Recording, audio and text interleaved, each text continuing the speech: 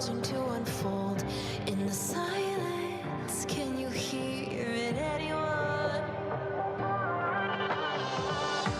A memory, scared of letting go, fading to a distant glow.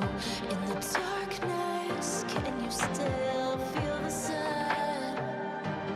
As it's coming up, welcome to the start of something new. Welcome to the hour that waits for you. The time feels like it could be right for our dream to come true. Welcome to the start of something new. Start of something new.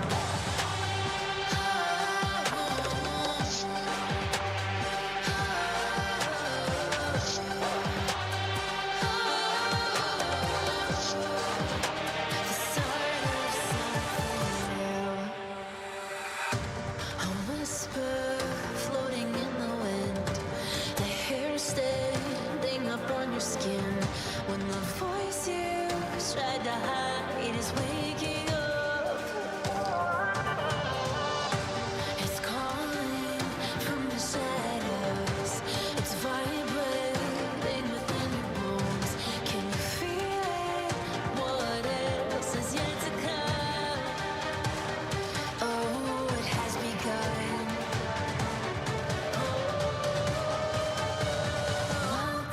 To the start of something new. Welcome to the hour that waits for you. The time feels like it could be right for that dream to come true. Welcome to the start of something new. Something new.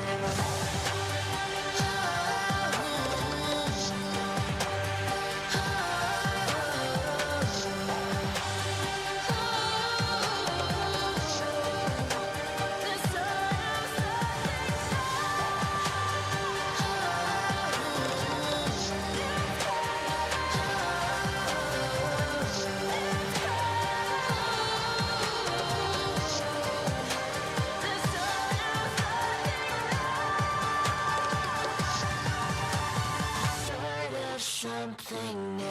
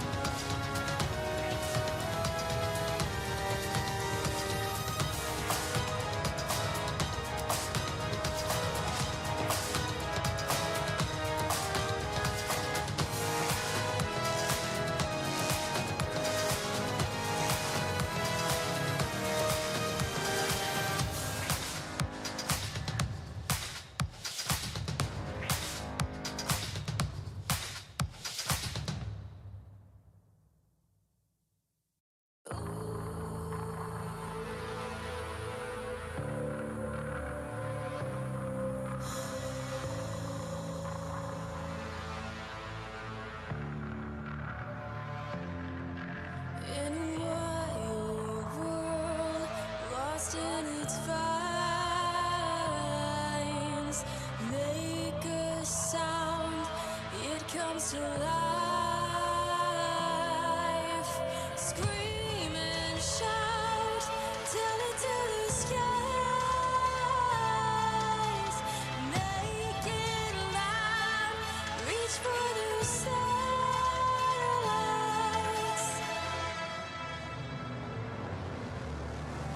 Is this the legacy we wanna live?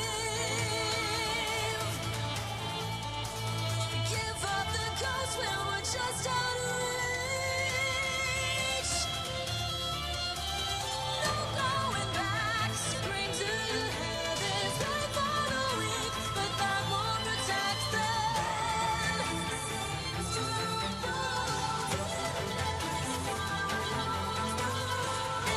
Innocent, hope is awakened by each and every step that is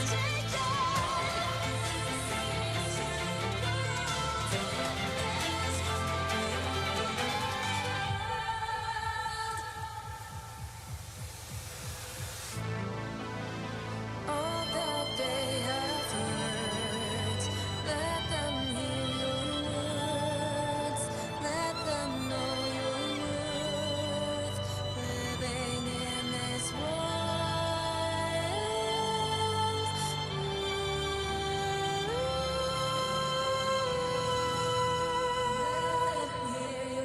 And if they ask you for more, then that's what they're gonna get. And drop their knees to the floor when you can speak from your chest.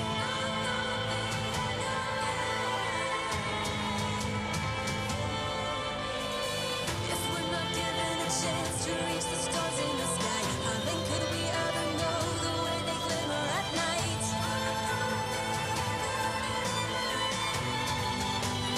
Hear me, it's been too long, lying and waiting, rise through the ranks, no one finds a way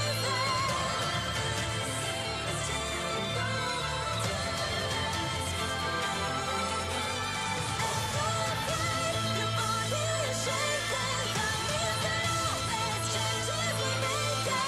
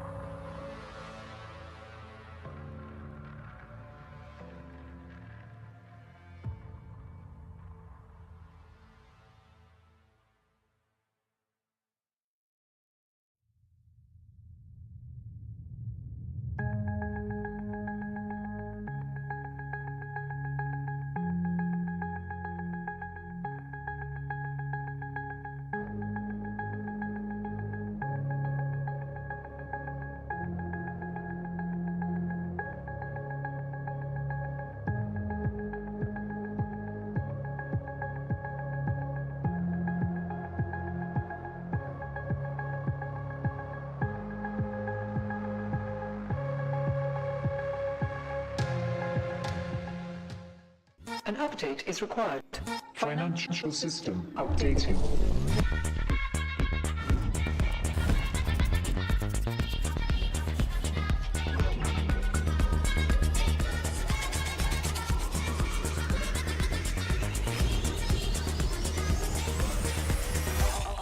System updated. We will dance together. The future of money is here. Feels good.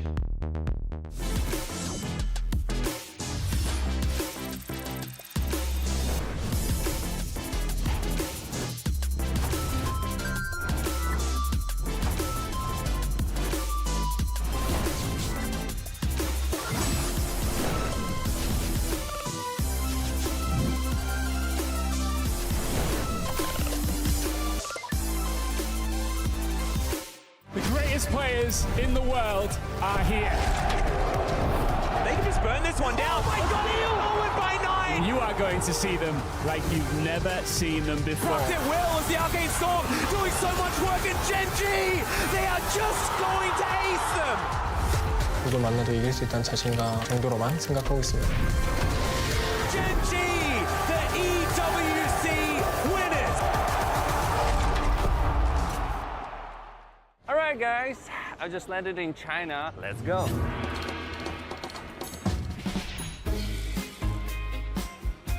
Play the local way, pay your way. Have you ever seen the Great Wall at night?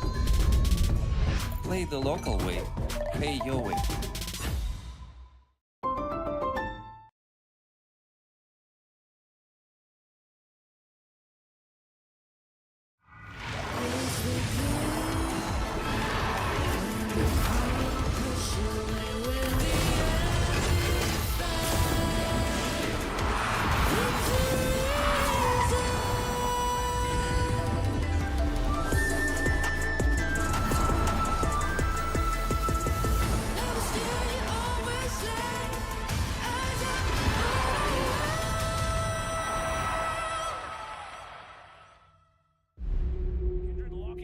Drake is now Doran, decent position, double Break down my walls, but I won't rise again. Cause I stand tall in my environment. How could I ever close my eyes and stay silent since they try to take me down with their violence? Oh, they go back in! Bishop flashes in, and down goes Knight!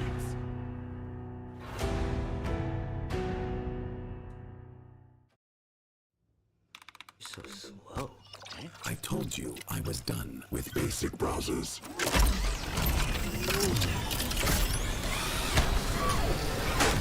Your setup wants Opera GX, and you're holding it back.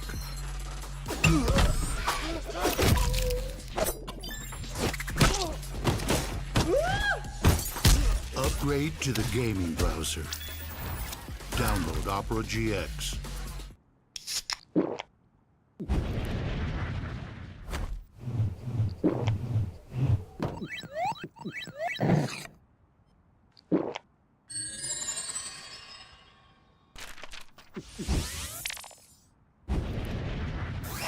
Red Bull gives you wings.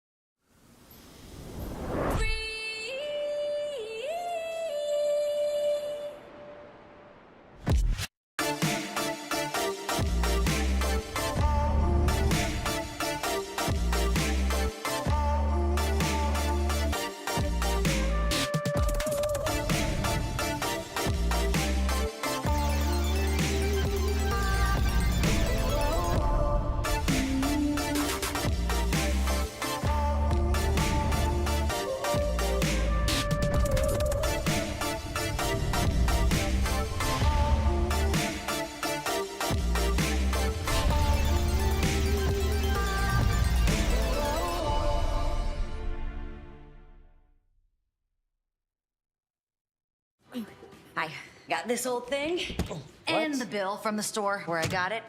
Figured you could beat it with a better deal on one of these big boys. Man, it doesn't work that way. Guess you're not as cool as Verizon. Bring in your AT&T or T-Mobile bill for a better deal. You don't know that?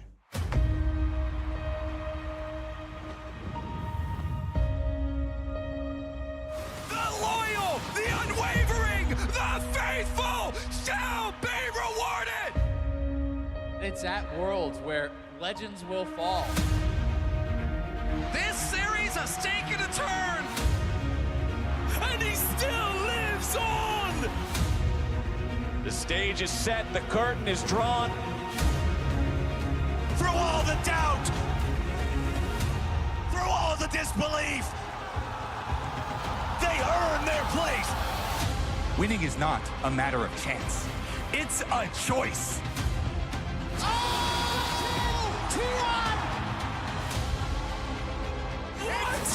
He's in the enemy base! Jackie Love just found everybody! Body block from Warren! Who's he called? Pick it up! Oh, hell, the new kings! Samsung Galaxy! Double circles, double galleons! Pain Gaming have done it! Look at the teleport! He stopped him! These guys came to fight! What's a god to 5 non-believers? Oh! Are you ready?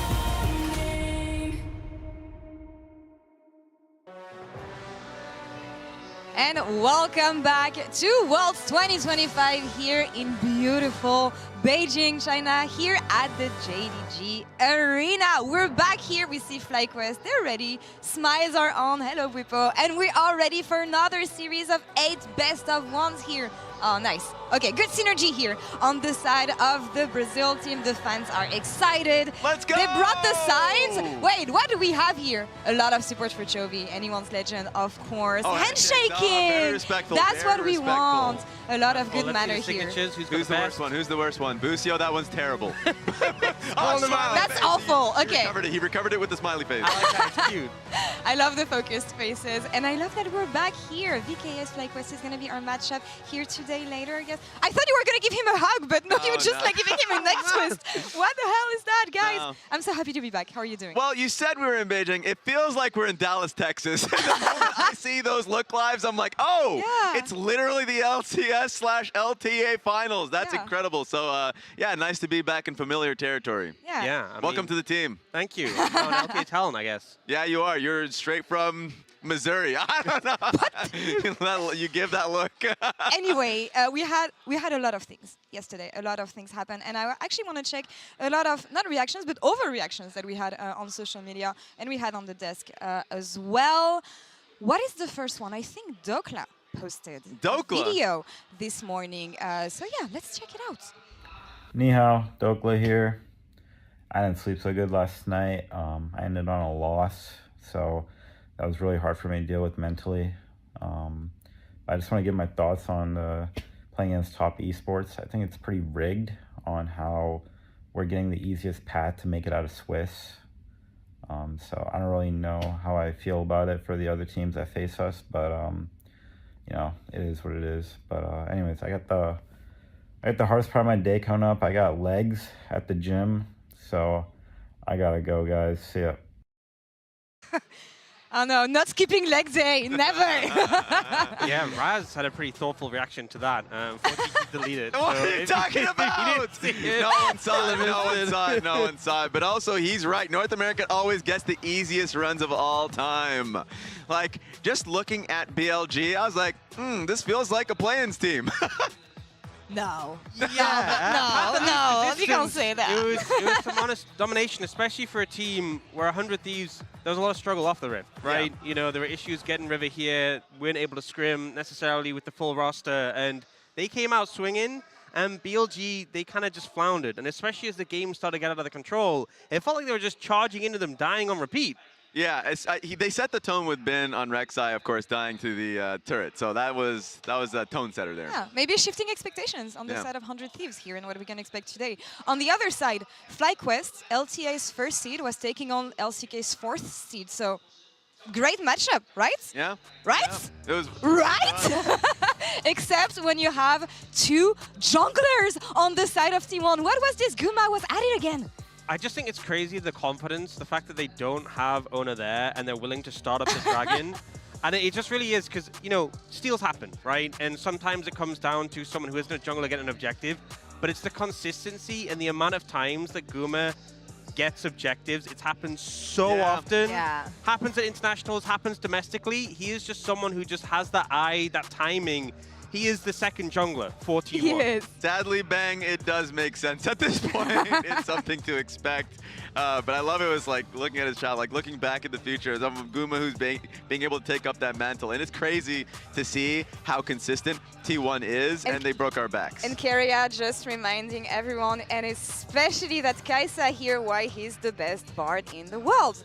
Yeah, gotta play Bird, bard. right? Banbird. We don't get to see. Binbird. We don't get to, Binbird. We don't get to see his bard very much in the LCK. Yeah, we got a little spree, and then it just disappeared. It felt like teams were doing this thing, removing it in some way. There was some happens before the game. There's like a draft phase where you get this opportunity to ban. That's it, ban champions. Yeah. So no comment. Yeah, none. Yeah, And I think it's really interesting how we saw every team, but the European teams, they're going to play for the first time today. And I'm really not saying this because none of my teams showed up yesterday. Yeah. Oh, God.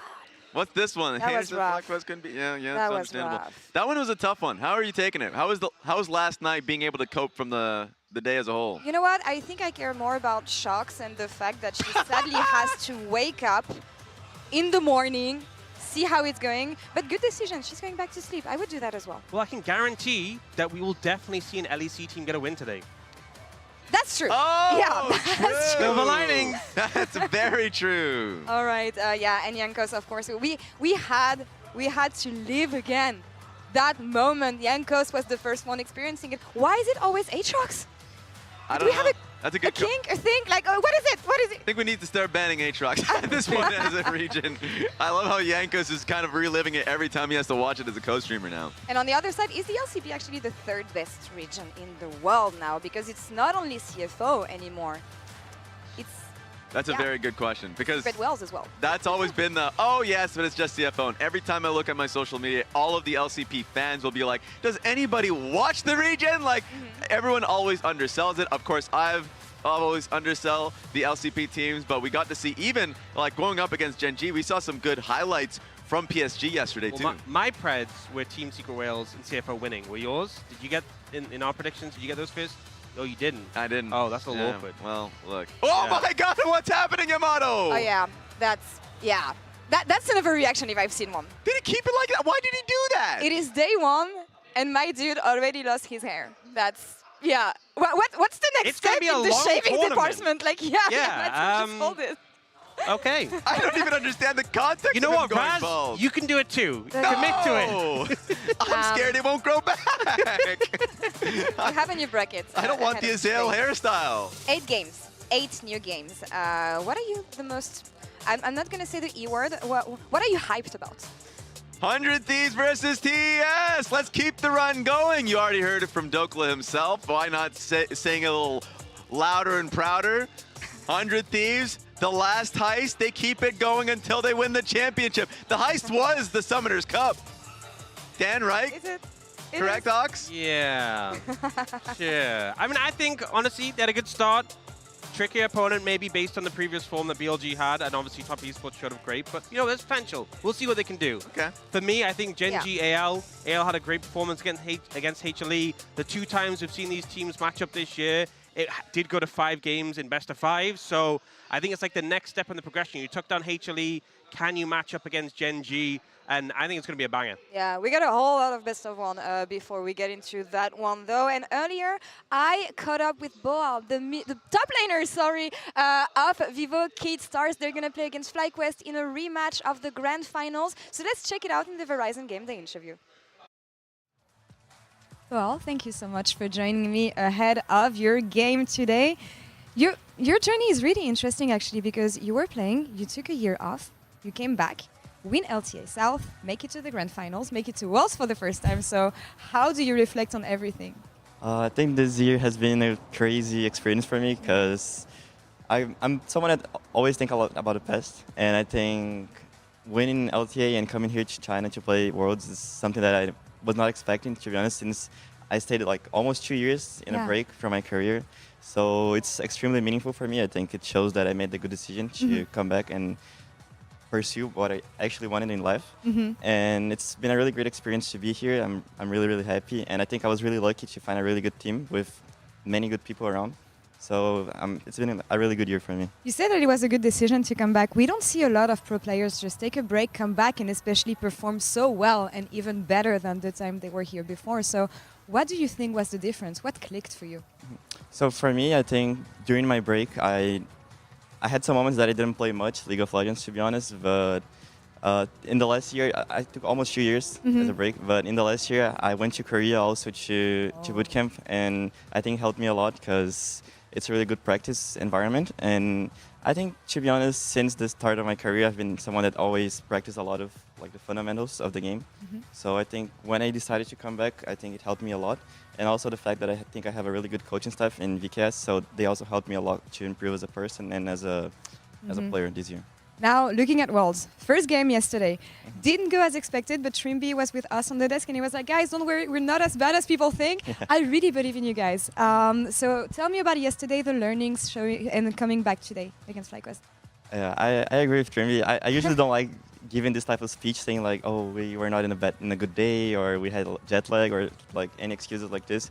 But for sure we had some problems coming into China, and I think we managed to, I think VKS as a team, we always learn a lot when we lose. So yesterday was a really good opportunity for us to have a really good conversation after the game and learn as much as possible, and for everyone to be on the same page again, because I think we had a really good practice also this last day, so I think it's going to be much better today, to be honest. I think we were also struggling a little bit with some problems outside of the game, as I mentioned before, but everything is better now, and I think we're going to be able to show a much better performance. And about FlyQuest, it's a team that we already kind of know how they play. Yeah.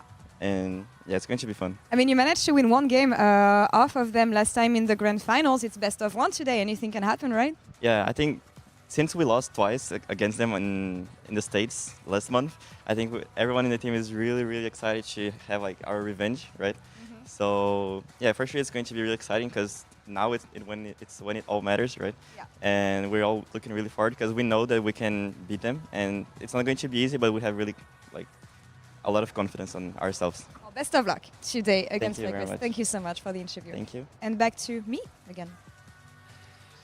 And that confidence is well-founded because him talking about how they are able to bounce back after losses was true. Yes, they faced them already 2 times. In the upper bracket in the LTA playoffs, like they lost in a crazy fashion, but then they bounced back, beat 100 Thieves in a really convincing manner. Even took a game off of FlyQuest in the finals, even though finals for FlyQuest was quite dominating. But in game 3, it was Miru's Akali and also Desamis on his Nocturne being able to track Inspired in that game, where it gave you real confidence that this team is growing in real time. So you cannot sleep on BKS, especially since this time around it's a best of 1.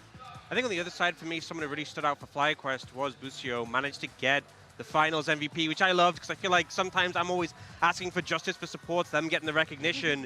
His Leona and Alistair in the first 2 games really dictating a lot of the engages in that Bard performance of game 4. He has been such a spectacular Bard and really putting on a masterclass on that pick, so great to see from him. Exactly. So that's one of those things where you can see from VKS's perspective that FlyQuest is the big bad demon. Like there's a lot of players on that team that can look really solid. And I already talked about Miru a little bit, but Miru just yesterday showcased even when they are behind based off that level 1, he was finding angles back into the game off his rise. So it's like you still have to treat this team as a real problem. So echoing the idea of, yes, the team had a really bad game just yesterday, but you cannot sleep on them. Yeah, I mean, he got a solo kill level 3 in the mid lane, and then he was roaming, making plays happen. And I feel like, honestly, the early to mid game, they were getting a lot of positive plays. They were setting up plays with numbers advantages on the back of that rise. It was only when they got to the 5v5s do we see them struggle. So if they get an early plan like that and then just fix up some of the team fighting, they could have a really solid effort here. Exactly, and even kind of expanding a little bit more back to the VKS side. Trimby, we've heard a lot from him. Desamis, we haven't really seen too much, but he is somebody that, like, I feel like Trimby and Desamis work really well together. And the team that really tries to push the tempo. If they have an angle to look for a dive, top lane, they'll go for that dive, right? So they're pretty damn fearless. And I feel like after getting whooped yesterday by an extremely fearless Team Secret Whales, they're like, we gotta take notes for them. Why are we second-guessing ourselves if they're not? So that has to be on FlyQuest's mind going into them. I mean, that's the thing. I see a lot of smiles on the side of FlyQuest right now, going into stage. I spent a lot of time actually with the Brazil team backstage, they're super excited. They're so happy to be here. They're so eager to show themselves, to showcase what they can do here at Worlds. And I feel like if they can come in clutch here today, I know you're supporting your team, of course, but like... well, they're both his teams, you know, he's picking a side. Yes, that is true. They're both LTA now, but the problem is we're going back to LCS versus, like, CB LoL. Yeah. So, like, this is kind of like a sneak peek going to that rivalry. So I got to go back to the North American branding. The LTA will leave on another day. What do you mean? I still love my Brazilian brothers and sisters. Do you think they can do it? Do you? Yes. Oh, do I think that? Well, okay, I'm not answering that one. Do I think that VKS could do it? Yes. They can do it. That's why we are bigging up Miru quite a bit. So, like, that mid-jungle synergy is extremely important. It's on FlyQuest to find that consistency, to not let it happen. All right. Ox, closing thoughts on this? I think really it just comes down to some... I think nervousness in their team fights. Just go into the 5v5s with confidence. If they get a good early plan like they had yesterday, and then more confidence in leading the charge in the 5v5s, I think they can do it. Fearless is not just in draft. They have to show that in game as well. Raz, hold on, hold that thought. Let's see what happens here in this LTA versus Brazil matchup. It's the first best of one we have, and we're going straight into it. But I don't really care. My #1 goal is to go big or go home. People don't have high expectations for LEC, but I'm looking forward to proving them wrong. We don't need to win every match. That's not what Swiss was made for. We just need to win the battles that we choose. It's not like we can take any fight we want and we are gonna win it. We definitely have to fix some mistakes if we wanna contest the best teams. 긴 여정을 앞두고 있지만 천천히 한 걸음씩 나아가겠습니다. 就是因为今年的比赛在中国嘛，所以就想守护荣耀打出风采吧，还有票战队。 일단 눈앞에 있는 대회 당장 열심히 집중해서 이기는 게 뭐 첫 번째 목표인 것 같고. 因为我之前在联赛里面说自己想成为最棒的辅助，可惜没有做到吧。希望这次世界赛能够还要坚持这个目标，在世界赛上做一个最好的辅助。 We have a lot of chances to still make it. We are gonna come more motivated and prepared. I don't see why we have to prove everyone wrong. This is our last time together. We're gonna do it for ourselves. 就是我们在之后也会去打得更好，然后去好好調整自己的狀態，展現出BLG 該有的水平。 Mình vậy thôi chứ sức trẻ với lại sự máu điên của tụi mình rất là gớm trong cái quá trình thi đấu nên là hãy cẩn thận với tụi mình. 저희가 아직 준비한 실력을 제대로 못 보여드린 것 같아서 이제부터라도 잘 보여드리도록 하겠습니다. 지금 단계에서 그냥 저희가 또 사시대로 왔기 때문에 그냥 도전자의 입장으로 하는 느낌이어가지고 그냥 챔피언을 지킨다라는 그런 부담감을 가지기보다 더욱더 올라갈 수 있게끔 최선을 다하는 중인 것 같습니다. 大家都是1-0的队伍，然后我们会打出一场精彩的比赛。虽然大家对我们的表现不是那么看好，但是我们接下来的表现会让你们刮目相看的。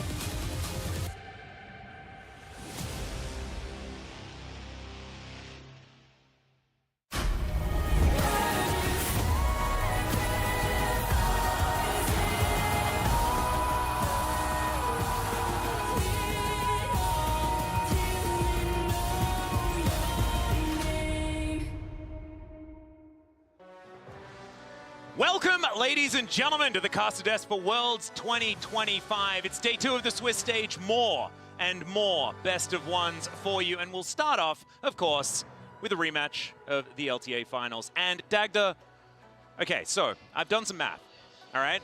So by my calculations, based on the fact that the last time these two teams met, it was a 3-1, there is a 25% chance the VKS win.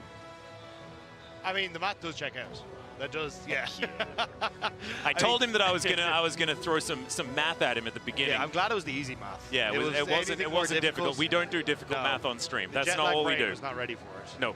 That's not what we're doing. But this is exciting, right? Because we've watched these teams play before. We get to see whether it's Fly in the same form as they were then, able to take the series relatively comfortably, or whether VKS can capitalize. Maybe some of the world's spirit is going to get to them, because it's the teams that flourish at the World Championship that win. And, you know, DRX proved it in 2022. We now know that sometimes this tournament just changes you. Yeah.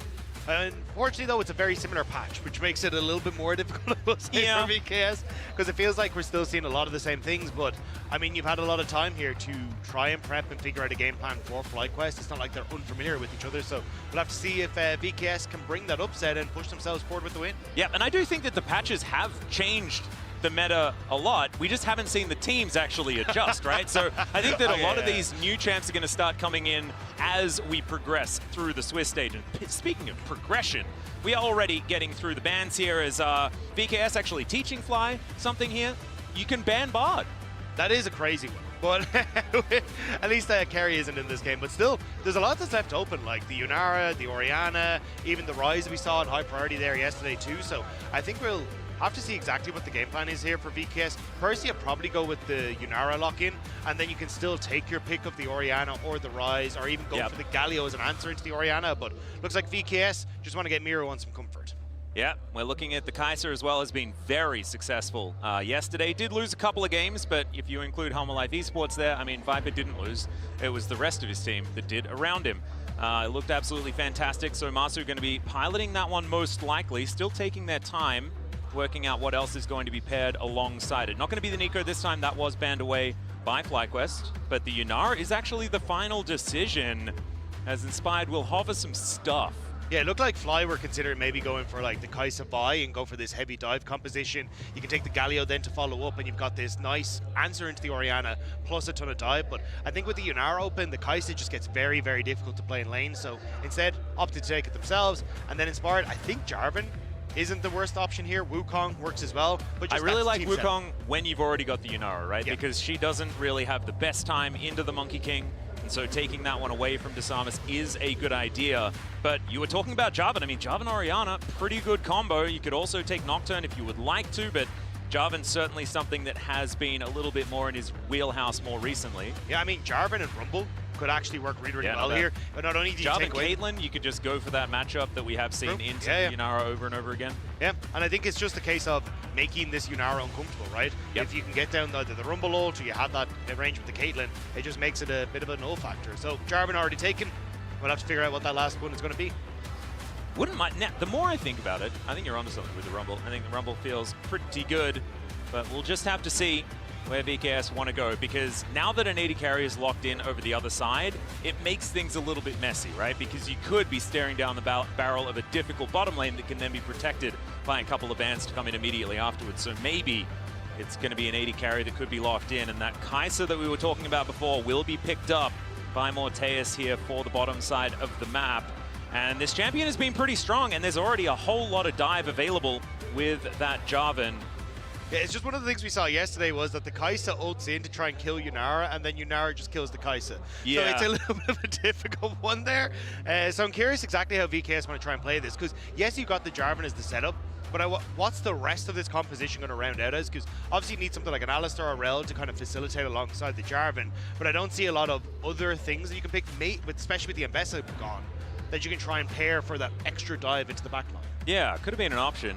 And I'm a bit sad. I actually feel like if FlyQuest had have banned the Orianna, they could have maybe baited the very popular Ryze first pick, and we could see Quad play Cassiopeia. He's always loved that champion. Yeah. It could have been an option, not actually going to come through here, as the Alistar will be the final lock-in. Still, there is a chance, theoretically, but not as good of a matchup But at least it's into the Orianna. Fearless, so maybe we'll get it next time.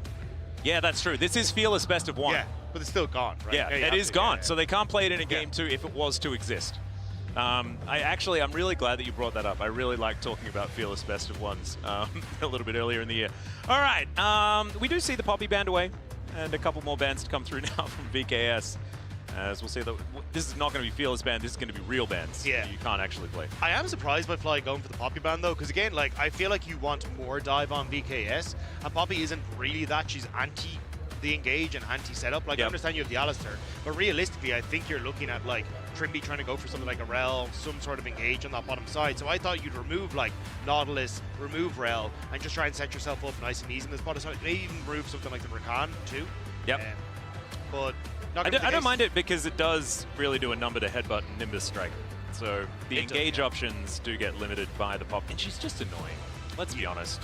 If you don't want to play her, it makes sense to remove it, as the Rakan also going to be taken away here As what are we picking up on for? Actually, like we were talking about the Rumble before, but mainly for the VKS side, I think Rumble Wukong is one of my favorite combos of all time. That would fit quite well. Also denies it from Boal towards that top side of the map. Whippo would be no stranger to playing the Rumble. I still don't hate going for something like a Galio here, honestly, on this 4th rotation. Like, works well into the Orianna, good side laning presence. You've already got decent damage follow-up. It does also deny a Rumble on the other side, because then you flex it to Whippo to play it into it. So yeah, I'd probably go with the Galio here, and then, as you say, you can kind of wait and see what these next couple of rotations are going to be before you fully commit. Well, let's see what Masu is going to be locking away and for who. They're looking for a couple of solo laners. And we'll see where it does go. Syndra's an interesting one. She did get buffed on the patch, but might be our first look into some actual changes. Speaking of which, another one buffed on the patch, but no, won't be the case. It's going to be a Victor, which is far less interesting than either of those other two options. Yeah, I think it's also interesting because, again, you've set up here with things that like going for a mobile carries, and now you've locked in Victor, right? Like, yes, you have that gravity field that you can throw down over the Cataclysm to kind of make things uncomfortable for the Jarvan, but it's not exactly ideal, I think, in this situation. But either way, I think FlyQuest are just saying, look, we have already beaten these guys so many times before. Let's just play for late game scaling, play for team fighting, and have something that is just going to be very, very strong when we come to those objective setups. Well, the Scion is going to be locked in here with the jungler already locked in on the other side. It is a little safer to take that pick, so a little bit less likely to be trundled. As Trimby, what's it going to be? Looking for his own pick here to pair alongside the Kai'Sa. I'm interested. Is it just going to be Rel go for a little bit of added engage? But they do have a lot of it already there. Instead, just some targeted CC for that Yunara, making sure that Masu is going to have the hardest time possible. And already, there's a Jarvan, there's a Scion, and that's going to mean that navigating these team fights for FlyQuest is going to be a little awkward. But they do have a fair bit of damage already, especially if Whippo locks in something that is capable of putting on some hurt. Could round out something like a Gwen here on the top side if you wanted to. You get the Shroud to deny that Orianna ult. You set up that very well for the rest of your team fight because you provide another DPS. So even if you take out the Yunara or the Victor, you've still got that extra threat. But it's going to be a different AP carry, it looks like, in the top side. Didn't work out too well yesterday. Yeah, I mean, if at first you don't succeed, try again. And as it turns out, we can have a little bit of a run back here, this time against the Scion. I believe it was into Cassante yesterday, but it is pretty decent as far as anti-tank is concerned. And you can also kind of mess up team fights by removing one of the pieces so that Masu can pop off but it's also, in these fights. How does Mortius try and play this? You ult into the back line and Mordekaiser goes yoink immediately. And just, yeah, that's a good point. Yeah, it makes it very difficult for Mortius to try and play this one out. So I think it then becomes heavily reliant now on Miru getting off to an early lead, getting some early gold, and having these massive shockwaves, because otherwise I think you just start getting picked apart in these team fights. Could be a little bit of an awkward one, but I do like the fact that there is a lot of damage coming out from FlyQuest, and it's something that can take away some of the burden from this Yunara to make sure that she can carry out this game. And coming into this, we're expecting that 25% chance, right? For BKS. It was a 3-0 the series before that, though, so it's not necessarily something that is going to be an easy task if Vivo keeps up. Yeah, I'd prefer it that way because doing the percentages with 3 extra games, that's just going right over my head. I'm an esports commentator, not a mathematician, so that one's not going to happen. But still, I think that there is always a chance, right? This is Worlds. These are best of ones. It is so incredibly volatile.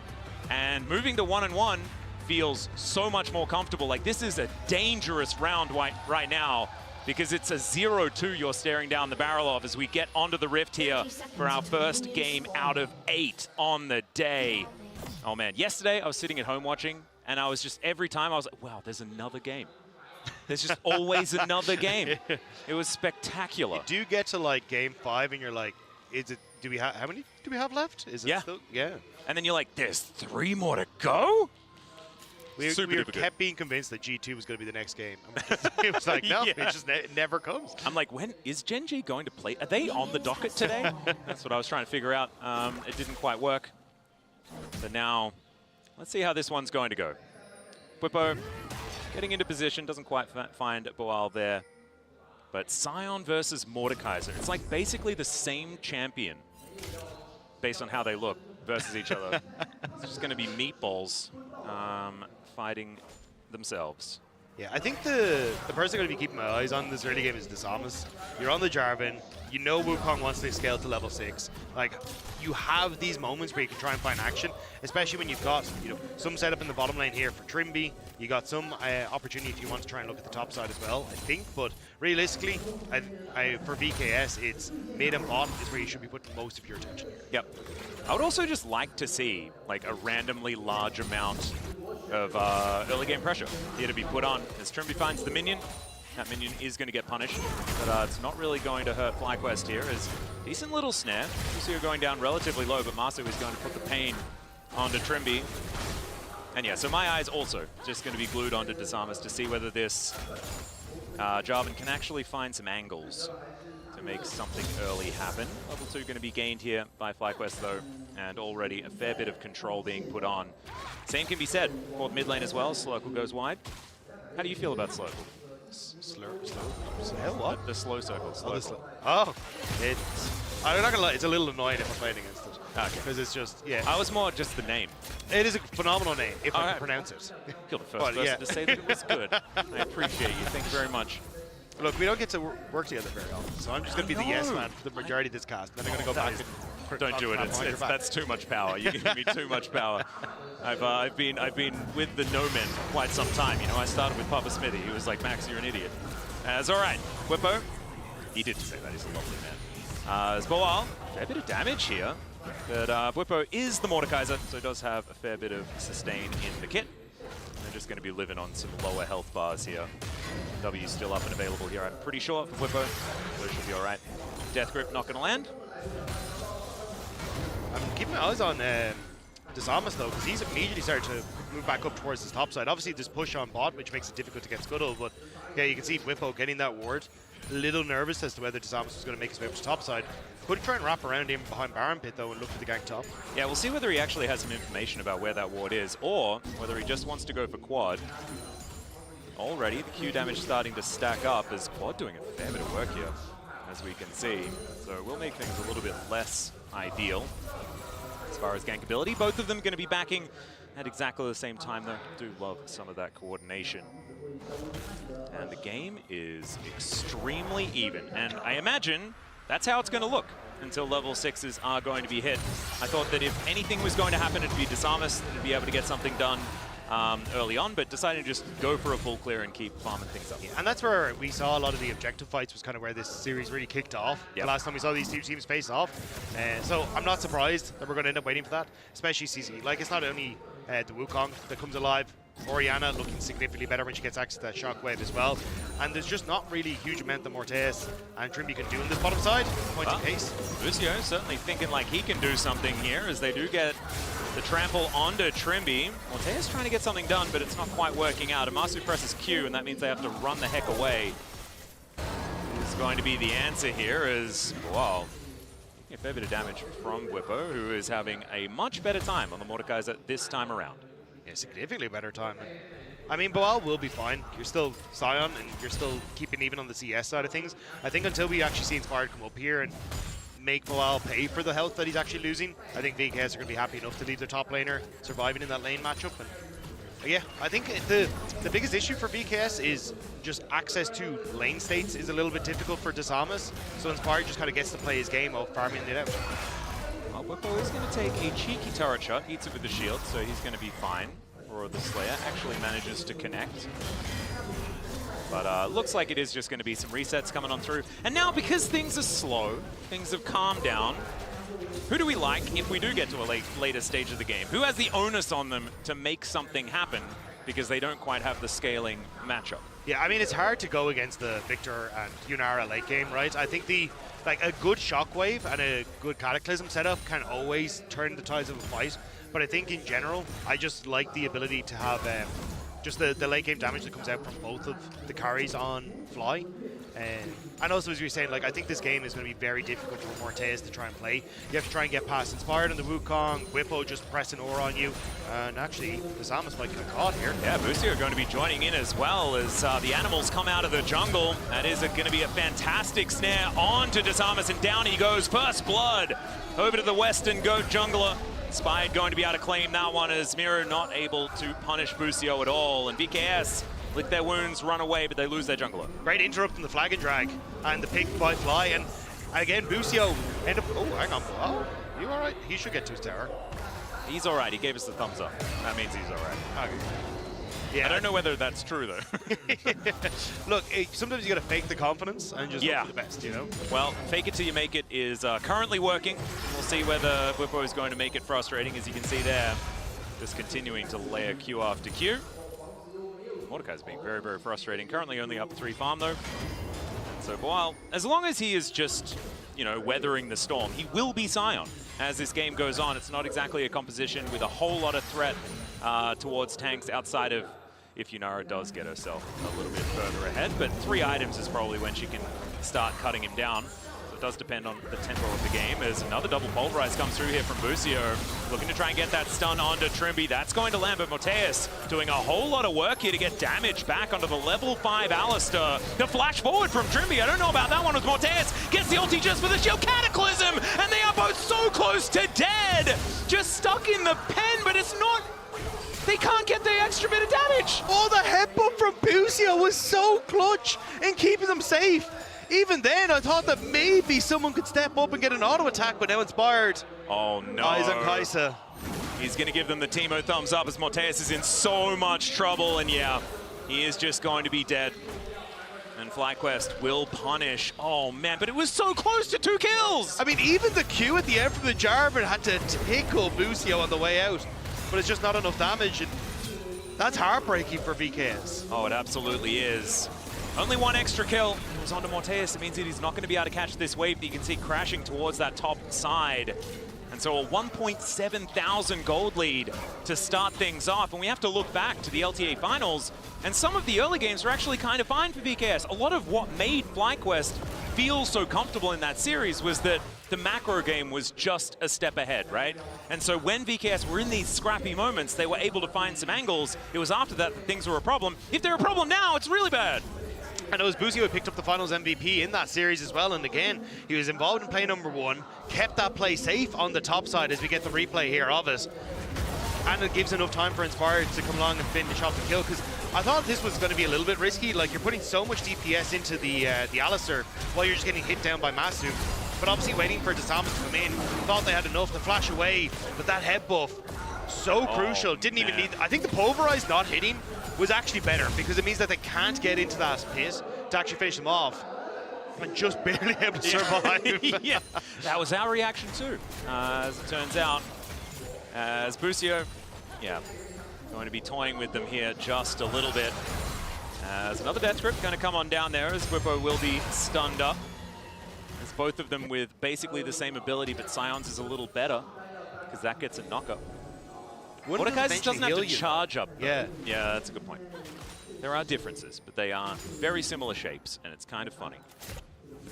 That's all right. Bwipo once again just continuing to shove wave after wave into this turret, and now finally there is a decent advantage here for the Mordekaiser as far as farm is concerned. Almost 2 waves as Boal, in fact, gives up on this this wave from before and was actually just fighting Bwipo. So a little bit further behind after this wave is going to be eradicated as well, as we do have an anchor connecting. Depth charge down as Voidseeker will land. Masu once again Cataclysm, but immediately dashes out of the way. The Arc of Ruin going to be doing a fair bit of work there. Unbreakable Will this time is available. Busio uses it, gets a whole bunch of value. Now Bwipo's looking a little worse for wear, but not a lot of blue stuff available here for Boal, and Bwipo doesn't need to worry about that. Just needs that number to tick down as he's inside the Death Realm, but he's looking kind of okay. I'm shocked that Claw didn't connect, honestly, onto the side. I thought Boal was in a lot more trouble. And same on the top side. VKS really want to put the hurt onto Masu and Busio, but good guy Busio blocking that hook meant that they just couldn't finish it off. Yeah, it's a little bit of a shame here, and it's another attempted gank from Desamas, not quite working out. Still, I mean, 1.7k, nothing to write home about, nothing to worry about. As we do get some vision down, does get information that Inspired has just gone back home. So a little bit of 2v2 time possible. They do head back up there, but it looks like they have different ideas. Moteus and Trimby moving now towards that bottom side. Yeah, but FlyQuest are still keeping on a roll when it comes to objectives. Already got the 3 Void Grubs, now moving over towards the Dragon as well. Although double questioning themselves as to whether they want to fully commit, as Whippo's only just got back into lane, and Boal might get the interrupt here. Oh, just barely. As Masu is able to skate his way back. We haven't spoken too much about the mid lane, mainly because it's Orianna versus Victor. Notorious for being one of the least interesting matchups of all time, as this one isn't Tremby. As Feats of Warfare going on over to Quad, and oh dear, just caught warding. An unfortunate outcome for a support, but one that is sometimes unavoidable.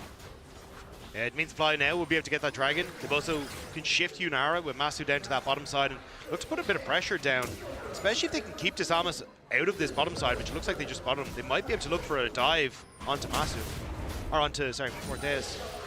See what they can get there. You can see Busio wrapping around. Another minion wave is going to crash in mid, opening things up for Quad, but he is just going to go for a little bit of a reset. But I mean, it's just VKS kind of bleeding gold at this point, and objectives at the same time. Whippo, it's that passive procced, and over again, things are looking more and more difficult. Riftmaker is now completed for the Mordekaiser, making him so sticky in this lane. It's a decent fully charged Q to come through from Boal. If he does get the combo, he can be scary, but the problem is the answering buttons are doing work here from Whippo. And as you can see, sort of healing all the way. Oh, we do have the ulti connecting, but puts him into the Death Realm. And Disamas, they both disappeared. Oh no, the Q is going to miss. Let's see whether Boal does have the fancy feet as he gets the shield. Cataclysm, slam dunk onto Whippo, and VKS are on the board. The best moving truck I've ever seen as he's able to sidestep man, the everything. turning circle on that one made no sense. Absolutely insane.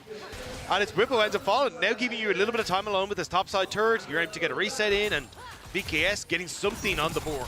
Well, let's see whether they can follow that up with some more success here, as on the bottom side of the map, it is just plates being taken. Slurkle will connect as Anchor just barely not finding the mark, as Mortez just wanted to get out of here by the looks of things. See whether it is going to be Kraken Slayer done. Let's have a look at this replay one more time, though, as it was almost just a 1v1 that Whippo was able to win.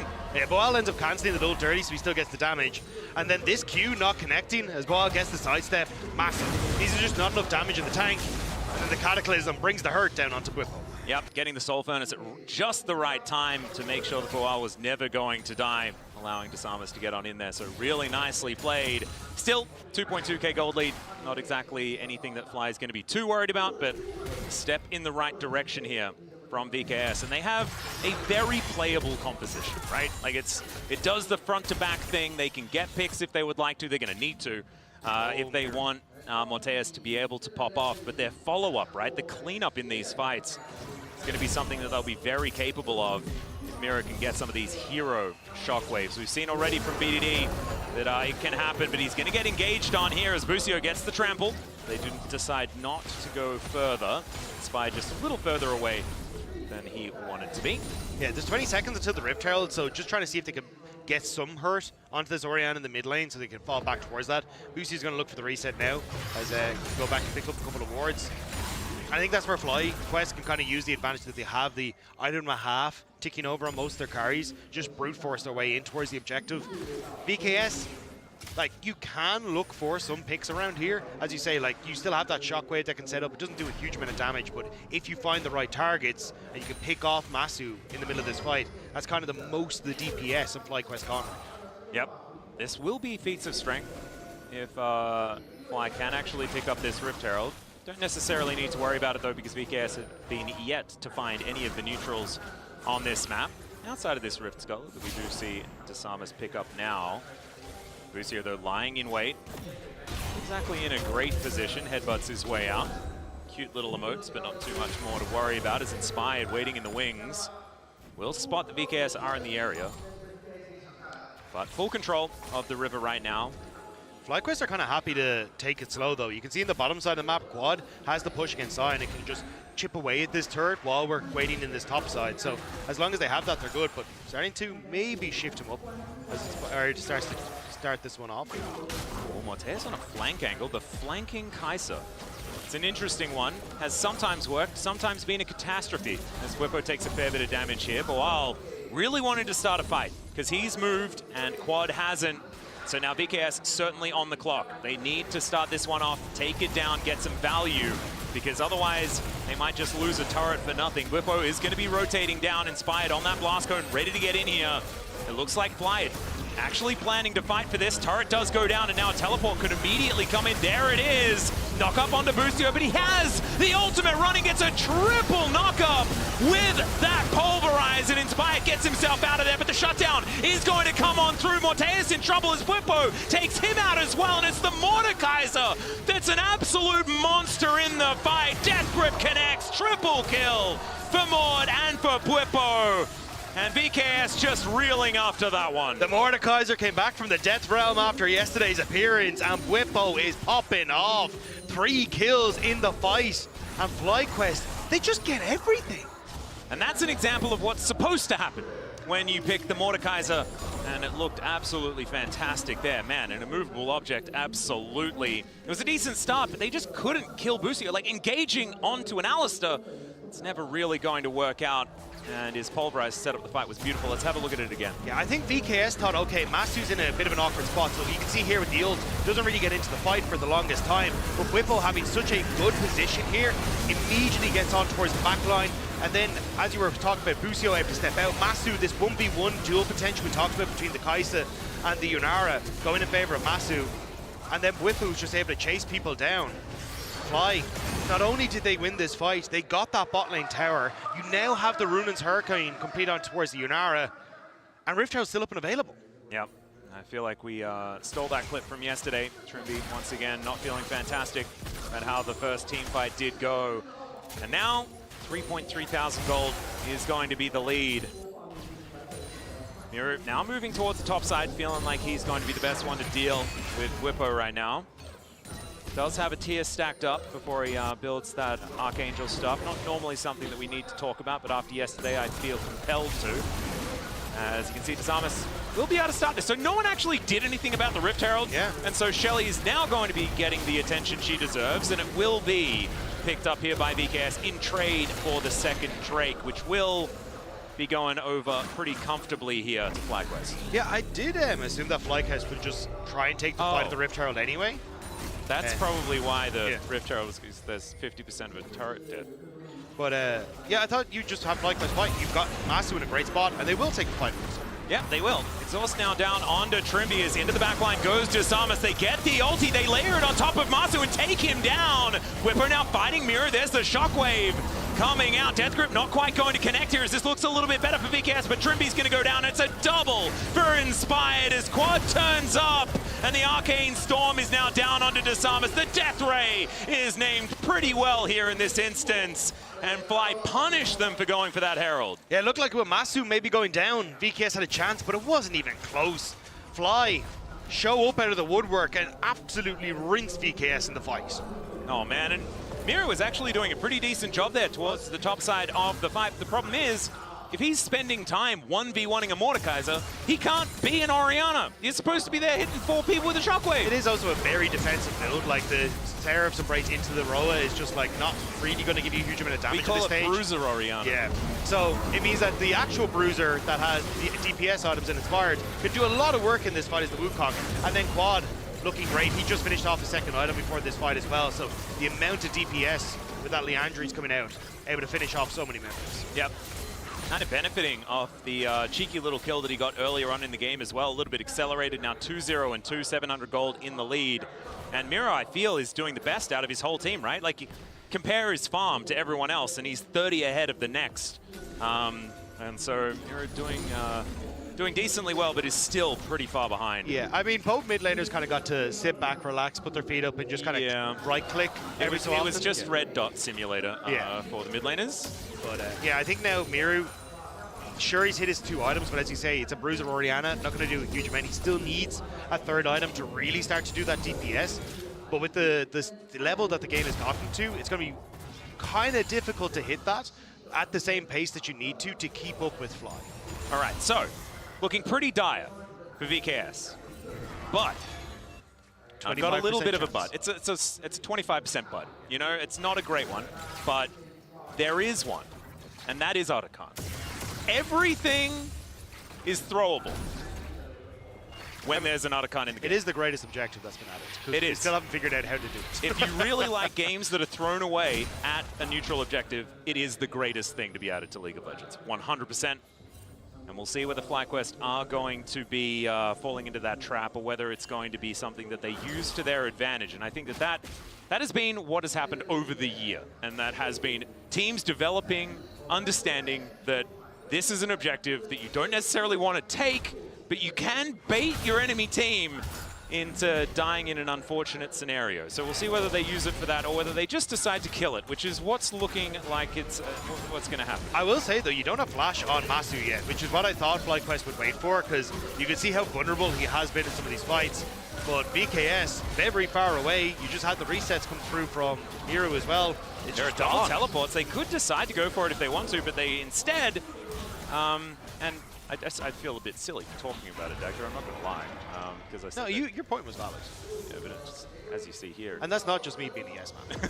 I appreciate you. I appreciate you.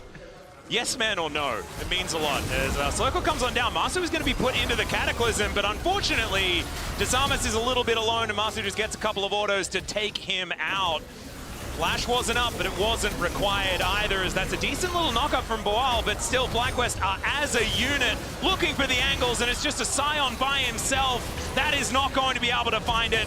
And the flash in from Bwimpo to take down Morteus. He does ult. They do manage to get the kill on the Mordekaiser, but unfortunately it's still not looking fantastic. A Zombie Scion not going to be able to get too much more done as Inspired sneaks on in and takes down the Kaiser. Decent little knock up there from Trimby, but the Cyclone is going to answer, and the Cyclone is not looking good here for VKS, as it's an ace picked up by Quad. It's the bounce house for the party that is FlyQuest in this game. Managing to pick up so many kills and the Otacon, tower and top side. And it's the perfect timing. Reset, spend your gold, and Baron's up in a minute and a half. But oh my goodness. You see here, Quads, they go onto him, but a good flash over the wall, and this Redemption gets so much value in this pit as well. But this is what we're saying. Morteus can't really get involved in this fight. Miru is the only one who can really get the DPS that he needs. And Bwimpo even tries to get the ults. Doesn't quite manage it in the end. But still, nice flank from Inspired then afterwards. Hops over the wall, realizes where his target is, and hasn't had to burn the ult. Left, right? Yeah. Killer Instinct was down, the Flash was down, needed all of that to get out of the way of Bwimpo, and then, I mean, Inspired is just so big. And we keep replaying the same clip. I don't want to. I don't want to acknowledge that it could be him doing it 3 times. Because it's a little bit of a shame here. Right now, though, FlyQuest are just running away with this one, as is to be expected, right? We have to remember, this is the hope of the West. FlyQuest have looked fantastic at a lot of international events so far this year. And it's a tough task for VKS to take them down, even though they've had a whole lot more experience against this team than a lot of the others. Still staring down the barrel of 0-2 here in Swiss is a very rough time. Especially for LTA South fans, because this was kind of a team that a lot of fans were saying could be the best team that the LTA South has ever sent to the World Championship.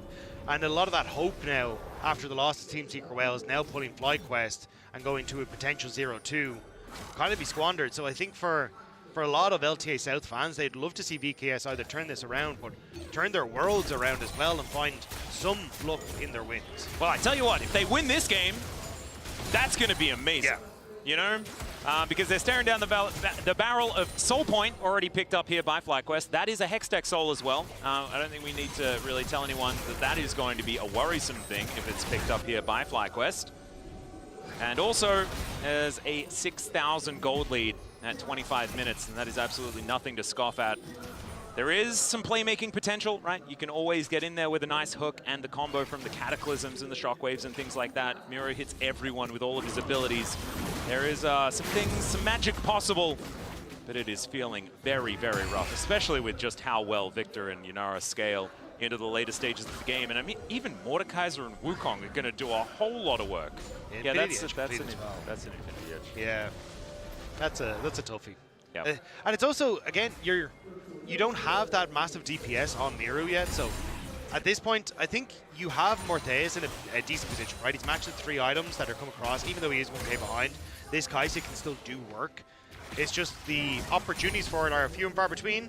Well, Busio is just wandering underneath the turret, gets a nice double pulverize here as they take out the turret in a blink of an eye. Hook is going to connect onto the cow, but he's tanking so much of the damage out of VKS. The FlyQuest are able to land some pot shots of their own. Staying pretty healthy are VKS, but look at that Arcane Storm. It's doing so much work. Inspired goes in, hasn't even pressed the R button yet as they're being so patient in this fight.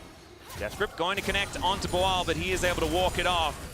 VKS are left alive for the moment, but it looks like a little bit of a return to the Baron here for FlyQuest, and face-checking this one's going to be so rough here for VKS. They do have some cheeky wards, though, so the information is going to be there as FlyQuest start this one up. And there it is. You're not quite going to connect here as Busio is in a great position right now. Inspired getting on over towards Trimby as they all engage onto a clone. I'm not sure about that one. Oh, the Cyclone angle could be absolutely terrifying, but instead, Inspired just going to hold on and move back towards the Baron. This is very measured play out of FlyQuest. Flyers just playing with their food right now. They know that they already have that combo we were talking about down, but the engage. Yeah, Whippo just standing stalwart in front of the enemy as Pulverize only onto one, but they're just holding them at bay right now. Inspired goes in, immediately goes out yet again. They're waiting for the overextension as Trimby is going to go down. Disarmus finally flags and drags his way in, but already they've lost their support. Miru's nowhere near. And Morteus, I mean, yes, he's still alive, but he's not going to be able to do anything on his own as Quad picks up the kill onto his opposite number, and Morteus goes down as well. A beautifully executed series of plays by Fly. They never overextended, not even once. The patience was so good from Fly. Like, it was almost frustrating. It was. After the Cataclysm was used just to try and contain them in the mid lane, to stop them being able to poke. Fly knew that they already had that fight in the bag. Moved back towards Baron, they bait VKS in perfectly. And now they'll take the Purple Worm as their reward. Yep, Teleport does bring the cow down towards the bottom side of the map. I don't think that Boal is going to be too worried about that one, but he might be worried when the cow turns a little bit more purple. That is going to be happening now, 18-4. And you might be saying, Alice, you're a bit silly. They were 8,000 gold behind, so obviously, I mean, FlyQuest can basically do whatever they want. But the only way the VKS gets back into this game is if Fly overextends and throws away their lead. And that could be something that happens. We have seen it happen before here at the World Championship as well. Miracles can indeed happen, but FlyQuest just didn't let them. There was no opportunity, no way that it was going to work at all based on how they played it. And Whippo now is going to be finding Disarmus, who's just trying to hold him in position.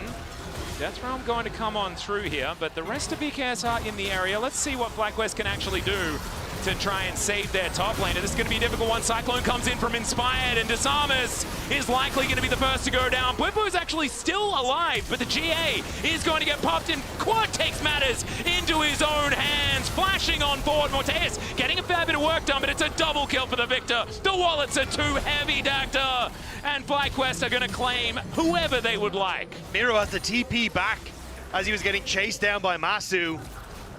Nothing is working for VKS, and Fly just continue to take over in their topside jungle. Yep, Inner Turret is now going to fall down on the top side of the map as VKS are continuing to reel. It's 13,000 gold. That's a lot of gold. And there's still more to take before this game ends, including a Hextech Dragon that has just been started off by Masu here. That's Soul. Oh god. Yeah, it's not going to get any easier for VKS. Yeah, bad is meeting worse. Because if it was difficult before, and it was difficult before, it's near impossible now. Hextech Soul is a ridiculous thing to deal with. Oh dear. So the MasterCard Priceless moment comes on in here as the Dragon Soul is going to be claimed here by FlyQuest and could be the death nail for VKS. And Inner Turret going to fall bottom side of the map as well. And I mean, it just feels almost impossible as Death Ray not quite going to land. Flag and drag to get Disarmus back towards this fountain, fill up that health bar once again. They might have one more fight in them. You can see Boal ready to leave the station, and he will do it now. Shockwave going to connect onto only one as Busio gets into the backline, finds the triple knockup. This guy's Alistair has been absolutely unreal as the double to start the fight for Inspired. Quad's legendary absolutely in this game. And Inspired is between two Nexus turrets, picking up a triple kill. Whilst Zombie Form is going to go down and FlyQuest are going to dispatch VKS in pretty comfortable fashion here in our first game of the day. Back in form, looking at 1-1 now in Swiss. FlyQuest back to business as usual as they'll take down the Nexus and finally find that 1-1 as they start to move forward. And a little unfortunate on the VKS side here, moving to 0-2, but they are not out of it yet. They can play for their tournament lives against the other 0-2 teams from the end of today. But FlyQuest looking fantastic after this first game. We're going to hear from the analyst desk about what they thought of it. Well, turns out FlyQuest looking pretty good when they don't face off against the world champions, guys. We'll take it. That's true. And a win for the LTA. Who'd have thought? No matter what. No, but seriously, that was a swift game from them. Yeah, it was nice to be able to see them at the confidence with the lead that they were able to have. And of course, it wasn't as if like VKS were not active. They were trying constantly, but they just weren't being given angles. Yeah, I think they really struggled to get the ball rolling. And, you know, we saw yesterday against Team Secret Wills, that early momentum was something they found. They didn't get that this time, and it meant that when they got to the team fights, they were at more of a deficit, and they really struggled there. Yeah, and even just taking a step back, whenever you go into games like these against opponents you've beaten before, there's always a little bit of a question in your mind. Surely we don't lose here.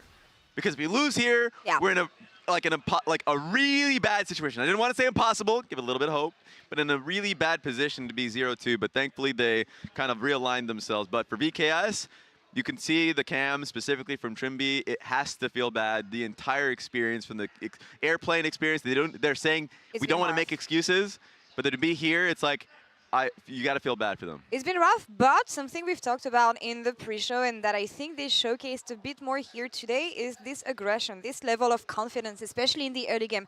It did not end well because they couldn't make those plays work, but I appreciate the attempt from them. Yeah, and there were just so many plays here where Samus was trying to make things happen on the top side. Here, this headbutt from Busio saving this. Look how low they are. FlyQuest bot lane managing to evade that play. So that's one Cataclysm used towards the top side. Here's another Cataclysm coming in, and it's this constant attempt to make things happen on the bot lane from BKS that didn't end up panning out. And every time these ganks don't work, these plays don't happen, you feel really bad about it. Yeah, and even though the replay cut off there, it was great from Inspired to be able to respond immediately afterwards, get a kill on towards Morteus, and finally you got to see a lot of those actions started to be, okay, now FlyQuest is building up a major lead for themselves. Like, now we're seeing so much tempo being used for this play, and Inspired responding to that one. Now you're in a pretty dangerous position if you're VKS. Yeah, and that's the thing. They had the pressure, and they just kept the ball rolling here, and it's the Herald fight, for me, that puts the last nail in the coffin here for this. The setup was tough, I think, for VKS, because they early TP'd Boal up here, so you got to see the Victor full take bot tower, TP up, and still be there at the beginning of the fight. And who did they engage on?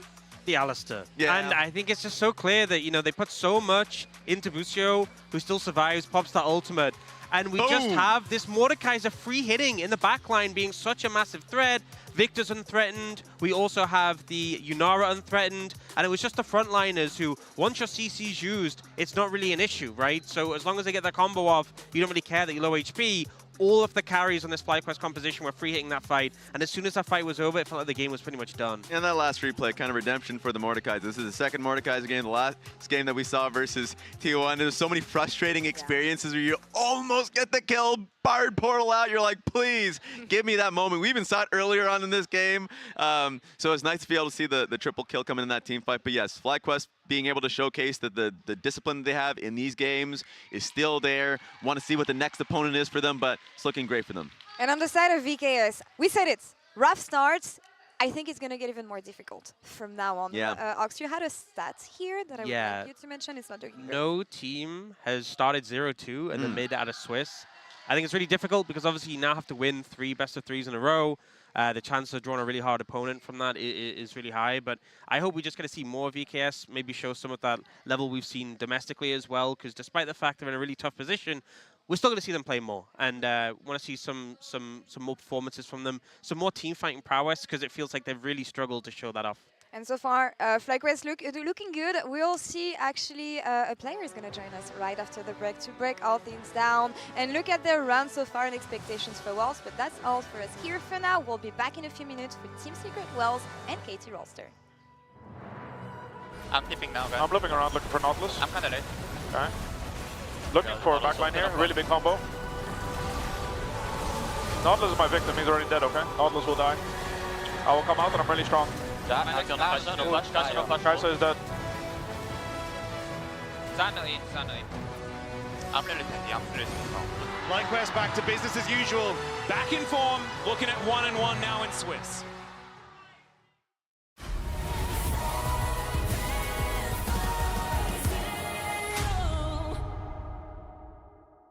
An update is required.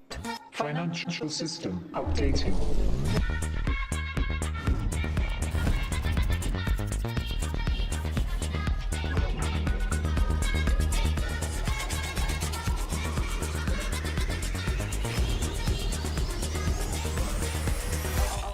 System updated. We will dance together. The future of money is here. Feels good.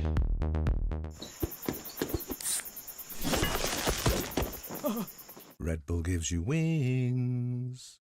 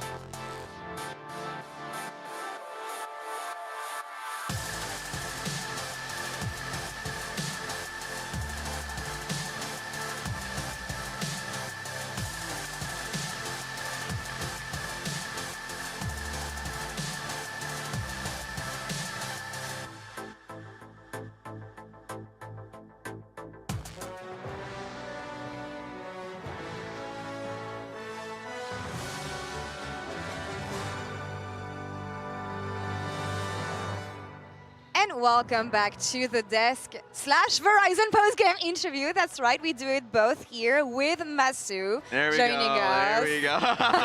We got a dub. We got a dub on the board. Thank you so much. How are you doing? I'm doing good. It was a relatively simple game today, so I'm feeling pretty good. I want to follow up on what your support just said on stage just now. I don't think you heard it, but in the JDG arena, in front of a Chinese or LPL-oriented audience, he was like, well, 100 Thieves beat the first seed yesterday, so maybe we're the best region.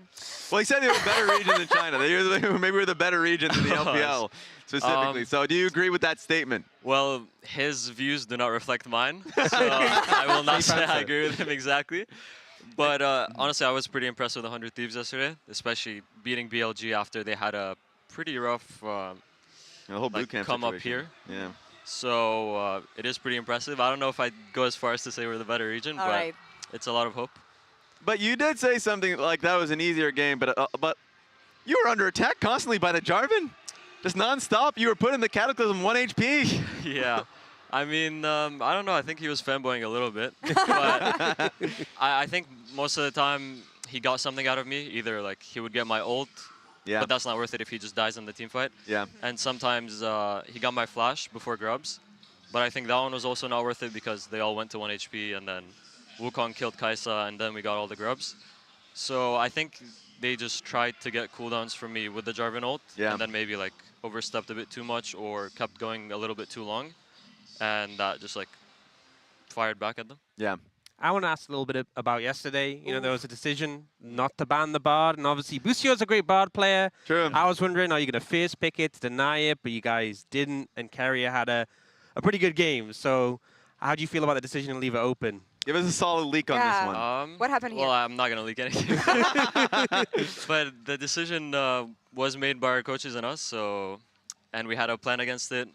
And we thought we had like a good strategy to, give them Bard and be able to get something out of it. But I think all of us didn't play too well. And then, of course, Carrier is very good. Yeah. So he took over the game pretty easily, and he was just everywhere. And it felt like all the time they had vision everywhere, and he was everywhere. So it became like a pretty hard game. But I think if we executed our plan early a bit better, then I think we would have had a decent advantage. Yeah, you mentioned executing that specific plan, but what would you say is like kind of a takeaway that you had from yesterday's game? It was always going to be a tough opponent, but obviously you guys felt like you were a lot more disciplined. Of course, you've beaten VKS quite a bit. What's a takeaway that you had from yesterday that you wanted to be able to implement for the tournament continuing forward? I think specifically for yesterday, individually, I think our lane was going pretty well. Yeah. And I feel like if I made decisions more quickly, and at the same time I thought of what could get me the most amount of gold or the best spot in the game, then I would have made better decisions and kind of been able to get a good lead and get ahead of the Xayah and then carry the game that way. Yeah. But I feel like I was not in the mindset of pushing the advantage. I just felt like, oh, we are kind of winning lane, so I can play it a bit safer and just get tempo and go anywhere and do something. But I feel like I didn't squeeze as much as I should have. And I feel like we just needed to play our own game. So moving forward, I think just focusing on that and focusing on the best thing for my champion to do in the game and our comp. It often comes down to this, right? Playing your own game, especially against Asian teams. And I feel like the Bard, we can talk about it as much as we want. It takes a lot of confidence to leave a champion like this open, especially when you come against Carrier and against T1. Inspired was telling me in an interview yesterday that here at Worlds, one of the main goals for you guys is to beat one of the Asian teams or beat a lot of Asian teams. You had an amazing showing at Worlds last year. What is your confidence level carrying that experience from last year that's going to help you this time around? I'm definitely more confident than I was last Worlds. I think individually I'm much better, and as a team we are much better than we used to be. The only problem is sometimes we're not able to show it on stage. As a team, especially me as well, I think the nerves of the stage and kind of just like the decision making, you end up not being as sharp and not being as fast. And that really is able to like change the game. Just these split-second decisions, being able to make them a bit faster could change the whole game. So I feel like if we're able to bring that on stage, then I think I have a lot of expectations for us. That makes sense. That makes sense. Quick question. I mean, anything that you were able to do in Beijing so far? Anything fun? Oh, yeah. Not really, no. We haven't done anything. Yeah, I will We've just say, been scrimming. that's fair. You told me you were eating beef noodles. There's some history about eating beef noodles here. I'm just going to put it out there. Name, making that mention. Yeah. Maybe a curse. You have Us? Like, no. Stick to practice. No True. time to enjoy. No, of course, I hope you get some time to enjoy here. It was great having you on the desk Thank here, you. Masoud. Thank you so much for joining us today, and best of luck for the rest of the tournament. I hope you get a merciful draw tonight. Yeah, you can leave the headset here. It's all right. Appreciate There's it. no problem here. Really appreciate it. Always nice to hear from our Western players and focusing our attention on the next game we have here. Oh my God, we see them skipping and hopping. Team Secret my God, World vibes. entering the stage, ready to take on KT Rolster here. What is the expectation for this matchup? Looks like a one-sided one, but with KT, is it always really?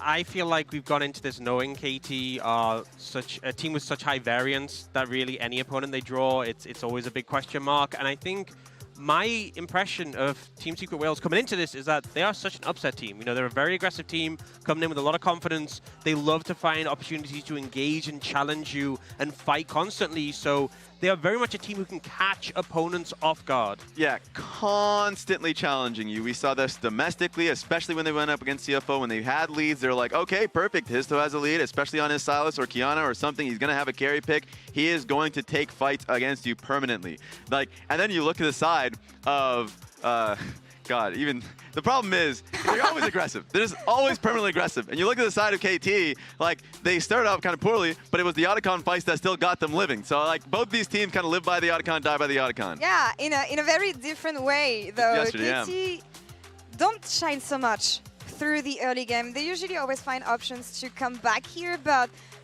Team Secret Wales, they're gonna have to be careful about the setups because that is exactly what cost MKOI the game yesterday. Yeah, I feel like for me, you know, it really came down to the 5v5s because VKS did have that early advantage, that early lead. But as soon as it was 5 members in the fights, it felt like the engages were just so seamless, so coordinated, so much confidence, and it feels like you can tell what they've loved to do all split long. Exactly. And I was actually really happy about the discipline that they had in this one. So, like, sure, on the other side of VKS, they were in a deficit constantly, but the confidence was working there. Meanwhile, that amazing Orianna ulti from BDD, you can never count him out in particular. So KT, even though they were in a deficit in this point of the game versus MKOI, they really made MKOI feel the punishment. This was another one where it's like, okay, MKOI going a little bit too aggressive, and it was a great response from KT to be able to fight back. I think we're just going to get crazy team fights, honestly, is my impression. On what we've seen from both of these teams day one, it is going to come down to fist fights, it's going to come down to those 5v5s, and it's going to come down to execution when we get to that point.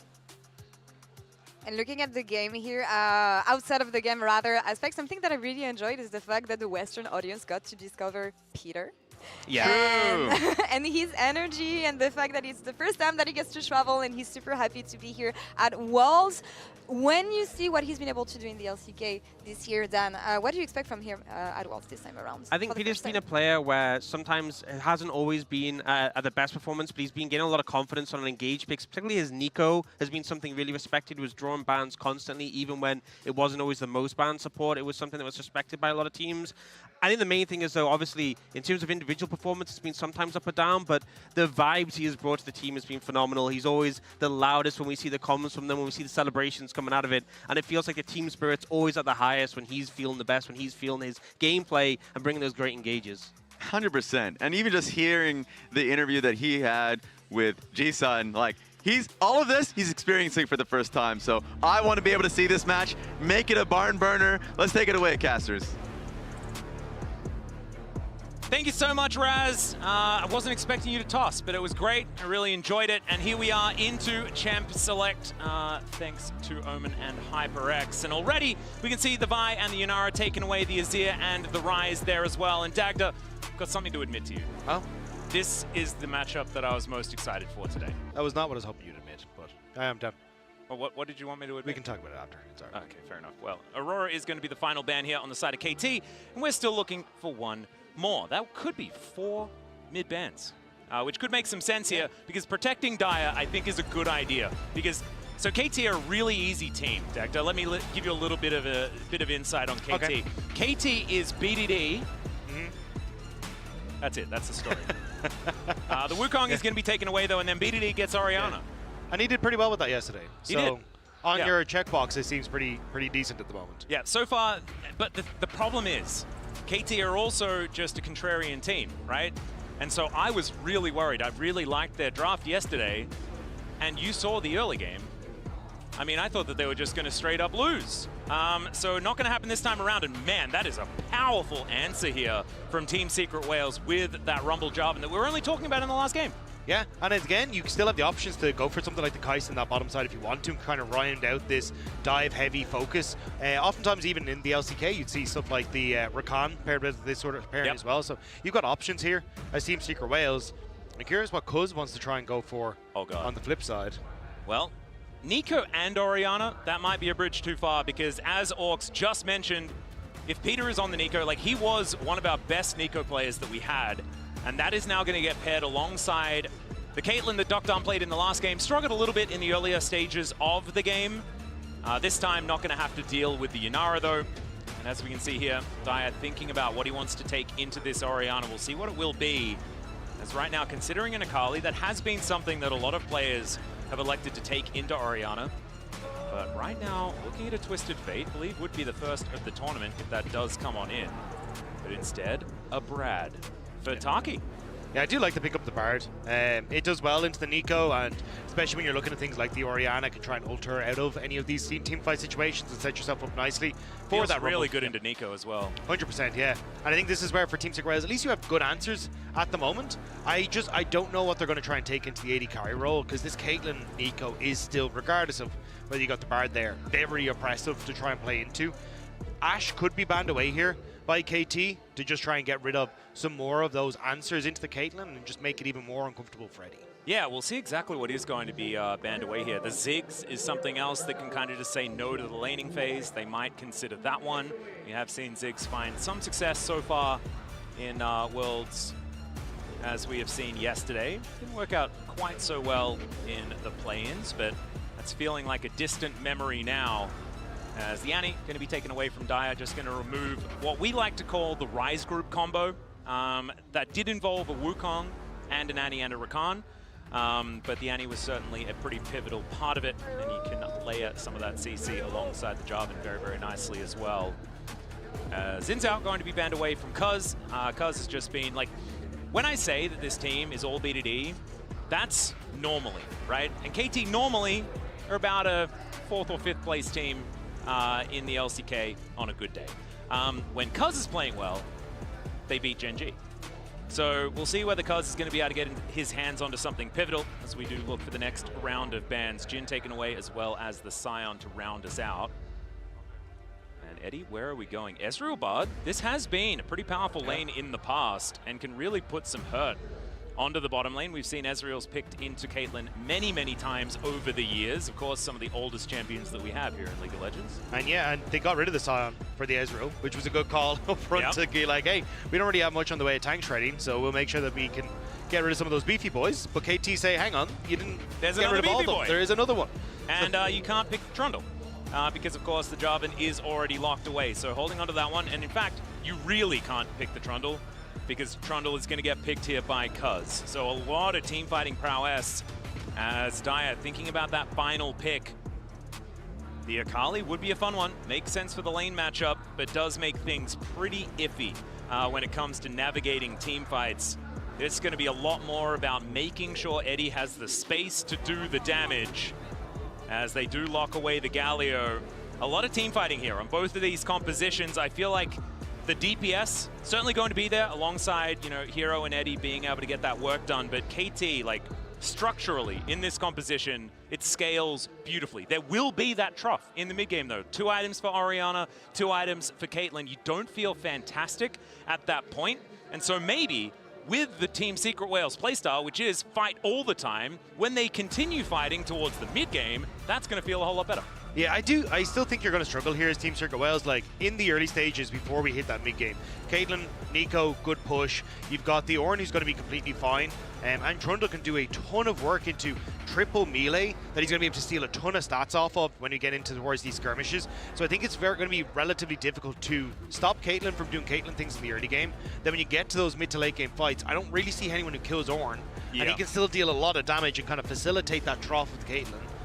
And then we get to late game fights where you just have the Caitlyn doing the thing she did yesterday. Yeah, and she has ornaments and things like that, Yeah. so just thousands of stats being doled out towards KT.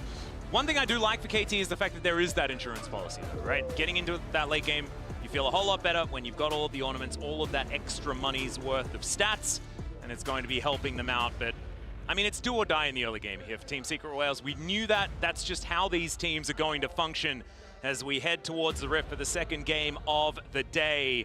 Who is going to be 2-0 here in Swiss? It's going to be one of either Team Secret Wales or KT. It's kind of mind-blowing. Wasn't expecting KT to be off to such a good start. That is not the way they do things in the World Championship, although group stages have been okay for them in the past. Looking at you, 2018. Then the quarters wasn't so great, Hector, if you remember. Yeah, that is how I had that one burnt into my brain. Yeah, I think you brought up like 4 or 5 times this week. Sorry, that's yeah. Is it getting frustrating now? Should I stop? No. It helps to take a trip down memory lane every so often. Yeah, it really, I sort of use casting at Worlds for my therapy sessions. Okay. So and how's that going? It's going really, really well. I just feel like having you here helps me feel better. And thankfully, all of you at home as well are also there, whether you like it or not. But let's focus on the game, shall we? As so far, no funny lane swaps. And Perfect going to be feeling very happy, of course. Perfect is kind of the weak link for this KT roster. And so if Histo can do anything in this game, maybe it's punish the Ornn, get the Rumble ahead, and allow something to happen, because we know Ornn feels pretty comfortable in this matchup, was sort of the secondary choice into the Rumble, alongside things like Gwen and the Aurora throughout the year. And the Galio, of course, that has also been one of those choices.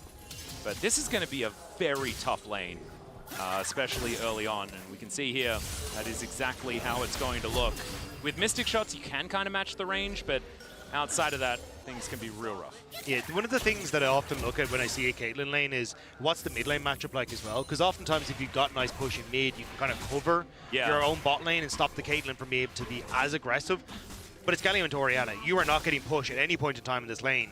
And it's more going to be a case of this Caitlyn having as much time on that bottom side as she wants to. I wasn't sure if Histo might even just go for a quick transitional gank into mid lane to try and burn BDD's flash and then make things a little bit easier for Dire, but at the moment, it is going to be KT just doing what they want to essentially in this early game. Yeah, that's how it's happening. Both of the junglers moving down towards that bottom side, cuz mainly just to keep his eye on what the Jarvan is going to be doing, making sure that there aren't going to be any punishments, because that lane is going to be shoved under that turret forever. And so always going to be somewhat gankable, you could imagine, as Dire looking for a little bit of a taunt here onto BDD. The clockwork is, however, winding up. And BDD not looking too worried about this Galio for now. They still more than likely have to go back up towards this top side. So maybe this is where we see this transitional gank now as Dire stepping up. Yeah. BDD playing to the right side of the lane. He's got a good read here. Yeah, possible opportunity, but Histo's still going to walk his way in. BDD with dissonance available, all that sort of stuff. He also has phase rush if he decides to hit some abilities, so not really going to be too worried about it, as Rift Scuttler is what Histo's going to be able to take for a consolation prize. I feel like it wasn't ever really something that he was expecting to work out, as cuz on Vision, we're going to be able to take down this crab himself. And man, it's just not fun for the Galio just in general, but Histo now looking for an opportunity towards Perfect here. When will the Bellows Breath come in? That's the question. Is Histo going to have to get himself out of there? The flash employed as well, and that was not the dive they were looking for. No, not able to make it work at all. Perfect with a great flash there to move away from the knock-up and keeps himself completely safe. And I don't honestly think you can kind of look for much of a repeat on this top side of the map. That kind of looked like an opportunistic moment. Yeah, they did get the flash, so there is at least that. So flash advantage for Hero on this Rumble, but that's still not feeling fantastic. Yeah, it's the only thing I'd be worried about is like Perfect should hit 6 by the time you can kind of set up this next gank in the top side, and I don't really like your chances of trying to dive the Ornn when he's got that ultimate available. Yeah, that will certainly be a toughie. Right now you got Cuz towards that top side of the map, going to be looking at his Wolves and continuing to farm things out. Things once again looking somewhat slower, but just some farm leads being picked up in mainly mid lane and bottom lane here for KT. But no really big hiccups to worry about just yet. As you can see, I mean, the gold is practically even. We'll just see, because we've already said, you know, if you get to the late game, that's when KT are really going to flourish. But also the early game, they are quite good, right? There is going to be that gap as we try and bridge those two game states for KT. So Team Secret Whales can play this one out relatively slowly, extremely early. But we're going to have to see them come alive as we get to maybe like Heralds and things like this. I do wonder, though, how defensive BDD is going to go with his build. Because he's gone for the Seraphs, and I would imagine he wants to pick up an early Zhonya's Hourglass because he's got so much dive, and he's going to be the target of a lot of that dive as these fights go on. So he may actually have to wait a little bit of time before he can really come online, depending on how defensive he wants to go with the build. Well, you can see Dia going somewhat aggressive towards BDD. Does still have his flash up and available, but Control Ward going to spot Histo out. He does make his way in. Interruption on the back here by Perfect, who only level 5 actually, so not going to be fighting too hard up against the Rumble. He's looking to get some items together. Hasn't actually been back at all. Of course, Perfect has just been building stuff in his warehouse that he brings with him. And Cuz going to be able to find Histo, but Ward goes down. Knockup comes on in. Cuz needs to be a little bit careful here, but will be somewhat all right, as we can see. And teleport to bring the Bard on over. Taki going to be setting up for some grubs.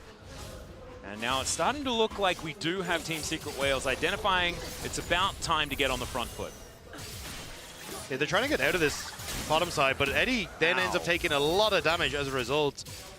You have Dire with level 6, but you can see Eddie just has to completely back away.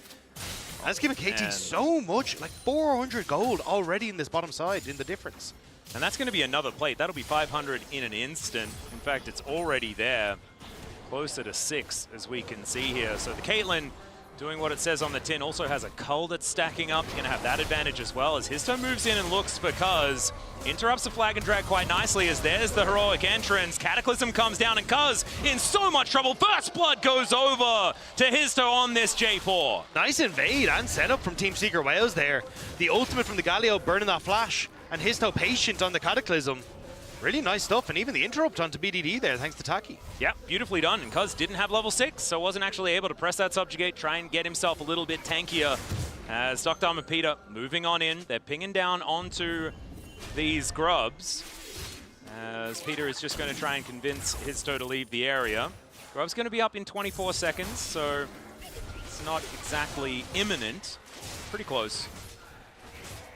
It's interesting to see the lane assignments coming out from Team Secret Whales, though. They're moving the Galio down to actually face off against the Ornn and leaving the Rumble on his own the top side. It's not a terrible idea. Like, Rumble fine most of the time with that ultimate to farm out the wave.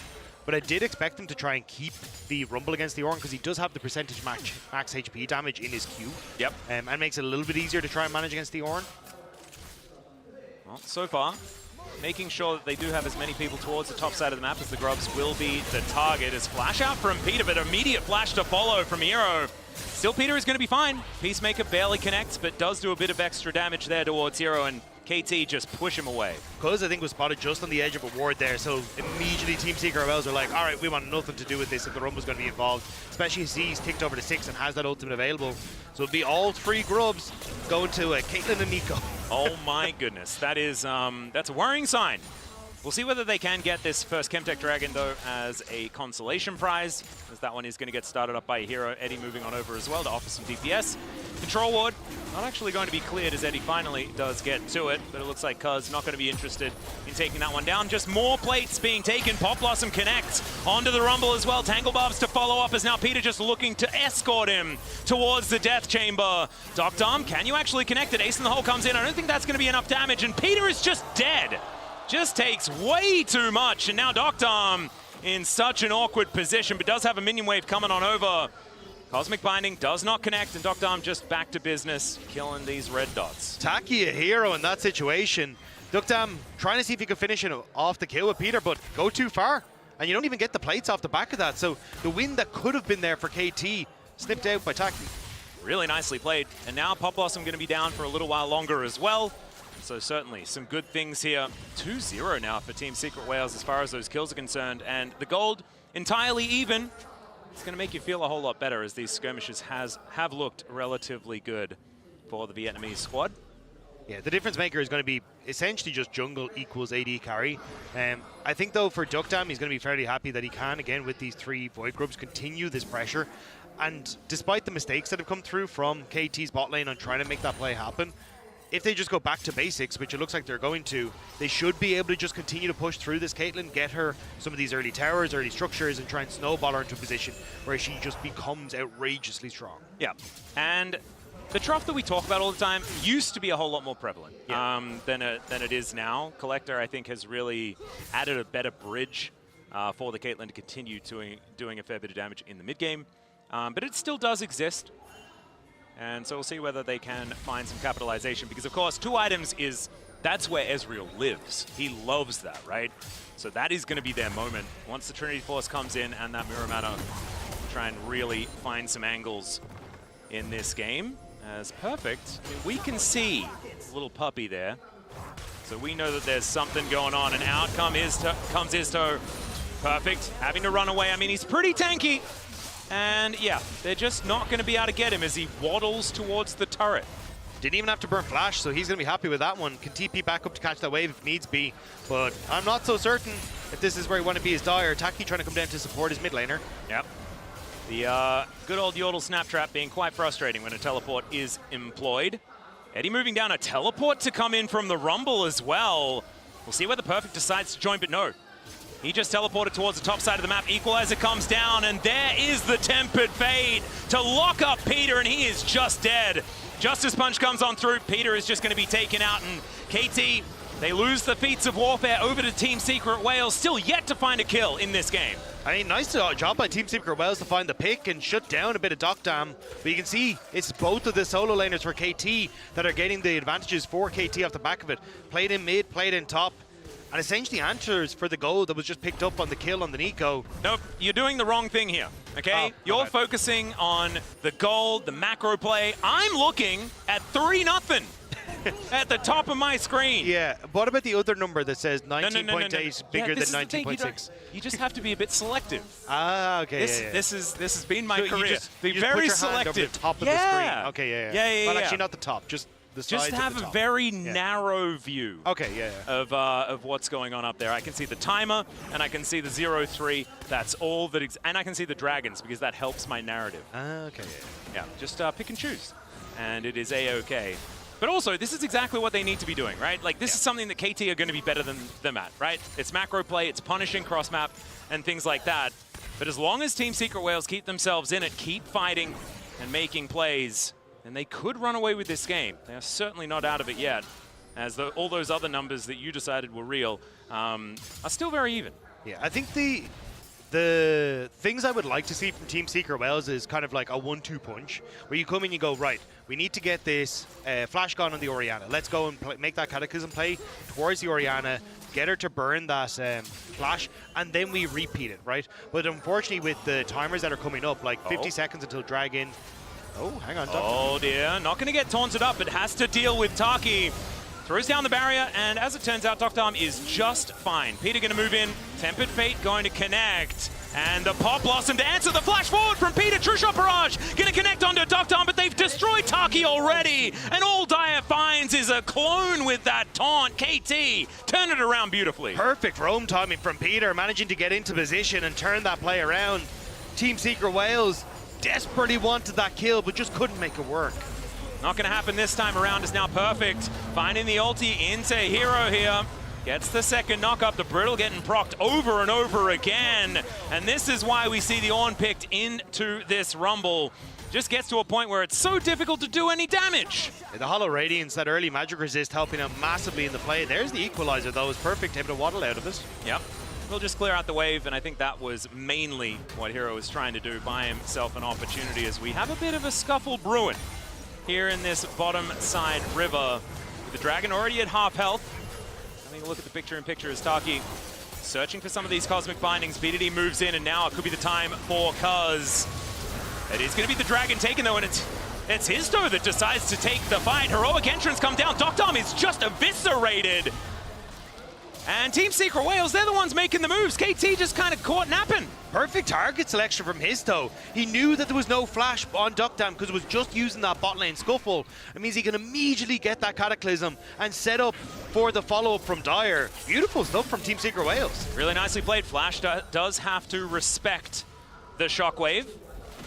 So Taki not going to have that one up and available. Now the Rift Herald will get spawned. We have a couple of those feats though, and if this Rift Herald goes over to Team Secret Wales, he might be able to just lock down feats of strength already in this game. As we're getting relatively close to some of these Team Secret Wales turrets going down. Caitlyn certainly pretty good at destroying them. Does have 1 minion away from the cull. That is so annoying. He is finally going to get that one cashed in, so a bunch of extra money does come on through for the Caitlyn. Still though, managing to get the first item completed. Most of them are coming through on KT. Just the reset there for Team Secret Wales to actually finish off Hero's first item on the Leandri's Anguish. And I think that's what Team Secret Wales were waiting for this Rift Herald play. And I wouldn't be surprised if they just try and hard force as soon as the ultimates come back up and see if they can make a play on KT once more. Yep. It was fantastic watching Peter just pick up a pedal. It wasn't me, but some of my colleagues have coined him as the pedal peddler. Peter has been pretty good at picking those up. And in fact, KT have a monopoly on the pedals right now. So we can see 3-0. Picked a pack of purple pedals? Yeah. Okay. Yeah, pickled pedals or something. Not entirely sure. It's been a while since I've done that tongue twister. And yeah, but we'll have to ask Peter about it when he gets interviewed the next time. As Taki moving himself up, and they do have a fair few members of Team Secret Wales moving on over towards this Rift Herald. Doctarm will just collect this wave. Zero is going to be delivering it to the turret. Yeah, I think KT again, realizing that if Doctarm doesn't have that flash up, he is significantly more vulnerable in these plays. So they're going to try and wait for that to come back up, which is why I think for Team Secret Wales, once this Galio ult, as you can see, is about to tick over, that's going to be their go button to try and start up the Rift Herald. They've moved plenty of people into position, and they should just be able to move over now. I tell you what, I do really like the fact that BDD went for the Blighting Jewel instead of building Rod of Ages and going for like the full Bruiser. Might actually be able to do a fair bit more damage a little bit earlier on in this game. Could be working out, but right now Team Secret Wales holding on to this Rift Herald as Peter moving on in, Cuz moving over as well as, oh my goodness, BDD, so much damage onto Hero. He is out of there. Do not expect a Rumble to do anything. True Shot Barrage, though, doing a whole lot of work because this time he's got the ulti and this time he's going to survive. The Ram comes on down now as well, but Perfect not going to be able to send it back. Still, they won't need to as Dire gets destroyed. Cuz picks up the eye and KT just start running away with it. You even got BDD getting that Rift Herald on the back of the play with the auto attack as well. And it's immediately going to be moved towards that mid lane as KT find what they needed. Oh man. Mid lane outer turret being ripped open as well will provide so much map control here for this team. And now Cuz going to be able to continue running. Eddie, can you actually do it here? 115 on the health bar, but now Cuz is in a very awkward spot. Let's see whether they can get him walking down the red carpet here as Taki takes a magical journey and gets the stun from the Cosmic Binding. Cuz is dead. Hero grabs the kill. Very nicely done as Team Secret Wales at least gets something back. Still, it's not quite enough, as we have the first turret going down towards that top side, and KT still with a whole bunch of money in this game. Perfect as well. Really starting to win this matchup into Hero as Peter just saying, Perfect, just wait for me, man. I'm losing out on my 1v1. How's yours going? His is going pretty well, as Hero is going to get shoved underneath this outer turret, and they're going to claim yet another one with the help of BDD. Yeah, Taki's was Hero's hero there in that one, because the fact that you got that slow was the only reason that Peter couldn't get in range to actually finish off the or get the Tango Barbs a little bit easier. So still, again, like, it's kind of a silver lining for Team Secret Wales. You've got top tower and mid tower that were taken in the last play. Now with that Rumble being pushed back, bottom tower has been taken. Maybe they can get the top lane turret for Team Secret Wales, which will help out a little bit.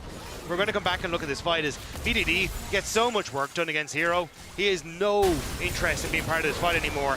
And that Subjugate from Cuz doing work onto Histo to finish him off. And then you can see BDD stealing it from right underneath the noses of Team Secret Wales. And Justice Punch getting blocked there from Perfect, making sure that there was no chance. Doctarm getting more money. Oh, it is a worrying sign as Cuz takes a bite out of Hero, puts down the kennel as well as Ace in the hole from downtown collects him. And Team Secret Whale's not going to be able to fight for this dragon, and that will spell feats of strength going over to KT. We really went the distance as far as that is concerned. As you see, all of those circles are going to be well and truly filled up. And KT will be the ones to claim it in the end. Ships in the night here, as we do see the Galio going back home. But obviously, him and Perfect not going to be too worried about how this 1v1 is going to be going. I like the way Team Secret played the after fight, though, or after objective. They just kind of sit around and are like, hey, look, if you try and face check this, you will end up getting killed. But now they might be the ones on the receiving end. Oh dear, the flash ram is going to come on through here, but the answering heroic entrance is good. Bellows Breath is going to eat the CC. However, great knock-up from Histo, and they will be able to take down Peter. Not much of an opportunity for him as BDD finally gets in, but Cataclysm finds him immediately. Perfect having to get the heck out of there. The taunt does absolutely nothing as Doctom. He's freeing until he's not. Justice Punch comes on down. Arcane shift forward, and Doctom gets over the wall, finds the net, and there's the headshot. Eddie overextends. BDD is somehow still alive, but maybe not for long, as Histo is going to be able to get him. There it is. Q connects. Doctom, last one standing here, and there is the team fighting from Team Secret Wales. Great job by Team Secret Wales. They managed to protect their own and also get the counterpunch. So Perfect goes for the engage here, but look at where the damage dealers are. BDD still in river. You don't have Doctom in position, so Team Secret Wales able to collapse faster. They get onto Peter, finish him off. A great ultimate from Taki keeps Doctom locked down, and everyone turns on to BDD, who doesn't burn his flash at the start of this. But it's the point here where Histo manages to burn it. You then have Hero coming through on the side, and Eddie, Arcane shifting forward, gets a ton of work down in the backline even before he dies. And now it's just the fact that you have the health, more health available for Team Secret Wales. BDD has nothing left in the tank when it comes to mana. And Doctom gets a little bit on the back. Yep, 3 for 2 in the end. But the advantage does go over to Team Secret Wales. Still, it's not enough to take too much of a chunk out of the gold advantage that KT does have, but signs of life are always fantastic. We love to talk about standing gold. And as you can see, a couple of extra turrets have been taken here by KT. So Team Secret Wales, if they can take some control of this game, might be able to knock them down, fill up those coffers, and oh dear. Oh, Dagdo. This is where the game gets weird, because Otachan's on the Rift. We'll see who's going to be starting it up.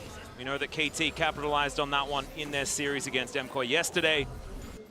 Will that happen again here as they do start to move towards that top side? The call of the Otachan, it's such a powerful thing. But right now, you got Team Secret Wales backing away, getting the vision down where they can. Cuz also not feeling safe enough to claim that entire control ward. Peter with the Shape Splitter going to be pretty lucky to be able to throw that forward to get some vision down, as this outer turret, man, it is very, very close to dead. And will be taken here. Peter with the sidestep. Doctom not going to get connected on there by the Tempered Fate.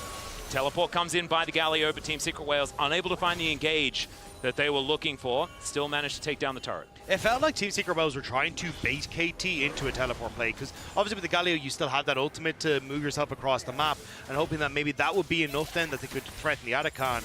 But KT don't take the base, they keep that Ornn to the bottom side, and then Team Secret Wales may just end up trying to put pressure towards the top side of the map to force that teleport play, but instead they're just going to back away. Yep, going to be a teleport in from Taki there with his Unsealed Spellbook. 2 items are now done here for Eddie. So this Ezreal are going to be feeling pretty good, but we are getting so close to 3 for Doctom. When that Rapid Fire Cannon comes in, he's going to be so frightening. Even the Peacemaker's doing some work here, as Histo will be able to attest to. Because running real fast, just trying to hit anyone with his club. Looking a little bit antsy here, as we can see. Oh, denies the Flag and Dragon, realizes that he just has to use the Cataclysm and try to get something done, but it's Doctom gets another headshot, and no jungler means this Otachan could just belong to KT. Cuz also doesn't use the Subjugate, so if you try and engage on this as Team Secret Wales, Cuz has that in the back pocket still. Yep. Perfect making their way up. And as soon as Dire comes down as well, that Subjugate will give him so much tankiness against this tanky Galio. Still, the Ram going to come on forward. Denial there, not quite going to come through, as the Otachan just collected here by KT. Peter very happy, because that means so many petals going their way. And in fact, 25-8, my goodness, that is pretty ludicrous. However, not going to overextend for another fight here on Team Secret Wales side. so not going to lose too much more than just the Arakan. Especially when you've got 20 seconds until that next dragon. They want to get back out of the map and deny what has been some early stacking on the dragons from Team Secret Wales. You can see them beelining towards those objectives with the extra teleport that they had available. But still, KT, it's patience, it's not overextending, it's not giving too much, and it's causing issues now for Team Secret Wales. Yeah, one of the problematic things here is that KT's lead, it's not big enough to make you feel comfortable. I think it needs to be at about 17,000, something like that, to really feel comfortable in a KT game. As Tanglebubs comes on through, the Baron is going to spawn, but it's the Dragon that's on their minds. KT just moving forward like a freight train right now. Docdom is just not going to be touched, as somehow it's Peter that locks down the Dragon and finds the Rumble as well. Ace in the Hole comes on through as Hero, going to be the next one to die. Oh God, Eddie's in the scrap. He does Arcane Shift away, but it's just still going to be him lying on the floor, and KT will just take out the entirety of them apart from the Gargoyle. The KT just bulldozed their way through everyone on Team Secret Wales, and Baron has just spawned as well, so perfect. Going to keep Dyer interested as KT move immediately over towards the next objective. Oh man, it's the wrong time to lose a big team fight, especially with BDD pushing another wave forward. He'll take down an inner turret. This gold lead is going to balloon an absurd amount already to the tune of 6,000. You add the Rebel Baron power play on top of that, we're probably sitting at about a 10K gold lead. And I'm glad I said that thing about 17,000 gold being required, because otherwise this one could be pretty done and dusted, and in fact probably should still be, as we check it out one more time. Yeah, it's just KT being able to play the front to back.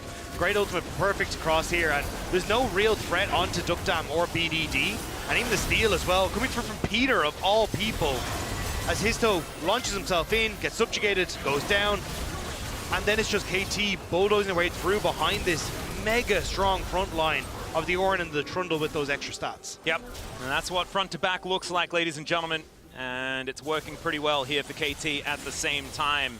I tell you what though, looking at this from KT's perspective, it's a great game to have Perfect finding a lot of these angles. I know kind of overextended in that mid-game play, but that was him feeling himself. And you want to see him actually have some confidence here on the world stage. That's exactly what we're seeing. Shockwave going to collect Eddie, and he's taken down by Docdom after he tries to Arcane Shift away. That is going to spell the end of this inner turret. 5 have been ripped to shreds here by KT, and they are not stopping anytime soon. This is exactly what Docdom wants to do on this Caitlyn. Keep sieging, and they'll take down their first inhibitor of the game here at 27 minutes. It's still 30 seconds until Eddie's up. This is going to be the entire base, it feels like, decimated. How much further do KT want to push? I think maybe to the Nexus. And I don't think they need to go any further than that, as Cataclysm going to come on through. There's the Equalizer to layer on top, and the Cosmic Binding is fantastic. Peter going to be going down here, but as you can see, KT, they just want to win the game. The Ram going to come on by, but it doesn't go back. Heroic Entrance comes on through, but the Bellows Breath eats the CC, and Dyer not going to be able to take down the On.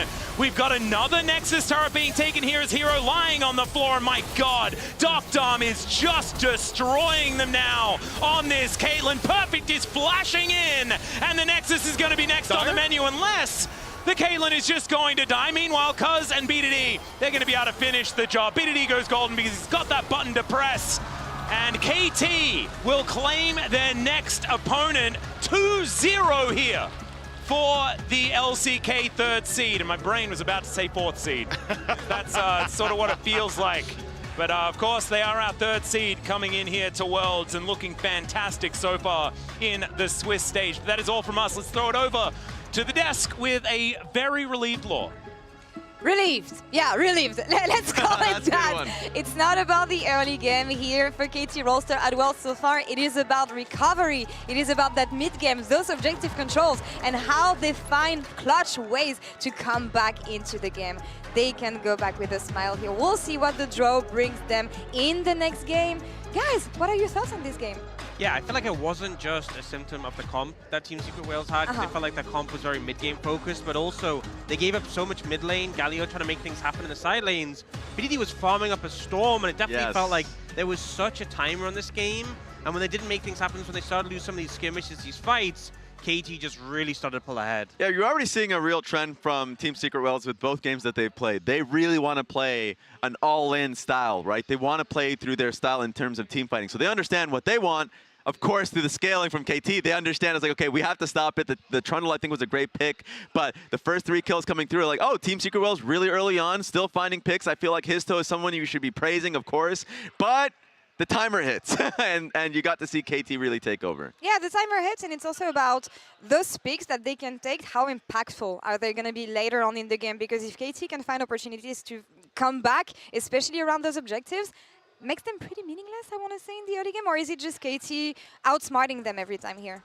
Yeah, because like even just take a look at this B-roll. It starts with BDD pushing off Hero 2, like not only burning his flash, taking him out of the fight completely. Cuz plays out that skirmish really well. And it's like, it's the control there from KT, even if they don't have it initially. Even if Taki has placed the vision prior to it and everything. I feel like not only Hero 2 not being a part of the play whatsoever, but it's the sequence and the team fighting that KT is able to outplay. I also feel like being locked in the Thunderdome with the Trundle, you know, he's always going to take that. And then the Galio TPing in onto a Caitlyn trap.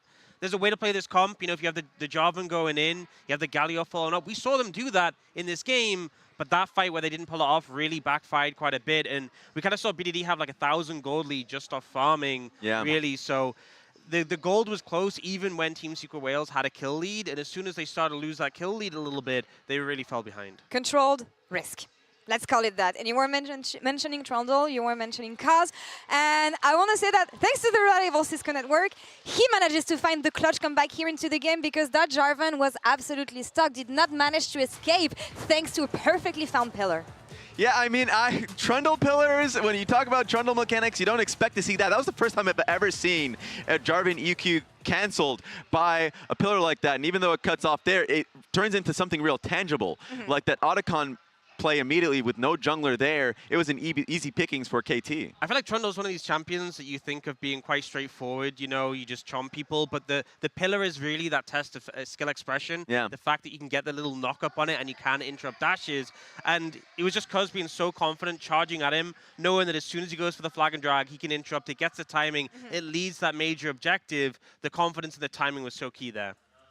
For me, so far, it's been the most KT run ever. The way they play game, Ox, the way they manage to find ways to come back. It's not about the early game. Usually it either goes wrong or it goes stale, but it's about those mid games. It's about those objectives and ways to come back later on, Raz. I completely agree, but you do not like to see that early game trend, right? Nope. Like, especially versus the MKOI one, the opponents will get tougher for KT, and they need to be able to make the early games a lot stronger. Now, credit to Team Secret Wales, like the play that they were able to have with Hero TPing bot side and being able to find a kill on Peter. That one's like an active play that they made. But then you look a little earlier on, 9:05, where they like pushed on towards a dive on towards Rumble, and then, oh, they couldn't get the dive. Oh, it got turned on them. They need to clean that up. Yeah. Well, now 2-0 for KT, so they have 3 opportunities. They just need to win 1 best of 3 in the out of Swiss. That seems pretty surefire, right, Law? Yeah. Anyway, that's all for us here. KT so far 2-0 here in the Swiss stage. The roller coaster goes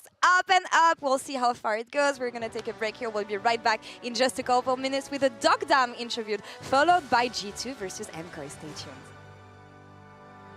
KT just moving forward like a freight train right now. Docdom is just not going to be touched. And somehow it's Peter that locks down the Dragon and finds the Rumble as well. Ace in the Hole comes on through as Hero, going to be the next one to die. Oh God, Eddie's in the scrap. He does Arcane Shift away, but it's just still going to be him lying on the floor. And KT will just take out the entirety of them apart from the Gargoyle.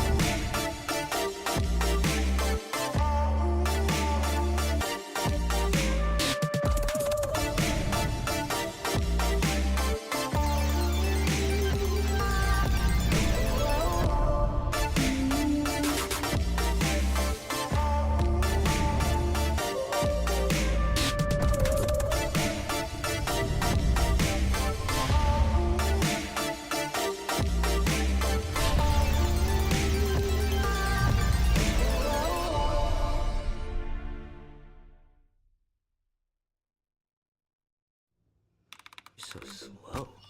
I told you I was done with basic browsers.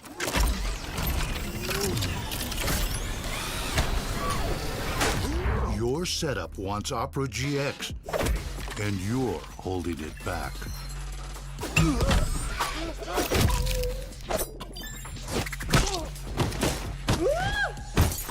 Upgrade to the gaming browser.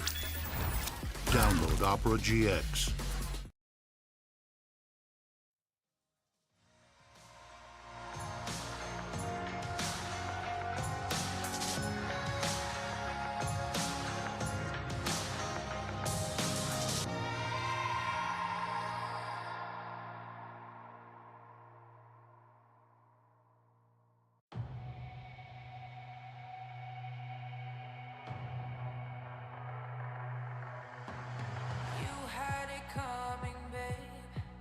Welcome back to the wicked game.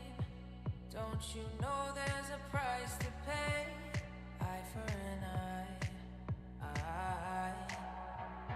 I see your darkest dreams, 'cause they're no longer make-believe. You ain't met someone quite like me, the kill of the night. I hear voices screaming in my head. They stop me feeling sad. Psycho, fell off the tightrope. Tell me why it feels so special. Dancing with the devil. Baby, don't call me crazy. You know that it feels so special. Dancing with the devil.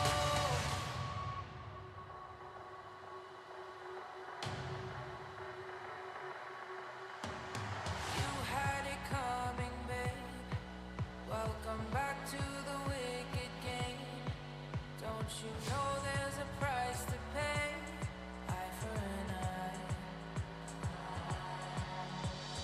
I see your darkest dreams, 'cause they're no longer make-believe. You ain't met someone quite like me, the kill of the night. Psycho, fell off the tightrope. Tell me why it feels so special.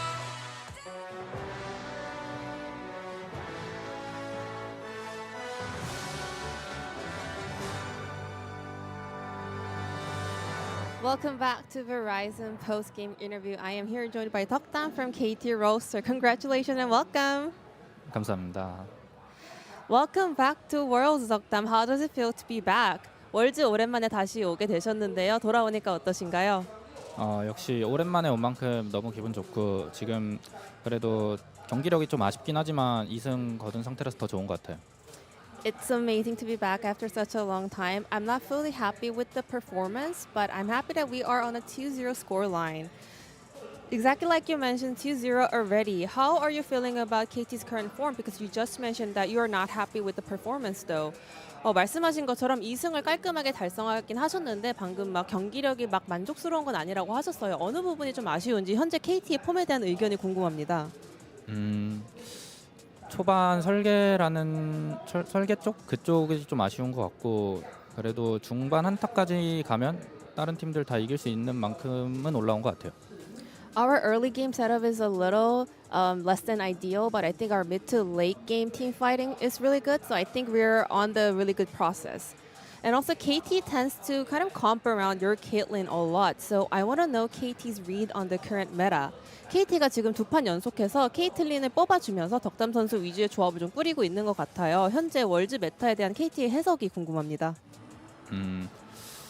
저희가 밸류 쪽으로 이제 사거리가 긴 미드 원딜을 활용하면 좀 게임을 손쉽게 이길 수 있을 것 같다고 생각이 들어서 그런 쪽으로 하고 있는 것 같아요. We're focusing on the late game value, which involves a lot of long range, mid and bottom AD carries. So I think those are the two focus that we're having in our minds right now. Well, although KT Roaster is already 2-0 in the Swiss stage, you know, you don't want the fans to get too enthusiastic about you guys because it's a very important time of the year. So could you please warn all of the fans around the world that it is not the time to get super hyped, enthusiastic about KT roster? 마지막으로 KT를 진정으로 응원하는 팬이라면 기대컨을 잘 해야 되잖아요. 팬분들한테 2승 달성했지만 2승 0패지만 제발 기대 마지막까지 좀 꾹꾹 눌러 있고 우리 끝까지 긴장 놓치지 말고 응원해 달라고 한마디 부탁드립니다. 저희가 기대받을 게임에서 항상 좀 뭔가 아쉬운 결과를 냈어가지고 조금만 기대를 이제 가라앉히시고 긴장된 상태로 게임을 응원해 주셨으면 감사하겠습니다. You know, we tend to kind of not do well when people are actually hyped about us. So please, please, please don't get ahead of yourselves and just keep on supporting us in order to make us perform better. Thank you very much, Takdam, and wish you the best of luck in the rest of the Swiss stage. Thank you. Thank you. And back to the analyst desk. Bye-bye.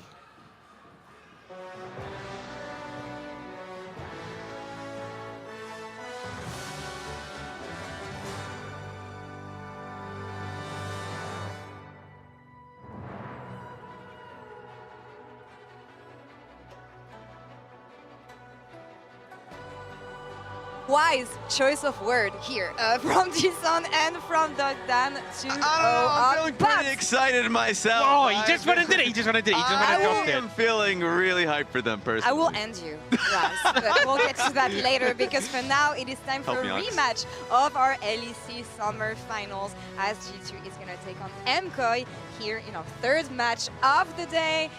And hi, welcome back with the camera.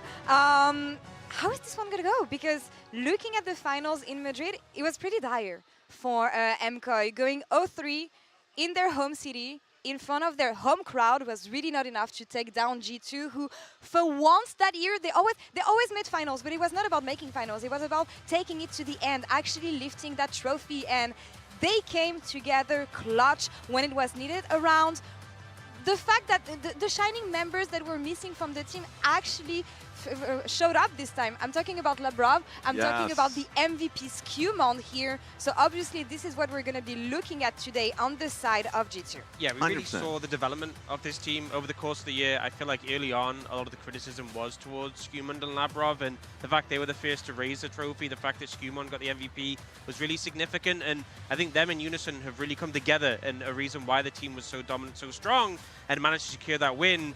I think on the other side for MKOI, it's hard to say necessarily that things will go differently based on that, but it is a best of one. Upsets can definitely happen. It's funny because you see the whole trend of the year for G2, and like in winter, in spring, you didn't want to talk to a G2 fan. They were upset. They were not happy people, right? Now you're starting to feel like the development of Skumon and Labrov is really coming in clutch. Skumon, we've always known, is like a really smart player. People who would track the solo queue of Skumon whenever there was like a boot camp in Korea, he was just popping up, and we're really starting to really see it consistently on stage, and it's working out well for them. Now, I will say for MKOI, what they were doing in the finals was illegal. The constant skirmishes they were taking, that was bad for them. I don't think that will happen today. And the thing is, when it comes to Skumon, when I think about him in this finals, the fact that he got the MVP was about confidence, was about shining on those picks, was about gaining agency and space to do so, which is really not what we saw from G2 yesterday, thinking about the draft. Yeah. The draft is awful. We had some thoughts, we were not happy with it. I mean, like the first 3 picks of Sion into Xayah Rakan, I think it was just not great. A lot of it was just like, you saw it within the game, sure. They lane swapped to escape the lanes. They still were getting punished heavily. You saw both like TES basically bully the Sion and the bot side of the map, but they weren't really getting anything done. So based on the draft itself, it was coming out pretty poorly. And also they weren't executing by like trading sides. So it was sad to see. Yeah, I mean, I feel like obviously top and bot matchup really rough, but also this Trundle value was so insane because you end up with a Xin and a Trundle, which isn't a favorable matchup, but also Sion, great target for the Trundle ult, but then Xayah feels so bad into Trundle because you never want to pop that ultimate, that Featherstorm, into a pillar, but then you're just stuck there, like walking at a snail's pace next to the pillar. It feels so uncomfortable to play into, and Kanavi obviously had a phenomenal game on that. I feel like from the offset, they kind of didn't give themselves the tools in this matchup, and they started to fall behind. But there was obviously gameplay issues as well, but I think really not giving themselves the winning setup from the draft. Especially from international audience's perspective, whenever we see G2, they're always a team that is willing to flex a lot of picks, be extremely creative, not put themselves in a hole in draft. That's something. Speaking of putting yourself in a hole, MKOI didn't do that in the early game, but then did it, as you can see, that ditch at the later portions of that game versus KT just yesterday. Yeah, there seemed to be an Arakan issue. That was a huge throw. And honestly, coming that early game, that mid game, that really looked like they were starting to take control of this. That looked like such a winnable game state. And then just that shockwave, I think, will really sting. Yeah, and sometimes when you see the shockwave like that and you lose Otacon like that, you're like, okay, let's recalibrate. Let's be playing a little bit slower pace. Like, let's be a more intentional. And then they immediately try and make a play mid lane. He's like, oh, we're doing it again. Like, all of the bad habits that we saw in the finals versus G2 was happening. And so I'm looking at MKOI, a team that we constantly say, yes, you need to be confident. That's what's gotten you to be such a good team. But let's not just be crass, like looking for fights when you know it's not going to pan out. In the finals versus G2, what we saw from them was like, oh, you're not taking even number fights. You're actually down in numbers. You're just taking it because you think you can get away with it, and you're not. You're going up against better opponents here. I think MKOI are a team that when they're patient, they can really play a good game, but that then sometimes they get rushed. That is a great one. I love Rodrigo for this. Always coming with the cuteness. When they're rushing and they're just getting a bit panicked, they just really start to lose control of the game, and we kind of saw that yesterday. Yeah, but a lot of good elements on the side of MKOI. I'm talking about that confidence. I'm talking about that early game, and especially Supa performing well. Let's see if they can collectively make it happen today and overcome what happened in finals in Madrid. Casters, take it away. G'day, and thank you so much, Law, for that one. This is my attempted hysterics voice. I'm not very good at it. Yes, I was trying. It's hard to do like another Australian person's Australian accent. Yeah. Okay, but that's my attempt because now I need to try and be an LEC commentator because I've got you here, Dagda, and we are ready to recast the LEC finals, and we'll see whether the draft is going to go better for both of these teams. I think MKOI, no notes. We saw that they won the game until they lost, right? Yeah. Just do that again, but don't lose, and they should be fine. We've said that a lot about MKOI is the problem, and it hasn't really come to fruition, you know? So that's, I think, what a lot of MKOI fans are hoping for. Like, you can see that there is the stepping stones of how they want to win the game, what their game plan is. It's just actually executing in the moment and not getting caught out or not overextending has been the main issue for MKOI. And it's a very similar story to what we were saying at the start of the day. Like, they have played back-to-back the last two series G2 have played have been against MKOI, and it has been the 1-3 and the 3-0. So almost very similar to what we saw in the LTA rematch. But here... Well, having a look already, as we do have a whole bunch of bans coming on through, one less, as we can see over the side of G2. Not entirely sure what happened there, but that is just fine. The monkey is going to be locked away, and now we'll see what Broken Blade is. Like now, theoretically, he could pick Sion, but that's banned away on their side, and so isn't going to be going that direction. We'll see where they do decide to go, as the Yunara is going to be the hover here. Orianna up and available. They could take Yunara and the Orianna to start this draft off. And they are, but they're skipping to Orth-3. So maybe I'm not entirely sure what's happening over that side. But yeah, I think Yunara, you can take the Jarvan, you can have the Orianna come through here as well. I personally would take the Orianna and then take your Jarvan on that third rotation. And this seems like a very, very strong team fighting comp already set up for yourself. And still G2, traditionally what we've seen is they hold the Or5 and they'll give that to Broken Blade so we can bring in things like the Kled, like the Rek'Sai, these counters into what Miro wants to bring out of that top. And I have a bit of a spoiler for you. There is, in fact, a third ban. We wanted to mix things up here in this draft to make it a little bit more fun and interactive. Okay, We've just taken away the Orianna ban. But it does exist, so no one's going to be playing that champion. The Xin Zhao is also going to be banned away here. Picked up here, as we can see, into the Wukong. No worries about things like Trundle this time. And it does mean a whole lot of skirmishing power here for G2 in the earlier stages of the game, already represented in that jungler. As MKOI thinking about rounding out their first rounders. Wukong Talia, that is a lot of power in the mid jungle. Yeah, and again, this has been the go-tos for Jojo Pyun in that mid lane call out. It feels like the Broken Blades Warwick, but yeah, the Talia has been very, very strong, both in the combo that you were talking about, the Wukong in the team fights, but also for opening up onto those side lanes. So we'll have to see if MKOI can try and find that success through that once more. As actually it's going to be Supa, maybe taking a page out of Docdam's book yesterday, realizing just how strong this Caitlyn is. Yeah, a little bit of the donkey mentality. Looks like Caitlyn's the best right now. And he is going to be able to lock that one in, as we are just going to redo things, put the Orianna up on the board, and there it is. One last pickup here for G2 as we get towards the next round of bans, and we'll see what it is going to be. They could round out their bottom lane if they would like to. Just grab Lebrov's pick, and things like the Nico are up and available. That's what I was thinking as well. You could just try and steal away that Nico, or else you just leave it open and ban it away in that next rotation. Oh my goodness. But okay. That'll do it.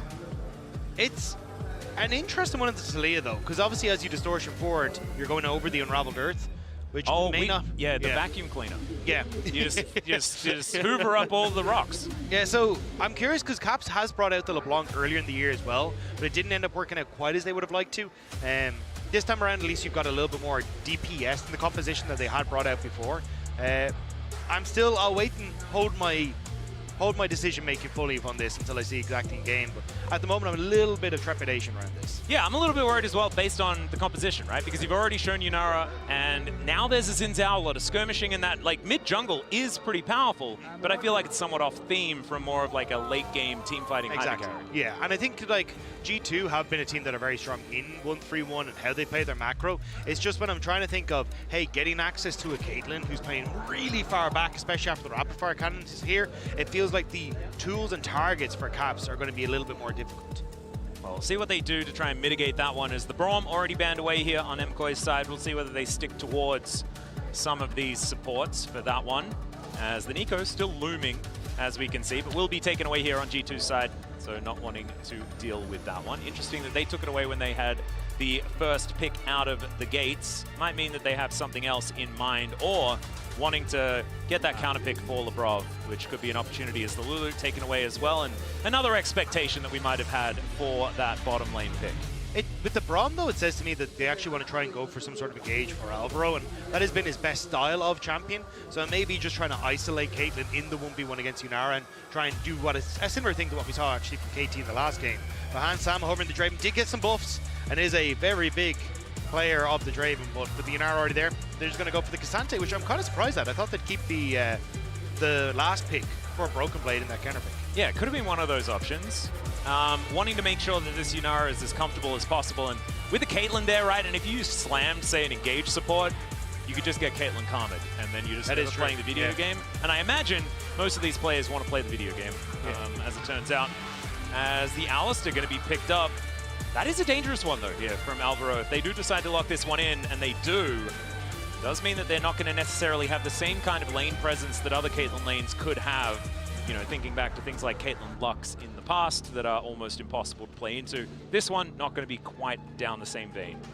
I wonder if they're just going to opt in towards the Nautilus for Lebrov on the opposite side, though. You can interrupt a lot of what Alistar wants to do in the lane, and then being that point-and-click CC for someone like the Caitlyn sets up well for Caps, and having those targets that then become very easy to land those abilities. As Mirren go for the Jax on the top side. I don't mind this. I'm actually, like, I was interested in the Cassante pick, right, for Broken Blade. I thought that that was, like, it's a lot more of Merwin's style.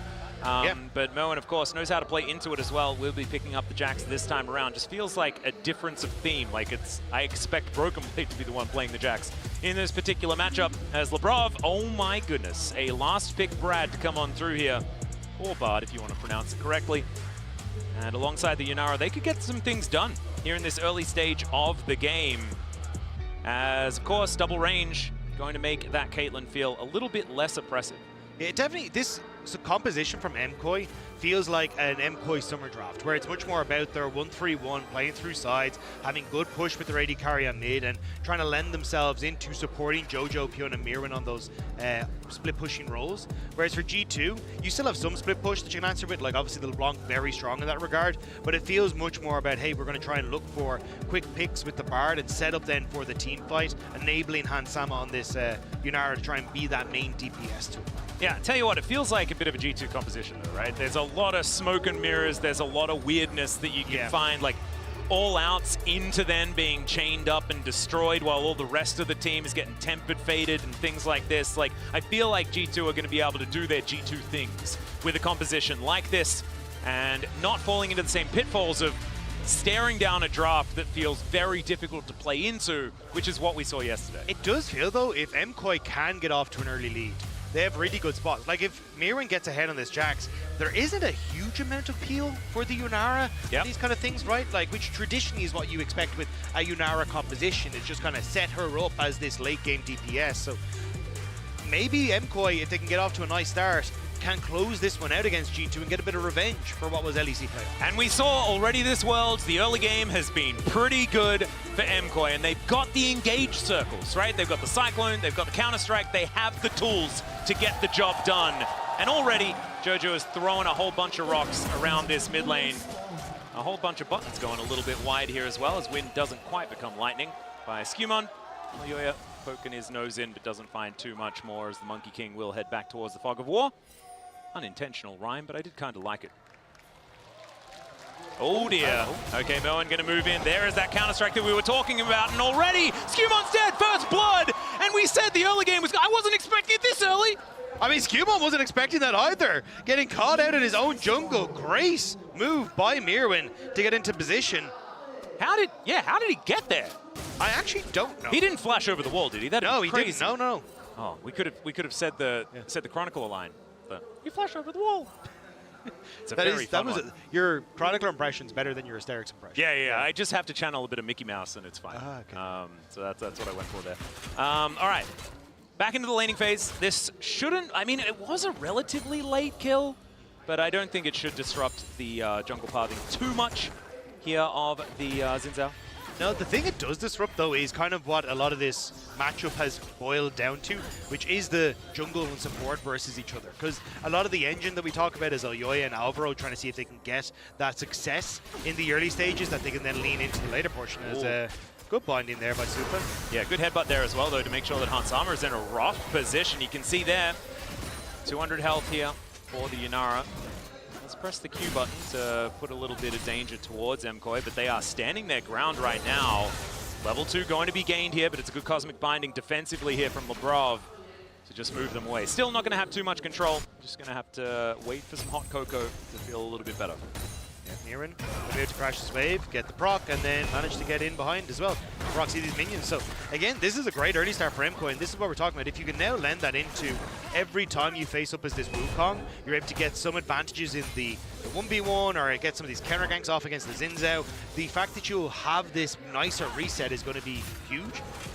But mid. Okay, a little bit more there is okay. Nguyen is just going to be getting out of that top side. Does he take another wave? That's the big question, as passive going to get procced here by Caps, but he offers the same back in kind, and both flashes now down in that mid lane, as we are really fighting here. Caps and Jojo wanting to really assert their dominance early. See who's going to be able to get the last laugh, though, because now out of those flashes does mean some kill potential available. No junglers in the area, so not going to have to worry about that one. Just will be a pure 1v1 as Caps is looking for it, wanting to try and find the chains. Doesn't quite get there as Jojo. Nice use of the minions and their positioning to make sure that he's not going to get chained up. Yes, Skewmon. That was cute. Skewmon is going to say he's going to come up towards his top side, though, as he wants to try and get a grab for himself. So looks like Jojo has to back away as Elyoya now. Just in mid, Caps reads it, though. Not going to give him that opportunity. Collects a turret shot and then moves his way towards the top side. Looks like top scuttle is going to be Elyoya's, as Moen goes in, finds himself a nice little counter-strike there, and the Empower doing a fair bit of work as we get a third Q back, but grass procs all over the place. Not really too much to speak of when it comes to the CS, but man, it's already feeling like this game is a powder keg, right? It really is, yeah. I mean, you can even see the ring around Rosie we're having around the junglers. Alvaro going to move up as we get this grab taken by Skewmon, but Elyoya has now made his way back down. Yeah. Can he actually find an angle here is the question. As Xin Zhao just going to be clearing out as much vision as he can. You can see Elyoya just going to be going back home. And MKOI will clear out this minion wave and be on their merry way as well. So not going to quite see too much just yet, but it is about a 400 gold lead based on that first flood. Still sticking around here from MKOI, showing that they have been able to stick the landing as far as the laning phase is so far concerned here at 4.5 minutes. And you can see that Monkey is now armed to the teeth thanks to that early kill. That is a lot of long swords.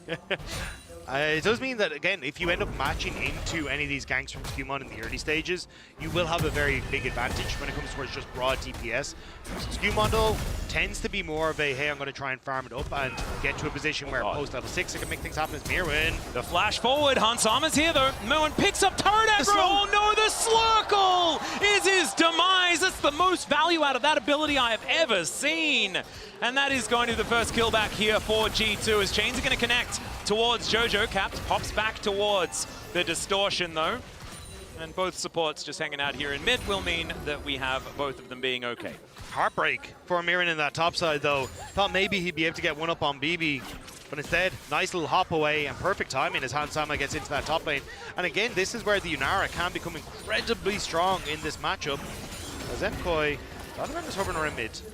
Yeah, Elyoya able to get himself over there. The flash pulverize comes in. Phenomenal shove comes down as well as Caps gives himself away by distorting. Still gonna have to try and do some funny business to escape Elyoya, but he finds an Nimbus Strike and down goes Caps. A second kill for MKOI on the table now, and they move to about a 600 gold lead in this early game. Great play by MKOI. Alvaro with the flash forward and knowing that he had Jojo Pyun with the flick back to set that one up. And this was what we saw a lot of from MKOI in the finals, was playing around mid, trying to punish Caps, especially in that game number 1. This time, working out well for them. Looking pretty nice. As you can see, Broken Blade versus Super towards the bottom side is not exactly Broken Blade's favorite thing, given the range advantage, as we have a bit of an engagement. Another Pulverize comes down as Alvaro is on a mission today, man. Just starting fights wherever he can find them. Of course, Broken Blade pretty tanky, so he's going to be A-okay. Whenever Alvaro's feeling it, though, that tends to be when MKOI are feeling it as well. This man, amazing, or moving around the map, linking up with Elyoya and finding these plays. I mean, you just saw it in the mid lane, right? This is where they tend to find their advantages. Lebrov on the roam on the Bard. Yeah, Neep Slap comes on in. Cosmic Binding down there as well, as no more Counter-Strike means that a bunch of this damage is going to stick, but it is just Moen moving back towards his outer turret on the top side. Threaded Volley comes in. We'll see where the Caps can land. The chains does connect them here as Scumon's making his way in, as Elyoya biding his time finds the Cyclone here onto the LeBlanc. Another shove from Jojo. This guy finding his targets whenever he wants to, and that's going to be Feats of Warfare locked down by MKOI already here at 7 minutes into the game. Hansama doesn't quite find the Arc of Ruin as Moen's able to get himself out. Elyoya is massive in this game. All those kills going in towards the Wukong, going to be very quickly working up towards that Triforce, and this is going to be a disaster. Like we already said, there's not an awful lot of protection tools for Hansama in this game. The Wukong getting access to the Yunara could just be everything that MKOI need in this game. Now Moen going to be pushed back here towards his top side, and maybe in Hansama we trust is going to be the G2 mantra here in this game. Has been throughout some of this year as well, as he has been playing pretty well. Currently has about 400 gold lead. But I'm looking in that jungle, man. I have there's Cubby's tweet today. He was talking about the fact that he thought Jarvan was going to be the jungler of the patch. But you can nerf the monkey as many times as you want, but he still finds the angles, and that is continuing to be the thing here. And nerf's not going to matter too much when you pick up 3 kills in a row in the early game. Elyoya now looking for some grubs as well, and he has just full control of this jungle. There's very little that G2 could really do to respond here. Plus, you've still got Supa, who's getting to work his way through this topside turret. And G2 just looking at a bit of a loss, and again, like a huge amount of the talking points all coming off of that final series was the fact that Scuman and Lebrov had found their synergy. Yeah. It's not looking so great. Although Lebrov! The flash in, going flash for flash with the Taliyah feels pretty good as Lebrov here. And going to be able to lay down the Coco for Caps to make sure that he is going to be well and truly hydrated. Something that is very important. If you are Bard, provide as much of that refreshment as possible. Yeah, and I think Lebrov has been doing a good job of getting into places to force summoner spells to try and make plays happen, but unfortunately just hasn't had Scumont working alongside him. Whereas when you look at MKOI, it's been Alvaro and Elyoya consistently making the plays together, or working with Jojo Pyun and Elyoya on that combo. And we mentioned it already, right? We were talking about the mid-jungle was looking so good from the very beginning of the draft. Yeah. And MKOI did waste no time making that one work out. As we know, about 1 minute into the game was in fact when that happened. Magical Journey delivers. Lebrov finds a Tempered Fate here onto the cow. Weaver's Wall comes in though, and is going to block 2 of them off, and now it's Alvaro going down to start this one off. Hansama in a little bit of trouble. Flashes out of the way of the seismic shove and eliminates Elyoya as well. That is such a huge shutdown going over to the main carry of G2. I cannot believe Hansama managed to get away with that. They had a little hop, a little jump, a little flash to try and escape, and I think it was the chains from Caps that prevented Elyoya from actually closing the distance at the end. We'll get a repeat here as Lebrov, the pixel perfect Bard stun after this. You can see it barely ekes onto the edge of the tree to stun down Alvaro. But watching the backline as Elyoya comes through, but doesn't feel comfortable going far enough forward. And then Scumont jumping in to make sure he can get that knock up on towards Elyoya. Oh, man. And stops it all. Real rough there as well. It was so close for Jojo to try and get that kill onto Hans Sama, but he survives. And there is a solo kill for Broken Blade in the top lane. I thought it was just top lane things, but he was just killing him. No, showing him how to use the flash properly. Getting that kill on the back end of it. Shutting down the Jax. This looked so good for MKOI after the first few minutes, but G2 finally coming alive. And we'll see it here as we get on into it. Mirwin just very close to Terra. I have a feeling it's a turret shot that's going to come through off this knockback. Yeah, there it is. Oh, no. Mirwin just taking way too much damage off the back of that. Well played by Broken Blade to catch Mirwin and punish him. Really beautifully done. Even collects a lot of the minion wave, but flashes on in, collects the kill. Very nicely done there by Broken Blade. And Caps now looking to put the hurt onto Jojo Gun as well. The rocks were already lying on the floor. Doesn't exactly find the threaded volley there as well that he wanted. It doesn't feel fair that Caps is 0-2 in doing that. Yeah, it does seem somewhat illegal. And Jojo wasn't the one to pick up the kills, right? It was Elioya that collected those. It's what is now given Hans Sama an advantage as well, as Super does also have to use his flash here in this mid lane. It's G2. Man, they were a bit sleepy in the early game, but now as we've ticked past the 10-minute mark, they are looking a whole lot more comfy. As, yes, great emotes there, gentlemen. As Moen is going to get pushed away, and BB feeling himself here. First item completion has come on through here, as the Iceborne Gauntlet has been done. So Broken Blade feeling very comfortable. And I'm glad that he's letting us know. You know, that's what emotes are for, to add that level of emotion. And so now we know exactly how he's feeling. He still does use that take notes from MSI. Oh, that's a good one. Yeah, he was very fond of that. I only use one emote. What is it? It's the Morgan shaky hands Renekton emote. I use the Poro scratching to the Poro's head. Oh, that's a cute one. Yeah, I like it's that. It's my AD carry as well.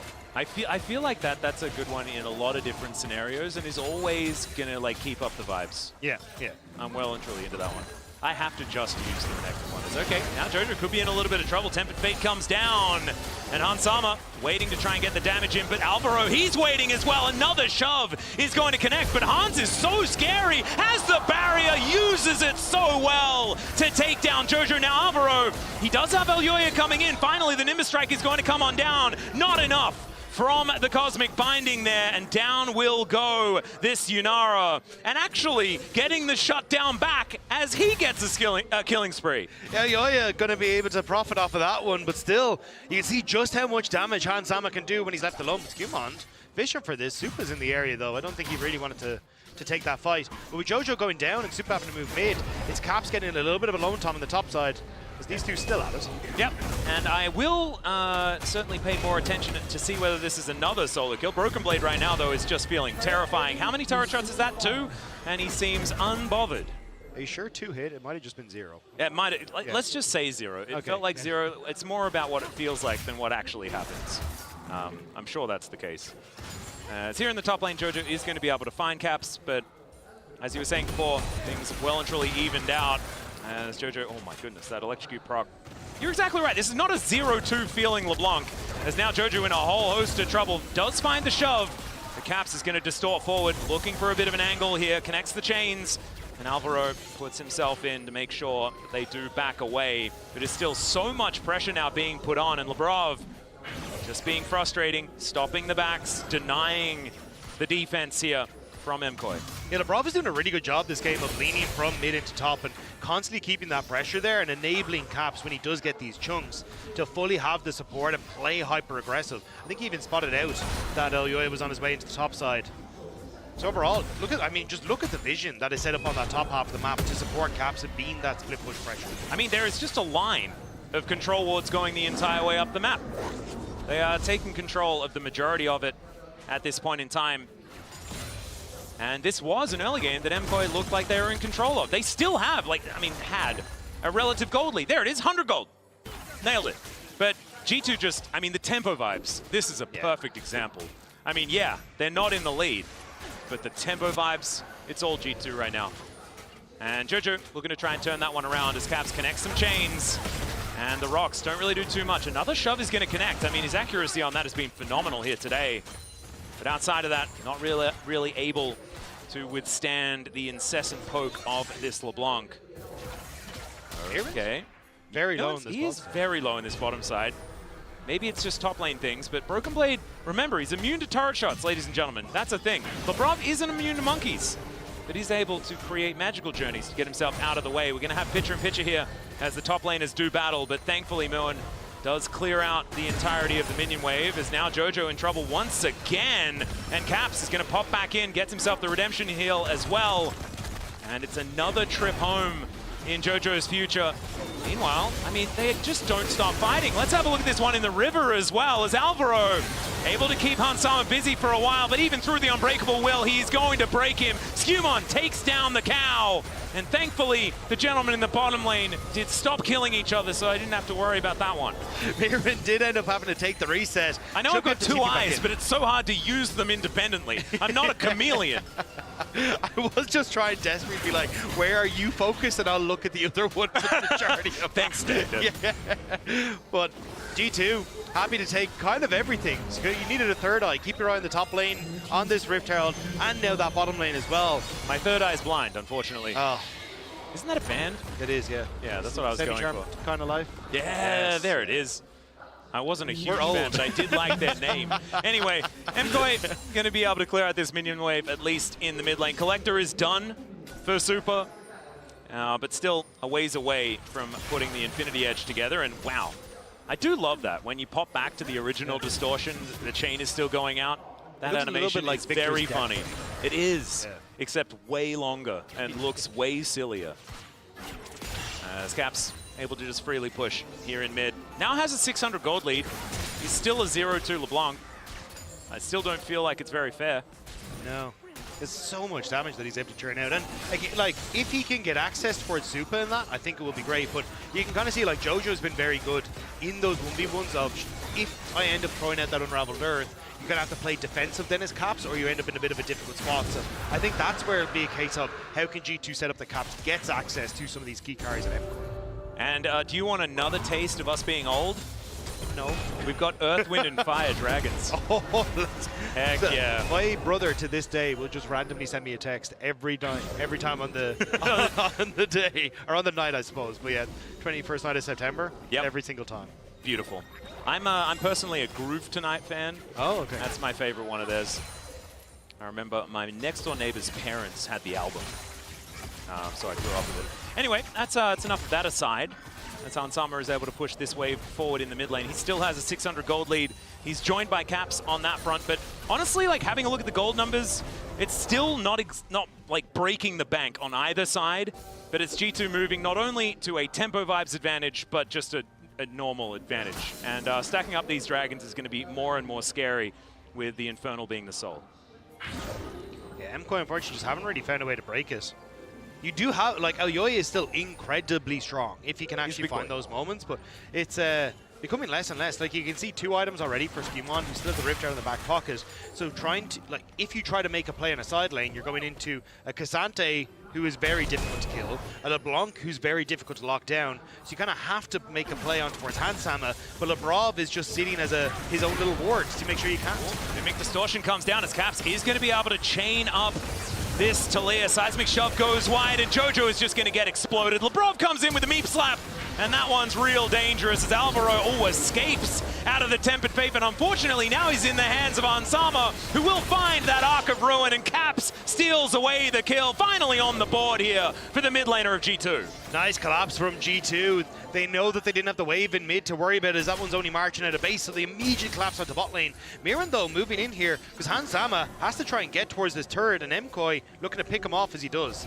Yeah, a little dangerous, as Moen is going to chunk out this turret. Man, whacking it with this Jax, so down goes the outer turret. A little bit back here for MKoi, as the Cosmic Binding is going to annoy the Jax momentarily, but not annoying him too much as he throws up the FPX logo.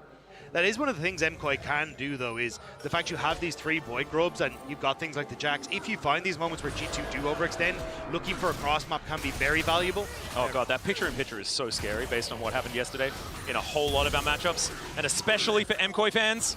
Like, don't do that. That's all right. Rift Herald is going to come on down here as Broken Blade in position. Just make sure that they do get this turret. And this is definitely dead, but what more can they get out of Shelly here? As Broken Blade's going to be the one that tries to drive this one around. It lasts about 12.5 milliseconds and is then going to be eradicated. But they do manage to answer in kind that takedown of the outer turret that was just put together. And Arakan towards the bottom side of the map, Dagda. How scared are we? I'm a little nervous, I'm not gonna lie. I think an LEC team is gonna be okay. Yeah, I was gonna say, either way, I'm not like, one of my teams wins. Yeah. You know, so it's like, but still, Moen's doing a lot of work here. The split push from Moen is working here at the same time. So the Jack's doing what it says on the tin, but losing this Arakan for free is not really for the best. You know, I'm putting that in the cons column pretty comfortably, and there it does go. No answer here as the teleport towards the top side of the map. They're looking to try and push this Jax away. Doesn't have a whole lot of the blue stuff here as well, as Broken Blade looking real aggressive. There's a leap strike flash out there from Moen, but the flash to follow from Broken Blade, and he's not able to get over that wall. Blast Cone for the disengagement. Caps is going to find him. The double distortion is enough, but Elyoya is going to be there. Caps needs a big amount of funny business, but unfortunately, you can't outplay that as the bullet is going to weave on in and take down the LeBlanc. I mean, 1 for 1, you'll take it as MKoi, plus the TP to get to that top side for Broken Blade. And now Jojo gets a little bit of a lone time on the spot side. I don't know how low that bot lane turret is. Minions might just finish it off. But MKoi, again, like, this is what I wanted to see is, if you have to give up these objectives, there's no point taking a fight. You know you're behind. Look for the cross maps. Use the fact you have these 3 void grubs, and you're at least getting some pressure on the map. It's working out quite nicely. As, backing right where those cinders are. Just grab the cinders. I really like getting cinders. Anyway, the Dragon going to be coming up in 25 seconds time. And that is going to be something that MKoi needs to fight for, right? Soul Point with Infernal Soul, it's not something you want to give away, especially to a team like G2 that can play around it for the rest of the game. They have things like this LeBlanc to make things very, very annoying. Speaking of annoying, Lebrov going to stop Moen from getting on forward. They're moving over, though. And MKoi, as you can see here, just wanting to keep their eyes on exactly what Caps is doing. Alvaro taking a bit of poke as Elyoya going to have to use that Warrior Trickster to avoid Broken Blade, who is still looking absolutely massive on this Cassante. 2 items now complete. Tempered Fate is going to connect onto 1. That is not quite enough to start off this fight, even though it was the AD carry. G2, not a whole lot of follow-up, so now no Tempered Fate to worry about here on MKOI's side. Near spotted an ward on this bottom side, which is why G2 now starting to play a little bit more aggressive, but they do have to be worried about the flank.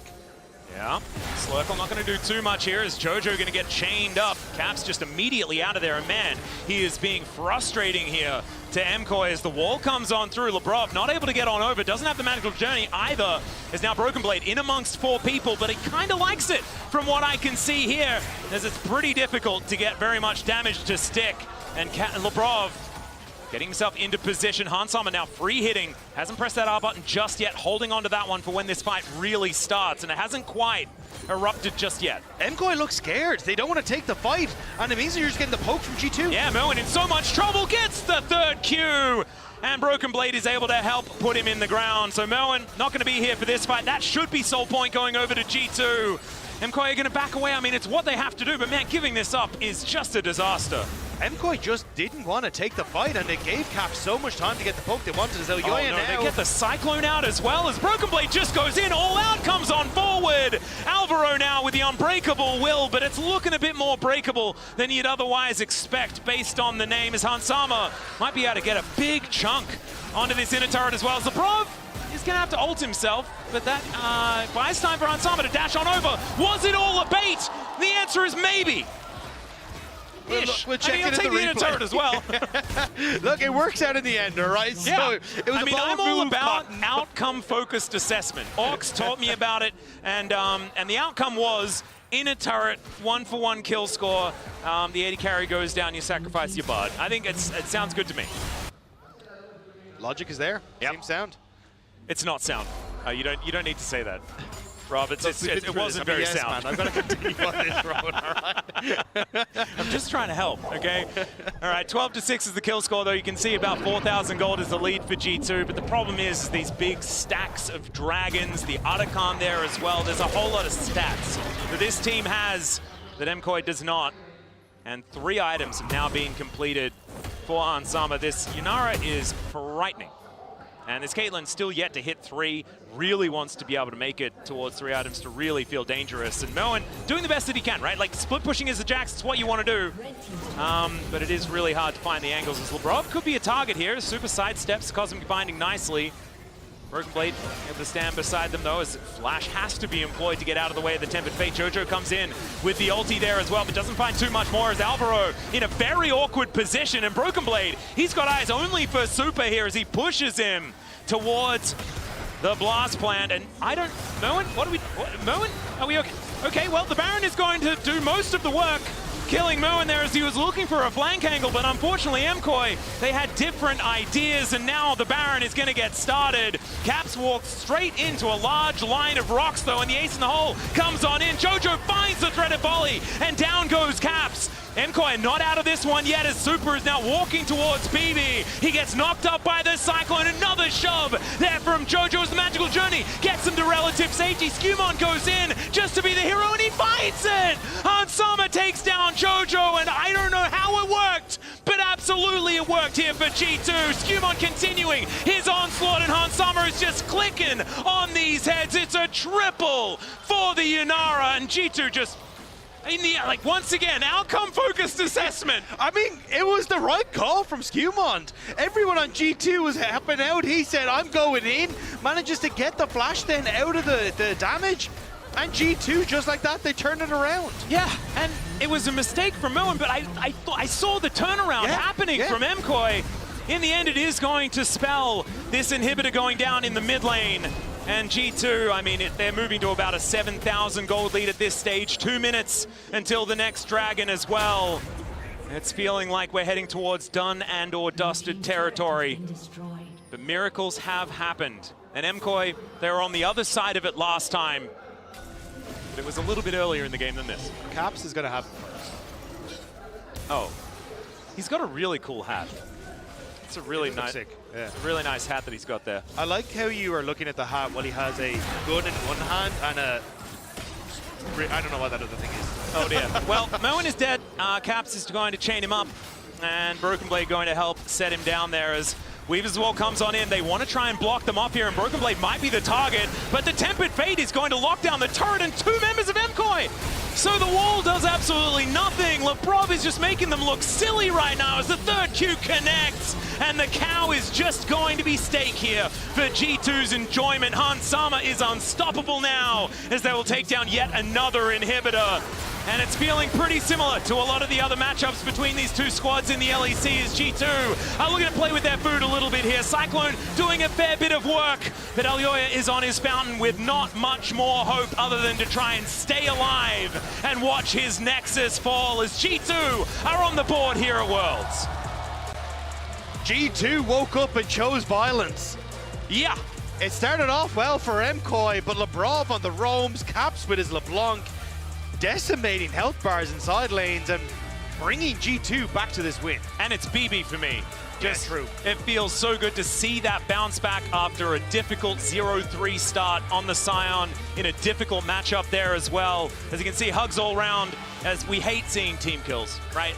Here at Worlds, it feels rough, but G2, they find it once again up against MKOI. They look great while they do it, and hopefully this is a sign of things to come for the LEC. Yeah, G2 feeling like they're back to reality. But, Desk, I wanted you to tell me, what is your thoughts on this? Are G2 back and hitting it hard? I'm pretty happy right now. I mean, EU was going to win anyway, so we think a win is a win. It did look a lot like the finals we had in Madrid, though. Yeah, so I love what the casters mentioned coming into it. Broken Blade had a very good game on the Cassante. The solo kill that he had topside was one mention, but also he just constantly was harassing and pushing Mirwin. So that was a pretty tough one for Mirwin. But yeah, that game felt really bad for MKOI just because they were getting slowly choked out, punished. It was Caps that was constantly just chipping at him again and again. It was really tough to see. It felt like a really frustrating game, especially when you're playing into champions like Bard and LeBlanc, who are so hard to deal with because they have that mobility, they have the fact that you have the gateway that you can play with, the distortion. And it felt like even though they did a lot of work to set Caps behind early, right, the initial ganks that put him down, it didn't really do that much. Once G2 got in control, Caps was just pumping damage into them, poking them, harassing them, finding picks, and it felt difficult for them to hold them accountable. And that's the thing, it was about choking MKOI out, generating leads on the map wherever you can, and even if MKOI started the action in the early game, it didn't have that much of an impact, and G2 was able to fight back. Actually, yeah, I'm going to go back to the first point of that you made, because it kind of feels frustrating for MKOI, doesn't it? 2 games in a row where you do have an early lead, the creative level 1 that they had to get the kill on Skumond, and also just like constantly pushing the pace, putting Caps down in the first 2 kills. Like, Jojo was set up for success, but then it couldn't work out. The first skirmish that came through that you just saw, like Hansama got a lead off of that. So it's like, finally, when the fights do happen, G2 starts to get the lead again. You're like, damn, our early games are really turning into nothing. Yeah, and from this point onwards, it's kind of getting pretty difficult for MKOI to try and crawl their way back here, because G2, as we said, did not leave them a single chance to do so. And for me, what's still the deal here, especially was that Baron play, because after that, I think with the composition they have, it's pretty hard to come back.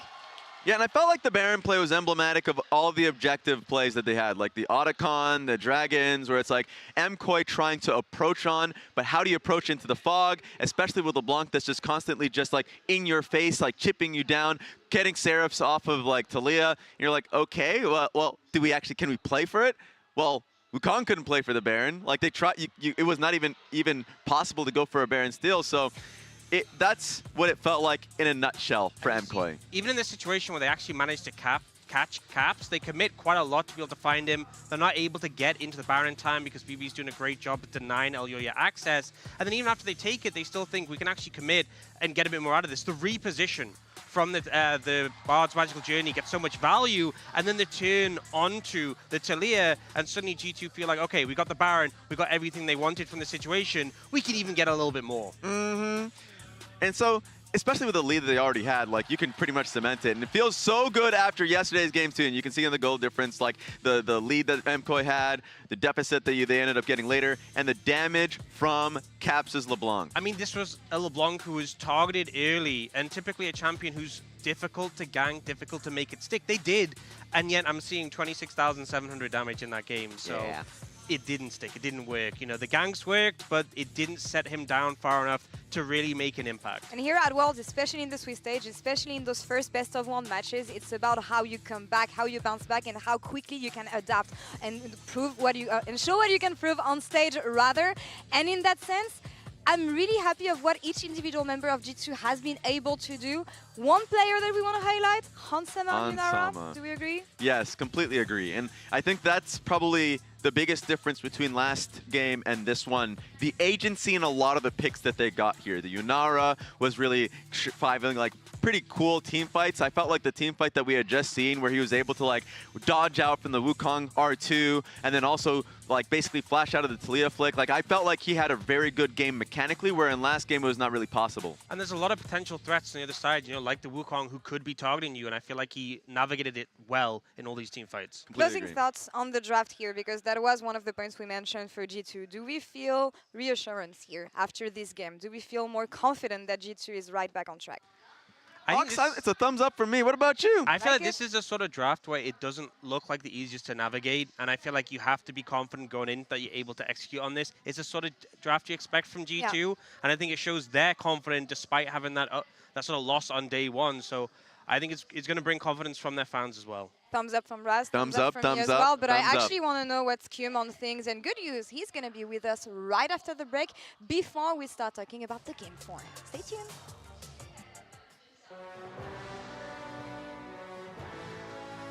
I can fight.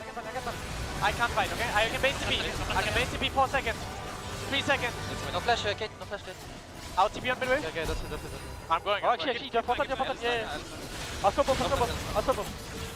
Yeah, midway, guys. That's him. It's him. G2 are on the board here at Worlds.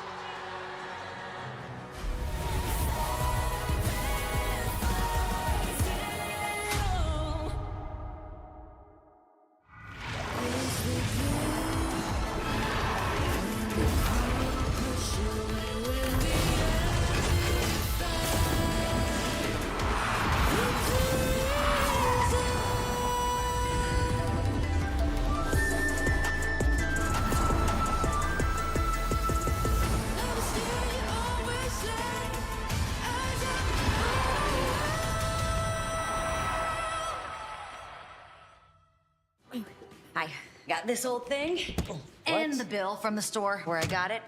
Figured you could beat it with a better deal on one of these big boys. It doesn't work that way. Guess you're not as cool as Verizon. Bring in your AT&T or T-Mobile bill for a better deal. You don't know that?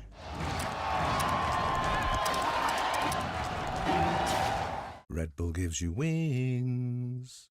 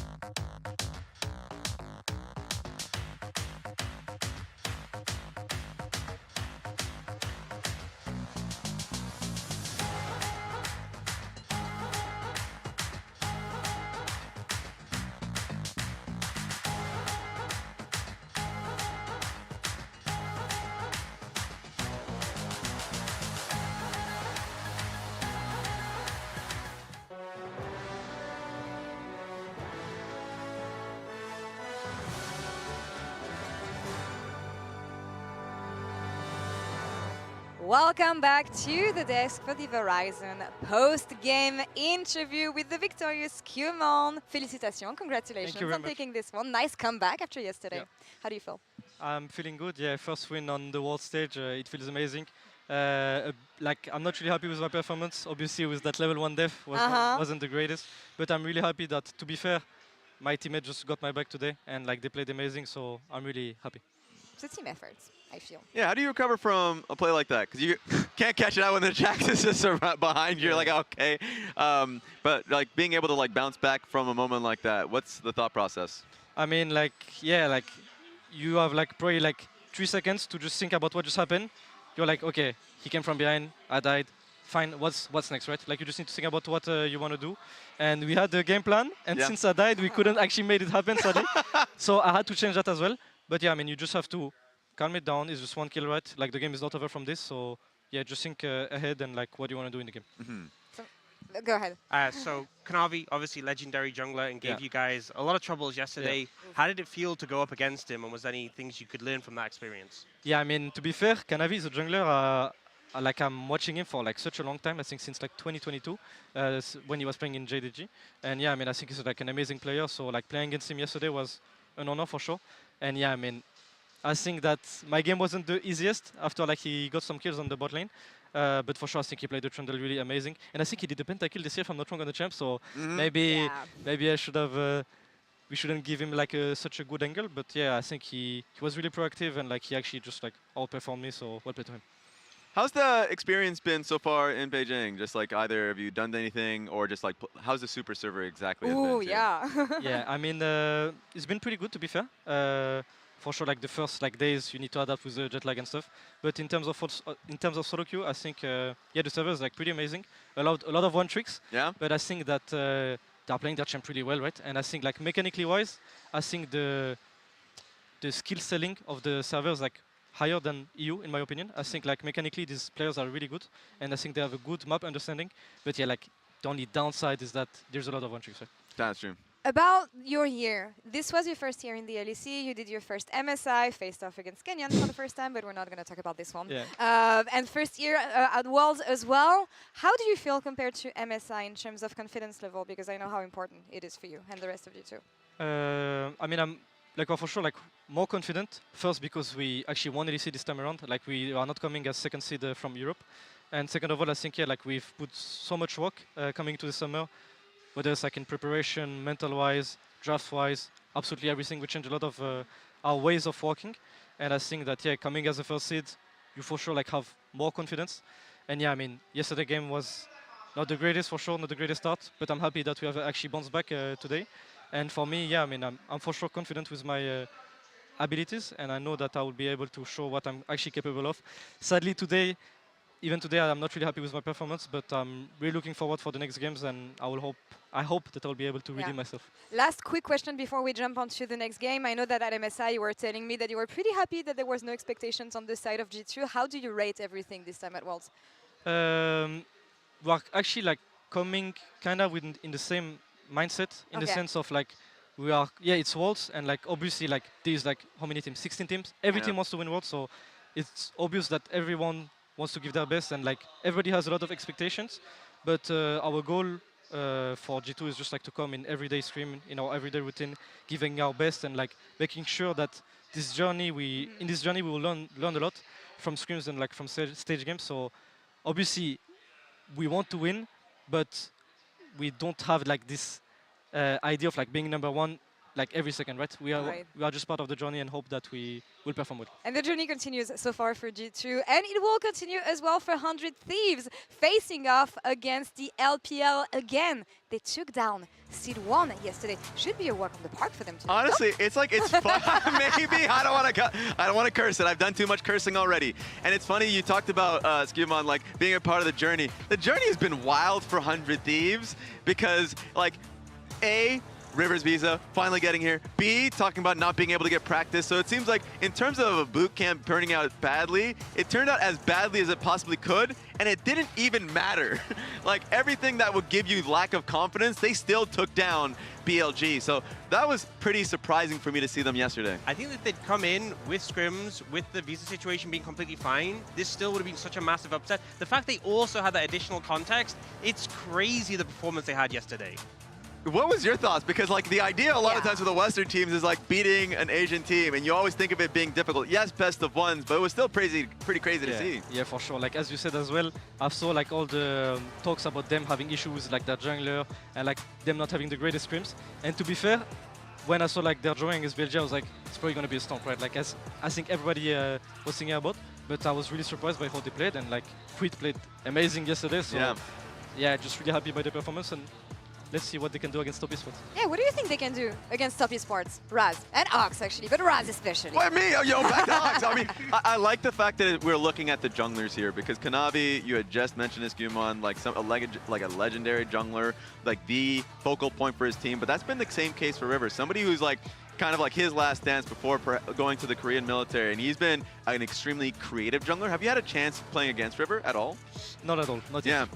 Sadly. Okay. But studying the team, how do you think this matchup is gonna go stylistically when you know the two junglers? I mean, I would probably give like Kanavi, like I think he's like really good, so I'll probably think he has the advantage. But I think River played good as well yesterday against BLG, so I'm really looking forward. And to be fair, Worlds right now it's like best of one, so anything can happen. So I'm really curious to see what will happen. I think a big thing as well is jungle's so reliant on mid, and I think if Quid has a really good performance, I think Quid can sometimes be the weak point for Top Esports, so maybe the mid jungle can be more than just a jungle matchup alone. We're probably not going to be seeing that Aurora game, for Quid. He's such a playmaker, and you kind of mentioned it, the fact that he was able to be as strong as he was. So We'll have to see how it goes. Yeah, and let's see how the fans have voted at MasterCard GG on X, because they're calling the match for TES for 56.4% of the vote. What the Thieves did yesterday doesn't matter enough here. I mean, 43%. Pretty good. Still crazy. That's pretty good. I'll take it. I'll take it. If you think that you have a 43% chance to go up TS, you know what? I'm with you. Yeah, who would have thought that the LPL was actually going to be the easy-ish matchups here for 100 Thieves? Predictions, Kumon, before we send it over to the Do us a solid, brother. What do you want to see? What's Have your some faith in prediction? us. Tell us. You know what? I'll give it to 100 Thieves because I truly believe they might just come with the momentum from yesterday, and they might just again, as I said, it's the best of one, so anything can happen. And if they come with the right mindset, I truly believe they can win. So I'll give it to 100 Thieves. Thank you. Yeah, that's a good way to end it. Thank you. I'm happy with it. I see Ras being happy. I'm happy. Let's see if the things can make it happen again against the LPL's Kumon. Merci beaucoup. Thank you so much. Casters, over to you. Thank you so much, Law, and welcome back to the cast desk. It is I, Atlas, joined by Dagda. And Dagda, I've got something I need to tell you. 100 Thieves is my new favorite team. I'm kind of with you. It's hard not to. And I've got a good reason for it. Okay. Because it's 2 Koreans and 3 OCE players. So it's like, it's all of my history in one team, coached by one of my favorite people on the planet, Samuel Spooks Broadley. Oh my goodness, I'm enamored. I am enamored. I also, I've liked Gold and Blue for a long time as well. So this is really, really cool. We are straight into the draft here, and it needs to be once again a Herculean performance here by 100 Thieves, because Top Esports, they are sometimes really good at Worlds. I have to put the sometimes. Yeah, it really does depend. They looked very good yesterday, though, which I think may have put a little bit of an asterisk on what their Worlds performances in the past have been. But yes. Honestly, for 100 Thieves, I mean, they have the ability to just become the potential LPL killers, right? Taking down BLG yesterday, if they can beat Top Esports here as well, it would put them on the map and make a lot of fans in the stadium not too happy with them. I could imagine that. As Unara going to be the first pickup here. Having a look at some of the bans, we have quite a few aimed towards the mid lane, as Dokla I don't think is going to be playing Teemo, but that would certainly ruin a lot of people's pick'ems, which is a cute one. We have the Kai'Sa locked in, though, alongside the Vi. Vi, one of the answers that originally cropped up when Unara was first played, so River going to be piloting that one here today. We'll see what they do augment their draft with, whether it's rounding out the bottom lane or whether it is finding a solo laner, as the Rise going to be a consideration here for Cream into Quid. I'm also curious what 100 Thieves want to round out their dive composition with, because traditionally we've seen the Orianna paired with the Vi to kind of provide the shockwave. That's taken off the board. Aurora taken off the board. So a lot of the mid laners that you would like to pair with dive, apart from things like, say, the Ahri, are kind of gone. And Ahri we've seen kind of shift out of the meta. Maybe they'll look at something like the Taliyah for themselves here in this next rotation, can do well into the Rise and match them in side lanes. And can provide that Weaver's Wall to separate the team and make the dive a little bit easier to operate in.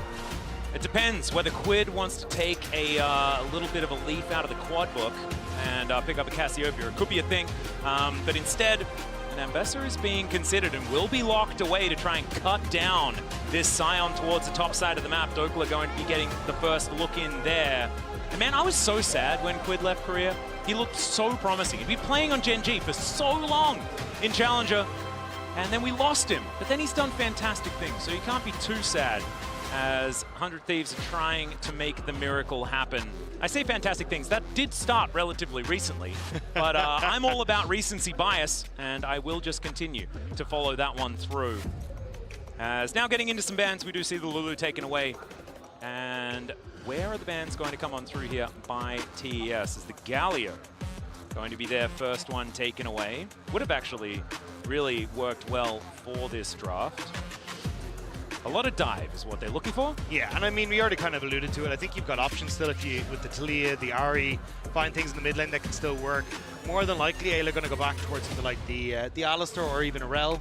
Still going to be happy. Nautilus can work very well here as well, but across the board, like, 100 Thieves still have options, and Top Esports are going to be setting up to try and deny them. So with the Poppy already taken away, you don't have a huge amount of those disengage tools, unless Hung wants to try and go for something like a blind prom, which is always a bit risky. And you can see 100 Thieves trying to shove Top Esports into that prom pick by getting rid of the Renata and also the Lulu for the protection of the Unara. Do you know what I want to see?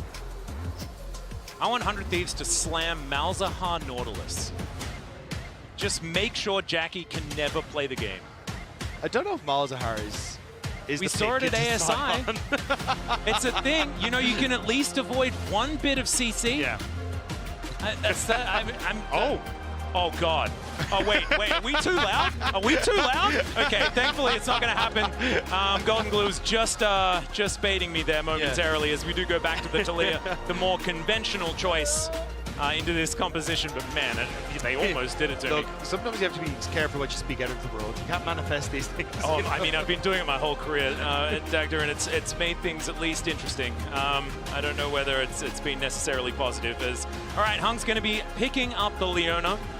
Provide them a whole bunch of pick as Kanavi thinking about what kind of weird stuff he wants to do, as Kiana is so scary when it is piloted by an LPL jungler, especially one as talented as Kanavi.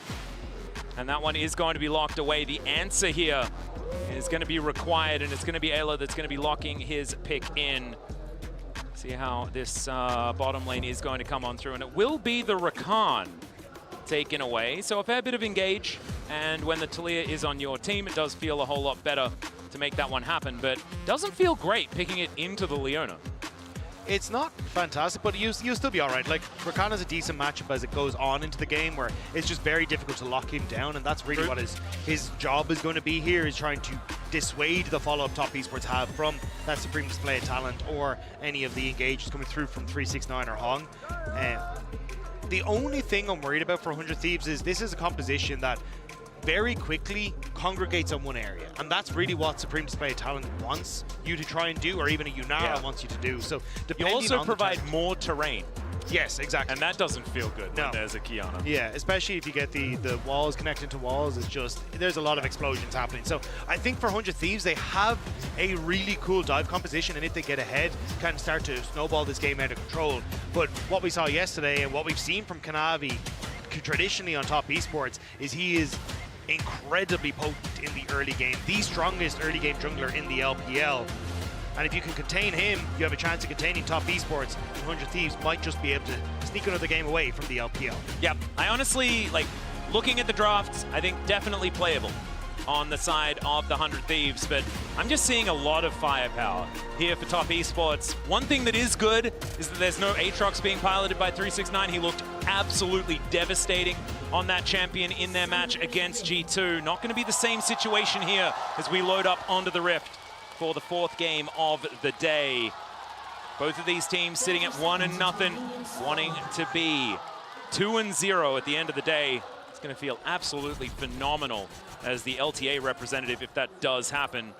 As Dokal, I love that emote spam. Looks like a moth, don't you think? I was thinking penguin. Oh yeah, clap. Yeah, bit of a penguin vibe. You can see that. 369 doesn't exactly have the same options. Imagine if he was playing Nami. You'd be able to one-up it so easily. Yeah. The most frustrating emote spam on the planet. If he was playing Nami, that's what we'd be talking about, is the emote spam. As the Gyos coming on in. Of course, top esports wanting to move to 2-0. See whether they can actually get there. Man, imagine if it's top esports is here. Wouldn't that be crazy? They're kind of due at this stage. There's been enough. I mean, I think they've been due for about 4 years. Yeah. Something like that. But with a whole bunch of different iterations, as we know. See how this one is going to go. Cream up here against Quid in the mid lane. See how he's going to be able to hold his ground. See how quickly he buys a tier, as already an engage from Hung in this bottom lane, as FBI taking a lot of damage. Jackie presses Q, and 100 Thieves leave the lane. Yeah, it's a nice early game setup from 100 Thieves, though. The fact they clear out the ward so you can't spot out exactly where Kanavi is means that then Kanavi gets to be relatively free, because especially with this clear where you've done, you go so low on this reset, or sorry, on this clear, that most junglers on the Kiana will actually reset, pick up a longsword on their first rotation, and then go back up into this topside jungle. And that's where you end up just very nervous if River was to try and look for some sort of invade, which is why clearing that ward was so important. You can see it there. Kanavi just going to hop back and get that longsword. Yep. So the fact it's at least top esports already playing well around the Kiana and making sure that she can be set up for success in the early stage. Yep, going to be clearing that top side as now FBI and Ayla moving back down towards this bottom lane. As max range, Zenith Blade does get the cleanse out of FBI. A fair bit of damage coming on through here, but Leona is very durable and will be able to eat a lot of that harass pretty comfortably. Already, Top Esports looking fantastic towards the bottom side of the map, and when Jackie Love is comfortable, you know that things can get worse if you're his opposition. Still, very early days, and only a slight gold advantage has been built already from this laning phase coming on through. This wave state was looking pretty dire, and another one is going to crash on through, so there will be at least a crash for 100 Thieves to eliminate and get some of their money back. But right now it's looking a little dicey with the 23 to 11 that we're seeing in the CS score. Was considering a move towards mid there, it looked like. Had the water elementals that would have been able to get the freeze on Quid in the mid lane, but ends up just going for the crab instead. Yeah, do we call it a freeze? I know it's a stun theoretically, but it is a freeze. It is, yeah. Like you pick up the water. It's weird it's not a root, right? Because you imagine it's like ice forms around the... Yeah, it kind of work like the Ring of Frost. Is Kanavi going to move towards the top side? Does find the freeze, as we can see there. Gets the flash out from Dokla. He is going to be able to make it to safety. Does go flash for flash, but it does mean that now 369 is feeling pretty comfortable. Yeah, you can see the Vi here for River moving up towards that top side to cover just in case there's a second dive attempt. Even the ward going down, just trying to spot out what's happening in the bot lane. That's a good answer there from Ayla. Finds the grand entrance to deny any follow-up CC, but another freeze comes in, this time onto Quid. Doesn't find the shove, has to flash as the flash forward from Cream. Straight up misses the Q, and oh my god, he almost dies, but will be able to take down the Talia for first blood. The answering kill comes in though from the 100 Thieves towards the top side of the map as River gets a good first gank. Nice gank to get Dokla some much needed gold on that top side, but that was so close in the mid lane. I thought Cream might have just ended up messing I thought it he up. might have botched it, yeah. Completely. But unfortunately for Quid, not quite able to finish him off. Oh, bit of a shame. Still, a 1-for-1. Fireworks already going off here early in this game. As FBI and Ayla finally getting some control of this wave, wanting to avoid it being held by Hung, but I don't think that's going to happen. As the next minion wave is conga lining forward. Very cute that you do see FBI using Jackie Love's skin as the Slurkle comes on down. They do dash away though. Ayla with the battle dance is, like you say, very, very slippery. It does mean though that Top Esports have kind of set themselves up a nice freeze here if they want to, while also delaying the reset. But just a great gank here on the top side from River. We talked about him moving up towards the top side to cover, and honestly a bit disrespectful from 369. You know the Fi is going to be on reset and moving back up towards these top camps because you didn't see her on the top crab, but ends up getting caught out by it regardless. Yep. Nice little shove there onto Cream. And no flashes available for either of our mid laners. And so the setup available from River could be something that they could play around. Not quite halfway towards level 6 just yet on this Vi, but we'll be getting there relatively soon. And now going for a little bit of an invade angle. Dragon up and available for now. We've got still 2 minutes on the grubs. And River will at least start this. They get a whole bunch of vision down around it, but you can see that Top Esports know exactly what's going on. And Kanavi looking for a bit of an angle. We mentioned the fact that there is no flash available as Seismic Shove is actually going to connect here onto Kanavi. Finds a whole bunch of things to throw at Quid.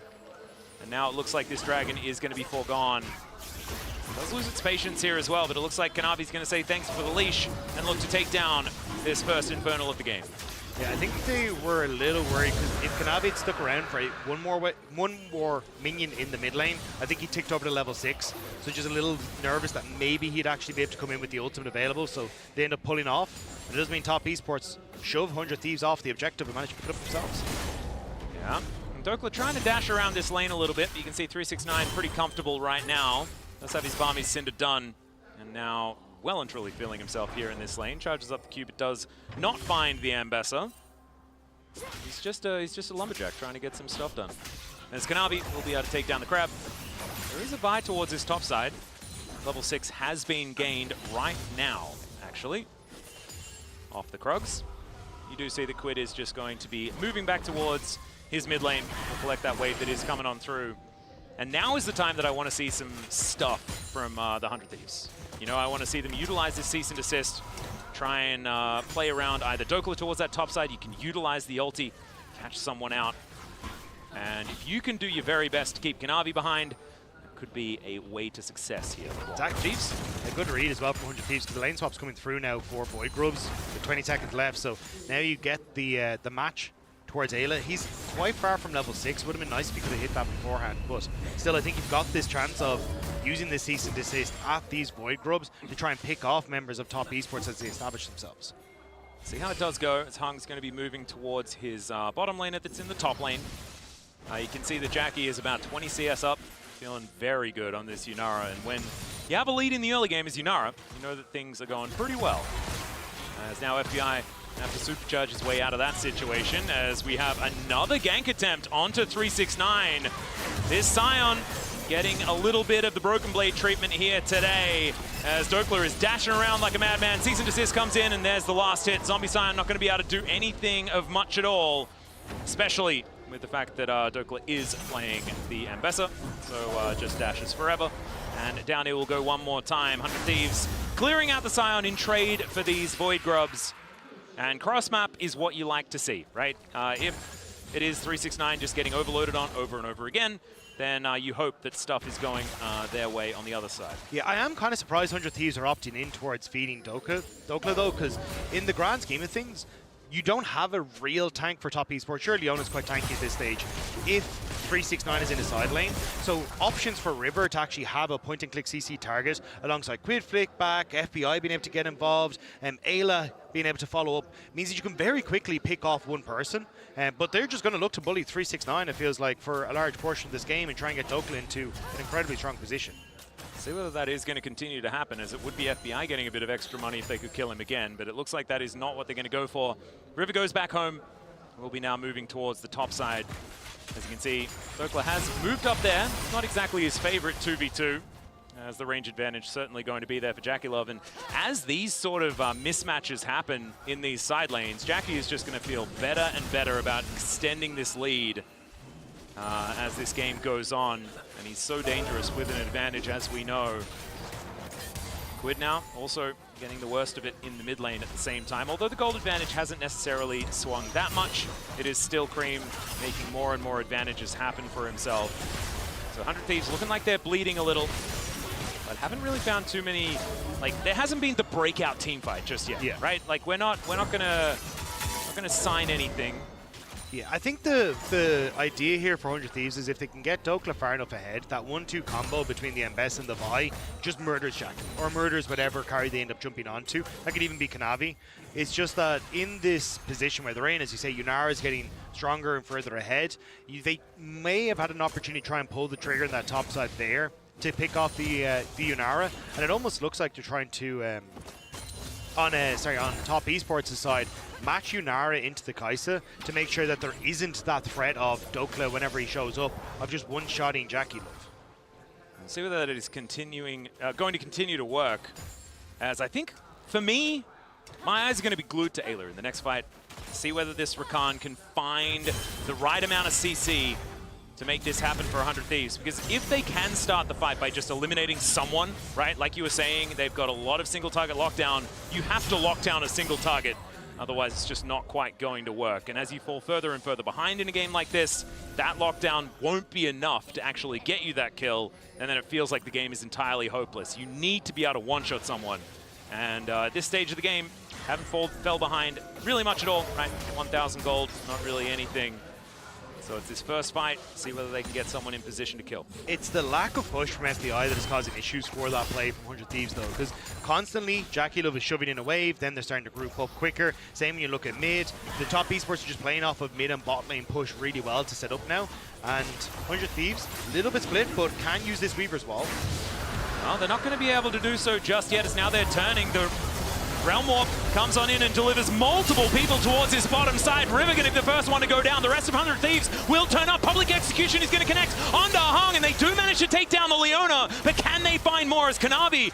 He does go stealth for a little while long, but Jackie Love's at full health, doing so much damage.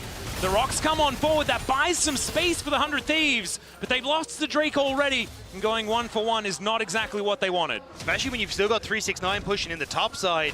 Top esports pull the trigger immediately as they see 100 Thieves split and don't give them a chance to find their footing in River. And now Kanavi taking a bit of damage from the rocks here, but He has been doing his job. 0-0-2 right now, hasn't picked up any kills just yet, but the Profane Hydra is done. And 369 is just stealing plates away towards his top side. A split-pushing Scion. It's not something that I'd normally be talking about, but has found some success here in this game. As River, not sure about this one, is put in the Runic prison, but Alo does come on over with the Battle Dance to convince Top Esports to let his jungler live, and they will at least acquiesce for the moment. There's still 2 minutes until that Rift Trail's there, so it's just kind of get that preempt of Morty in his Ayla, cleanses away from the stun. Yeah. Cream's still doing a whole lot of damage to the pretty squishy Rakan at this stage of the game. Hung is just trying to keep his eye on exactly where the 100 Thieves are. But man, it's feeling like this is so comfortably in the hands of Top Esports right now. You know, it's like just another day at the office is what it kind of feels like. Need some spanners to be thrown into the works. Yeah, and that's kind of what 100 Thieves tried to do by focusing Dokla, but that gold lead is kind of dissipated now that he TP'd down to the fight, and 369 was able to get a lot of those turrets on the top side. And we're still getting this mismatch when it comes towards where those AD carries are being positioned. Hung in no man's land here, actually going to come in behind Dokla and look for a potential play on bot lane, it looks like. Yeah, possible angle to try and set up for JackeyLove to get that damage down, and the Solar Flare is going to connect, and Dokla, nothing he can do. JackeyLove just clicks on him over and over again. Cease and desist comes forward as FBI looks for Kanavi. They find the Vault Breaker, and Cream is just free hitting. Kanavi does go down, but there's the Arc of Judgment. And JackeyLove is going to be able to lock down another one for himself. Ayla is so close to dead as the flash forward from Cream, and it's a triple kill for the Rise. Top Esports, they break this game apart. The sneaky Leona opens up the game for Top Esports. They get the vision, they spot out where everyone is on 100 Thieves. And once again, they're ruthless. Top Esports just picking them off where they stand. Man, looking fantastic here this world so far. As 100 Thieves not quite able to complete the heist on this one. As we check out the replay once again, Dokla clears out a ward. Hung was backing and actually just finds the opportunity. He just set up a lot of vision, cheating that tempo in to get that vision down, and then gets in behind Dokla. 100 Thieves aren't ready for it. They try to make a play after this on towards this top side, and you do get a nice buffer on the buy for the Kanavi ult, but it just doesn't matter. Even after Kanavi goes down, you call them in the fight, Atlas. Cream is just getting to do whatever the hell he wants, and now you end up with Top Esports bringing 369 to the party, and it is lights out for 100 Thieves. Oh man, Cream able to flash forward, pick up that triple kill towards the end there. Now a 4-0-1 Rise. He is, yeah, that's a frightening Arcane Mage right there. As TES will be able to take down the outer turret towards the top side of the map. They've upgraded their shoes already. And 369, a pretty speedy Lumberjack here on this Scion with his Swifty boots. Sunfire Cape done as the Solar Flare going to miss, as well as the Zenith Blade. As Dokla does at least manage to dash his way to relative safety, but unfortunately for the turret, it doesn't have a dash.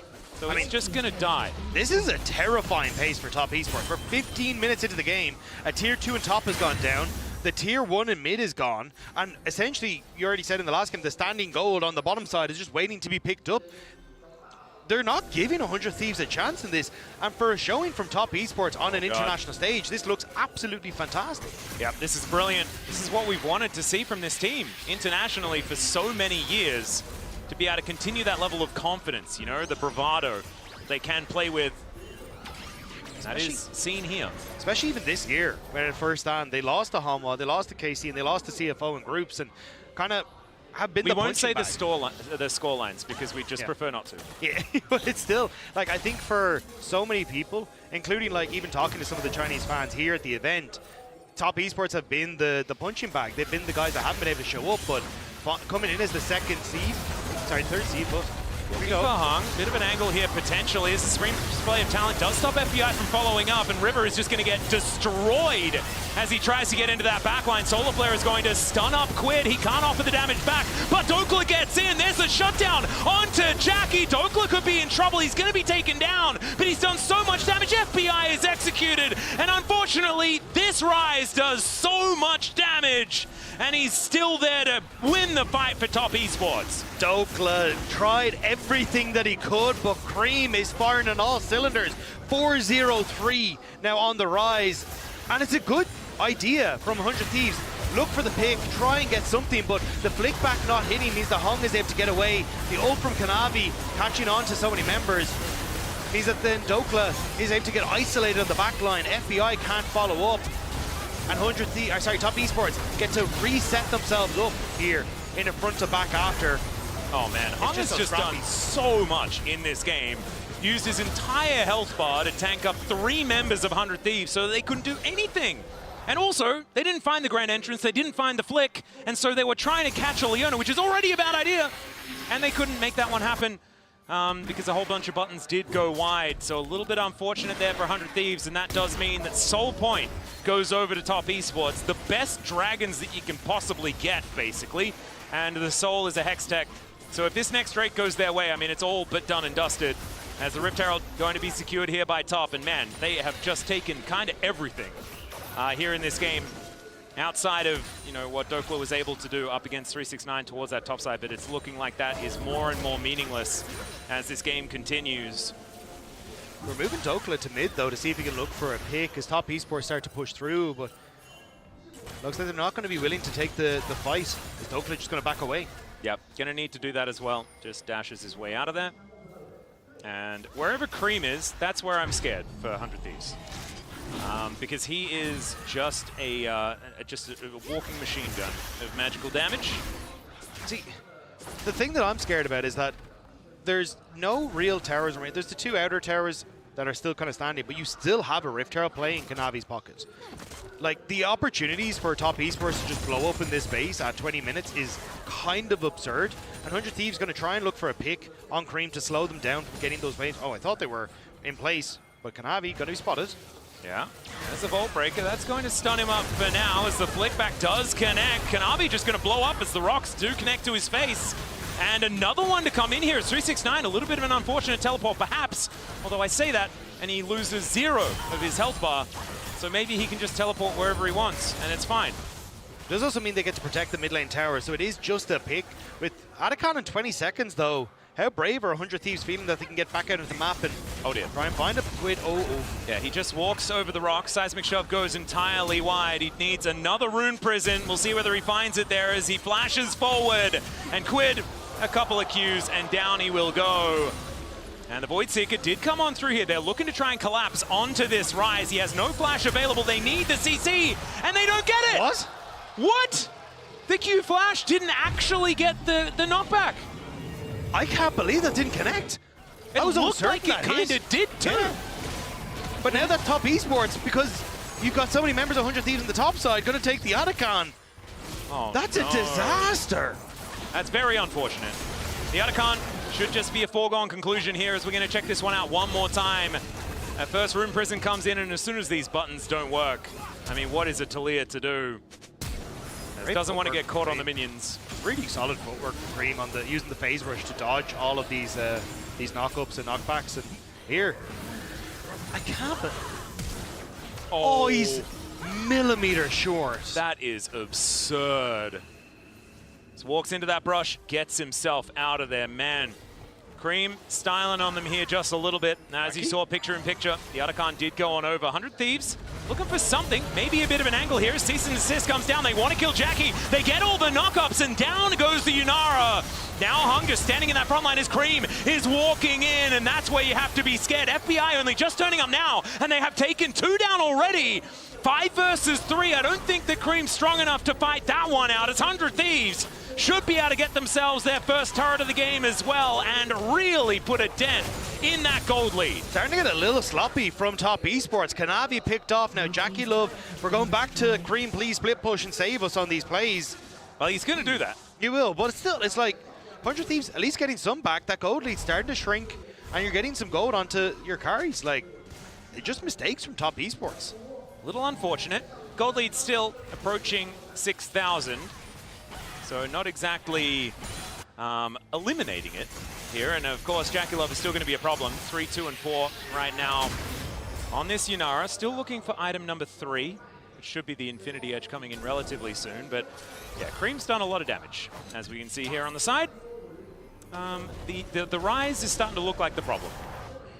If you get the shutdown, yeah, he's a problem the whole game. But if you get the shutdown onto someone like Dokla or FBI, that's a lot of gold that's just immediately going to be injected into 100 Thieves.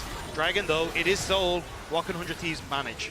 Yeah, Shelly going to get involved here as well. As 369 just being a brick wall to try and block them from coming in here. As Hextech Soul just secured here by Top Esports. Now they're looking for the fight. The charm comes on forward as Dokla wants to get into the fight. But look at the damage when Jackie Love is actually able to hit them. Down he goes. And it's now just picking them off where they stand, because you cannot escape when the enemy has the Hextech Soul. FBI going to be throwing up some emotes here because he knows this one is donezo, at least in this fight. Maybe they'll have another opportunity to do something, but I'm not entirely sure. That was the MasterCard priceless moment, and TES made quick work of it.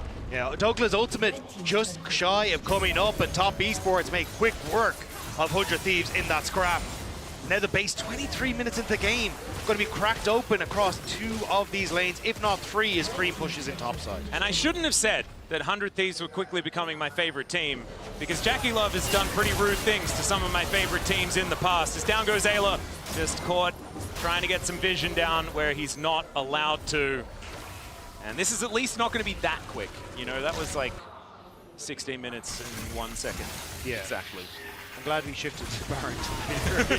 But yeah, I mean, this fight, really good engage from Hong on towards Dokla. You've got FBI who's trying to deal with 369 but getting absolutely nothing. I think if Dokla had ultimate here, you can see how low Kanavi is, how low Jackie Love is, and maybe he could have worked with River to actually make something happen, but his ultimate's only just about to tick up, so Top Esports happy enough to take that fight. Cooked. Yeah, might be cooked is possibly right. However, he said might. Yeah. There's still hope. That doesn't mean it's definitely cooked. As Quid is going to be able to ride the wall to get himself out of dodge. I reckon they got one fight in him. I mean, there's 11,000 gold the difference. Top Esports in a great position in this game. However, miracles have happened. I've said that a few times so far. We've had some one-sided ones here today. I mean, I think you have a comp that can make it happen, though. If you kill Jackie Love with the Dokla River combo, and then Ayla can get onto Cream, I think you do have an option, but it's 369 you don't want to engage on. Nope. And they are going to... I was going to say do damage, but I won't say that. But they get away, you know? They do A damage, and they get away. As Baron is now going to spawn, and they just realm warp right on top of it. Purple Worm already down 50%. My God, the DPS from this squad is absolutely disgusting.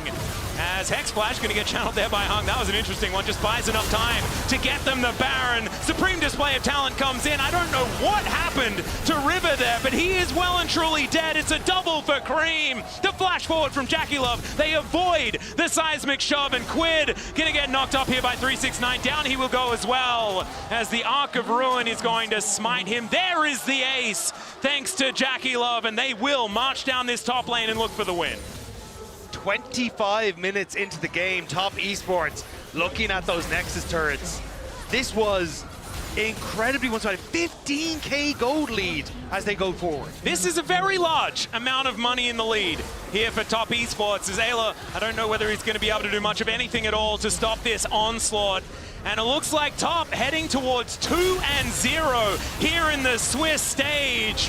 What a bounce back for this team, looking absolutely brilliant, at least for now, here at Worlds. As Dokla, not quite enough, as he dashes about, but isn't able to get any of the kills. As the double kill comes through from 369, gets his revenge, and down goes the Nexus, as Top Esports looking like it's just another day in the office. Top Esports able to do what BLG could not, and beat 100 Thieves.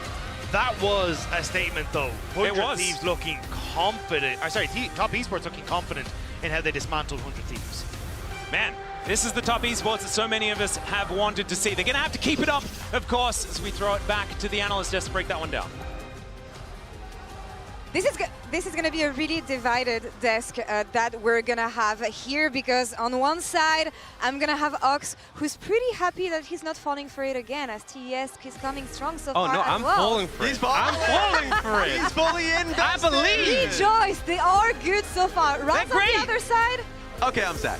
But you know what? We already got one yesterday. We were for one day, they were the best team in the tournament. That's true. Thank you. Yeah, you got to hold on to it while it lasts, but it was so much more difficult for 100 Thieves compared to yesterday. What did it come down to, guys? Well, for me, the start was good for 100 Thieves. At least we got to see River be able to make impact towards the Mbessa side of the map. So Cyan was falling behind a little bit, but then you look at the rest of the map, and everything was going well for TES, including that mid lane gank. I was hoping that the turret would do us a solid. It did not. Cream got the kill alongside the help from Kiana. So that was a problem that we had to deal with. I feel like the pressure that Top Esports had in the side lanes was really a big issue. Yes. You know, playing through the Rise when they had him in the side lane, really problematic. And then also when it came to some of these fights, these skirmishes, it felt like Top Esports had the quicker jump on getting those initial kills. 100%. It was funny because that fight it started with the catch on towards Dokla bot side, but at the same time, you got to see Kiana looking for a play here. The entire fight, Cream was free firing. Yeah, and the thing is, it takes so long to kill a Kiana because you have that stealth aspect. Yeah. So 100 Thieves were definitely like, let's trade kills, get out, disengage. They didn't get that opportunity. And you see 369 comes in, slows them down. The rest of the team is there to follow up. And suddenly, what they were hoping to be a 1-for-1 turns into much worse. Yeah, and you're just counting it. The fact that he was able to get the kill, or at least like the play through mid lane, right, really early on in the game. He gets the triple kill there. And he built tier. That's a... He built tier? Wow! Early on, he got it fully stacked. Exactly. It's crazy what Rise can do. He's checking off the boxes. We learned something today. Tier, good with Rise. Yeah, and honestly, he was also stomping the side lanes. You already mentioned the side lane play, but the solo kill that he had top lane. So this was Cream's game here today. Yeah, and that's the thing. Rise is a pretty difficult champion to activate, but once he gets those early kills, it's actually unstoppable. He's going to be here on the side lane, being able to join team fights, and TES stacking objectives after the other. It comes back to a soul point that is impossible to contest. Yeah, it was a snowball, because even though we showed you the last fight, it also happened again 16 minutes into the game, and 100 Thieves are just losing fight after fight, Drake after Drake. And so it was hard for them to even approach this. Sion, we didn't even mention him. Even though he fell behind early, as you would expect from a Sion in a winning team, like, you could not really move past him. He was creating a lot of space for the team. Yeah, and you saw here trying to go in on Jackie Love there, River trying to find him. Misses that knock up at the end, but I just feel like they were too far behind at that point, even if it connects. Unable to get onto just the multiple threats that Top Esports had as well. Cream, though, as you said, really putting on a performance here. I think there has been at times doubts on him as one of the players on Top Esports who has maybe been a weak point. Was not a weak point this game and really putting on a dominant performance. That solo kill, just the way he walked perfectly around the seismic shove. Yeah. That's when you know you're getting the solo kill. Yeah, for sure. Oh my God. So, as you would expect, a very great Cream performance. One that would probably give not just you, I mean, you already are excited, but a lot of the LPL fans excited for Top Esports once again because they have a lot of carry threats. We have Kanavi, who's obviously on the Kiana, but also is a great carry jungler in general. You could see Jackie Love in the bot side of the map, but we are looking at Cream to see if he can be a consistent, strong threat for the team going into Worlds, and he's already shown that now. I feel like jungle is so powerful on the current patch. We know Kanavi is an absolute masterclass, absolute masterful jungler. Yeah. But jungle's so reliant on mid, and if Cream is putting on performances like this, I feel so confident in the team. So you get to be happy for now. Let's not get too excited. True. 100 Thieves, we readjusted expectations, but they fall today. Let's see if they can make it happen in the next round and depending on the draw. But that's all for us here. I'm going to catch up with Elia right after the break before we take the hit on T1 versus CFO, a rematch of MSI Spicy One.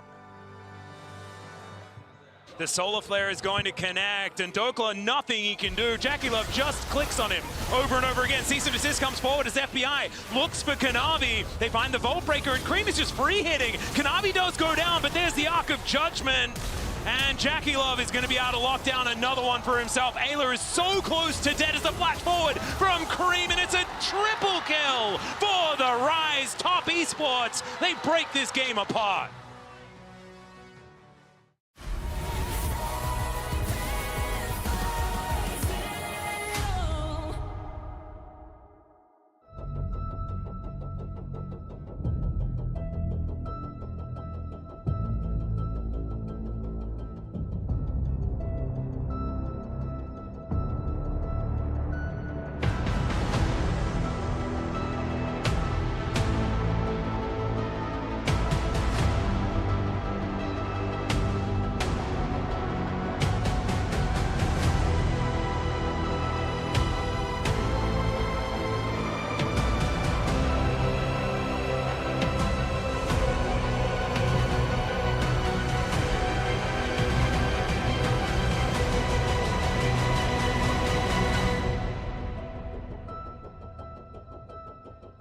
Alright guys, I just landed in China. Let's go.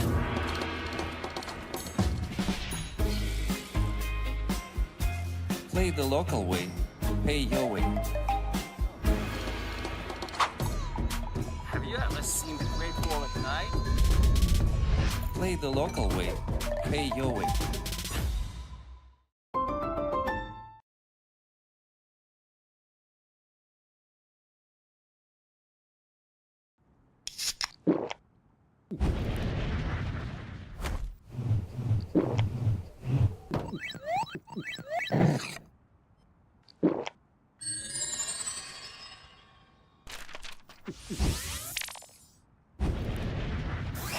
Red Bull gives you wings.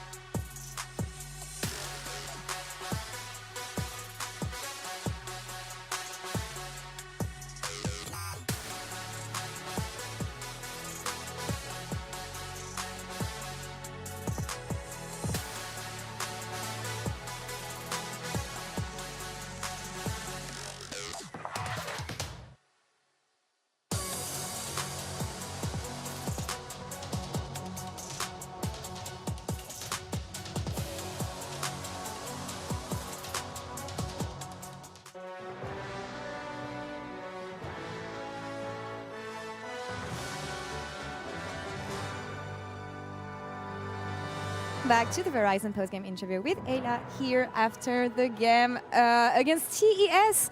What was the gameplay? What was the mindset going into today? Because taking down the first seed from the LPL, a lot of people were really confident. Yeah, and we definitely had a lot more confidence going into this match. But yeah, I mean, we just knew we had to show up in the team fights and perform well. But Yeah. I think we didn't do as we wanted. I'm so sad that it didn't come out the way you wanted to today. We've been talking on the desk about Cream, his rise, how unstoppable he was. Talk me through what made it difficult here for you. Yeah, I mean, Rise is just he's a powerhouse in the early game. Yeah. He gets a lot of priority, really strong in the early skirmishes. And yeah, I just don't think we handled that well. They won a lot of the early fights. And then I think there was a critical moment when he killed Quid on top lane. So that basically secured the deal for us, because at World so far, there's a lot of throws at Otacon. So that was like our one way back in the game. But yeah, he sealed the deal. Yeah, Arakan seems to be a consistent issue for all the teams around the world during the year, but focusing a bit more about you guys, we've been talking about it multiple times. It hasn't been easy for you at all coming here at Worlds. You made it here, but the practice and everything has been iffy. There's been a lot of interview where you guys were saying that practice, it's actually hard to know what is working or not. So talk me through these difficulties, because when you don't know if what you're prepping is the right direction, how can you adjust on stage, especially with so little time? Yeah, I mean, scrims were a mess for a long time because we're dealing with River not in China. Yeah. But honestly, it was bad for a while. And then when River was almost here, I think we stepped it back. We really figured out like how to play the game properly and get on the same page. So I think even though we had like very poor scrims, I think we really pulled together as a team and figured it out. So honestly, I think we did what we could with what we had, yeah. Yeah, absolutely. And you showed up yesterday when it mattered. Again, the first seed of the LPL, defeating them, regaining that confidence that I think you needed. Moving forward, let's manifest positive things. What are you guys focusing on? Yeah, I think we should try to get some more early game strength. I think both yesterday and today, we were like we're basically set to be behind in the early game, like a lot of losing lanes, a lot of losing prior, hard to contest anything. So I say maybe like 1 or 2 more lanes that like can actually contest, so then we can fight. And you know, that's what we're known for. We're known for fighting, so just some more strength. More strength, and of course stay positive here. Thank you so much for taking the time and coming to talk to me today. I wish you a merciful draw for the rest of the day, and good luck into your next games. That's all for us here, and let's head into T1 versus CFO.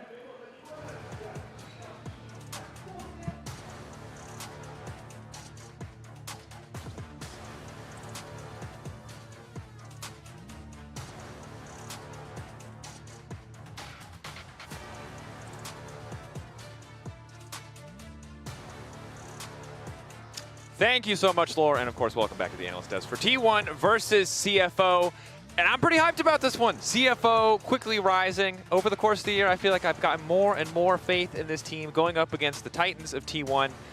Technically from play-ins, but I feel like after yesterday that joke's old, but I might bring it up again if it's convenient for me. Yeah, we have seen CFO a lot, so it makes sense your faith is kind of been building over the course of the year. A lot of time at internationals, and I feel like a lot of good performances. I think MSI in particular was a standout for a lot of people. That's important to note, because just because you show up to the international does not mean I will have more faith. You may have noticed, you might have noticed with the LEC teams that might not be the case. But CFO, you highlighted going to 5. We'll see how good that they are today. But yesterday, they looked incredible. And it did come a lot from the top lane. The man himself, Driver, getting his hands on that Scion, looking like an absolute demon. I mean, you talk growing confidence.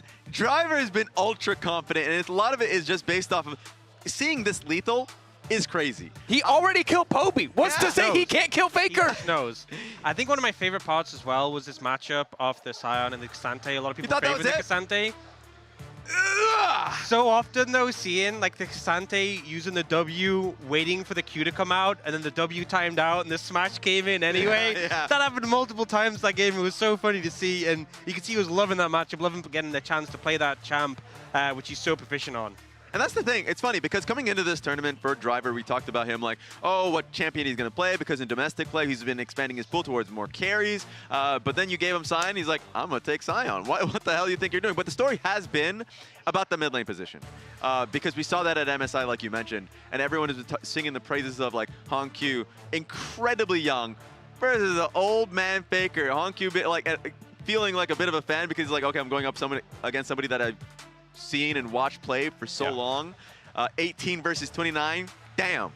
And at MSI, Hongq was the youngest player with Team Secret Wales qualifying. I believe it's his toe now. But at the time of MSI, this was youngest versus one of the most veteran versus the oldest. Now, there's a little bit of gap because we got a new young dog. But this is still, the contrast in experience is incredible. But Hongq looking like potentially a new generational talent coming out of the PCS. And he's got a lot of international games under his belt. Like, to get 27 at his age is quite a lot, but it just does not compare to the 300 that Faker now has, that mammoth amount. So it's always a matchup that you go into up against Faker. It's a sort of difficult one to take on, knowing you're going against a player with so much experience. But Hongq showed at MSI that he doesn't really care who he's going up against. He'll bring his A game. Yeah, I mean, player of the year for Hongq at the end of for the LCP, rookie of the year, all this stuff. But then if we're just talking about from T1 side, yesterday there was one note that we should all remember, right, Ox? Bin Beard. Binbird. Bunbird? Ban Bard. Oh, Ban Bard. Yes, Please. yes. Let's continue that trend of banning Bard. Yeah, I mean, honestly, I feel like for the carrier fans, you got to see him with his skin. You got to see a pick that, honestly, we got a bit of it during the summer season. We didn't get any really in playoffs because other than the occasional game where teams let it through, it just was banned because teams learned. Teams learned that you don't let carrier get Bard. He has been putting on complete masterclasses on this pick. So I think what we've learned, both these teams have hopefully learned and will respect on each other, is maybe comfort picks are important, and maybe we shouldn't give players their signature or iconic picks, whether it's Bard. a Zion or a Bard. Some good lessons. Some good. It's impressive how often we have to relearn those lessons. We'll see if we learn any other lessons today. Of course, very high-stake matchups for both these teams. 1-0, 1-0. Winner will move on to 2-0, start playing best of three, see if they can qualify, make it to the next stage early on. Let's send it over to our casters to take us into this game. Thank you very much for the live lessons desk. As always, we'll be here with you for the next 4 games. Myself and Vedius. I'm Asterix, if you didn't know, but this guy's more important because this Welsh man is going to make sure that we're on top of the game, especially when CFO and T1 are playing. This is exciting. MSI Absolutely. rematch, by the way. Yeah, I mean, how can we not be excited? So far, CFO have continued to surprise the world throughout this year, and I'm excited to see what they're capable of today. It feels like, though, that T1 have already ramped up. This is the scary thing. The conversation around T1, whenever it comes to the World Championship, right, whether it's group stage or Swiss stage, this team only loses 1 game. Max. True. Right? Now, they've lost a game in play-ins. So the question is, now that the loss has happened... Is it done? Is it done? Is right? it out of the way? And this is the big question for T1. Are they already at their unstoppable point? Has the weakness window already passed? Or are there still opportunities for people to showcase something new in the draft? We're not going to have to wait long to find out as we jump in. Well, for CFO, that's their chance. And a best of 1, they listen to the desk and the bird is binned for the first ban of our draft. Carrier not going to get his hands on that. Jarvan also going to come through along with the Yunara. Curious as to how this... Oh, the Azir going to continue to be on the ban board. Okay, directed towards Hongq, definitely one of his more comfortable champions. But I'm very curious as to like what this priority is going to be, because so far in this meta, we've seen... well, naturally, we've seen a ton of Jarvan. We've been seeing a lot of Xin Zhao and Wukong. Even after the nerfs we've seen to champions like Wukong, it feels like that it's still super high priority in the jungle. Ryze has kind of become the mid lane champion alongside Orianna. Normally, it's Orianna that's been making her way onto the ban list. We'll see if T1 looks to target that champion right now against Hongq. Or if instead they're going to leave it open in the hopes that they can maybe get a trade. Well, with the Wukong off the board, you have to think it's like, okay, well, CFO maybe just want to get this Orianna first. And for Hongq, who has been such a good laner and such a standout for CFO, even something with a bit of presence against Faker when he is the baby himself would give him a head start. T1 see it, they get it off the board. So the mid lane bans, 2 in total. But that means the Ryze, we just talked about that. Hongq loves is just a freebie here. Let's see what that first pick is. Whether it will be the Ryze, whether it will be an AD carry. I mean, we've seen all manner of first picks, junglers included, but with both the Jarvan and the Wukong gone, it feels like the Ryze becomes the most obvious priority pick. Yeah. Unless there is an AD carry that perhaps CFO want to get their hands on. No. They're going to stick with convention. This does suggest that Tier 1 could lean towards something along the lines of the Talia for Faker, the kind of very common answer. And it's kind of the unfortunate situation that we find ourselves in with these best of ones, where it feels like that the established meta has kind of been resolved for Worlds so far, at least in the Swiss stage. So we're seeing a lot of the same stuff that we've been seeing throughout the tournament. But this is a bit of a change-up. I mean, this has just been this rising pick that's come out of left field. I think the most surprising pick for me is this Caitlyn, because so many teams are looking at this in early pick and bans. And we've seen so many strong laners. And when I think of Guma Carrier, I think of a strong 2v2. And historically, I think of how that Caitlyn as well shaped the journey back in 2022 as well. Absolutely. I mean, they can even get themselves the Nico right now if they want to, if they want to guarantee themselves that strong bot lane duo. But they could be arguing, now that we've already got the Caitlyn, there's nothing that you could pair the Nico with that we really need to be concerned about. So instead, we're going to lock in our Vi. You expect the Taliyah to be the third pick coming through for Faker, and then T1 can round out their draft with a support counter pick, potentially, especially given that there are still a number of safe blind top options. So how will CFO respond? I've been suggesting to you that I think things like the Ashe and the Jinx could be good answers into it. But if we're talking about safe blinds as well, just a quick side note, I mean, as the Kiana gets locked in, you talk about things like the Sion. Yesterday, the Sion was so good for Driver. It's true. Our MVP of CFO's best of one. And if there's any champion to just safely lock and say, okay, forget about bot, it would be that Sion. The alternative that you mentioned and the feeling that we might get might be something like the Nico themselves as a takeaway. Then T1 can just match it straight away. You raised some good suggestions, but I think that was a good prediction there, Hysterics. An obvious one that I should have expected because, I mean, the man is named after the champion. He is. Driver, he is a well-known Sion expert, and we've seen him, I mean, it's one of those things where you think, okay, we can afford to give it to him, but this man's been solo killing some of the best players from around the world all through the year. Knight and been in one game. Like, the man has been on a tear. I mean, yesterday, that was 100 Thieves top laner, Dokla. Oh my god, dude, too excited about that. They played against, he solo killed Fnatic, Poby, and Oscar.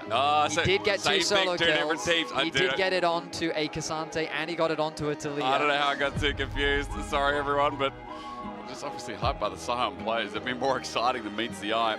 The Nico, of course, gets locked in alongside in that 2v2 as well for T1, so I think Giver and Carry on priority. Now they're banning out the range support, so some of the safe answers that can go into it. T1 very much playing towards the bot side of the map. Now CFO have options of either mitigating the mid lane pool, which seems to be the direction that they're going.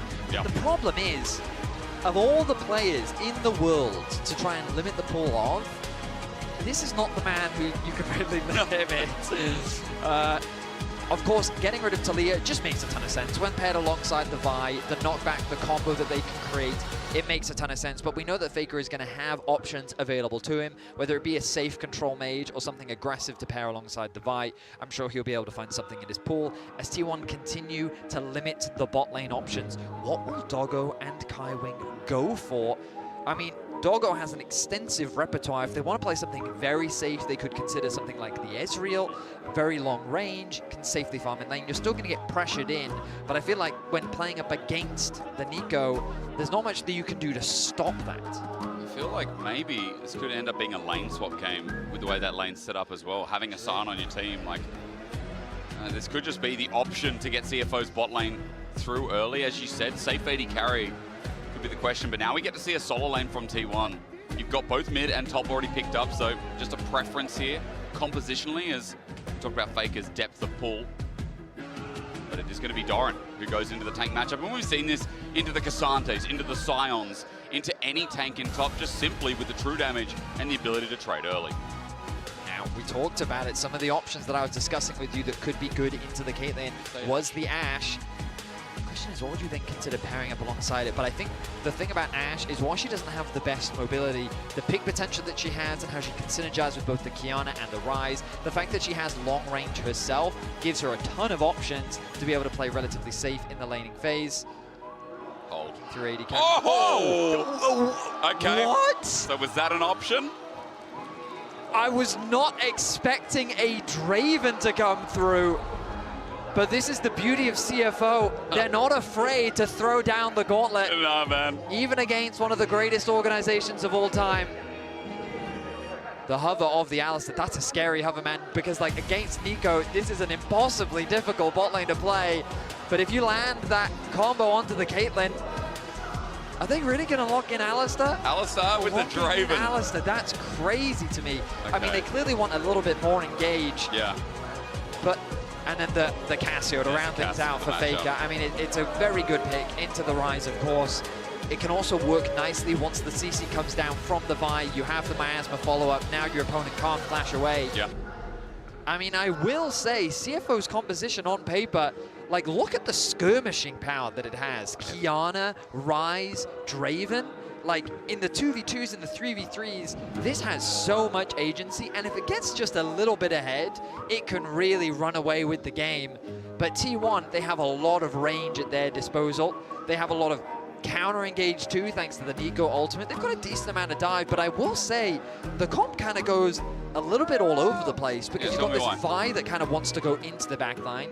Naturally, the Caitlyn and the Nico want to be playing from range. They want to be leveraging that range to their advantage. Cassio wants to hit whatever target is in front of her, and while they do have a tank in the form of Doran, I don't think it creates the same level of space that a Sion does. Because Sion will stand there, he'll walk at your front line, he'll posture and just be a nuisance and kind of force you to say, hey, you have to hit me, otherwise I'm going to CC you. And I would argue that Rek'Sai doesn't quite have that same presence. He's got a little bit more backline presence because of his ability to tunnel underneath the front line and pairs up nicely alongside the Vi. But I feel like that, like if the AD carries had swapped, I feel like they would make more sense in a way, because Caitlyn wants that really comfortable front line. What I will say is that this bot side of the map is going to be volatile. We have to keep our eyes on it. Junglers will be setting their sights on bot lane. Top is an island that we don't care about. Nah, forget the top lane. Let's focus on bot. Welcome to Summoner's Rift for CFO T1. Both ending the first day of their Swiss stage with a win. Fnatic for CFO and FlyQuest for T1. T1 fans are out and about just like they were yesterday. And you know, for this Worlds, we're talking about earning legacies. We're talking about really building a name for yourself. T1 have done that back to back. They've done that through multiple years of League of Legends. They are synonymous with League. But CFO this year have really built up their legacy, dominating the LCP, showing that they're the best team by far without a country mile, maybe 2 country miles thrown in between them and Team Secret Wales. And just showing how good their individual players are. And one of them is Junja, who in the finals pulled out this Kiana and destroyed TSW. He gets the Kiana pass from me. I think this guy is one of the best Kiana junglers that you'll see in Southeast Asia. Honkyu is the player that many CFO fans are excited about, but Junja is really kind of the star of the team. Yeah. He is a fantastic player. He runs the region. His jungle impact, you can't afford to underestimate, but Ona is already looking to get in his face. A deep ward early. Junja's here to fight him. There's going to be good damage here as well. Just wait for that Terror Shape to pop up. He's already got himself the Q, remember. Raptors starts off now. Junja's going to take some damage. Ona's buying time, and there's no intervention yet. Faker's ready to walk over almost level 2 on the wave, and his ability to duel this out could be Junja's unending, but for Ona, as he stands in the brush, still on a ward. Remember, these are his camps. Junja takes one away the first. It's the first bit of CS in the game for the junglers, and Ona backs off. Scared about the damage that could be done in the 2v2. So the reason why this is so valuable is because, as you predicted, Hysterics, the swap has come through from CFO. They've actually sent the Draven up towards the top side of the map. But Draven, while he can be super dominant in the matchup, he's vulnerable. He doesn't have that same safety as an isolated AD carry as many other AD carries do. So by creating this split map, sure, it does increase the risk on the bot side of the map of T1 threatening a dive, but it also provides that safety that Doggo needs to build up a lead and be comfortable in the early laning phase. Junja, I mean, we want to speak about comfortable. Doggo's going to feel good if he lands a couple of these axes. Doran's going to go in, get the trade under turret, but again, with the stand aside, Doran, that's 3 autos.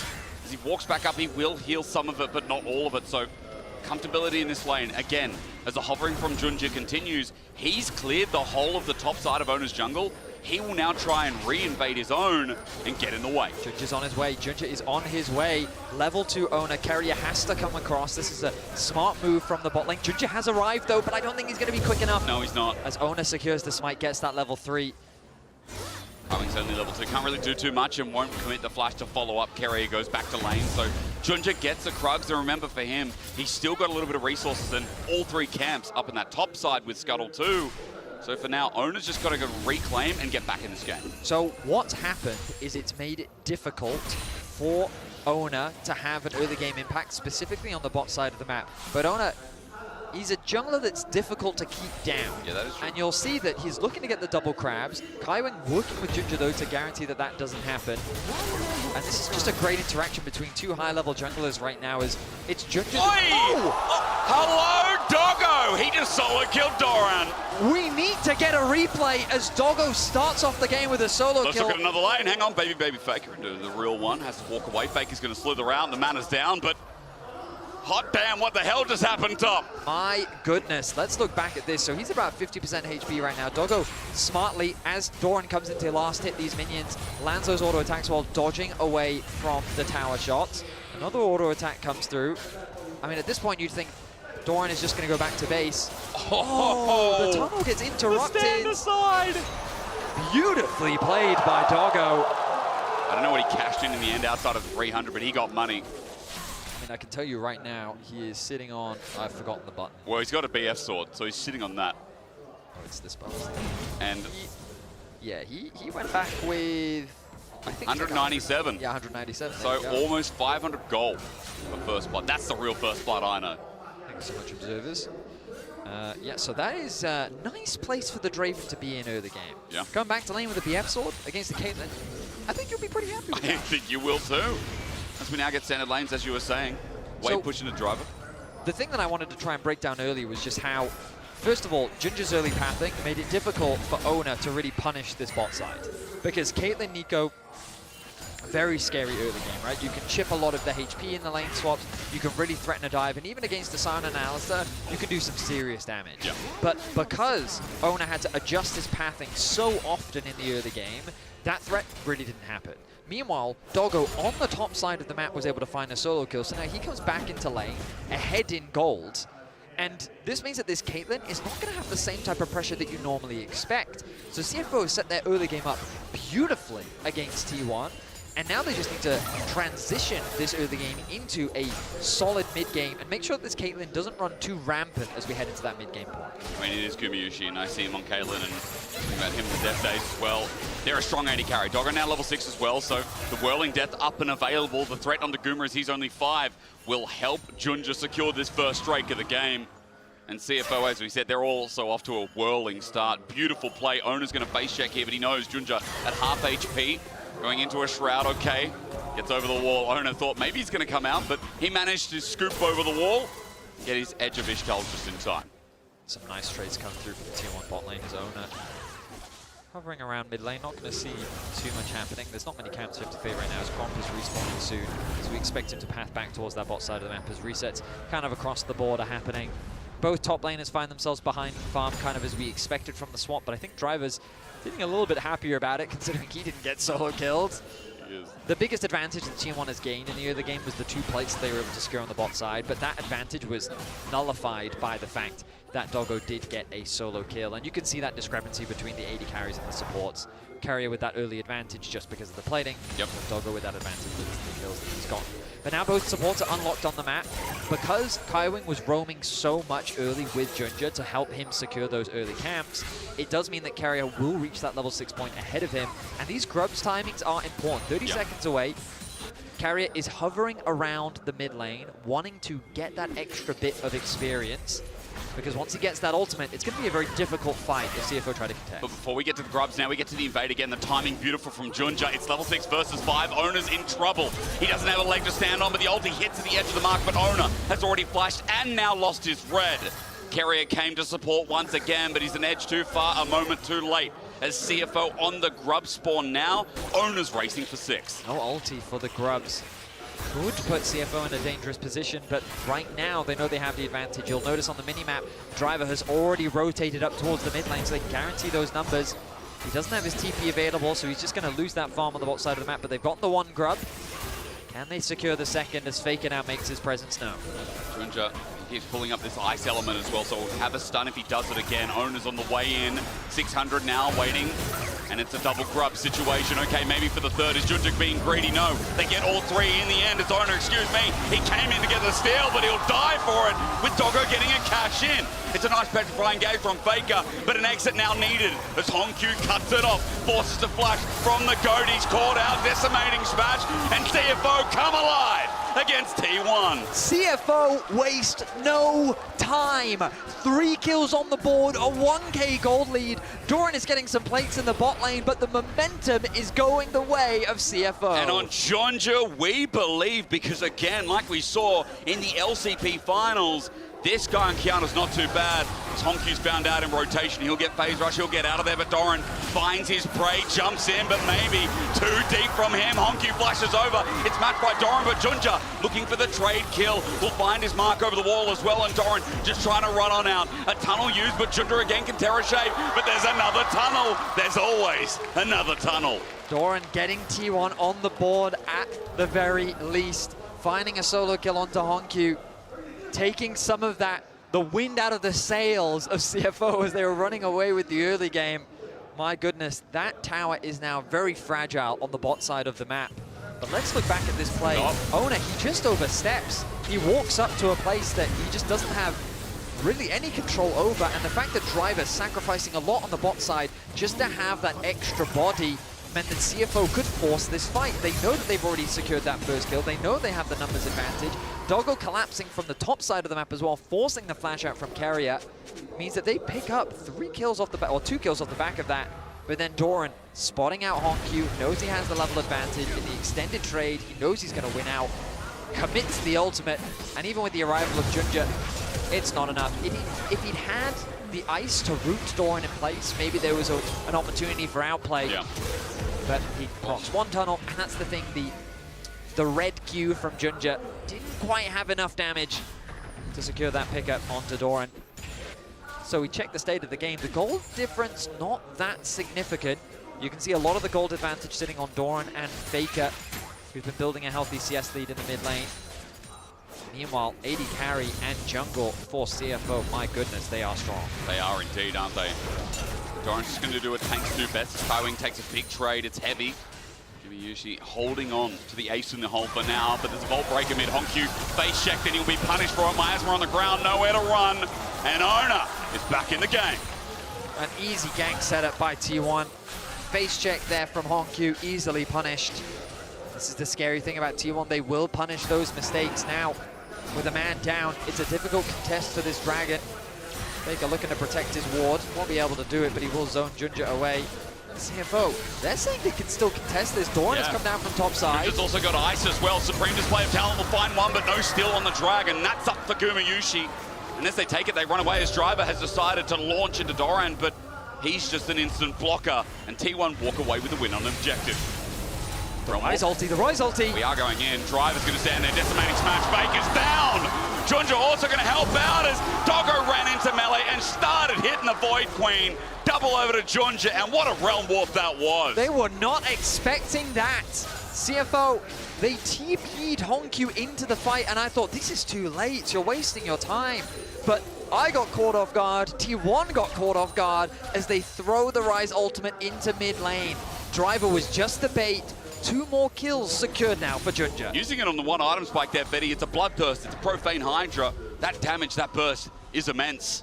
And T1 felt the full fang of it. So you'll see the TP come through, and I'm thinking to myself, the Dragon's already done. What's the point of TPing in? Maybe he can catch this bot wave. They rotate their AD carry into mid, but they notice Faker and Doran overstep trying to punish Driver, which means an easy collapse can come through. Cassio gets one shot, lands a good ulti onto Driver, thinking maybe he could trade one back. But my goodness, Junja, you talked about his performance in the finals. It feels like that we're seeing another fantastic performance from him. A 1.1k gold lead and a 1k gold lead for Doggo as well. This guy on these days of EDG, Vetty, I didn't get to cast him enough because, of course, he was behind some legends at the time of the World Championship squad, but there was a reason this #1 Chinese solo queue player was so sought after, even being on a bench for a bit.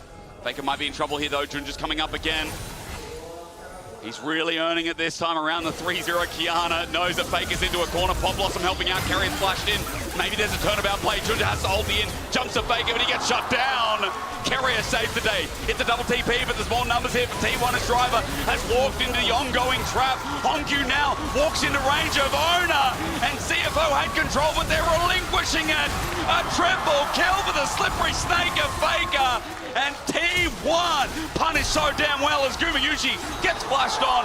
Doggo's still got the spunk. 3-0 on the Draven. He needs to step up. Okay, the gloves are off. T1 are fighting back, and CFO's aggression gets punished. An ultimate from the mid lane to allow for Doggo to continue his push. I don't know how much longer he can stay on the map, but Faker getting a triple kill brings him right back into the game. A 1.8k gold lead, and Doggo answers with a solo kill of his own. It's like exactly how things played out at MSI. A brawl between the two teams. It was good. This is just a heavy overcommitment from CFO. They think that it's an easy gank, but the ultimate from Junja, trying to keep Carrier away, made it so much easier for Faker to turn that around. And then when the TP came through, I think CFO should have just focused on trying to cross-map, because this time around, T1 had the numbers advantage. And I think that's the biggest thing that CFO have been getting away with. Numbers advantage in their favor to punish T1. This time, though, T1 reacted accordingly. But Guma did not expect this. A flash underneath the tower. He doesn't bother trying to flash away. But now they know, no flash Draven. And Ona will be setting his sights on that AD carry. First turret, meanwhile, picked up in the bot lane. No feats just yet. It's all about this objective as Herald now spawns. But Veti, I see an experimental Hexblade here for Doggo as his second item. He's a full item ahead of Guma right now. That Draven has got money. It is definitely his treat at the next meal as it is coming up now. Everyone sit down. It's Herald. And also, let's remember that Junja's close to his second item too. Surprise me. I guess getting an extra bit of health, he can easily proc the attack speed. I mean, like, sure, it's all the stats that you want. Normally it's just an IE or something second, or like a hardcore AD item. But I guess he's sitting here saying, you know what, I hit hard enough. Yeah, I guess so. I'll get a bit more HP. Junja, caught out. Pop Blossom finds him after the scuttle. He'll regret this. Gets a stun up though. Goes invis for the time being. Edge of his shell's perfect timing as that's simply a clone. He'll jump over the wall, audacity out, buy some space as Doran is on the hunt, but with that health bar advantage, T1 start the Herald. Yeah, I mean, no ulti now available for Junja, but they did trade it for Carrier's ult. CFO still want to fight this though. Doggo on the right-hand side. Keep your eyes on him. Driver wants something to drive into. Decimating smash just out of range. Doran flashes, misses, whiffs. Meanwhile, Ona went in by himself. T1 is separated. Driver cuts off the cross, and Kywin picks up the kill. T1, they're sparked up a little bit with an ulti that came afar from Doggo as Doran jumps in deep. T1 are fighting one by one, and I see a double on a damn cow. Realm Warp in behind enemy lines, and T1 are finding themselves hanging with a leg to stand on. Petrifying Gaze misses all, and CFO are bringing it to the world champs. The young guns from the LCP play with nameplates off as they go full aggression into T1. Disconnection being shown by T1 as their focus was just off. Doran doesn't connect onto Doggo. Ona engages onto the backline of CFO. And we look back here. Driver very close again. But look at Ona committing as the rest of T1 have their sights set onto Doggo. Driver then runs down the middle, and while he does have to flash out, his job is done. He's created chaos in the midst of the fight as Doran finds himself isolated, and the rest of T1 can do little to escort him to safety. How did Kywin get both kills? I don't know, but there's a double for him, and then the Realm Warp once again from Honkyu is outstanding. Faker ends up falling. Honkyu's able to secure it. And it's just every international event, CFO continue to show up. This is, of course, only a best of one, but what an important best of one it is to get a win here. Hang on. Noxious Blast, Skinny Driver, flash for the miasma. Now that Ona's here as well, Driver in trouble. Great sidestep, decimating smash in front of the turret, avoided by Ona. He will survive. Meanwhile, Dragon does go down, but it's a good punish from T1. I mean, absolutely. The ulti gonna whiff. Ona, though, very low. The Dragon secured, and now the threat on the bot lane tower. They have the damage, Veti. Maybe enough to threaten Doran to get out of there. Redemption's going to come on down, but wait for Supreme Flame Talon misses, and Doran solo kills! CFO's jungler got ambitious, and now the damage definitely ain't there as Exhaust also used. Herald still there, Pop Blossom with the flash. Doggo caught out, instant cleanse away. He's running for his life. He'll catch the axe, he'll get movement speed, but he needs a bit more. A double. That makes it trouble for T1 to follow up on the players. They have to back away. CFO coming to help out. Oh my goodness. Okay, so T1, they're not wasting any time. They're looking for any punish possible. The fact that Doran gets the outplay onto Junja, the fact that they're able to put pressure onto that top tower, and the fact that they threatened Doggo in the mid lane, but it's not ultimately enough. They keep the top tower protected from the side of CFO. On the bot side of the map, they don't quite secure that tower, but they do open up the mid one. And the fact that Carrier committed both the flash and heal to trying to pick off Doggo, but it only cost him his cleanse, mean that he's not going to have that. Not having that flash available for the next fight is going to be a big one. Arakan, 1 minute away. and you have to expect that CFO, they're not going to waste any time. As T1, what's amazing is it feels like it's a very CFO-driven game, but the gold, it barely reflects that. It's crazy the gold even after all this skirmishing. 16 kills in 19 minutes though. That's my kind of League of Legends. About 500 now as they're starting to pick up waves. But I will also mention, in the skirmishing, in the chaos, feats of warfare were picked up. Armor advanced, the first boots that actually advanced for CFO with Doggo getting them now. So double dragon. It's Chemtech Soul this game.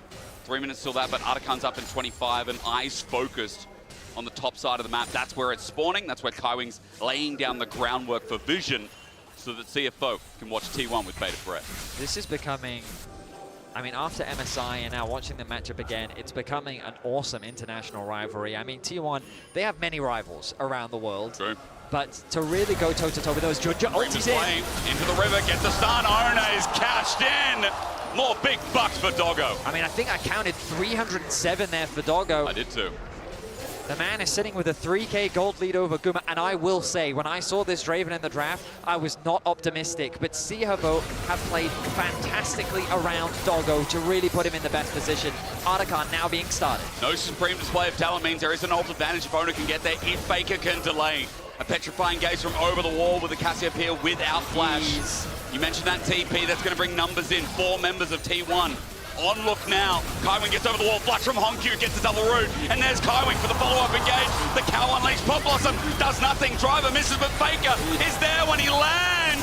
Down goes the Snake, or just about. They finish a kill. It's Doggo who gets more money in the bag. Doran now isolated, has to go back in. But the supreme display of unholy talent. Junja on Kiana is just exceptional. CFO are punishing T1 time and time again. The way in which they navigate the fight is fantastic, and I just can't get over the level of confidence that we're seeing from CFO. They T1. do not fear anything, flashing in their face, looking for the outplay. They secure the Artican, they get a tower, and they are in, forgive my pun, the driver's seat here in this best of one. Done it many times. TP, though, it's not over yet. T1 have more gas in the tank, and they're going to use it on Honkyu, who burnt his flash in that last play, but Faker, as he takes a long way around, will eventually find him. I was going to wonder as the root comes through. There's the phase rush. Noxious Blast still connects with the Twin Fang in the follow-up. Ace in the hole. Redemption coming in, and here he is again! Here he is again! Junja comes to the rescue of his mid laner. Level 14 on the Kiana, 5-2-6 the scoreline. The ultimate named a supreme display of talent, and I mean, I think you summarized it beautifully in the last fight, Hysterics. What a display it has been. The Dragon 30 seconds away. Let's look back at the fight. Junja getting very low, tanking the Artican, but then the flash in onto Faker, the follow-up flash from Kaiwing. Doggo hesitates as he sees Doran turning his attention onto him, but the rest of the team is doing so much work on the backline. I got worried as Faker was still alive in the midst of all of that, because the rest of CFO assumes that someone will get the cleanup, but they do in fact get the cleanup. The ultimate connecting onto both. I didn't see the carrier connect and as well. And it got the kill. It secures an additional kill. And I mean, what else can Faker do? He puts his hands up as CFO find themselves with just short of a 5K gold lead here in this best of one. Now, there's been well rewards here for the jungle, but let's not forget, it is really Doggo who helped start this game too. Outside of the invade, outside of the successful pressure, from Junja, Doggo, now almost at his third item, is 3.8K over Guma. He has cashed in 5 times, has not died, so it keeps accumulating, of course, every kill to cash in. And it felt like Caitlyn was the AD carry of the tournament. It did. It felt like the teams would have to find new answers to it, and we were discussing those answers today prior to the cast. I don't remember this being one of them. Draven wasn't on the list.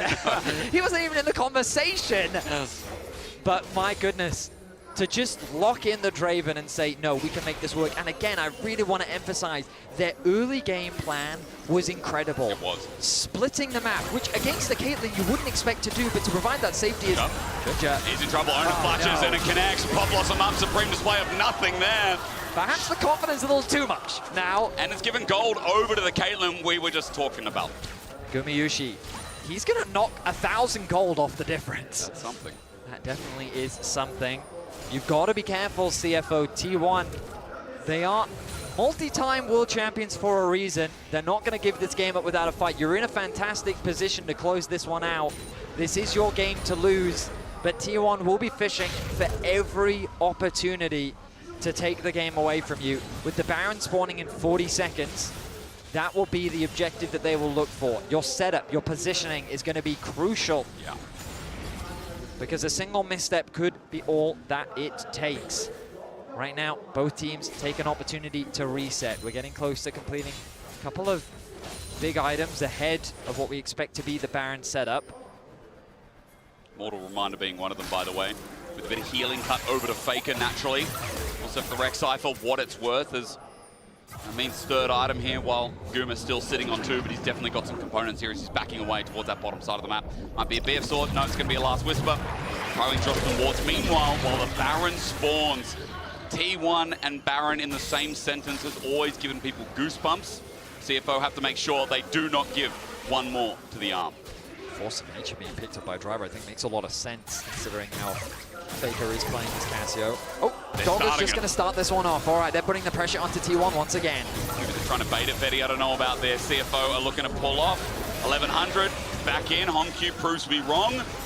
And now below 10k. I really don't think they should gamble the Smite fight. I think that's the worst choice for them considering the lead that they have. They've got the push in mid-wave. They're going to force Doran to go and answer that. Whirling Death onto Guma, good damage. And now they can go back. There's that. So you can see it in the back of the pit. Driver spots it out as well. He's going to clear out that control ward. Will proc the aggro of the Baron. And now they're going to draw T1's attention once more. Keep the pressure up. TP comes back in from Kaiwing. Okay, Carrier's going to find an angle in the meantime. That's his point. That gives vision. Redemption going to come down. Nice, healthy CFO below 10k once again.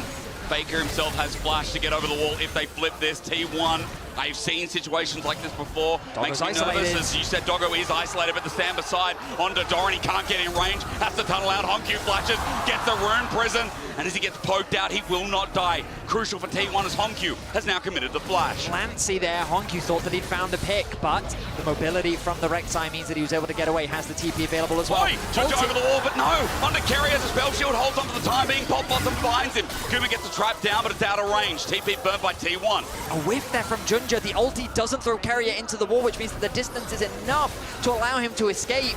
It's a trade of ultis, but that was a big ulti. Gets Tangle Bubs, ran up and Drive interrupted! Drive interrupted owner! There's no sprint play talent as Faker sets up the ulti. It's a shutdown on the Hongq, but it is a trade. T1 lose 1 to gain 1 as Driver, even though he picked up that kill, he might have saved the play. Tangle Bubs, 2-man once again. Doran jumps in, Doggo goes far, up midway, flushes away. There's the ulti from Doran, but he's got no one to support him again. Doggo running, goodbye! As Doran only just managed to get out, Driver somehow dies before T1's top laner. As Kerry and Guma hold the fort around mid, Faker's low. Kaiwing was seeing him backing, but as Driver dies, the messiness subsides. CFO, oh my goodness. We talked about those tiny mistakes getting punished by T1, and they dance at the very edge of death, but it is T1 that stave off the Baron and close the gold gap once more. They get the flash out from Doggo, which is such an important summoner spell, and they have the numbers advantage. They're coming back out onto the map. Driver has his TP available. The Soul is spawning in 20 seconds time. The face check, you've got to be careful. The ward will be dropped. Kaiwing, crucial here. He doesn't have to burn the ulti. He's got flash available as well. Any chunk leads to this Baron. Any chunk delays the Soul. 5 seconds, speaking of CFO, on that point. But T1 have River first. Doggo on the top side. Are they considering a Baron duo? Doggo's saying that maybe we can sneak away this Baron. Owner knows, though, they're going up straight away. The rest of T1 following. But I think CFO's happy with this. They wanted to bait T1 out of the river. They've done just that. The bot wave and top wave continue to push in CFO's favor, which means that they're not too concerned about any pressure on the side lanes. Waves continue to be fought for in the mid wave. The T1 have that slight range advantage. HP not going to be too significant though. Dragon going to be started off. CFO want to threaten the Baron once again. Draw T1's attention. It's a tense affair. But this Dragon looks completely uncontested. Junja though. Junja Hang on, Junja goes over the wall, wants to contest with Ona in a 2v1. There's a supreme display, and he has the audacity to take it away.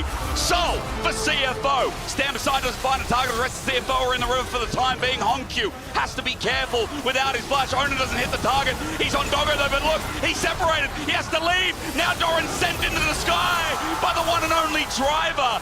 Faker stands and starts poisoning, sending out the fangs, but T1 have lost top lane. They've lost Soul, and now the Baron's on the cards. Oh my goodness, CFO get away with so much. They steal away the dragon, they win out on the fight, they have the numbers advantage. Ona still lives though, and as long as he has his smite, there's always going to be a possibility. They don't have information as to where Ona is. They've spotted him out. There he is, Mega Blast Cone gives him some space, but Junja has a stun. All he needs is to get into range.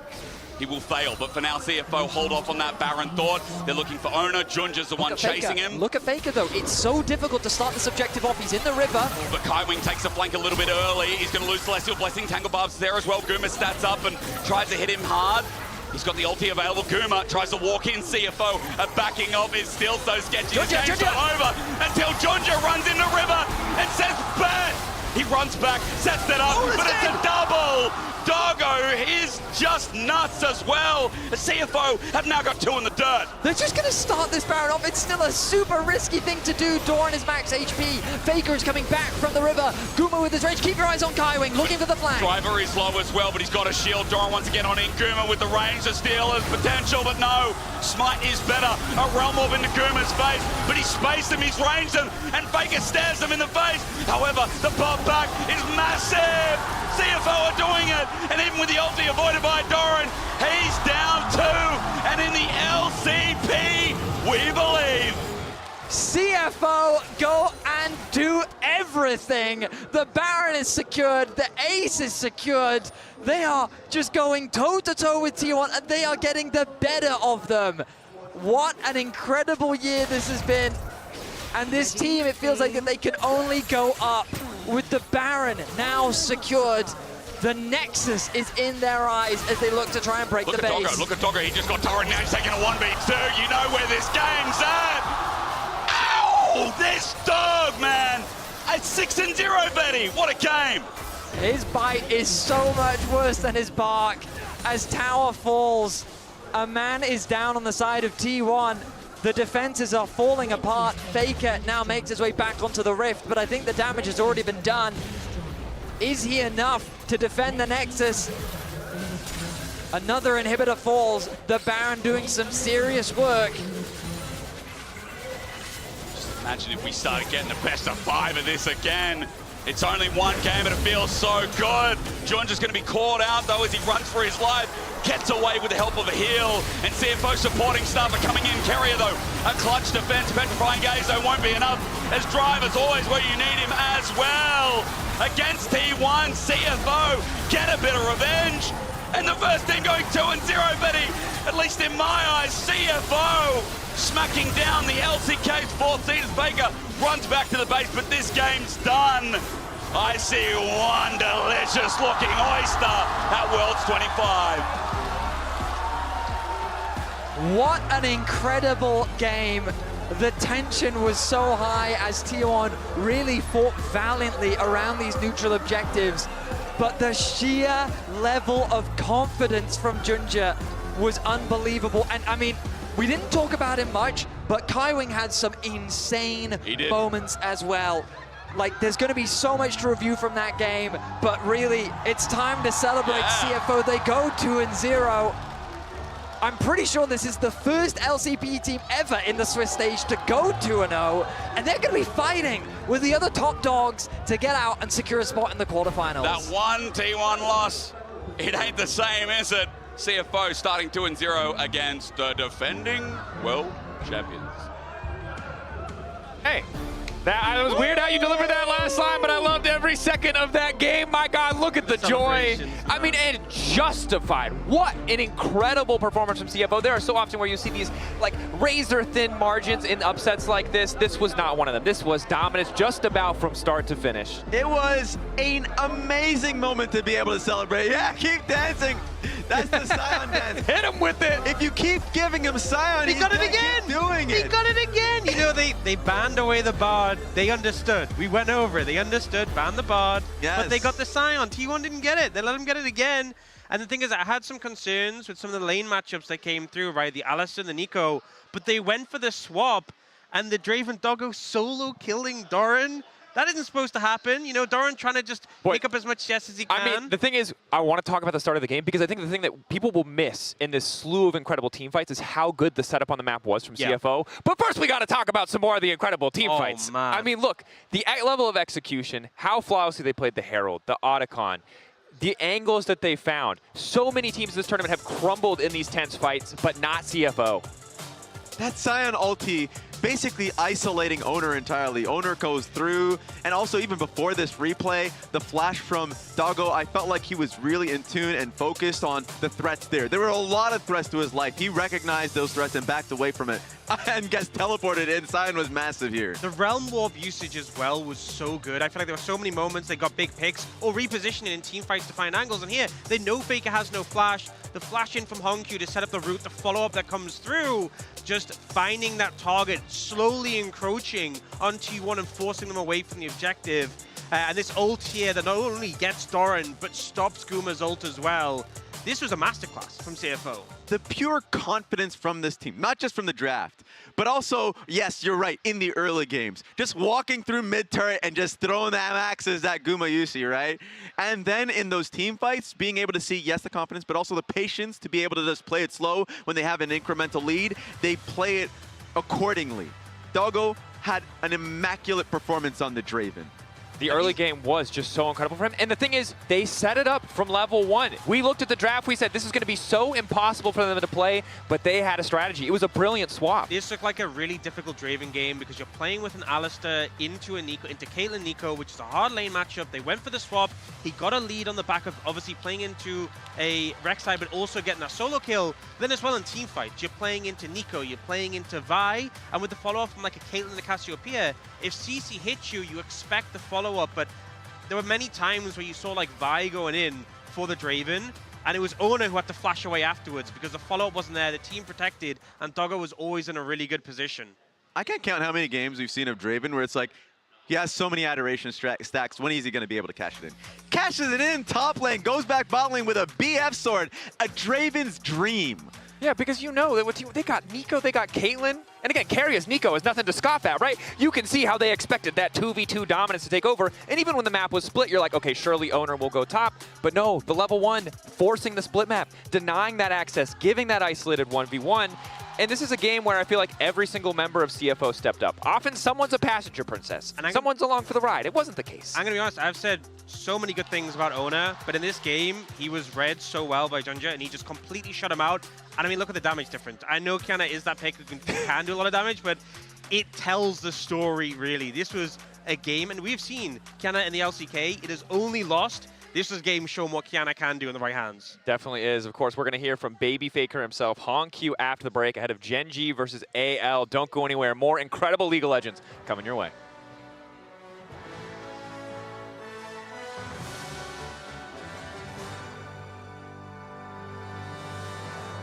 Follow-up engage. The cow unleashed. Pop Blossom does nothing. Driver misses, but Faker is there when he lands.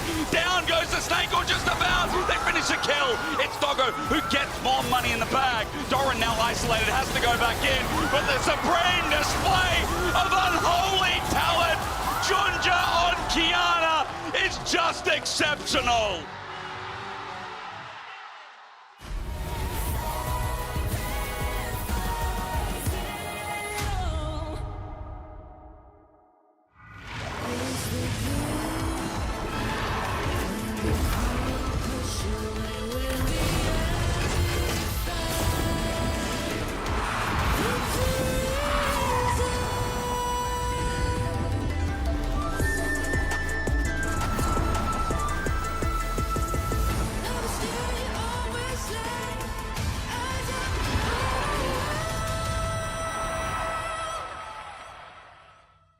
The greatest players in the world are here. They can just burn this one down. Oh my god, Owen by 9! You are going to see them like you've never seen them before. Rocket Will as the Arcane Storm doing so much work, and Genji, they are just going to ace them. 누굴 만나도 이길 수 있다는 자신감 정도로만 생각하고 있습니다. Genji, the EWC winners.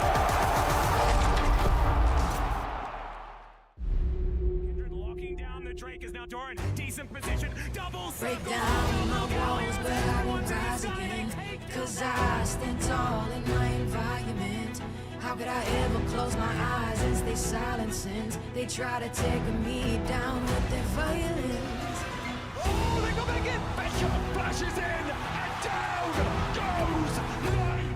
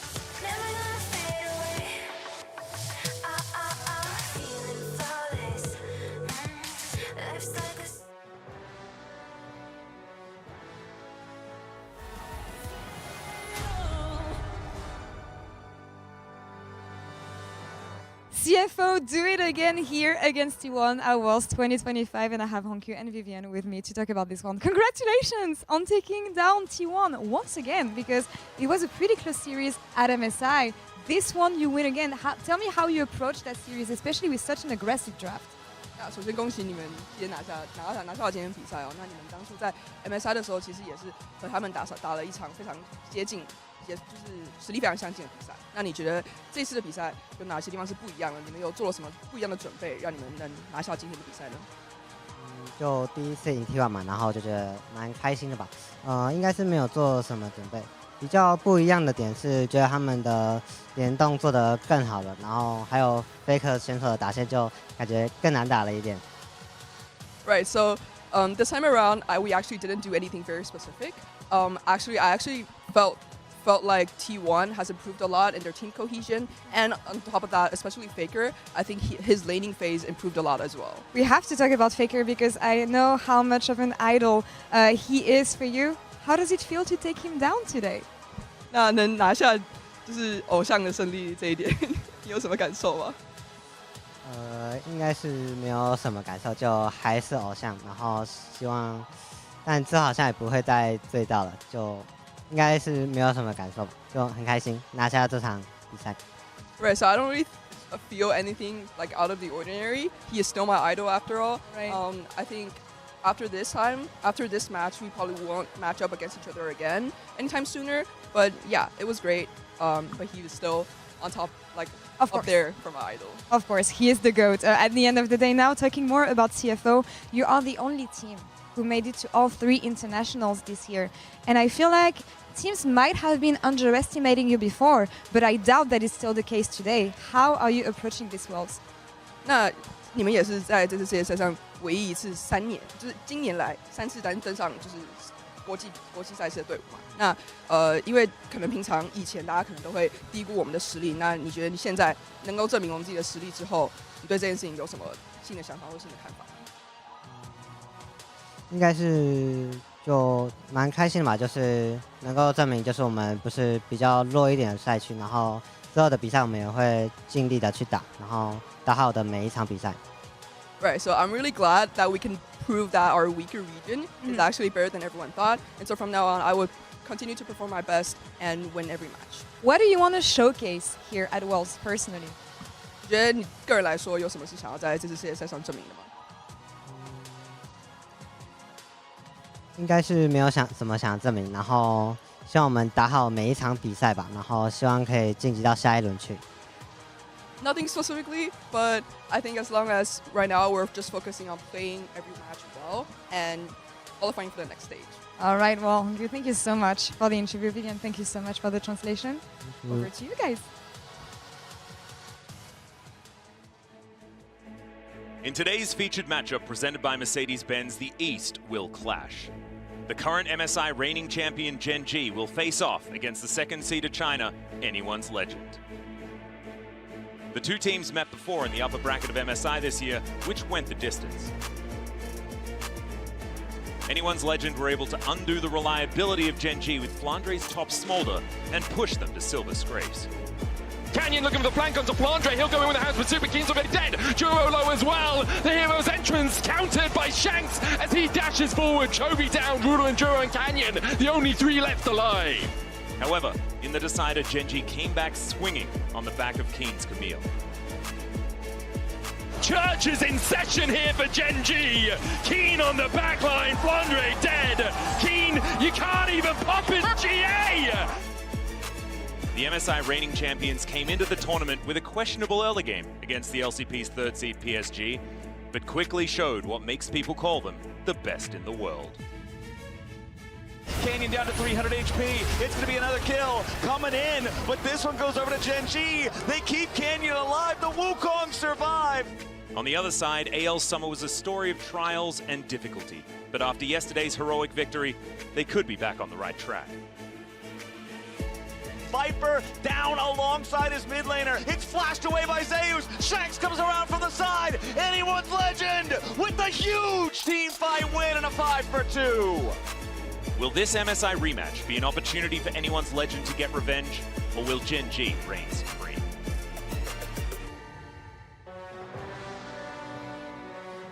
Welcome back to the Analyst Desk for our Mercedes featured matchup. I have no doubt in my mind that it's going to be an absolute banger, mostly because we've seen it so many times before, as that video so wonderfully highlighted. It's going to be good. We're being spoiled, by the way. AL just has to go after Juggernauts after Juggernauts. HLE now into Gen G. What is going on there?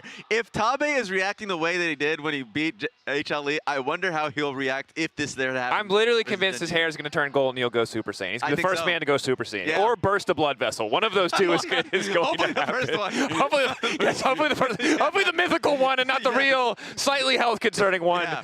But gentlemen, this is a super exciting matchup. Gen G, of course, favorites, I think, in the sense they're the first seed. They've shown that they can win in the best of 5s, but it's best of 1. Obviously, AL have taken plenty of games, so it does feel like anything could happen. Yeah, I think especially given when they matched it before, obviously it was super close between them, given that yesterday AL's fantastic performance against HLE, and it is a best of 1. So even though a lot of people going in the tournament favored Gen G heavily into any team, I think from what we've seen from AL, this is a close match, and I think Gen G need to be on the A game if they're going to hold out against it. We saw these teams go head-to-head at MSI, and it was an absolute slugfest and really tested Gen G, where they were the eventual champions of the tournament. Yeah, I don't know going into this event what people would have expected out of anyone's Legend, simply because of like the rocky regular season, going into the playoffs, sure, and then ramping up into what was an amazing game just yesterday. But yes, they faced off against each other in Gen G. It was close at MSI, but then you're still dealing with a back-to-back MSI champion, currently coming into this event, Seed 1 in Gen G, as immaculate as we've talked to and sung their praises, but AL seems to be playing up to the opponent's strength again and again. Yes, and of course I think the team fighting has been immaculate from AL, something that Gen G share in fashion, but a player that I also want to highlight is Ruler, right? We said yesterday, it's kind of hard to pick one name. We didn't have enough time to talk about every single Gen G player. They all have these unique stories, but Ruler is the one kind of at the forefront of my mind. Incredible performance yesterday. Rock solid carry for the team, and a guy who, again, I think we have to keep our eye on.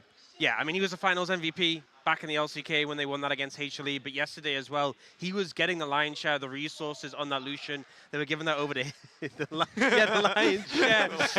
One time for the people, Ox. One time for the people.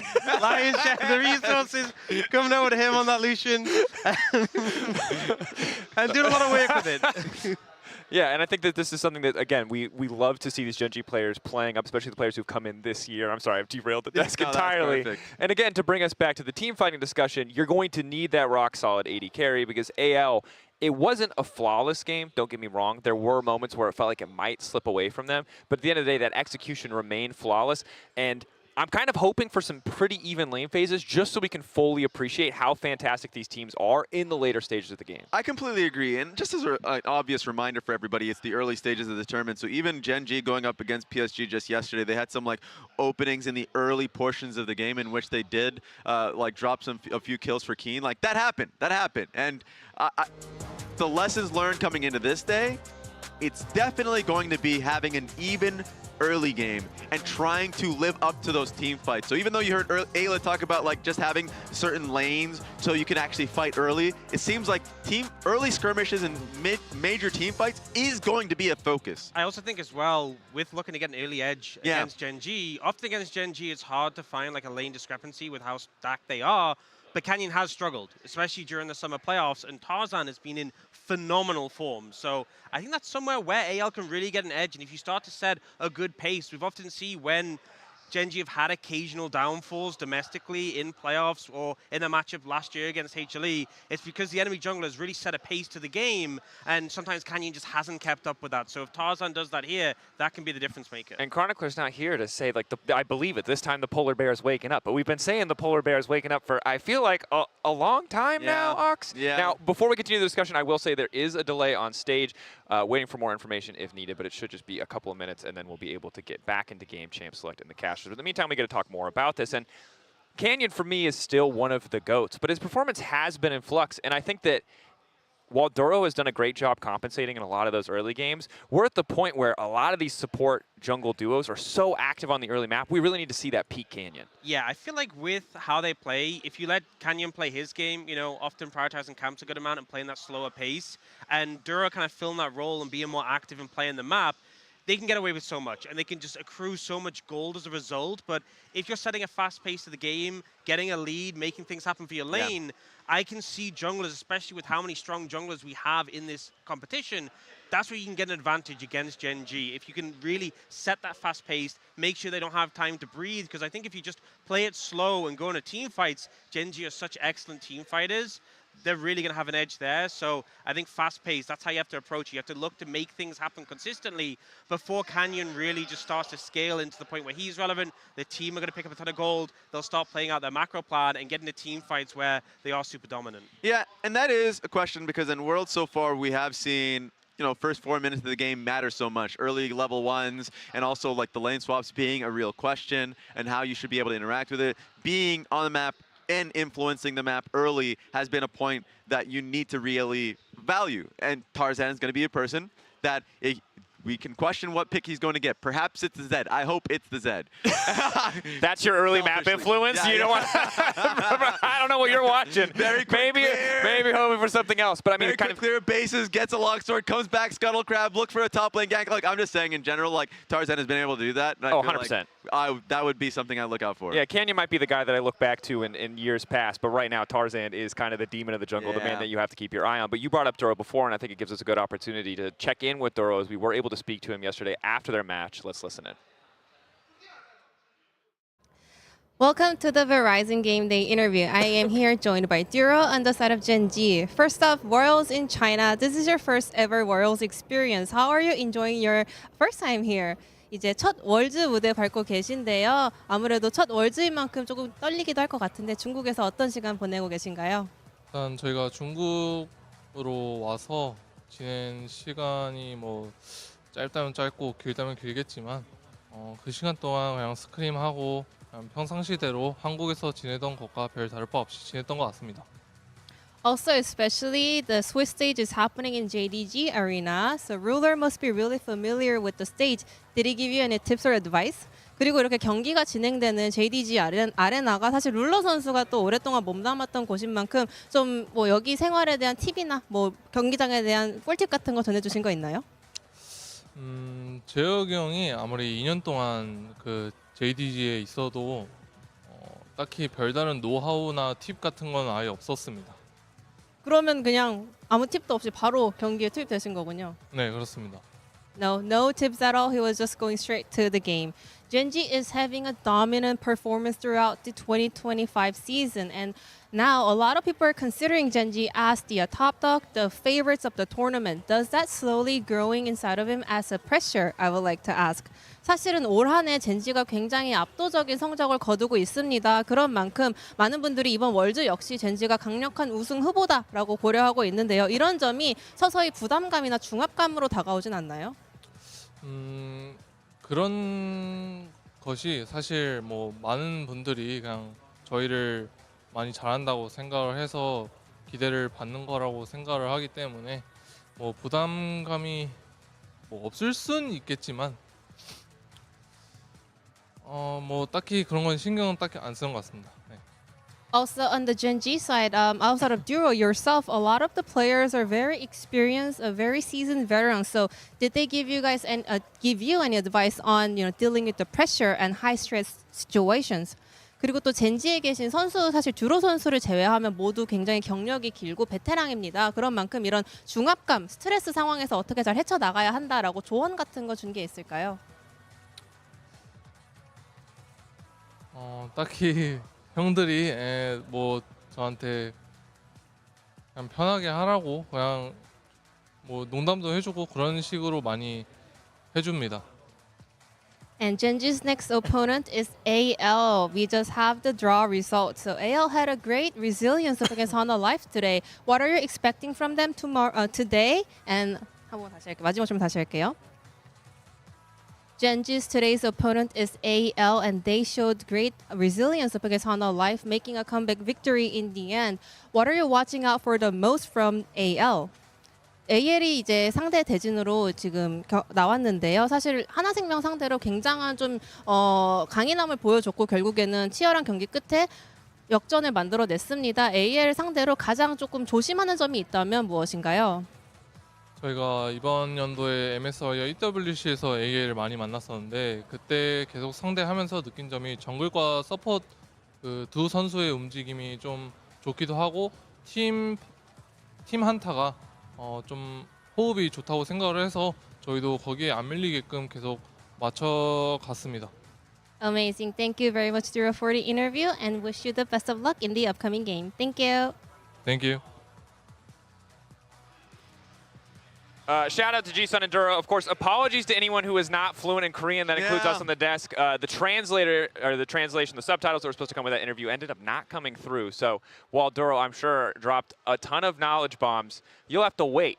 We'll get it later maybe with the subtitles. You'll find. You understood fully? Yeah. Could you give some You wanna- insight you wanna into what he give- was saying? you wanna give No, some I insight? need you guys to challenge yourself and actually hit up Duolingo or something. I don't know. Me personally, I'm good on that. Okay, so a bit of an awkward one. Ask your Korean-speaking friends. Perhaps they can translate you. But Yeah. let's focus back in on the matchup. Duro, of course, interesting. The other matchup that I think is so fascinating is the top side of the map, because I was kind of ready to count Flandre out, but it feels like this man is the kind of the beating heart of this team, because even yesterday when he was falling catastrophically far behind, he remained relevant throughout the entire game, and now he's going up against Keen, who we might have cashed or cursed a little bit. We did big up him, and then he kind of immediately died a few times, even if they did still win. But this is a guy who I think I'm looking at as probably the best, if not one of the best top laners in the world. Yeah, I still have a lot of confidence in Keen, given how he's played domestically. And even though obviously it was a rough start to the game, he really bounced back and still had an impact in the fights on the Ambessa. So I think I'm looking at this game, whatever role Keen is able to play, I think he's super flexible. And I feel like on the other side, Flandre has quite often been a rock on the other side. He knows his job. Yeah. He's somebody that, like, yes, he can fall insanely far behind, but he's going to create as much space as possible. If he's going to sack a lane, why not? We're taking the fight. So if you're going up against anyone's legend, you better be prepared for the skirmish. You better be prepared to TP early to be able to take fights around objectives. That's what I am looking out for. There's that fighting spirit within the team. When we heard from Tabe at MSI, he's talked about, of course, Tarzan and what he's able to do with the influence on the team, but also just recognizing that this is going to be a team that plays around team fights heavily. Gen.G has to recognize that. Yeah, Gen.G, again, getting ready for those terrifying team fights. Early game is going to decide so much. I wish I could promise an even. I wish we could just skip ahead like an arena game and watch people 2v2 and 4v4 forever. But that early game is going to matter, and we've seen a lot of times both these teams kind of ignoring the results of early game, outclassing in team fights. We saw the Vi swing get ahead for PSG yesterday. It didn't matter. Gen.G still ahead in gold, controlling the lanes better. For AL, we saw Viper. He was terrifying. Again, it didn't matter. Was not enough. Now there might have been a Tear of the Goddess in the equation that people are going to keep bringing up, and probably rightfully so, but this is the thing that I'm really looking toward. Who, however, in the early game is more likely to generate that large advantage? That's the big question. I think that's the thing is that, you know, there was definitely a time where Gen.G were really good at generating those early mid-game leads and would often see them just accrue more gold. And we kind of saw that yesterday, even though they had some issues in terms of kills, they were ahead in gold, right? And then they got that big team fight, blew the game over. But I felt like in their playoff run more recently, they were sometimes going into that mid to late state in a bit of a deficit, but their 5v5 was just so excellent, it just felt like it didn't matter. So I could honestly see that happening in this matchup. They do fall behind a little bit, but I think even though AL are such good team fighters, they are against arguably the best team fighting team in the world. So I expect some big 5v5 clashes here. Yeah, and it's funny. AL puts themselves in like kind of like cinematic moments where they are far behind and they claw themselves back. The Casio from Shanks, right? That's why overnight, what? Puts themselves in cinematic moment? What is this, 2025 sandbagging? What is puts themselves in cinematic moments? Maybe throws for content? What does that mean? Wait, we have to ask the players the questions. Maybe not willingly, but I like how both me and Raz are pitching like we'll fall behind.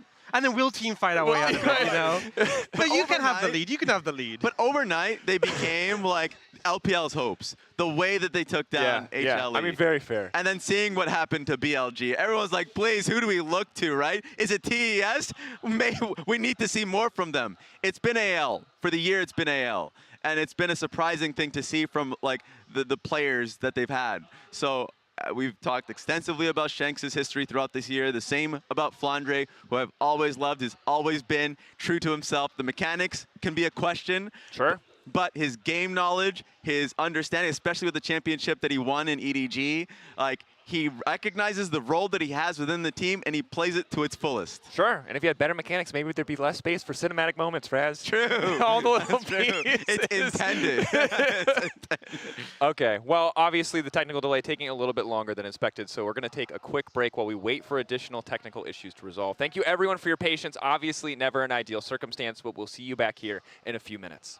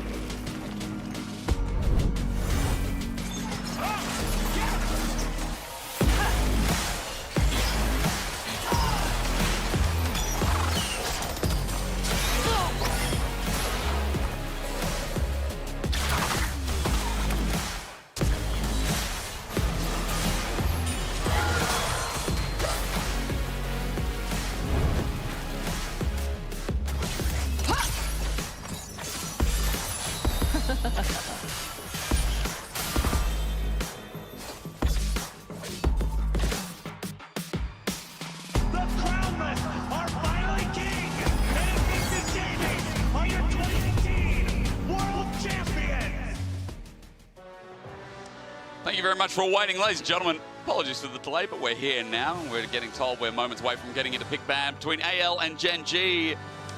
Matchup is red another hot. rematch between We waited too long for this. Titans.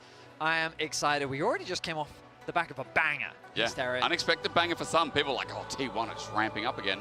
Oh, no. Yeah, the LCP is crazy. Yeah, that 1-1 pool is getting very heated. It and is. Another Titan is going to join the 1-1 pool very soon because one of these teams is going to win, the other will fall. But what I can safely say is I'm expecting the team fights to be world class. Yeah. I think that we do have, especially after what we witnessed yesterday between HLE and AL, like those team fights were absolutely insane. And given the caliber that we hold Gen G to and what AL have shown us, it feels like that this is a different AL from what we saw from the third split. With a quick reflection on Gen G yesterday versus PSG, where yeah, there were some moments in the early game that we're talking about it on Desk, but like after that, I feel like only Gen G and maybe one or two other top teams could pilot a comp like that to such great force. You know, that Lucian Brom was insane, and all I can say is that Gen G look like they're firing too, and that's what hypes this up. An AL, a Gen G in Worlds form, in international form. We have seen them at other internationals, Vetty. Both times this year in best of fives, it's gone to all five. It's only a BO1, but hopefully it's a long one. I mean, so the good news for fans of both of these teams is that there's no way for them to rematch. So in the event that AL go 2-1 and then Gen G go 2-1, they wouldn't be able to then both fight each other. So meeting now does have pros, even if it does mean that two very strong teams are going to be meeting a little bit earlier in the tournament. It's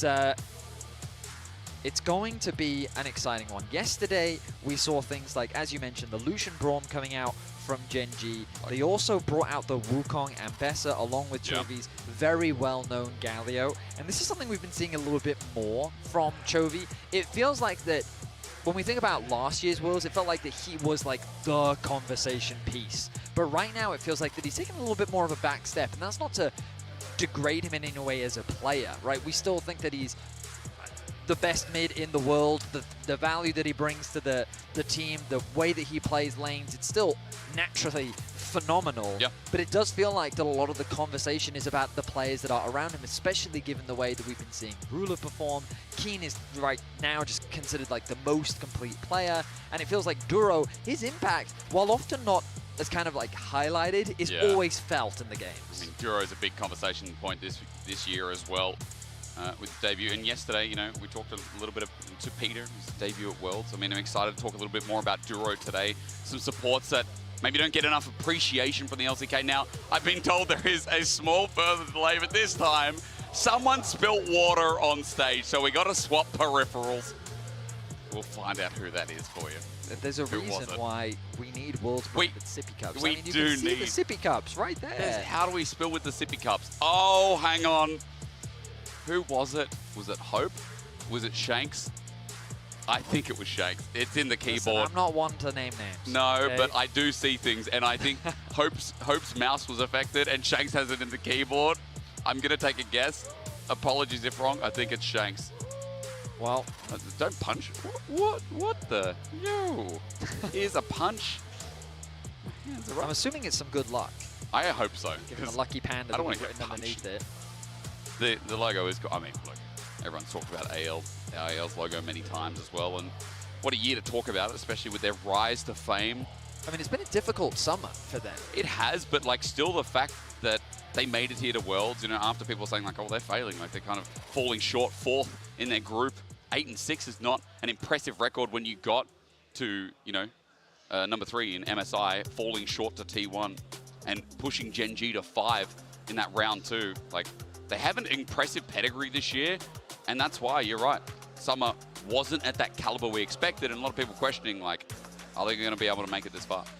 Yeah, I mean, based on what we saw yesterday, my expectations have risen significantly for AL. I know that the consensus coming into the World Championship was that the LPL teams kind of, well, were the dominant forces. Yeah. A lot of the power rankings that I saw put T1, HLE, Gen G as kind of the 3 favorites of the competition, and a lot of the LPL teams fell to the wayside. But AL is a team that we know the caliber of players. Tarzan is still considered, I think, the best jungler in the world right now. I think so. He's a phenomenal player, and as long as the other players kind of step up and they utilize their resources well, we know that they are a title contending team, especially given that what we've seen, we saw it at EWC, we saw it at MSI. Yeah. Like, these 2 teams specifically go toe-to-toe. Full 5 games every time.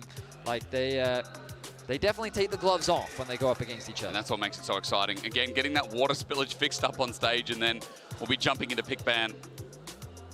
We made you wait for this one. It's our best matchup of the day. We made you wait. Oh, absolutely. I think that's okay, guys. I think get your coffee, get your tea. Giving more times for the EU fans to wake up ready for the next match of Fnatic versus BLG. That's right. Throwing them a bone. That's happening, EU needs it, you know? We just versed each other. MKOI now 0-2. GG got their first win on the board, and the only reason that EU's on the board currently is because we had to have an internal matchup. We take those, hey, we take those. We do. But I don't know if... imagine if BLG just step up from yesterday's performance, which was a bit lackluster, and then... imagine if Gen G lose this. I think that it would just... Like, okay. You're looking at that 2-0 category, and we know already that CFO is in that group, right? I'm trying to think about the... I mean, I guess I shouldn't spoil the results that have happened also today. Well, you just did, because everyone knows who CFO first. But that just happened. That's different. Maybe, especially if you're in EU, you're just kind of waking up and... Maybe someone's like, I'm going to watch these other games first. And then Betty's just come in, oh, CFO at 2-0. They're going to put 2 and 2 together. Our audience is very smart. I should have given a spoiler warning. You are right. You know, we don't have to ramble anymore. Okay. We got the draft at long last. Here we go. Worth it, and it will be worth it. Yunara's off the board. There goes the Cassiopeia as well. And no Nico support this time as the double mid lane ban from AL. Now, this is an interesting development with the Cassio ban. It does raise the value of, well, what's your answer to Rise? And so now the question for AL is, do we ban away the Rise, or do we let Gen G have it and say that we've got a solid solution? So what's it going to be? It would be 4 mid lane bans in total as well. I like that you bring up the Rise again. We talk about picks that are defining World so far, and it is up and available for Chovy. Okay, let's find out then. Will this Rise come through? What is it going to be on the side of Gen G? We know that the Jarvan is available. Not really had a lot of success here at Worlds, but it is going to be the Rise. Now, of course, you could just do the Talia. We've seen that many times before. It's solid in terms of what it brings to the game. I do think Rise is just a stronger pick, just because of all the extra HP that you get from the Rod of Ages, the silent threat that you provide. And I mean, if you did watch the CFO match earlier, the use of his ultimate can be game-changing. Okay. In the meantime, there isn't many poppies yet, Betty. So, it could be interesting. But what is it going to be paired with? I mean, I feel like Tarzan, you put him on anything these days, and he's just playing out of his mind. It's Pantheon we saw yesterday. Now something a little bit more supportive, as I was saying, but it is all about the pairing with the Poppy. And remember, again, it still can technically be a flex. As priority carry, where do we drop with this? Ooh, that's a great question. I mean, I was kind of expecting Sivir to be quite a high priority pick at this Worlds, but it really hasn't been so far. I put it as most picked in my pick'ems. Yeah, I mean, doing too well. That's not working out for you right now, buddy. I should have done something like the Rise or the Talia, which now gets locked in. Talia going to be Mexico, kind of as we expected. That Poppy, of course, is a flex pick. We've known Flandre to play it towards the top side of the map before and could always still be in the support position. Yeah. We'll wait and see what direction it ends up being. But whoever did pick ban for this Worlds, the music, take a bow. That music has been very dramatic. It has been awesome. Pianists, it has been incredible violins. We've just brought out the orchestra for our pick ban music, and I couldn't be happier. Since I'll bring you back, has been picked up rather, and locked in. And now we question maybe a support, maybe engage, pairing here. We've already got good roams, and we've got good setup, good dive. Now given over to Gen G. Oh, absolutely. The Kaiser going to come through from Ruler. The backline threat. I mean, I am surprised to see that come through against a Poppy. Like, there's a lot of dashes on the side of Gen G. Into a Talia Poppy, you're not wrong, Betty. And in the hands of Tarzan, that could create some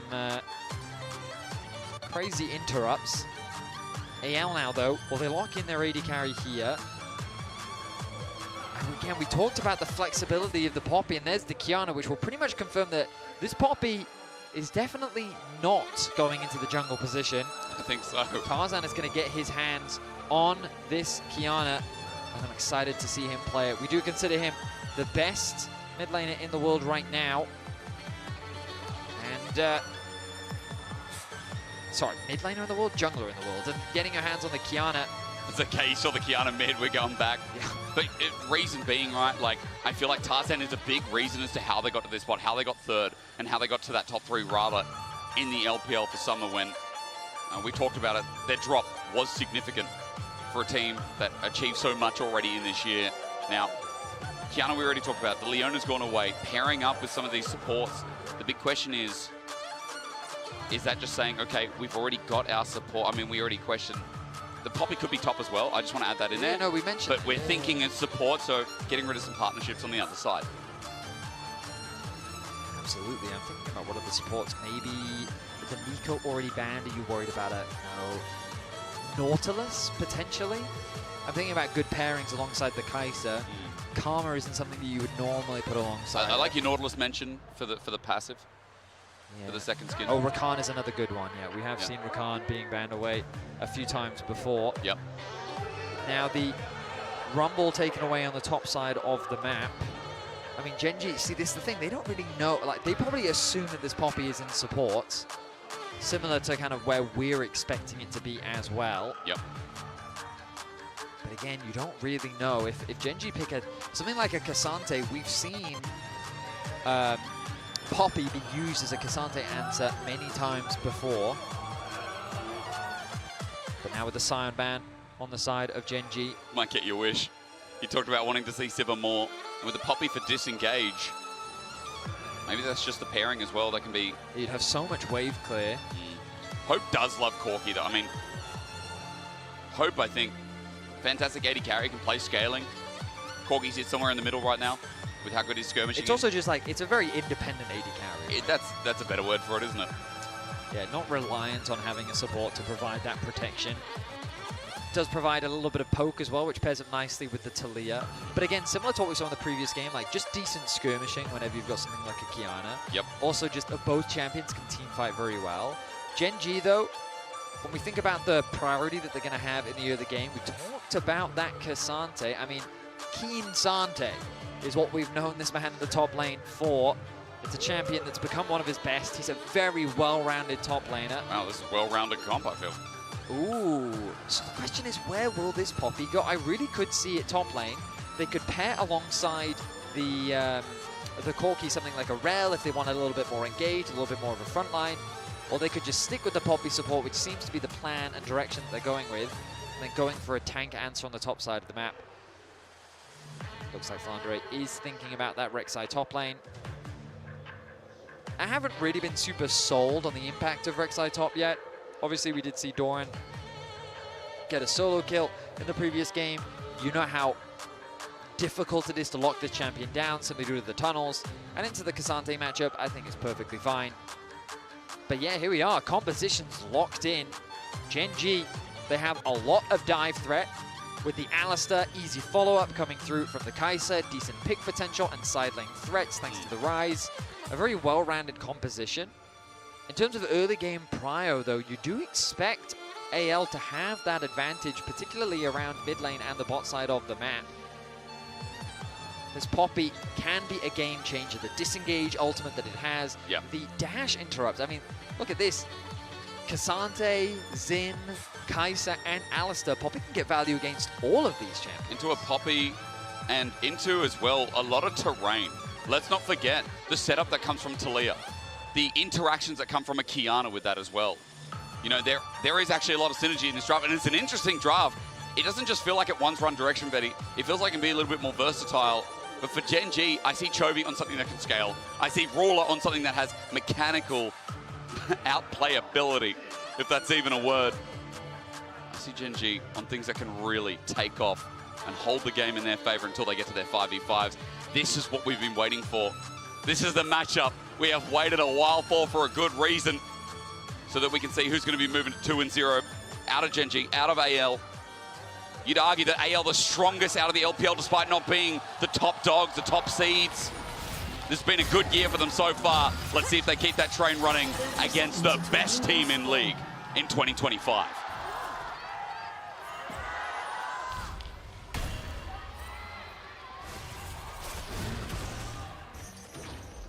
LPL support seems strong in the arena today. I mean, why shouldn't you be? Top Esports having a strong performance at this tournament as well. It's just the question mark surrounding BLG. But AL, I think a surprise to many. I think a lot of people would have put HLE as the favorites. I mean, I put HLE as the favorites into the AL matchup yesterday. Yep. And it was a very close game. It was one of those games you get excited for because both teams kind of ended up just sending it right. It was absolutely. It was like that little micro difference, like who's got the better hands, you know, by the 25-minute mark. Terrifying. Viper's Kai'Sa was nuts. It really became a game so good. Will Viper win the game or not? But maybe Flandre, again on the Rex side, is going to be fantastic too. He was great yesterday. Now he starts off with an armbar onto Canyon. He's relying on the auto. Shanks pokes up with a threaded volley. A 2v2 continues. Ruler backing off as he went for the lane swap up in top. Flandre is going to see him there, and Tarzan goes back to farm. Looks like Tarzan starting with his Q. And the damage that it offers is not the greatest, but the swap coming through from Gen G means that this Kai'Sa gonna avoid what is a difficult 2v2 matchup. We know that the Alistar really doesn't offer a lot in the early levels. Oh, Canyon's going Wolves straight to bot. He's gonna be spotted on a ward on Raptors, Vedi, but this is a different type of path, leaving top cams for now.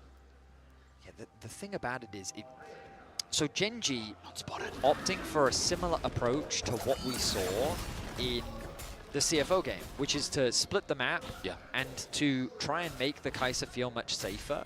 But now on the top side of the map, this Tarzan is hovering. Kyle looking for a roam into mid lane as well. My goodness, the way they're just passing through the video. Chovy's cautious though. He knows that Kyle is missing on the map. The ping has just come down. I don't even think he spotted him. He just knows because again, the movement comes up and in an isolated 1v1, Jura also hovering with Canyon just in case.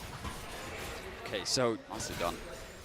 The reads from both teams already at a very high level. The reset going to come through from Tarzan. Picks up the longsword, makes his way towards the bot side of the map, which means that after this next clear, he can immediately start pathing back up towards the top side. Canyon having to take this somewhat awkward path, but he will now pick up his red buff. Meanwhile, Ruler feeling very safe on the top side, hoping the same position. And He's not safe in mid though. Duro's coming in, headbutt pulverize.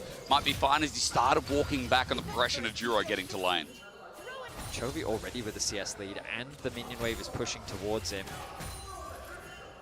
Shanks. Kyle's back. He's back. This mid lane is going to be a heavy focus, isn't it? Duro's on the other when side. You have all these swaps, right, the supports have got a lot of time. They do. Andre will grab that cannon minion. Here we go. The Observer's struggling to keep up with which lane? All the supports. Looking to make some magic happen on the Rift. Kyle, though, level 3. He's a full level up over Duro. Duro hasn't been in a lane of experience in quite a while. Stun misses, but does not. The seismic shove. Damage onto Chovy's close. Tarzan, Audacity, flashes match. The auto, no, it's first, but to Chovy, with Shanks getting the return. The flash timing from Chovy was perfect. Remember that when you do the dash into Q on Kiana, that Q will just follow the enemy champion as Flandre gets a knock up. There is good damage, but for Ruler, he spaces it out. Flandre is going to be able to heal this up, and Ruler's okay as well with Lethal Temple up. Flandre is not continuing the play. Yeah, I'm hoping we do get a replay of what happened in mid lane, simply because that flash timing really was just perfect from Chovy, forcing the overcommitment from the side of AL, allowing him to trade 1-for-1. Really good stuff there from Chovy. As both these teams already at the start of this game going toe-to-toe. I mean, there's been so much roaming already, as you said, with the lane swap. Juro's now finally in a lane, so he should absorb a bit of this experience as Ruler got to level 5 solo, and that's why now he's a level ahead of Hope. But it does look like as he moves up to top lane, things are going to continue as... We look back at this replay as well. Yeah. And we can see that Chovy, the flash timing was just so exquisite from him, forcing Tarzan to stay underneath that tower just long enough to be able to trade back. And they were able to make it work, so very good stuff from him. 1-to-1 on the board. And now AL threatening the mid wave once again. Tarzan helping KL, or rather KL helping Tarzan get this invade down too. And Canyon with his strange pathing through early game meant that they knew this Raptor timing consistently with the ward coverage that AL provided. Canyon does catch up a bit, now gets up to that level 5 himself, and Tarzan, while he has an EXP lead, CS is about a camp behind as he starts dragging off. Really Dragon going to come through from AL, as you highlighted, and now in the 2 versus 1, Flandre has to play a little bit safer. That minion wave not really in the best position. But AL's bot side feeling pretty comfortable, all things considered. Have a nice, healthy CS advantage in favor of Hope. Dragon going to be uncontested as Canyon really can't do much in this position. They don't have the numbers. First objective secured. Okay, Dragon's on the board. Let's wait for these grubs as while the laning phases have been interesting. We're going back to as normal does in some of these lane swaps. As Vedius, I am noticing that Keen has benefited quite a lot of having Juro in that early lane. Flandre, however, as he steps back up, he's not going too great in the CS department. It's 20 CS behind. And while this Cannon Minion is helping him push towards him, get some of that CS, it does feel like AL's top laner is struggling for resources as he picks up the tier map. So in terms of XP, though, he's in a good spot. He's going to be able to catch this bot wave, and Hope is going to catch this top one. So I think all things considered, AL aren't too upset with the current game state, but you are right. It's Keen that currently sits with the advantage for Gen.G. Tarzan with the advantage on the side of AL for now. And I mean, we haven't talked about it. It's obvious to our global audience, but if you've been under a rock, Keen on Cassante, pretty good.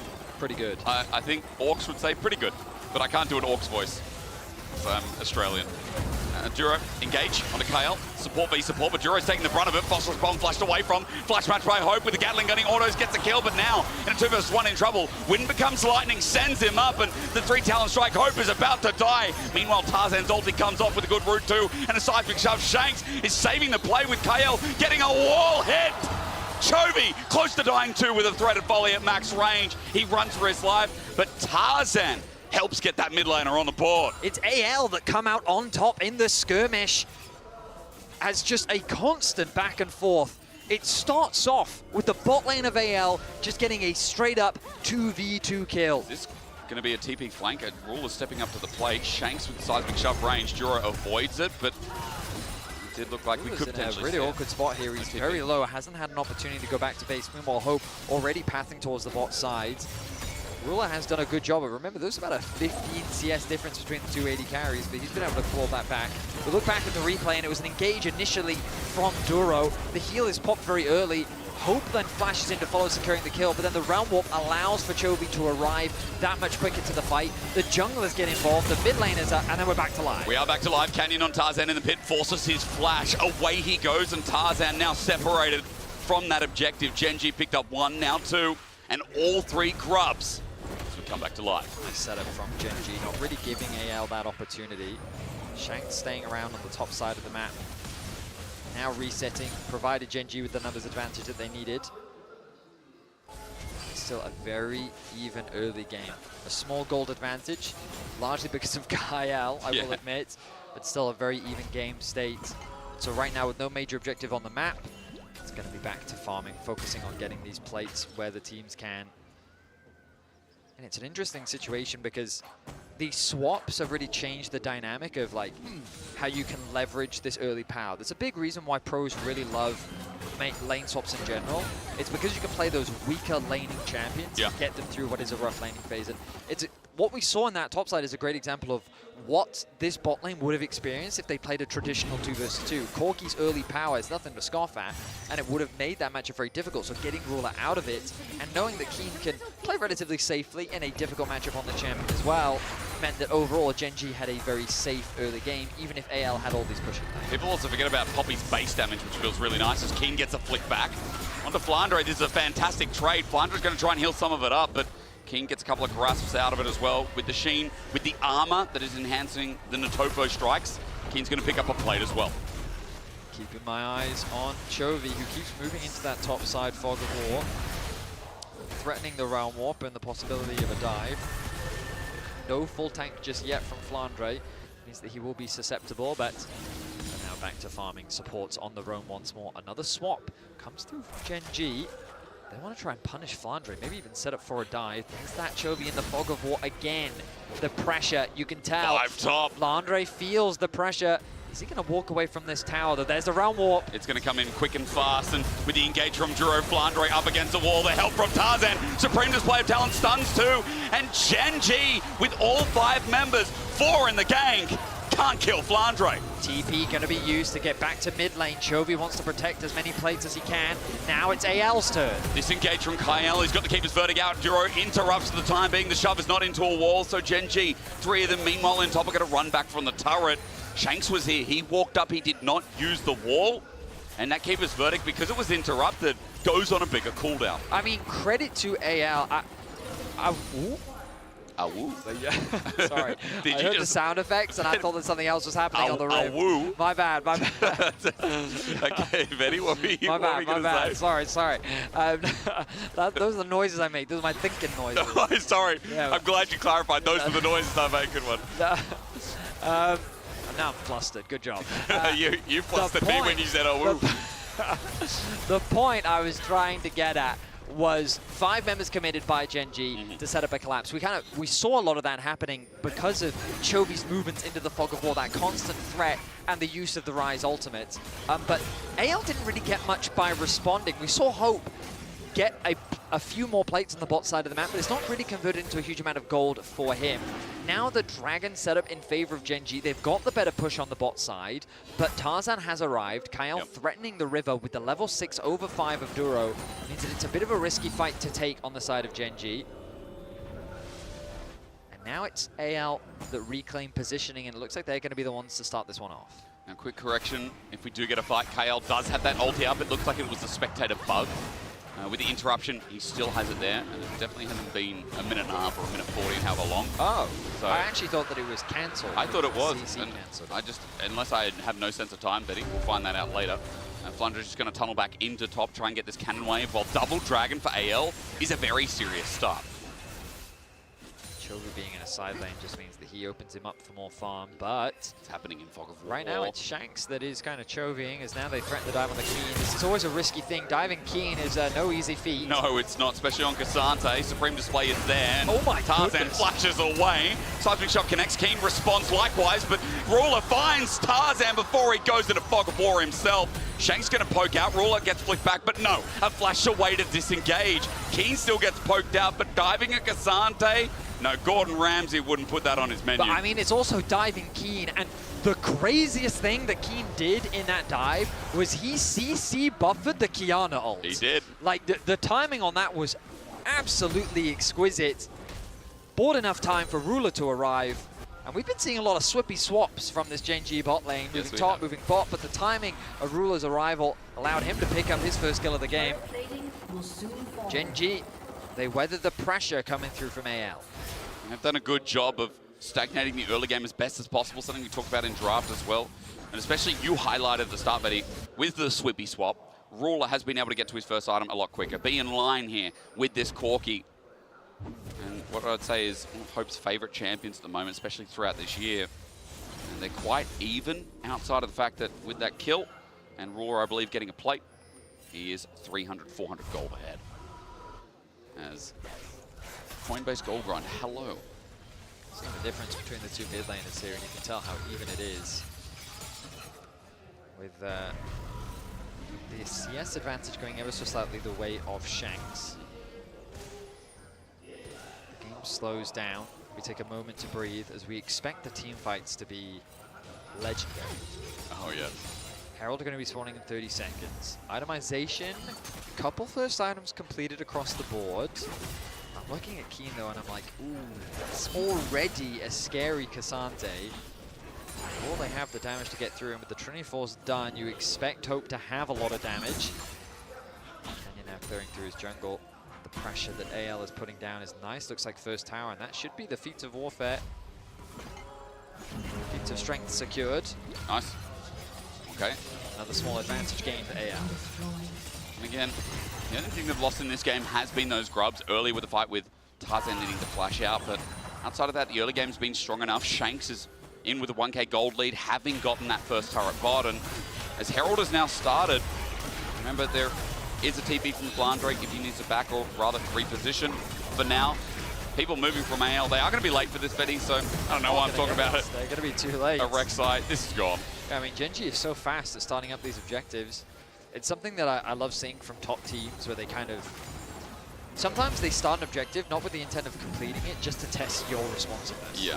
And often, like, if you start it super fast... Ooh, hang on a minute. Tarzan is fast. Tarzan's real fast. Onto Canyon, who'll get stunned up, and there's a double into the wall. Kale's gone deep, though. A two-man headbutt. Pulverize and Genji have torn AL asunder. As Shanks comes in with the Weaver's Wall, he's cut off Genji in response. A seismic shove on the Cal, and he goes into the pen. Shanks will pick up that kill while Flandre absorbs top. Keen has just altered, and AL get a response for that Herald. So AL wasn't happy with how fast Genji started that Herald. They said, no, we're going to get something back for that. They move into the enemy jungle.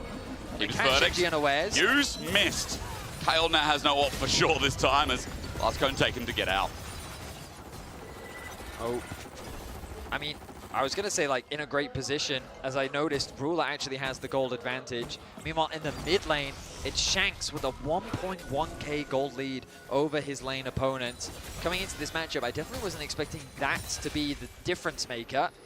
But right now, it is Shanks and Tarzan that sit with a lot of AL's advantage. Shanks moving off to the side lane. Overall, really nice punish onto Canyon as he tried to secure his blue buff. And you're seeing this like single target chain CC combo that they have available to them. The knockback that's available from the Talia, the CC into the wall from Kael, the root that comes down from Tarzan. Like the pick potential on this roster feels very scary to have to deal with. And because Tarzan's one in control of it, that's what's even scarier. Like, yesterday on the Pantheon, I think was a big reason as to why they won Home Alive, and I feel like every time I talk about Tarzan, it's hard not to be like, well, it feels like this guy's the reason that they got here. It feels like he's the reason they won this game, that game. Like, if you go through LPL, you know why he's the best jungler at the moment, and it's taken years. It's taken the Shy apparently as well as stun up against the wall. Tarzan has already popped his ulti. There's the headbutt pulverize from Juro. And Kael gets a little bit of damage down, but it's Ruler who gets hit by Hope in the mid lane in the meanwhile. And it's all for this Dragon, which will make number 3 AL healthy enough to continue the contest as Genji moves to River first. I mean, they've already gotten the ultimate out from Tarzan, so it's a more favorable fight for Genji as the poke is being traded. Tarzan doing what he can. Bases will come through from the top side of the map as Shanks wants to get back to base. Maybe he has an item upgrade. TP going to quickly come through, and there it is. The Leandri's finished ahead of this fight. Nice purchase. But Keen also on the way. Tarzan with no ulti. Will they continue? AL in a dangerous spot as Tarzan can't get poke over the wall. Shanks will start off with the threaded volleys as well. Flandre and Tarzan from one angle. Collapse is looking good. The root from Tarzan doesn't connect. They turn onto Flandre. The engage is not bad, but Flandre is a tank. He'll take a while to die. The Weaver's Wall spreads thin, but it might actually help Genji on the Dragon, trying to burst it down as Ruler who gets into the pit. The poke out in the meanwhile. Kael with the disengage. Dragon's exposed and stolen. Keen gets sent away by Kael, and the fight will ensue. Jumping forward is Canyon with now the ulti popped as well. Keen jumping forward, getting the flip onto Shanks. 2 down, 3 to go as Genji look for the chase. They'll find Hope up next as Flandre sacrifices his life to save the rest, but Hope still might not be able to the woods as Ruler follows up with the killer instinct, locks in the triple, and Genji lock in. They call him Keen Sante for a reason. Once Canyon gets knocked out of the pit, there's no smite available, which means that AL immediately look for the fight. But Keen is doing his best to zone them away. 1 versus 2 is making it as difficult as possible for Tarzan, but Kyle with a monster play. Ulties onto Tarzan though. Keen tries to get pushed out by Kyle. He gets a 3-man knockback. Honor Cassante flashes in, forces the flash out from Hope, and this allows for Ruler to clean up the fight. It is hard to underestimate how much impact Keen had in that fight to allow for Ruler to walk away with a triple kill. And you look at Flandre at the end, he tries to flash in and, you know, save his AD carry's life. But it wasn't enough in the end. Ruler held on for so long, 4-0. While third Dragon was stolen, it is the cost of Gen G scaling that little bit faster. I mean, Ruler's now 2.1k gold ahead. Like, the setup is complete. Ruler, a man that you can trust to carry games, is now in a position to carry the game. AL are going to have a tough time of shutting him down. But again, we expected the team fights to be crazy in this game. And how tense was that fight? The positioning was absolutely crazy. Kyle finds an angle to get a huge ultimate off onto Canyon. And ultimately it was, like, I've never seen a 3-man knockup like that on a Cassante. Just beautifully played as the top tower falls. And now we kind of enter the state of LoL once again. Chovy moving off to a side lane once more. Arakan will likely be the next point of contention, but Gen G will be hesitant to hand over the soul. Chovy, he's going to face check. Flandre's got a tunnel out, but here comes Ruler again with a killer instinct. Flandre tries to get out with a number over the wall, and that tunnel won't save his life. Ruler with number 5. Arakan's on the other side of the map, but who's going to burst it down? Unstoppable now for Ruler. Going to move back over towards the mid lane. It's about a half a level over his AD carry counterpart in Hope. And it feels like this game is already kind of done and dusted, to be honest, with the position that Ruler's in, with the front line that Gen G have. AL having to navigate through these fights. It's going to be a tough one. Chovy likely going to secure this tower, as it doesn't seem like there's anyone in position to respond. And remember, there was a 1.1k gold lead between the two mid laners. Now it's Chovy with a 400 gold lead of his own. Yeah, we've definitely been, as Realmore comes in, Chovy gets out. That was the edge of it. Right at the edge. If that root had come through, likely would have resulted in his demise. Flandre now taking over to level 13. He's also a level down. And it's crazy how a single fight has just completely flipped the game on its head. AL are going to have to find a crazy team fight in order to gain some control back over this game. And it's Ruler that they need to find a way to shut down.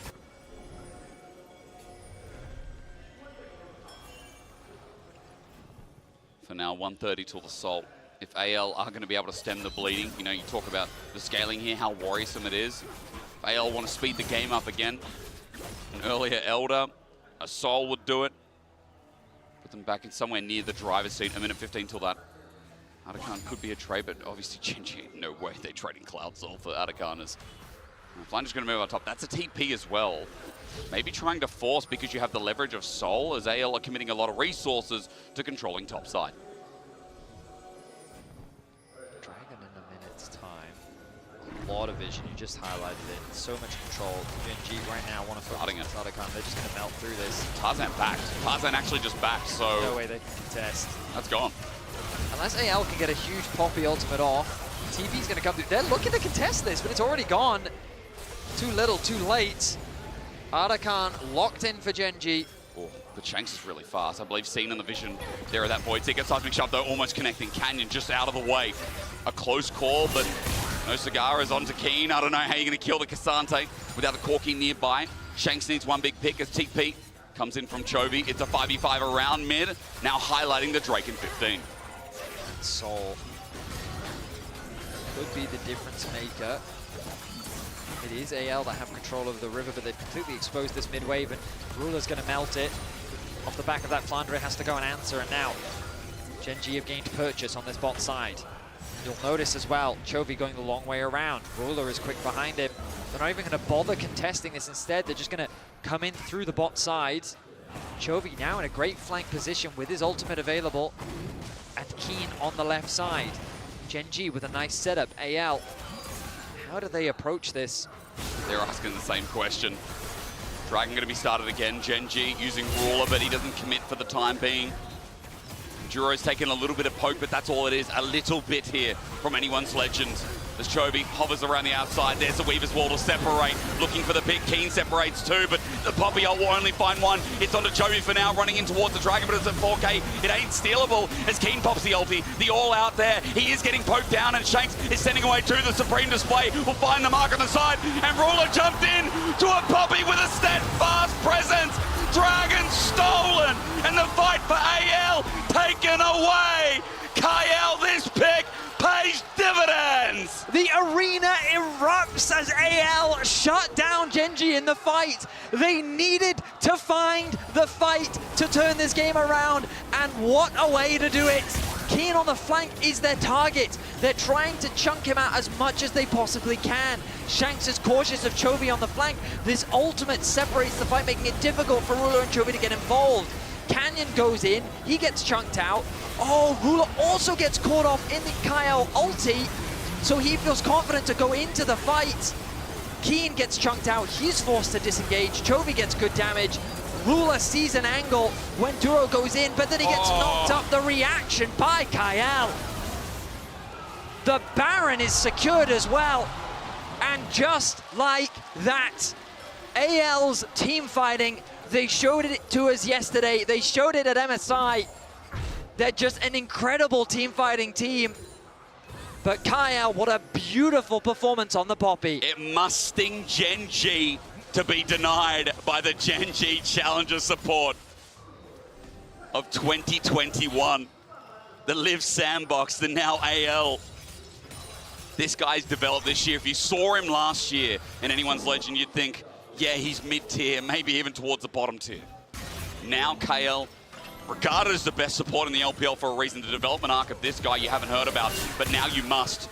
In this Poppy, at 7 out of 8 KP, in this one game versus Genji, AL, because of him, have now secured the soul. The Baron you mentioned before, gold is even, but the fights are feeling more confident from the LPL second seed. Gotta still be careful. TP flank from Keen. This is a deep flank coming through. Tarzan going first. Kyle with the ulti again. Finds another market. Chovy once more. Jura getting burnt out with the ult from Canyon. He'll be isolated, and everyone can jump in with ease. Flandre's now joined in as well, and Genji have immediately lost two. The flash of all are gone as well. As Shanks Weaver's Wall won't find a target. It's still another big win for AL. The TP, I think, was too deep, and Genji went in too aggressively. The TP gets zero value off the back of that. Another tower will be secured. And look at how the momentum has shifted. It is AL that is driving forward this game. We're worried about the scaling. We're worried about Genji weathering the storm, but there's a new one approaching for AL. Vetti. How has Tarzan held on to a gold lead this entire game? He was like 0-2 for Tarzan, most baby. of the game. It's Tarzan. He's been fundamental as well, but I mean, his ultimates have been good.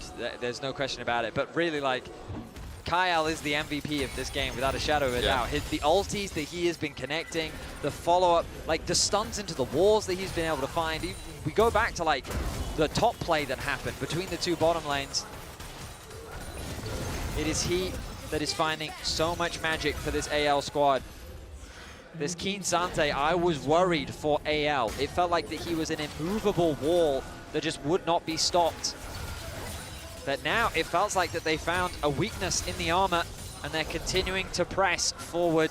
The Baron still remains strong, 20 seconds left. Another tower soon to fall, but the rest of Genji quickly arrive. Poke is big as well. Let's not forget Hope as Keen and Chovy back off, and the turret goes down with a 3,000. Now the lead. The base is not being cracked off this Baron power play, though. I'm sure Red Bull might get another one here at 4.5K. That has been the influence that AL have taken away from it. 2 minutes till Elder, 3 till another. And while it might just be a best of one, it is really important to recognize that the LPL was... the expectations coming into this tournament was doubt. I heard from LPL experts that they were not super confident on the LPL coming into this tournament. But for AL to get a win over HLE and Genji to move to 2-0, I mean, that's got to change a lot of perspectives here at this World Championship. It would join CFO, and for AL, And Top Esports, remember. And Top Top Esports sitting at 2-0. 2 LPL teams. I'm so used to Top Esports at internationals. I just still couldn't believe it. I mean, it's the first seed that right now, we'll see how they perform in the next matchup. BLG have got a lot to say. A lot to do, rather. But perhaps it was just a forced first game jitters. We'll have to wait and see. In any case, again, just the best of one. We've seen Gen G drop games to AL before, and I wouldn't just suddenly assume that Gen G is not favorites in the tournament.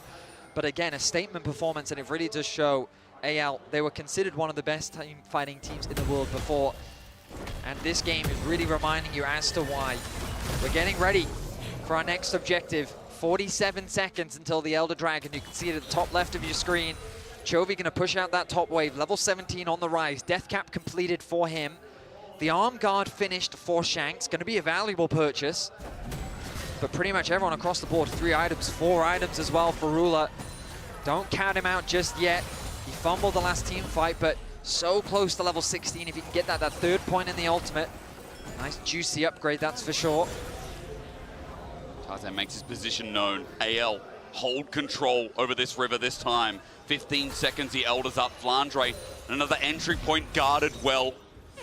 As Juro looks for his angle. For Gen G, 1 team fight is all it takes at this point in the game. Canyon with a flank, but found by Tarzan. The burst, enough as well to put him to half HP. That is all he needs to do. Now, Canyon has to make a decision. Does he fight with 50% HP, or does he choose to reset?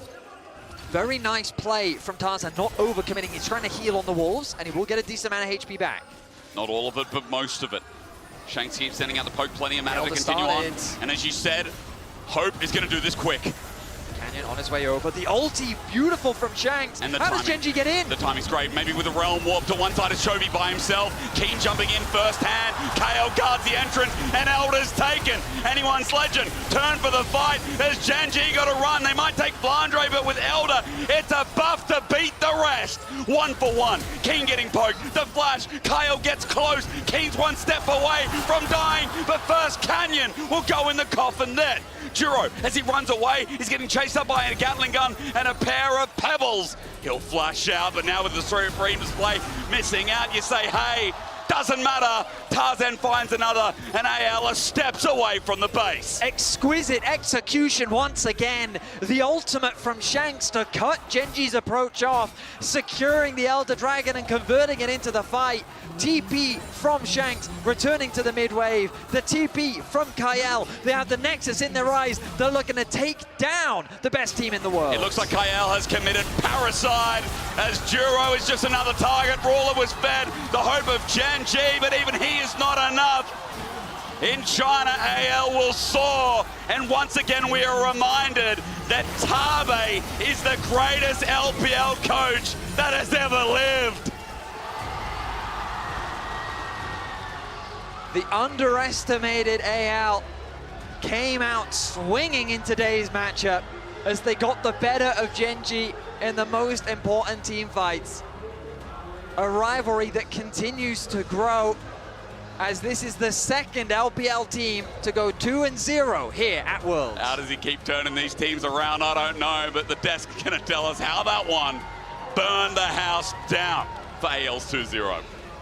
Bullets, cinematic moments. I doubted Raz, but he was right. It was looking doomed. Man. They were looking lost. The early game was good, but then Gen G did the Gen G thing. They won the fight. Suddenly they were rich, but it wasn't enough. It's a Hollywood film. It's a Hollywood film. Quentin Tarantino made this one. You know what? I love how great they played. I love the outcome. I just hate that they proved Raz right.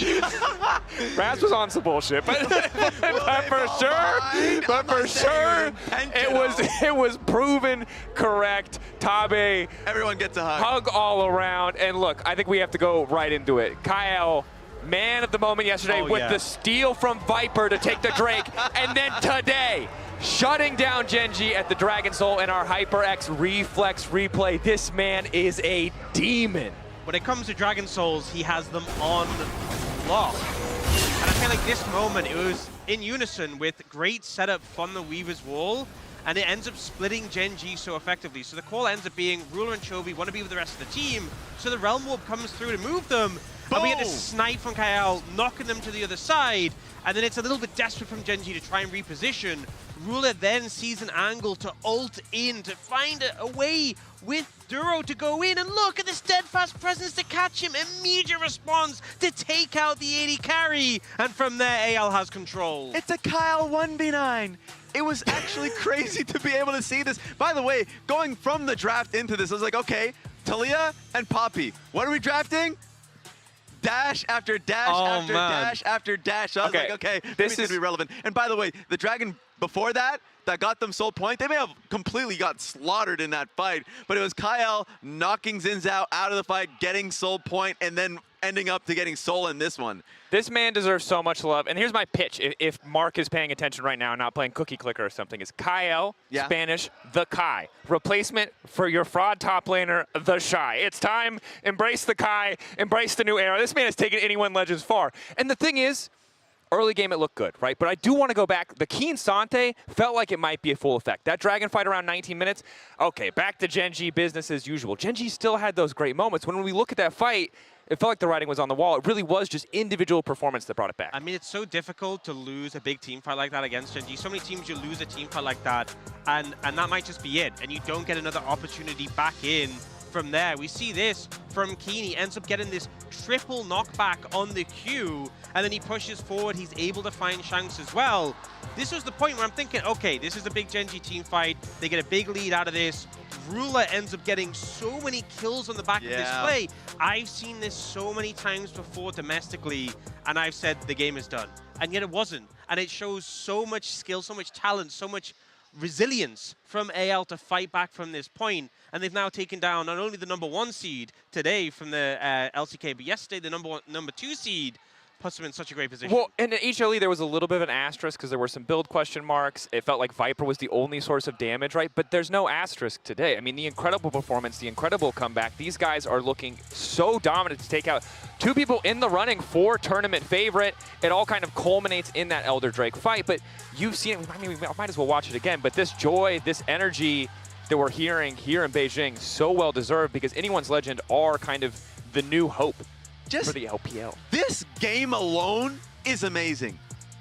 Combine that with beating HLE yesterday, who is the best team in the tournament? That's the question. Right now, AL. Yes.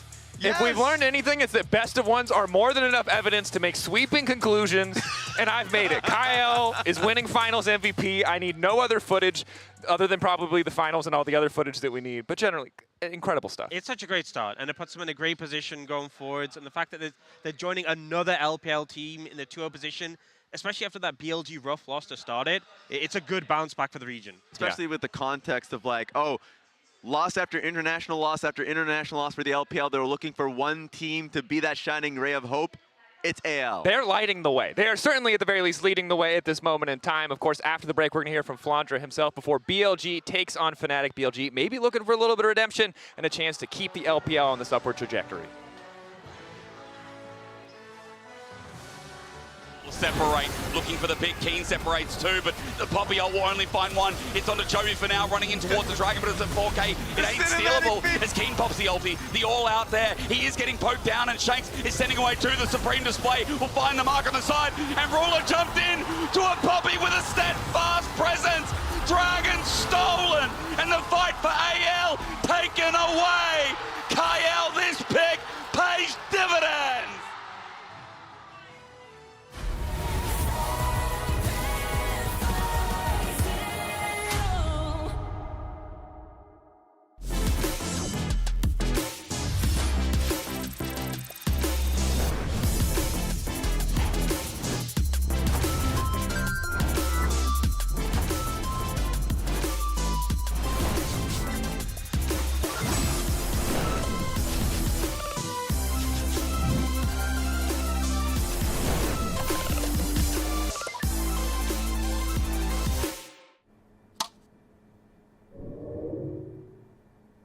Red Bull gives you wings.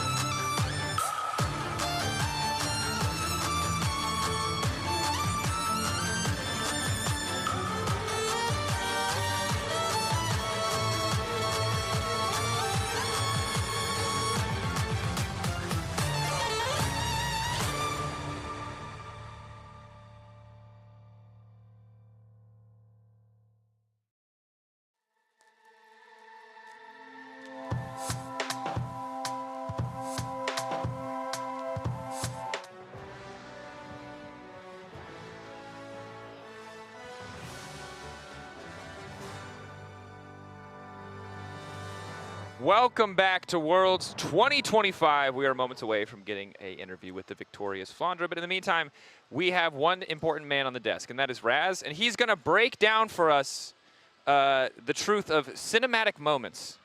Yeah. What is it? How does the strategy work? What do we need to do as Western teams to embody this strategy that AL are doing so effectively?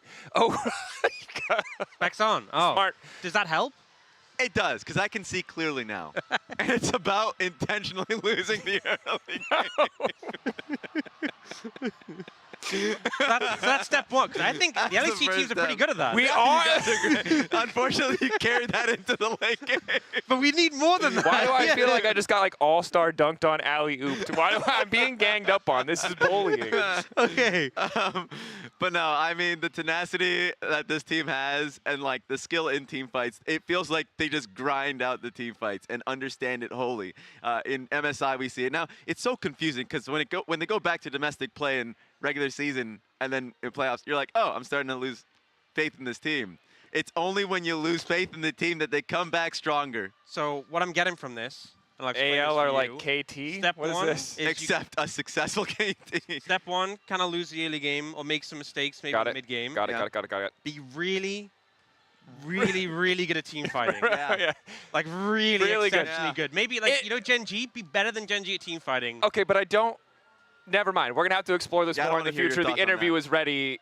We'll stop yapping now. Anyone's Legend come out victorious in the matchup against Gen G, and I have Flandre with me to talk about this one. Ni hao. Thank you so much for joining me. So a bit of context. When we just made it here, Ruler is like right in front of us right now. You did this to him. What was that about? 好，首先恭喜你们赢下了比赛的胜利。当我们来到采访间的时候呢，主持人看到了你和对面的 Ruler 选手做了一个这样的动作，是有什么意味吗？就因为跟 Ruler 也当过队友嘛，然后就感觉他在正经的采访挺搞笑的，我就逗逗他。You know, we were old teammates previously. I feel like it's kind of funny to see Ruler was so serious when he was interviewed, so I want to make some spicy. Love me some banter here. Now, talking a bit more about the game, you're the only top laner who found success on the Rek'Sai right now. Could you explain why maybe you're better on that champion than any other top laner so far, and how strong do you think it is in the meta? 那圣枪哥选手操到的雷克赛是目前为止所有的上单选手里可以说是唯一一个可以把雷克赛玩得这么好的。你觉得背后的原因是什么？以及你觉得他在这个版本的理解是怎样的？我觉得雷克赛这英雄首先肯定是需要其实很大的练习量嘛，就我也是玩了挺多把才有现在这个效果，而且从一开始的主 Q 到后面我看到有外赛区的选手是主一，我看起来效果是更好，所以我觉得。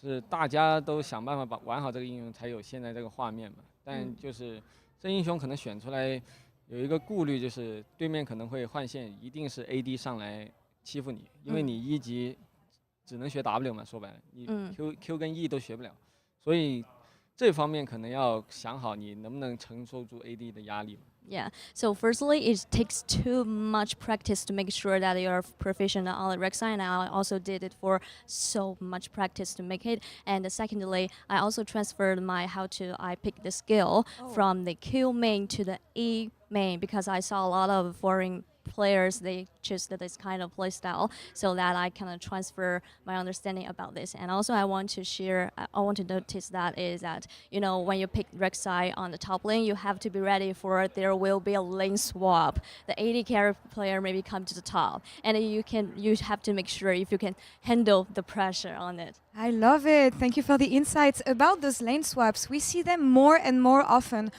How do you know how to play against that? Is that something that you pre-plan with your team? Obviously you know when you see the matchup, but what do you think about those swaps? 那接下来想聊到的现在的换线在比赛当中的情况也是越来越常见的嘛。作为上单选手，你们会怎样去处理这种情况？比如说会不会提前去计划，还是说当游戏当中是真的遇到这种情况的时候，应该如何去应对呢？其实我觉得这个版本的换线其实是相比于之前更有那种更多可能性嘛，就是你以前可能就是单纯的上下路换线，然后两个人互相欺负对面上单，让他补不了刀，但是比较公式的，就你上路玩不了，我下路那个上单玩不了。然后现在的话，可能是因为只有一个人能吃兵嘛，所以 AD 在上路跟上单对线的同时，可能辅助要做的事特别多，就不管你是去1级绝食去帮打野入侵打野，还是说你在下路先抗压吃到2级，然后开始游走，就特别多的可能性。所以现在前期如果换线了的话，设计我觉得特别重要吧。Yeah, absolutely. I feel like there's more possibilities about the lane swap, especially in this meta, because in the previous patch, there was only one kind of situation of the lane swap, is that the top lane exchange with the bottom lane, and you know, it's like a standard play style in the previous meta's lane swap, but in this meta, there are more possibilities. You know, some like the top laners play against, you never know who you're going to play, and they're more viable play style according to this. And in this meta, if you want to lane swap, it has the high request for your support players, because support players, you have to, you know, like the cover top lane, or you have to choose if you want to invade the jungle for your junglers, or you have to roam a lot and set up the plans. There's more possibility and also high requirement for the support players. They should to know about lane swap in this match. All right, a lot of things to look out for, and makes top lane more interesting as well. Shishe, thank you so much, Mandre, for the interview. Christina, smurfing as always, thank you so much. And AL advances to the next round.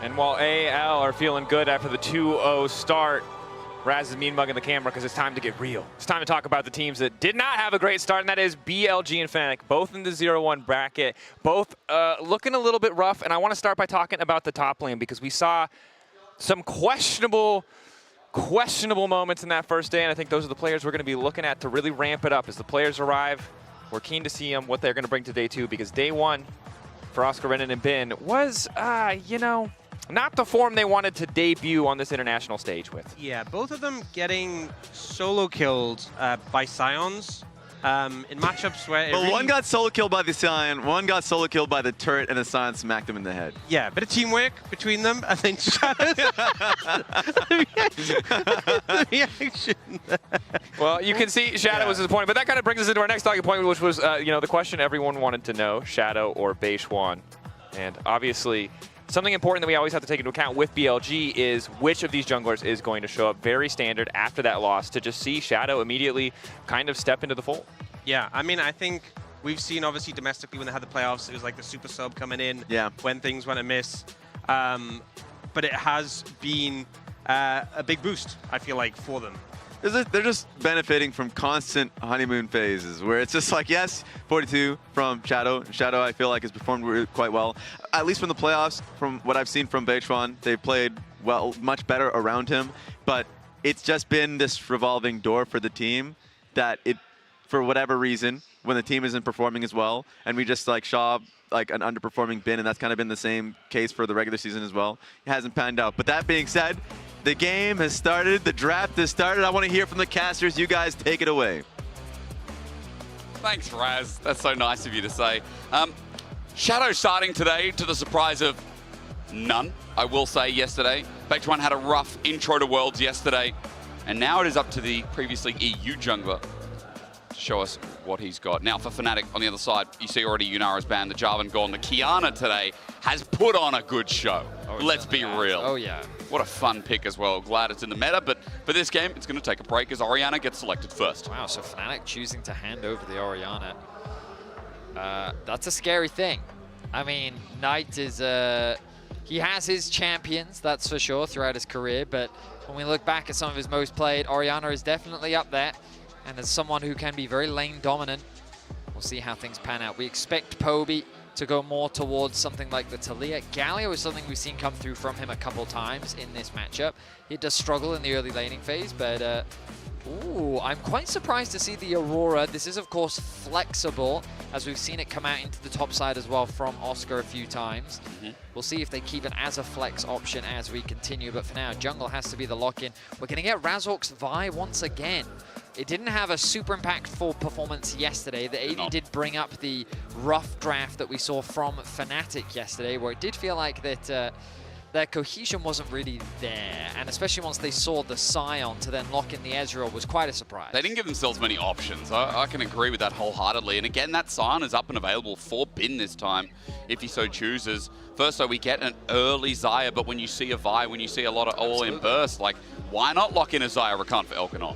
Yeah, I wonder if they're going to go for the Kai'Sa now, if Fnatic is just going to fully commit to this dive-style approach. You can still fully commit onto champions like the Orianna, but Xayah is a super good champion into heavy dive. Aurora should be able to still punish or complement the Vi at the very least. We back to this. Caitlyn. I don't like Caitlyn Vi. Like, maybe it's just a personal thing, but inherently, I just feel like that the champions want to do two different things. Yeah. I feel like that Caitlyn wants a safe front line that she can play around and leverage her range, whereas Vi wants to close that range gap as quickly as possible and wants to lock someone down. Now, there are still nice combos, right? Vi ultimate, put the Caitlyn trap underneath, you get the headshot guarantee, you can do a lot of damage, right? There is that possibility, but ultimately, we'll see how things pan out as we get through the rest of the draft. Moving into the second phase of bans, junglers are going to be the target. Nocturne going to be removed from the side of Fnatic. I wonder if Jarvan is also going to join alongside that, or if instead the Xin Zhao may make its appearance once again. Xin has been mega popular. We kind of know our junglers now as well. A lot of these skirmish-heavy, characters have been played consistently over and over.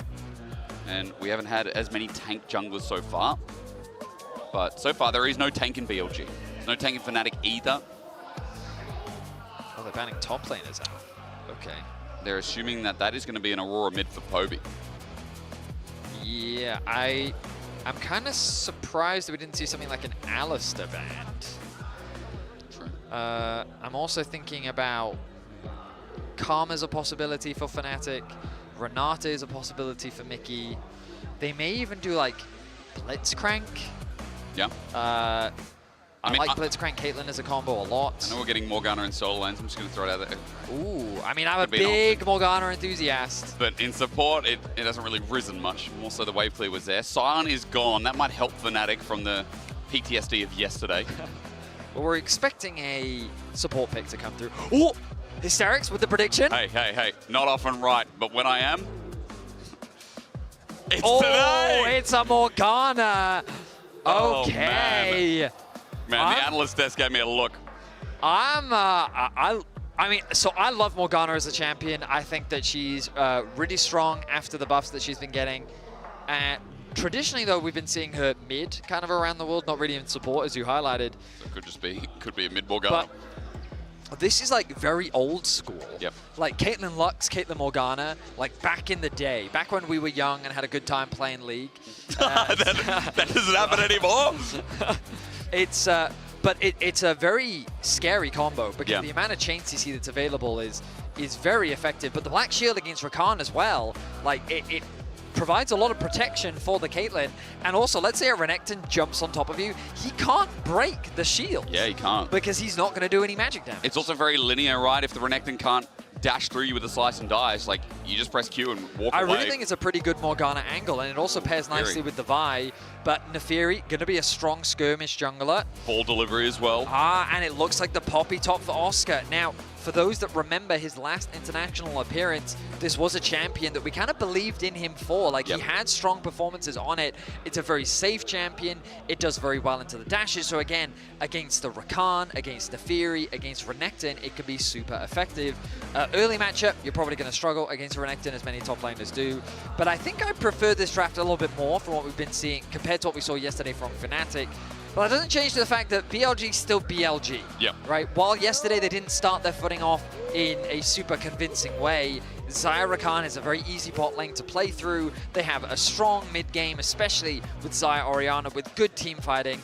And ultimately, that is what this is going to come down to. Fnatic have demonstrated before that their coordination in the fights is not the strongest, whereas for BLG, we know that when push comes to shove, they have the talent to be the best in the world, given that they did, of course, win the LPL. And maybe this overview, maybe this look at Shadow and seeing a new jungler in will give good insight into BLG, because Yesterday was not it, and it felt like it was a wall that was crumbling down. It really started with Beichuan and Bin, you know, the Rek'Sai, the egregious play in front of turret, and then dropped down, and then Knight was affected, and then Elkanon couldn't do too much with that at least support that he was so well known for, had such a high win rate.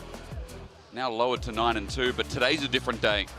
Today's a much different day for BLG. It's been a good day for the LPL, all things considered. Been a good day for League of Legends. They round out with another win. LPL going 3-0 on the day would definitely be a good way to round things out.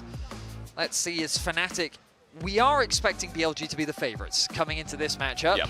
But if Fnatic can get a win here, my goodness, that would be quite the upset indeed.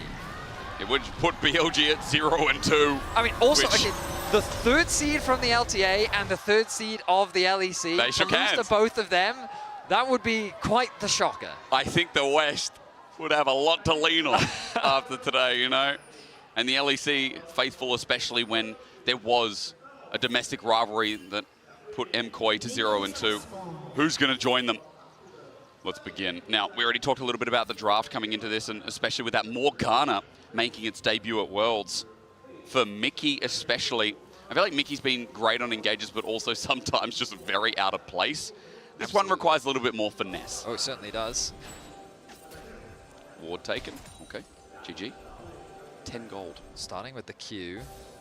We'll spot them out. Here we go. There's the roots. That binding does connect. Elk takes the brunt of upset damage. So this is so there's good news and bad news about Morgana, right? That's it. Once the Q lands, oh, scary. When you don't have Q anymore, not scary. Yeah. She might press W. She might put a puddle down. Yeah. So in the laning phase, Ooh. but when you do, honestly, generally it's the in lane with Morgana, I often expect the threat of the binding to be bigger than the actual binding. And but that's another the one. binding. It's another one. Upset has the damage as well. On has to heal up. Maybe there's going to be a flash out. Matched up. Upset's there. The range just out. Tilt over pacemaker. Not going to connect. And dark binding this time is why. So close, but now that's all. Well, the barrier is still up. The jungler's going to come for an early gank. Shadow's on his way. Oh no, with the wave as well. Upset just wants to get the push in. He's doing it as slowly as he can. I'm looking at the EXP bar. It's nowhere near 3. The jungle pet not spotted out in the end. The trap's down. Here comes Shadow for his debut at Worlds. He's got a good angle. The black shield's there, but Elka's already matched the flash even at level 1. The damage should be enough in a 3 versus 2. First blood over to BLG. They're going to make it double. Fnatic's bot lane in major trouble. Oh my goodness. Shadow punishes. He did a 2-camp clear into bot lane gank, and it was a good play. Upset and Mickey used all of their summoner spells. Upset did have the barrier, but it was not going to be enough to help him get out of that situation. They didn't invest a ward into the tri-brush. They didn't respect the possibility of an early gank. This was a super aggressive play from On that absolutely gets punished. The binding comes through from Mickey. They get a ton of damage down, but On pops a pot. And this early pot does so much work because, look, it takes him out of kill range, walks upwards to sidestep the Q, and then Upset's now in a position underneath the tower where the lane is too long. He can't get away to safety. Mickey quickly drops after, and Elk gets 2 kills. On this Xayah as well. Oh my god, said Upset. Yep, Europe said that too, sir. After what was a very promising start, there is still a CS lead in this lane as On and Mickey are both looking for the roam. Maybe the pick off as well. Over the wall, it's cheeky. On doesn't see them. A ward spotted over the wall, though. That's what gives it away. On plays with fire. Okay, well, the good news for Fnatic is Razork got a lot from... It's back again. Flashes, matches, it connects. We've seen a lot of Vi miscues, but that one won't miss. Neither will Mickey's. Elk cleanses away now. No summoners for the Xayah. So they commit the flash from Razork to make that play happen. He's going to have to path back towards the top side of the map, though. Shadow continuing to clear through his jungle. Elk is very low, but he can't afford to lose out on this wave. True. He's still in a healthy gold position, as you highlighted earlier, but I don't think Fnatic can really do much off the back of this. The binding. Down. Yeah, just out of range. Now that that's gone, though, Fnatic don't really have much to be... Sorry, Elk doesn't really have much to be afraid of. The traps will come through to help try and zone them away. Okay, the poke is quite good. Yeah, it is good. And despite the double kill earlier, even though Elk has a gold lead here, this lane is still going to be egregiously bad for the Xayah Rakan. Shadow now hovering around Krugs, trying to get something done, maybe get a position in this lane. There is a control ward in Pixel Brush, but for BLG, they need all the help they can get getting Elkin on to a position of power. Mickey is just burning through his mana. generally, again, the idea is that you kind of hold the Q to dissuade any aggression from the BLG bot lane, but he's just throwing that skull down. He's out of mana like, now. yeah, if it lands, it lands. Great. But I mean, hey, it's working now. Look at Shadow once again. He's found a path. Oh, and the root as well. Mickey misses the Dark Binding. The threat is down. He's lucky to get out of there. Ondud did Shadow, find a good he's engage. coming from behind. Fnatic don't see this play. Knew the Pixel Brush was there once again. This gank might need a little bit more. Shadow goes invulnerable. Mickey misses the binding, and he's just going to die. This time, Shadow picks up on the gold, and BLG with a 3-0 start. I mean, they're not respecting Shadow's pathing whatsoever. Yike is going to be in the area. He's coming in, misses onto On. Thought he'd step forward a little bit more, and now Razork, his path has given up. I mean, credit to Shadow. He is just punishing this hyper-aggression from the Fnatic bot lane 2 versus 2. Domestically, junglers do not punish this bot lane like we're seeing right now. True. And Shadow is just, yeah, he's just happily picking up kill after kill. Well played by him. He's been building up a bit of a lead for himself on the top side of the map, but that is all blue on the bottom of your screen as BLG are finding advantages across the rift. The one lane we haven't talked about is just chilling here in mid, and for Knight he's going to have push to enable the Dragon, while Razork picking up this scuttle will give them a little bit more insight into when that Dragon could potentially be started. But remember, Shadow can just jump over the wall and pick that up silently, while Razork now level 6. Guess where he's going? Guess where he lives? We have his address, it's bot. Yeah, look, let's see if Fnatic can finally get something back. They really want to find a pick on Elk. Top wave, we'll clear the wave. Wave clear. Here we go, Razork. Okay, Elk does have flash available yet again. Level 5, so he doesn't have the ulti to escape. With the black shield on top as well, Elk is trying to path it out, but what a binding from Mickey. A shutdown, an upset now finally on the board in this lane. A much needed shutdown. Fnatic needed to alleviate some of this pressure, get that kill onto Elk. And the gold gap now closed between the two AD carries. And the wave in a good space as Absolutely. well for Razork to make gank number 4 happen. 7 minutes see. of the He needs game. to clear out his top side of the map. Well, he might get red, then come back. Yes, I have a feeling that that will be his plan. But now BLG, they're starting to move some members around. They realize that the wave is in a bad spot in the bot lane. Oh, hang on a minute. Okay, he's learned his lesson against turrets. You know, he's got a couple of minions there. One would hope so. As the bot lane now find themselves in mid. So no scary Razork ganks in the near future, but this Orianna needs to be careful as Shadow has turned his attention towards the first dragon of the game. 1.1k still the gold lead in favor of BLG. Elk going to be able to help Shadow secure this early objective. And Knight has to be cautious, but he knows that his jungler's on the bot side of the rift. Pings have come down from Fnatic. They will know that this dragon is being secured. There's not really much that they can do about it. Okay, well now information given over. Grubs have also spawned in this game just as of now. A nice engage here from On. The feathers are out, but just out of range is Poby. And Shadow makes his appearance as well. 3 members around mid, and after this push, it could be a double objective here for BLG, with Shadow moving straight there. Just getting very low, threat of a dive. BLG going to convert one objective into the other. Fnatic have really committed their resource towards the bot side of the map, and I will say I think this is a bit of an over-investment. Fnatic are conceding so many early objectives here, and Shadow just punishing Fnatic's positioning on the map. Bin has a health advantage. If Razork can get one, that would be ideal. Shadow sticks around, he wants to steal. Dark Binding sends him out though, and it's going to be a double grub here for Razork. Okay, not the end of the world then. Good rotation. Ultimately will not be the worst case scenario. I was worried for Fnatic that they were going to lose the grubs and the dragon, but they do end up getting something back at the very least. Caitlyn going to stay in the bot side of the map. I imagine that they're going to bring this swap out soon, and yeah, we can see Poby already making his way towards the bottom lane. This mid wave likely going to lose some farm towards the tower, but it is a cannon wave. Going to make his way over, but yeah, timing-wise, a little bit late there from Upset. So a lot of this wave is going to disappear. Mickey likely going to be forced to pick that one up. Wasn't able to get collected, by the way. If you want to look at the items, it's Serrated Dirk and Pickaxe, so just a little bit off. Mickey's the one who's going to absorb the rest of this wave, and so for experience here for the Morgana, getting closer towards 6 to all those soul shackles, that it's just another layering of CC for the champion. As Upset now moves towards mid. No objectives up for a little while. We're just going to farm it out, and Upset now is the only one looking red with his gold lead, thanks to that shutdown before. So a lot of the gold advantage that BLG have built for themselves on the top side of the map. Black shield. Yeah, Root not going to be able to connect. Mickey loses a lot of his HP though. Both junglers hovering around the middle lane. Razzle going to be spotted on a ward as both mid lane is actually trading back and forth in the river. Looks like Poby getting the short end of the trade a little bit, but he's going to turn his attention to mids. I'd be surprised if they convert this into any real play. Poby needs to go and catch that bot wave. Not really much on the map for either team to play for right now. It is these early plates. There's a possibility of a rotation into a bot lane dive, perhaps. Shadow has just gone back to base as well. See Knight's playing cautious though. He knows Razork not on a ward for now, but there are some BLG pings going down as Poby's moving back and forth from that tri-brush. Knight steps up anyway, and maybe he didn't know enough. Into the wall, just shy is Razork.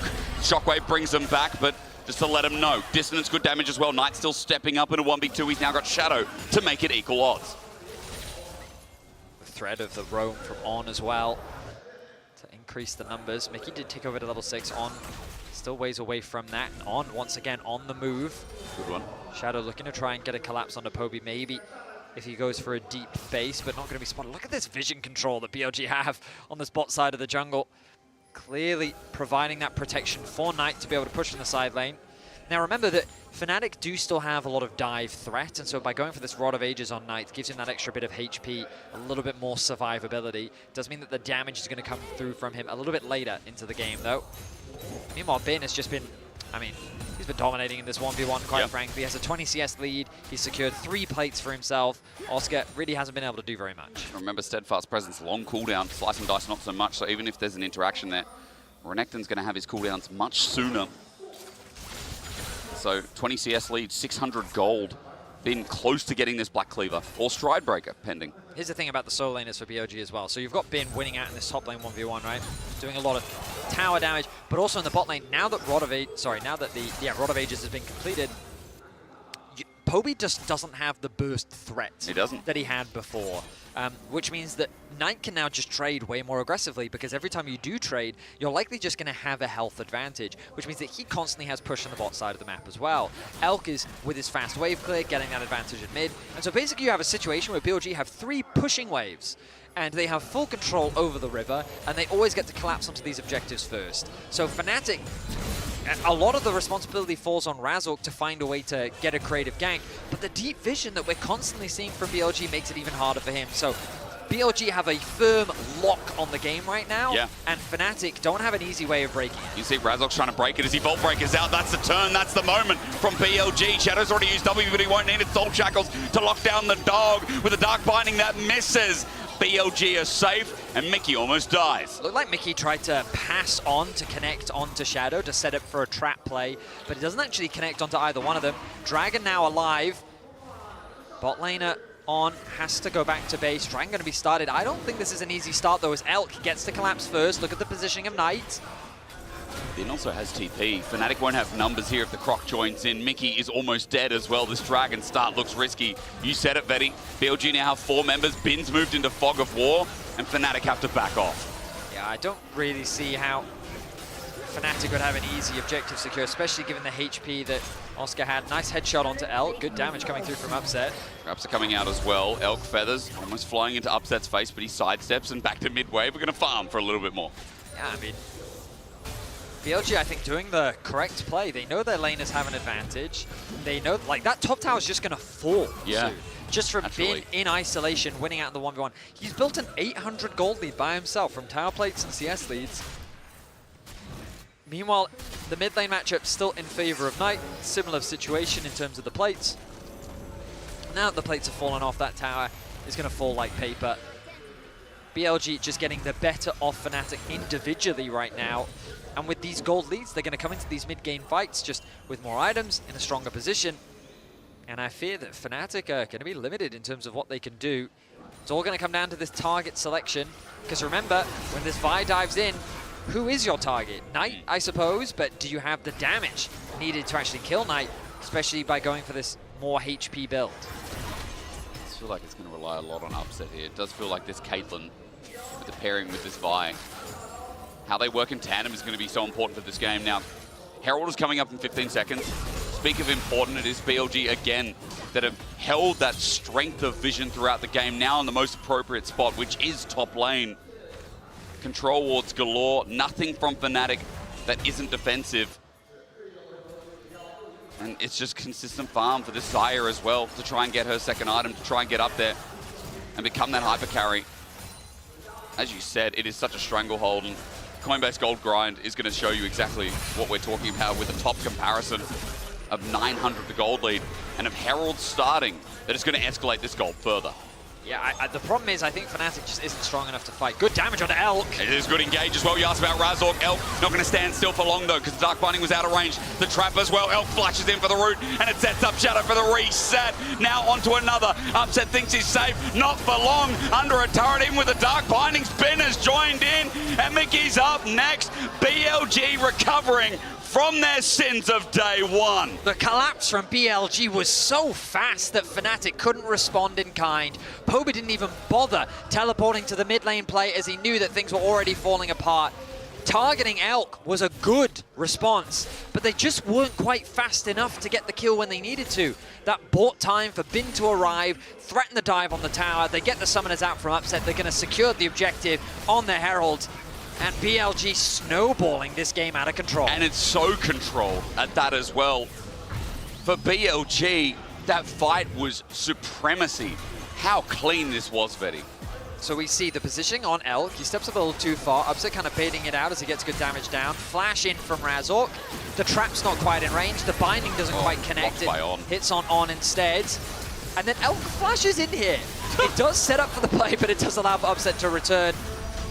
Responding kind, there's the shockwave combo that comes through. Knight flashes in, Bin flashes in. They get 3 kills off the back of it, 2 of them going in the hands of Shadow, and they get the Rift Herald too. Firm control really from start to where we're at now from BLG. And it's really just been a game of constantly punishing Fnatic.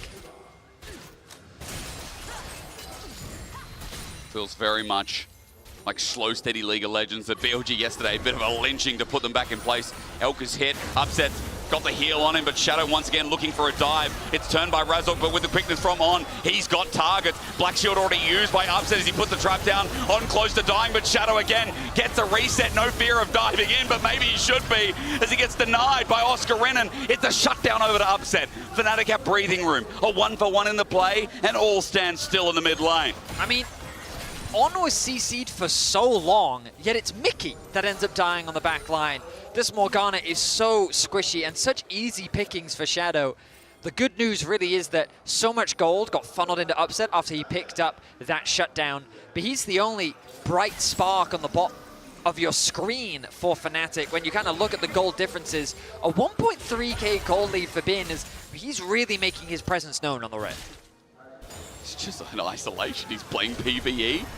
And Oscar Reddin's sometimes there. It's only a 20 CS lead, but all those plates is on.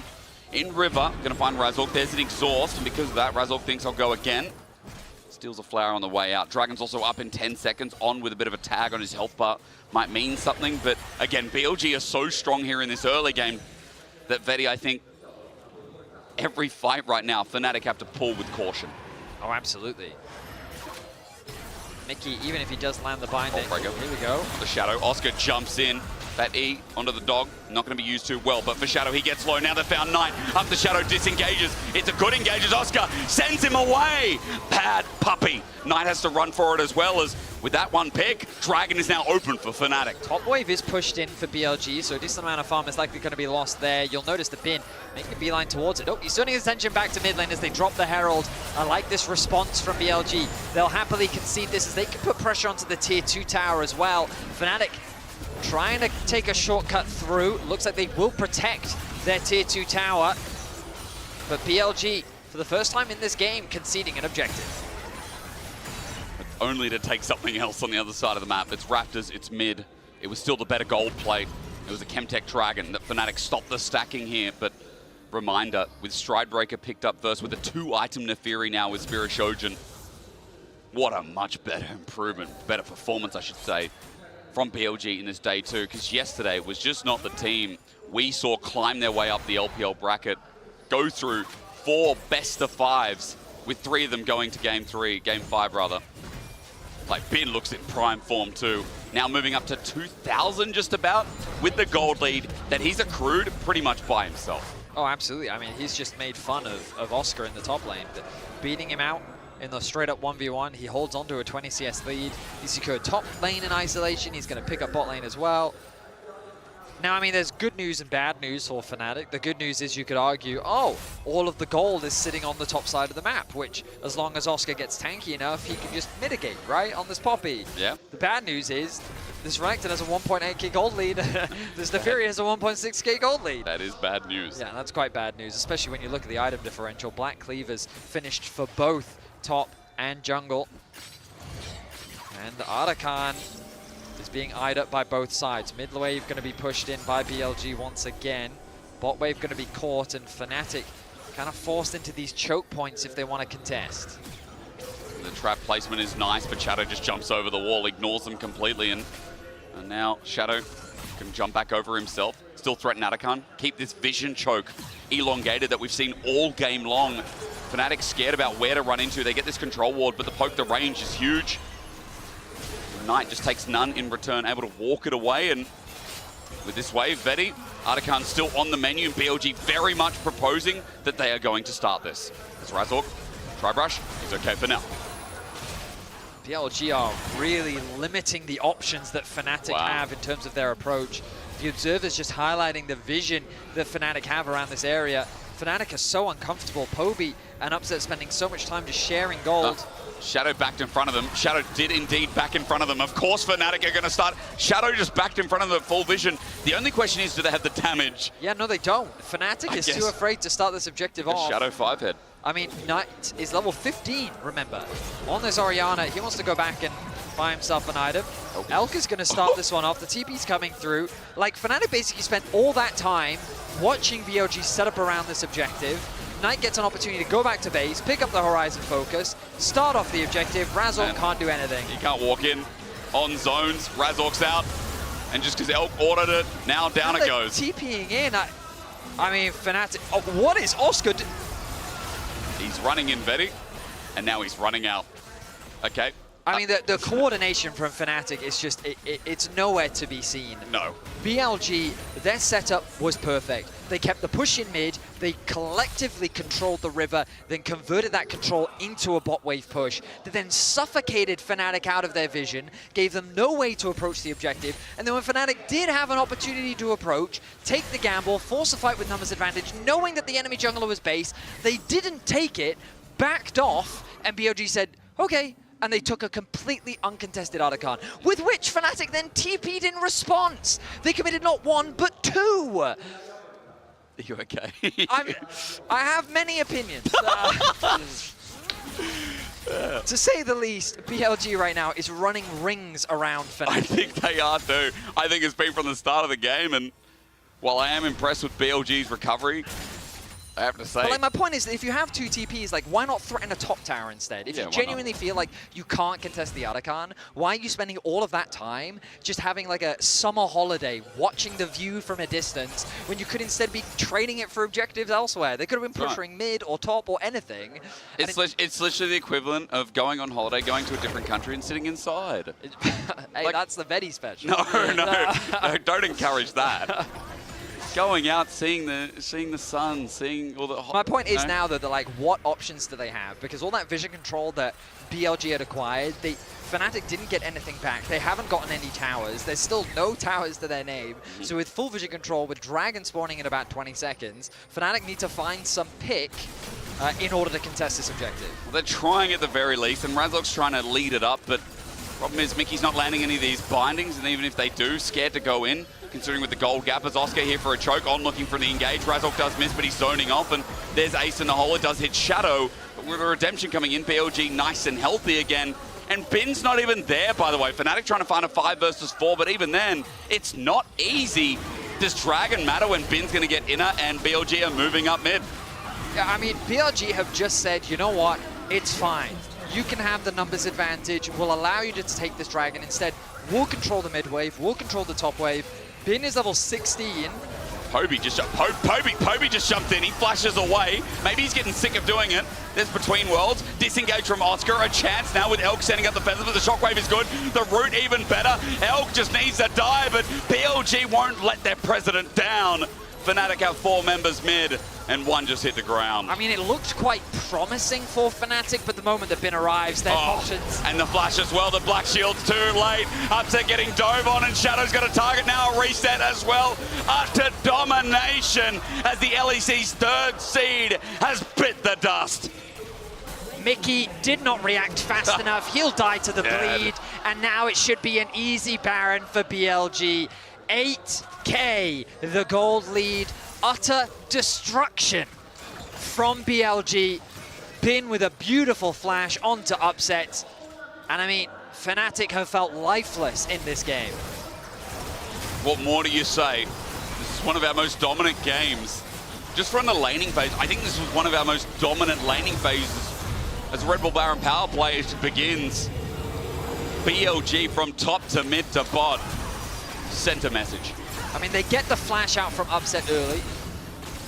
Oh, from Poby, sorry. Then they turn their attention onto Eld. A good shockwave response from Knight makes it difficult for Fnatic to follow up. Bin arrives, they get that kill onto Oscar, and then here, Upset wants to step back up. Maybe he can use a headshot to chip away at HP, but Bin, he uses the first E on this minion wave. Flash W, has the second E to follow up. The Black Shield was too late. Upset immediately flashes away, but Shadow is there on the back line to help secure that kill. BLG with fantastic execution once again. And now with the Baron, it feels like it's simply a matter of time. It's almost cresting 10,000 gold. We've had a 19.8k gold win in difference. And we're about to see if this one gets any closer. Oscar's finally going to get Fnatic's first turret at 26 minutes in the game. But bot is an issue. Bot is a big issue. Oscar, come home. We miss you. I mean, even if he's there, I don't think he's going to stop BLG. Bin is level 17. But he is going to TP. Here we go. The last hurrah between worlds from Poby keeps them near, but BLG at full HP still as Poby stepped up and now about to get wept away. Elk is low, but the feathers are still out, even with a great Poppy ult. Bin comes from mid to send another message. The cease and desist, the dark binding. Can they kill this Renekton? Well, with Asterix Gauge, they're going to bloody well try, but he'll take Razork down with him. That's the Giga Bin we know. As Shadow uses this opportunity to enter the base, look for a reset, deliver the shockwave, and deliver LPL its hopes this day. Thaddeus, BLG day 1, that was just a spanner in the works. This is what you can expect from one of the best regions in the world as they send a message to EU to fear at 27.5 minutes into this game. A convincing stomp from BLG as they play with their food. Upset may get a shutdown, but it is too little, too late as the LPL goes 3-0 here on day 2. 3-0 is a statement, and BLG looking like that is a complete far cry from what we saw in day 1. Their recovery is exceptional. Dominant laning phases. It was looking quite good for Fnatic in the bottom lane, but Shadow making the difference. But you've heard enough from us, so let's send it over to the desk to get their thoughts on that game. That was... Can I get your thoughts on that game, Dracos? I don't know, man. I'm having a really hard time not being depressed right now. It's great seeing a European player come in and dominate. Yeah, are you referring to Shadow? You're referring to Shadow. You're so clever. You're so funny. Shadow, obviously incredible. And I will say, Fnatic clearly trying to cook something up. It was volatile, and it was one of these things where we were gonna call them geniuses for the Morgana or fools, and it's definitely the latter. I think there was a good window between level 1 and level 2 where it was looking pretty good. And then they got, Stop smiling so much, Hawks! Stop reveling in my pain, you sadist! Anyway, you're right. Let's look at the start, because this is... We requested one replay in this game and more or less tuned out, or I did in the despair, because this game was over at level 2. As you highlighted, this is where it all went wrong. And when we take a look back, we can talk about some of the intricacies here. I like the aggression from Fnatic at the very least. Yeah, I think the thing is, you know, they find this binding, level 1, they get a lot of damage down, and On only just survives here, dodging away for the Peacemaker from Upset, able to avoid it. But then this gank comes in from Shadow when they're super overextended. And they'd already burnt a lot of summoners in that initial trade, so him being here first, the fact that they're not going to get any jungle assistance, really puts them in a comfortable spot. Yeah, and there was also a follow-up gank that came in later when Mickey was low on mana, had been using the pool quite frequently, didn't have the mana for a Black Shield. And I feel like with Caitlyn Morgana, you have to win lane. You have to be far ahead. If you get ganked like that and fall behind, you feel so bad. I still come out of that wondering why the Morgana was bot lane. Because, like, I was looking at the draft, I was like, oh, this is pretty creative. Maybe we're seeing an Aurora top lane, a Morgana support, like Morgana mid, and then the Poppy support. Like, I thought there was some flexibility there, especially when the Renekton was picked. And, you know, Aurora loves And feasting then what on we the saw Renekton. was, yeah, Renekton winning top lane, mid lane going not massively in favor of the side of BLG, but, you know, reasonably in favor of them. And then bot lane also completely blowing up in the face of Fnatic. And then unsurprisingly, when you're winning every single lane, things tend to fall apart. Now, Fnatic, to their credit, did have a couple Hail Mary moments. They were able to find some kills in that game. They never were really able to get back in control, but we did see in that mid fight, like, them trying and showing a little bit of what the composition could do, even if they didn't really have the gold or position to make it work. Yeah, they find this engage initially, and Elk, I feel like, survives a little bit too long. Goes here for the flash to reposition and get the root. Then Shadow comes in with a lot of cooldowns burned, and just is wreaking havoc. And I feel like he got pretty fed in this one. Bin comes up for the follow-up as well. Cleaning house, and there were so many fights, so I feel like Shadow, who got that early lead, was just, they couldn't deal with him. And the fact he used that untargetability so well to avoid the CC from the Morgana was running rampant and did so much work. It's great for, looking at the BLG side, for Shadow to be able to come in and have a performance that he's having here, right? So at least for him, who we saw him kind of make that resurgence, be on that big stage, win in the finals, like, it's nice to be able to see that return. But on the opposite side for Fnatic, like, if you find yourself after that fight in that big of a deficit, a lot of the time you're like, you got to take the chances that you get. Especially when you see Shadow base in front of the Otacon, like right in front of your face, just you have to try it. That felt so frustrating to me because he recalled that. They looked like they were going to start it, then they backed away, and then we saw BLG start it and have complete control of the area, and they just gave it up. And are they likely to win that if they start up the Otacon with Shadow and base? Probably like not. Yeah, but it's like not. it's a desperation play when you're in a desperate position, and I think they should have just gone for it. And yes, it's a bit flippy, but in that position, you have to flip a bit. Yeah. I agree. Want to see more of that risk taking. I think the good news is from BLG, they're no stranger to dropping a couple games in the Swiss stage, always pulling through to make bracket. They dropped that game day 1 to 100 Thieves. Today, bouncing back. We'll see what they look like in the 1-1 bracket, but this is definitely a glow up, definitely more of the form we were looking for. And of course, on the other side of the break, we are going to hear from BLG jungler Shadow before our final match of the day, HLE versus PSG.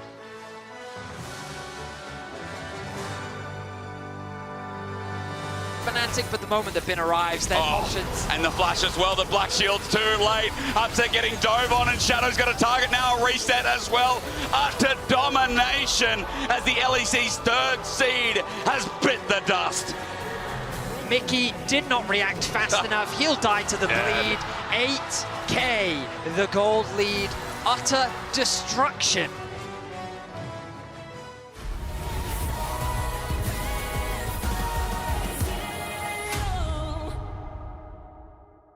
The greatest players in the world are here. They can just burn this one down. Oh my god, he'll forward by 9! You are going to see them like you've never seen them before. It will as the Arcane Storm doing so much work, and Genji! They are just going to ace them! 누구 만나도 이길 수 있다는 자신감 정도로만 생각하고 있습니다. Genji, the EWC winners! Locking down the Drake is now Doran. Decent position. Double Break down my walls, but I won't rise again. Cause I stand tall in my environment. How could I ever close my eyes as they silence sins? They try to take me down with their violence. Oh, they go back in. Bishop flashes in, and down goes Knight.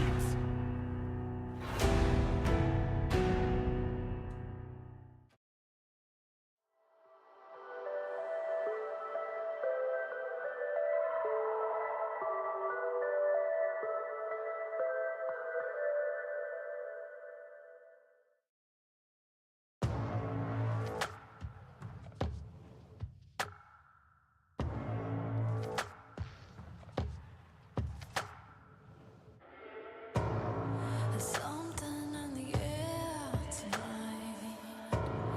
Don't know why, but it feels so right. I'm waiting for the dead of night. Cross my heart, hope you die, and I for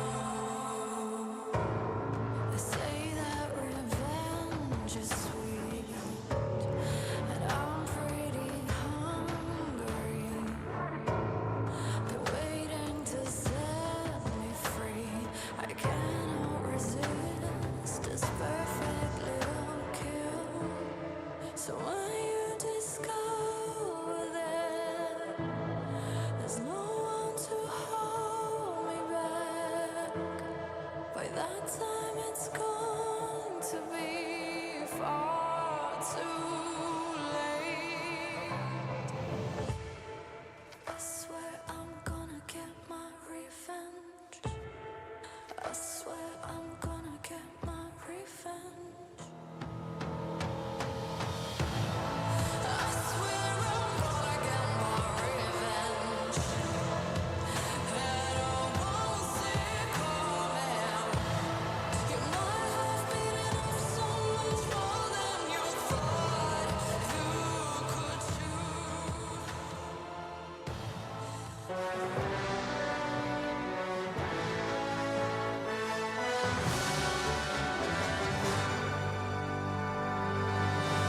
And welcome back, everyone, to the Verizon post-game interview here with Shadow. Thank you so much for joining me. Thank you for interviewing me.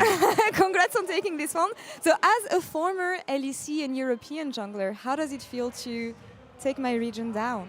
I think it's always been easy for me to beat European teams, so yeah, it's the usual, you know? Oh god, you had to do us like this. But okay, let's talk a bit about the game. You picked Nafiri here. You're the first player who picks that jungler. Why did you think it was a good angle? And do you think it's an underrated champion right now? I think the patch is new for us, for all the teams, so I think we're just trying new different champions, because at the start of the day, we thought that Jarvan was OP, but he has 0 win rate, so we just had to change all our approach? Yeah. All right. We just had to change something. Okay, you know? okay. You look pretty strong here. But talking about Jarvan, I'm actually happy that you mentioned it, because as you said, 0% win rates. It's the most peak jungler right now. Why do you think it's not working? And do you think it's actually not that good of a champion?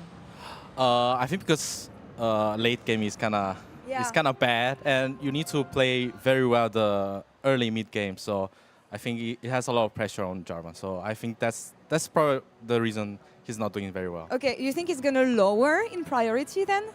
I think he's still a good champion, but probably it's going to be lower. He's not going to be first pick anymore, I think. All right, talking a bit more about you and BLG and everything, you're one of the only teams who has 2 players at the same position, you and Beitron. How has it been for you navigating this situation as a player? I think we just have different kind of play styles, and just depends on the enemy team who suits us the best, you know? So. And the rest is going to be top secret. I can't really say anything else. I know. All right, so how would you rate your performance today from 0 to 10? I think it's just going to be a 7 or 8. Because, all right. I mean, against LCK teams, maybe it's going to be harder. But yeah, I think... All right. I think 7 or 8. And a bit more about you, being back at Worlds with BLG, especially here in China on stage in front of your home crowd. How do you feel? I think it just feels amazing to win in home crowd, right? So yesterday was a bit shaky for us, but I think we're on the right step. All right. Any closing thoughts for the European and Western fans? We haven't seen you and heard you in ages. It's so nice to have you again, Shadow. I mean, I hope European teams get better, so beating them will be feeling better. Thank you so much. Even if that was a lot of burns here, Shadow. Thank you so much for the interview. That's all for us here for now. Desk, back to you. We have to be better. And I gotta say, I think I hate him because he speaks the truth. What the heck is happening? Fair. What the hell? Save him! Throw him over, Betty! Throw him over! Throw him over! Anyway, shout out Shadow. Great interview. Thank you, Lore. Miss you, Shadow. Come back, brother. We need. It seems like we need the help. Anyway, we are getting ready for our final game of the day. It is HLE versus PSG, and I think the good news coming out of yesterday for HLE was that Viper, still incredibly good player, still able to carry the game most of the way. I wouldn't call that news. That's just how it is, right? That's been a consistent thing. That hasn't changed. He put on the display we've seen quite consistently from this team. I feel like Viper is just so good mechanically. I feel like consistently he's impressed me so much. The things he does in team fights, you can so often watch him and see him put on these displays. Unfortunately, it wasn't enough. Despite him having so many kills in that game, I feel like there was just fantastic work by AL occupying him. I think Flandre in particular on the Rek'Sai found a way just to keep him occupied in the team fights.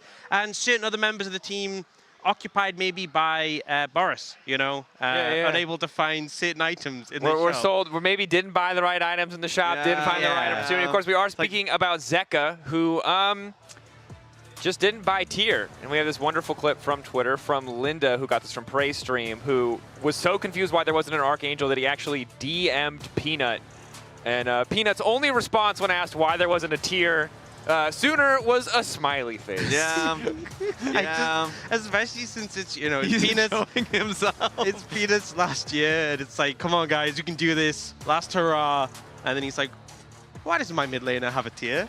Why doesn't my Ryze have a tier? I don't know, man. Doesn't know. He has no explanation. There was an amp tome in that inventory for quite some time that could have been a tier. And look, it's probably an honest oopsie. It really is. But it's important to note that it is a big one. It's almost 80 AP on top of the additional. I mean, it's so much damage. Mana scaling as well. Yeah. You know, there was definitely moments in that game where the extra damage would have made a tangible difference. But it happens, right? Mistakes happen. I think we can move past that. AL also, we've seen today, played so fantastically against Gen G. They're a real force to be reckoned with. And I think going into this one, despite the performance from HLE, heavy favorites, I think, in this matchup. They are, certainly. And of course, PSG did play against Gen G yesterday. And they did put up a fight in the early game, mid-jungle especially. Players we highlighted for their kind of historic appeal still managed to show up in that first game. And while there were kills, they didn't quite convert it, but still something positive to look at as we get ready for this game versus HLE. Yeah, you got to see the genuine excitement from Karsa when he was actually able to like impact that top side of the map and get Keen behind and build up a lead for Aja. I thought the actual draft from PSG was quite creative. The Swain and Sivir in particular was good at being able to deal with like the multiple melee champions from Gen G. So there's a lot to hope for, here for the team. Into a short-range composition, into so many melee champ situation as well. Like the AoE threat from the Swain, from the Sivir. I feel like it had a lot of strength in that regard, but I feel like they just kind of fell behind in terms of goal despite having the kill lead and really started to struggle. And there was that one fight that Gen G won, even lost the Adakan with it. Yeah. But after that, they kind of just got blown out, and there was a huge gold advantage for Gen G from that point onwards. Yeah, it was. It's funny because Karsa is not happy with the people who've been drawing the balls, of course, for them, the actual teams. But as you can see, an old crew for this squad. The old Flash World reunion. It's like Fate was particularly unhappy with the title The Korean Killers all those years ago and was like, okay, bro, prove it. Gen G and HLE. Deal with both of them. Yeah, and of course, these are players who have played so much together. We highlighted a little bit the history, of course, the Flash Wolves, PSG Town over the year of players like Maple, players like Betty. Yeah, and I drew this just because, at least it was put on social media, Karsa was not happy with both Ming and Jie with the draws. He's like, why are we drawing the two strongest teams in the tournament? Thankfully, didn't have to deal with AL. Yeah, I was about to say. Yeah. So, like, they're old men, stop, please. Stop bullying the elderly. Aren't they 28? League of Legends related, competitively elderly. Yeah, I feel like within the context of League of Legends, elderly, but in the context of anything else. Here's the thing I will say. I like the innovation you brought up in draft earlier, and I do think in general, despite it being best of one and the champion pool and the drafts feeling a lot more fixed than they would, of course, in Fearless, I'm glad we're still seeing some cooking and some experimentation, and I do think that that, to your point earlier, leads a little bit of hope for PSG that they might be able to find a unique angle here. I think that's the thing as well. If you're going into a matchup against a team who is stronger, I think breaking out, I mean, we saw this even before Fearless, right? If you go in with a very bog-standard draft that they've seen 100 times before, chances are they will just beat you out. We've seen when teams have thrown curveballs, that's been to an advantage. And with Fearless, we've seen a lot more picks, a lot more compositions tried out. And so maybe that's somewhere you can dig to find an advantage. And speaking of Fearless, I mean, I think PSG played pretty fearlessly just yesterday. So we need to see a little bit more of that today, but it seems like we're gearing up, getting into the draft. So I actually want to check in on the casters because I don't know if Hysterix is still alive. Vedius threw him over. So I want to see it. Hysterix, are you still there? It was a metaphor. It was a visual representation. You should have thrown him. Just throw him next time. He'll be fine. He's tough. Yeah, it's true. I'm actually talking from a seat in the arena. I did land. Shout out to that one fan who broke my fall. Are they okay? Yes. Anyway, League of Legends. Let's get into it. Final game of the day. HLE versus PSG. We know that HLE are coming in as the favorites, but we've seen some surprises today. Yes. Let's see if PSG can make some magic happen as we jump straight into draft. And already Poppy making his way into the ban ball. Interesting. As we've seen the impact that Poppy has had this afternoon. Yunara quickly going to follow up with the Azia as well. Well, we know Vetti's afternoon starts at 7:48 p.m. China Standard Time as Wukong. Evening. He said afternoon at like almost 8 o'clock, Vetti. Your but I meant bedtime this is not earlier afternoon. than 4 Okay, a.m. okay, all right. There's Rise as well. You want to talk about good champs? Well, Azir's been permabanned so far. Rise seldom sees itself through, but 50-60% of the time. Are they going to leave it open? Ori, you talked about that's something big. Is there really that good of a handshake for the Orianna? That's kind of what we're deciding here, as we have seen it left through as a first pick. PSG are going to show us now. See, a lot of teams are willing to give it over and trade for something like the Taliyah. PSG, though. PSG is the question. Looks like the answer is no. And Bessa? Bessa for Zeus. B1. Okay, not really a surprise for Zeus. No. Bit of a surprise to see it first picked here in the draft. Yes. Especially when we know that AD carries and junglers seem to be the name of the game right now. Things like the Jarvan hasn't had a win yet at Worlds, but has been very popular. The Xin Zhao as well. Let's see what direction they go right now. PSG hovering the Neferi. I'd be surprised to see. Oh, okay. Well, color me surprised. But no, with no Orianna, I think that's the surprising part, right? It's usually used as a ball delivery service and for a jungler. But also, I just didn't think that it was a good blind jungle right now. I felt like that it was good as an answer into certain champions. Things like the Vi. We've seen it good into Jarvan as well. Our Pantheon are still up and available as well. Kasa.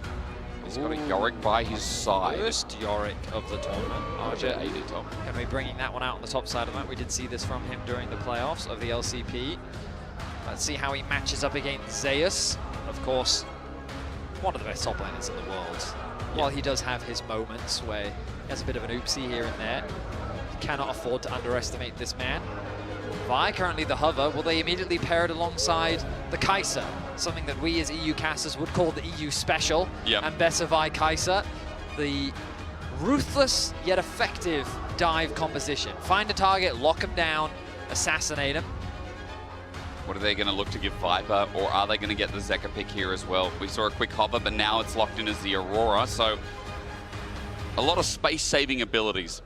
Let's just say that, and good setup thanks to Peanut. Seems like a good 1-2-3. Problem is, what do you now bring into this Aurora? Control mages, I think, can be pretty good. Victor is relatively safe. Taliyah's also fine. Kind of depends on what you're feeling. And it looks like that the Taliyah is once again going to come through. A very safe, standard, well-rounded mid lane mage that we're seeing a lot here at the World Championship. Now, is Caitlyn getting to that point where either Humble Life or PSG have to ban it away? Because it just right now is the S/A tier AD carry of the tournament. I do feel that Kai'Sa needs to be banned. Yeah, against HLE or against PSG. I think PSG should ban Kai'Sa. Okay. I don't think that they want Kai'Sa. No, okay. And I think that they don't want HLE to have it. And there we go. So we got that out of the way. Yeah, that one is gone. Now, if HLE want to pinch the bot lane pool, they could target supports. Right now, PSG don't have Engage. So Alistair, Rel, Leona, Nautilus, kind of the main four, maybe even Rakan, all good champions. Xayah is something HLE should also consider getting rid of. Yeah. Especially with the amount of dive that HLE have available to them. It's just so good. The music is just so cinematic. Raz must love the music. Like, this is Cinema Central. Not sure why you call that Raz specifically. Because he literally, whatever he talked about, cinematic, whatever his words were earlier on that Dracos bagged him out for. Something cinematic, I don't know. Okay. Talked about movies or something. Got it, I see. You're going to have to ask him. Alistair is going to be the ban on the side of HLE. So we talked about engage options, and HLE are trying to limit those options to the side of PSG. There's a Leona. So is it a Xayah ban for HLE? Or do they not care about the Xayah? Maybe they're not that fussed about it. But right now I'm thinking HLE is thinking about Kai'Sa Rakan. So Comp does run into them, so the Xayah would make a lot of sense for PSG to snag up. And maybe support counterpick with the Alistar ban. It's kind of indicating that, no, with the Nico ban as well. I mean, yeah, that's fair. Nico is very strong. But now I feel like that... Okay. I mean, I really thought that Xayah was going to be the direction. I guess they're thinking range. Play the range. Also fine. Top of the snap engage. The amount of dive that HLE have makes it easy to lock down a champion like Caitlyn. I wonder if they're thinking about Morgana themselves. I think that's right. Top Esports jersey still on that castle picture. This guy's got some memories in leagues. There's Caitlyn. Caitlyn for Betty.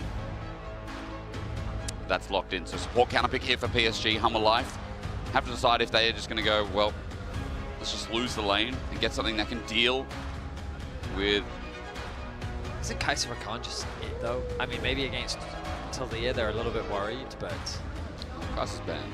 You mean Zyra Oh, Rakan? yeah, sorry. It's all right. Yeah. It's last game of the day. It's last game of the day. We've still got a bit of lag of Jet. Yeah, Ezreal's fine.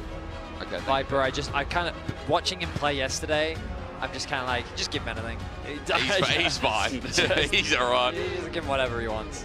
If he says he wants a champ, just give it to him. It's all good. Now, do you go for something ranged like Karma so that you can fight a little bit in the 2v2? Or do you go for more of a team-orientated Rakan? Well, the Bard is long-range fine. engage. Yeah, Bard is also fine. Plus a bit of splash for the lane. Okie dokie. Delight going to be bringing us a delightful time with the Bard. Well, yesterday on the Alistar was not delightful in the early game, to say the least. Some of Delight's maneuvers were tricky as Karma gets locked in for the Caitlyn lane. So for Betty and Woody, all about that 2v2. And Betty, they do have a way to roam down. They do have a lethality jungler. Well, not really. Spirit Show didn't get. Anyway, they have an AD jungler. So my biggest question to you is, can PSG get this ball rolling through Betty and Woody and give themselves their first win? Well, the thing is, I think PSG's quite happy with how their lanes played out. Like, Yorick should have an advantage against the Ambessa. Talia should be able to get push against an Aurora. And then also Caitlyn, Karma just, I mean, they're just a very effective pushing lane. Like, they are. The funniest thing about Bard is, yeah, sure, in the mid game, he has all these crazy things. But in lane, he literally only has his Q and auto attacks. Yeah. Like, his E, his tunnels, they don't do anything. Oh, he gets to go somewhere. It's a completely useless ability when it comes to laning. Yeah, I mean, yeah, you're not wrong. So, but he does have a cup of tea. He gets to put on the ground. That's true, he does. He does have sustain. But my point is that it's just really hard early on to guarantee that pressure. So I like that PSG have pressure in all of their lanes. But in just terms of the comp, I feel like that when I look at each of these comp, it really, everything does what you want it to do. Yep. You know, like you find a target, you burst the target, you still have sustained DPS because Ezreal with a lot of range has so much poke available to him, and also Ambessa with her extended skirmishing, and once that cooldown gate gets passed, then you have a lot of, well, backline threat and access basically. Bit of disengage as well. So, yeah, I think I do like HLE's comp overall, but PSG, I like the way that they have approached the early laning phase. The question is, though, will we see a swippy swap? You do like swippy swaps as we get into our last game of day 2 at Worlds, or day 2 of Swiss. Day 2 of Swiss, Worlds. indeed. Yeah. Yes, day 3 technically. Yep. And then we have another draw. Most exciting part of the day. Yeah, I do like the draw. I do like it. I like everyone. Who's going to suffer? Who's going to be elated? Might be EU again. I feel like EU has suffered enough. That's what we and always say. I do wish that we could be shown some mercy, but it's not about EU right now. It's not. It's definitely about the LCP, which I think is a region, even though PSG took the loss yesterday, has been ultimately a real fun time so far at Worlds. Absolutely. CFO have started it. I mean, Team Secret Wales as well. I'm trying to remember, did they lost their matchup today, right? Yes, they did to KT. KT's 2-0. Like, That's what a world. true. What a world. Oh, my goodness. I did say at the start of the day it'd be such a KT thing to do to lose to Team Secret Wales. It was sketchy for a while, It was. that game. That early game is still something that KT, I mean, they even said it in the interview afterwards, something that they're going to need to work on. But yeah. I feel like the early game from yesterday, something Hummer Life have to work on too. I mean, the early game came off the back of Delight. The fighting was so crazy. But you remember that mid-gank, Fetty, that Cassiopeia. If Delight didn't headbutt, then Shanks just dies. Bro, Delight, it was so funny because I was rewatching the VODs with Dracos next to me. Yep.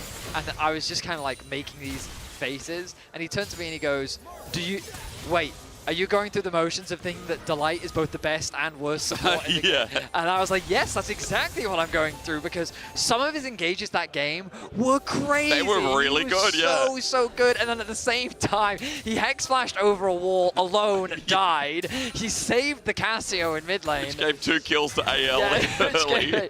Yeah, so it was definitely a series of emotions watching Delight yesterday. A quick maneuver, by the way. Karsa has just slipped through the vision of mid lane to look for this invade, I believe. Peanut going to see him now. Draws Raptors into this brush and disengages. Peanut does not want to tussle here versus Naviri. And as Karsa starts this off, this is a nice timing invade, and nothing can really be done from mid.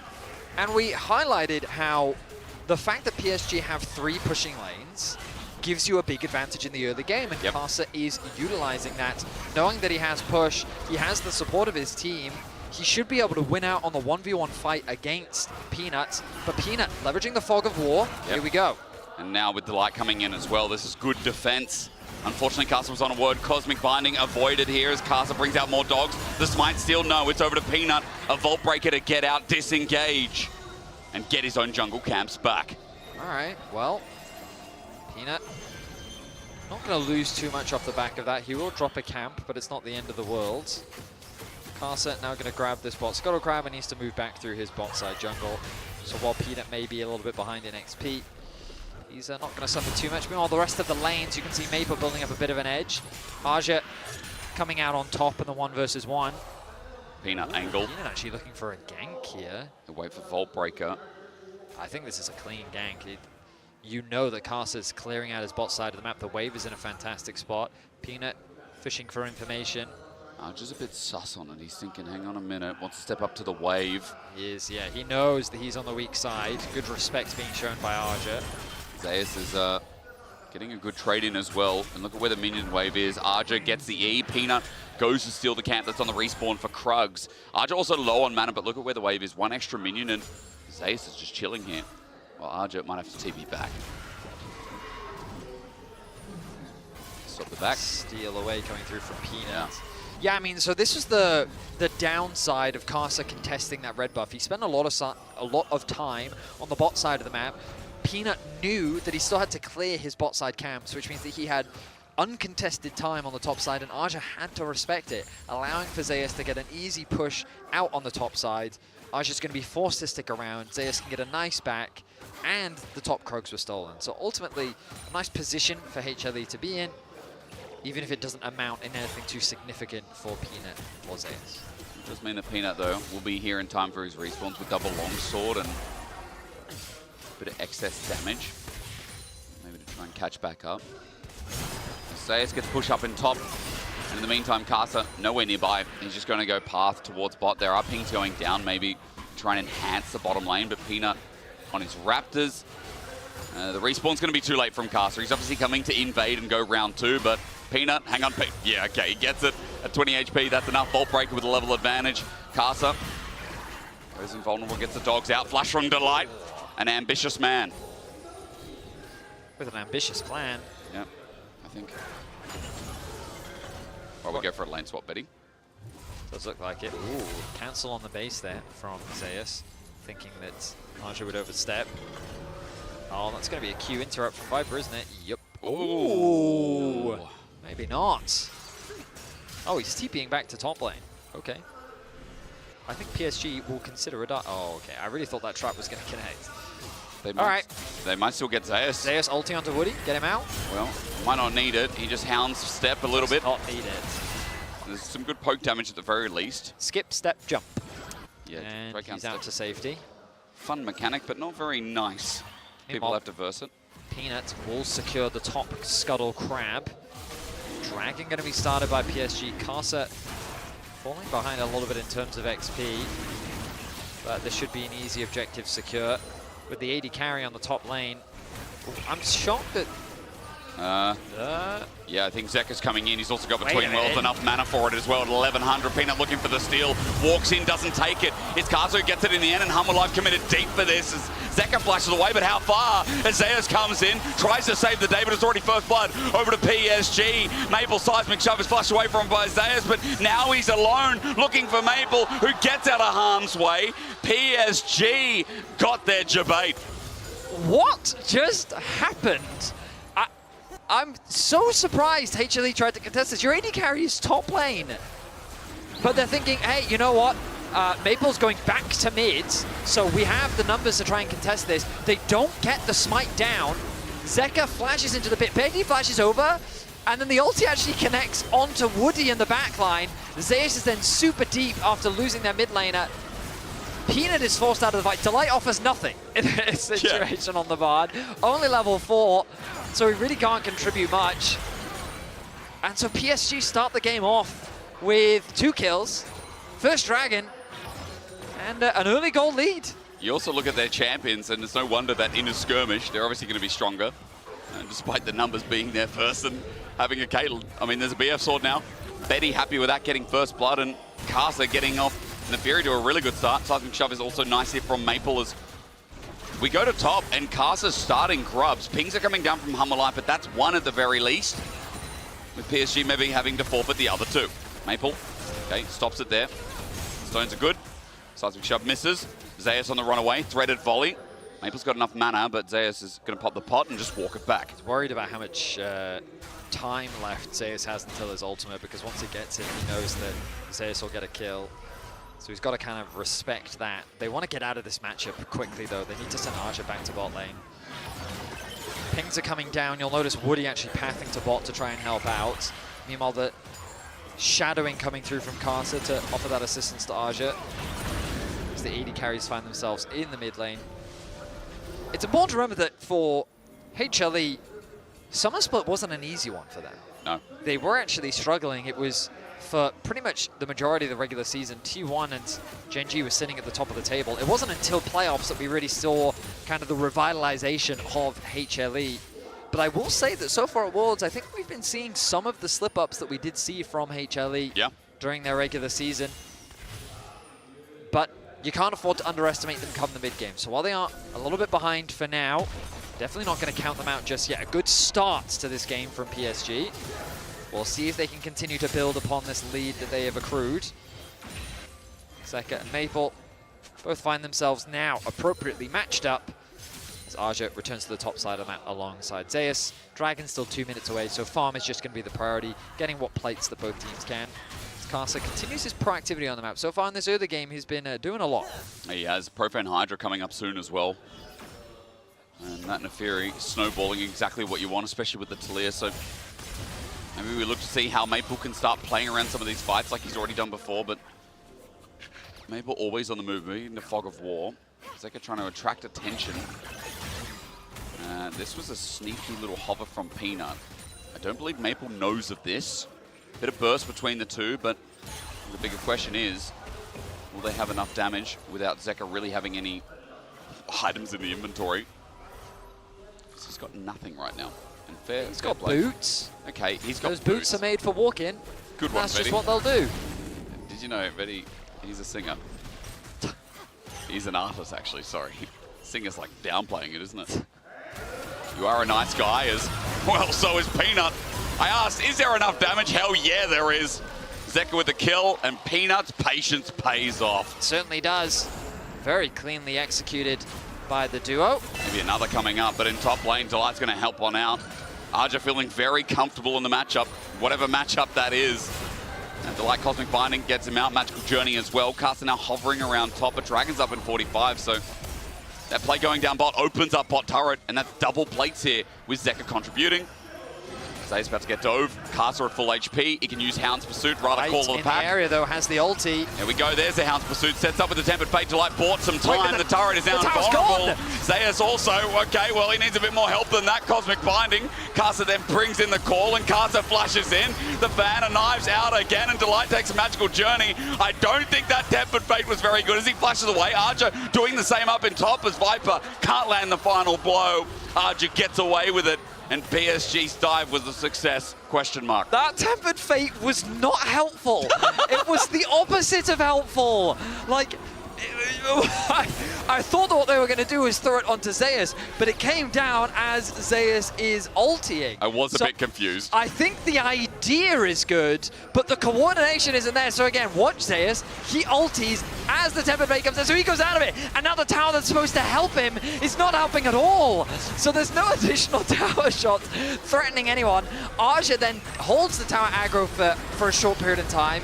He then disengages. Nice little play from Delight, though, baiting them all through the portal and then flashing over the wall. Aja able to flash away to safety. Viper even committed his flash as well. And I have to ask the question, what is going on with HLE right now? Because this early game is kind of all over the place. That's just the hum of life right now. Delight's looking for another angle. Tempered Fate almost up and available to pull another one out. Is it Zeus' fault or is it Delight's fault? Should That's Zeus a question have been I'll leave locked to the down? philosophers. Yeah, there's a lot of questions to ask philosophers of this game so far, but for PSG, early game, success. We can take away that it's 1,000 gold lead. We can take away that Betty's in a good spot.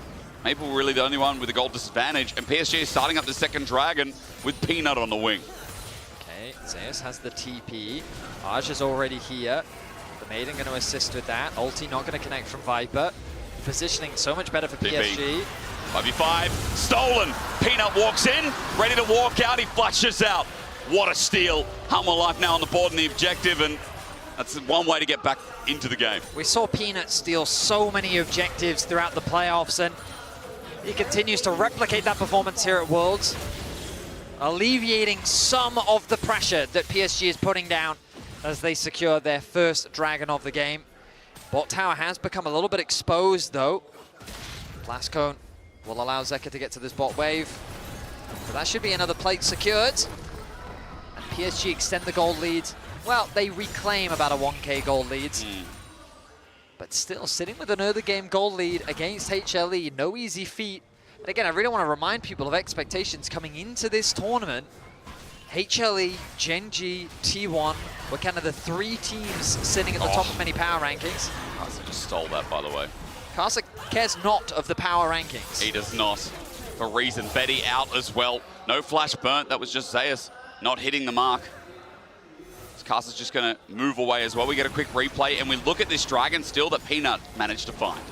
We're going to get a slow-mo. Ooh, 66. Yeah, the smite just comes down a little bit after. We're fighting again. I mean, PSG want to always fight. Magical Journey taken away. Karsa, he's got friends on the way as Archer now joins in as Karsa also in front of some camps. Meanwhile, Zeus is taking away mid-wave. He's going to Drakehound step out of there. PSG are converging all on this Raptors. They want to take everything away from Peanut. I was a little bit worried for PSG because it was a heavy commitment. So many members getting involved in the action. Aja even committing his CP as well. It does mean that that top tower is going to be completely exposed. Maple needs to get up there ASAP, but he's sticking around the bot side. Instead, they want to cross-map. They've set their sights onto Zeka. They don't have Maple's ulti. Archer getting bursted a little bit, but Zeka can just jump over that wall. Maple coming back in. They're going to try and put the pain on this turret as Karsa's a new target between worlds, gets Zeus out, and Karsa's done enough. 4 members of PSG now opening up with his turret. This first turret of the game. This is going to drop. Look at Zeka top. Tempered Fate. That was a good one. You mean Zeka got out and Zeus top? Yeah, that's the one. You're exactly right. First tower going to fall in favor of PSG. Too many Zeds. Zeus going to secure the top side and a Herald as well. So a nice pickup. I think overall more favorable for HLE. Yep. That top tower. Zeus going to go get that gold.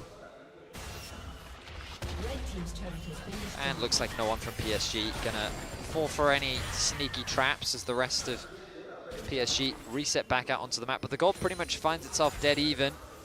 Zeka's been doing a really good job of picking up a lot of gold across the rift. Dragon 2 minutes away, no major objectives to really play for. These outer towers really become the focus now. That bot tower pretty weak for the side of PSG. But with this Herald as well, HLE can use it to open up this mid tower, which for the time being has been well protected by Betty and Woody with the amount of wave clear that they have at their discretion.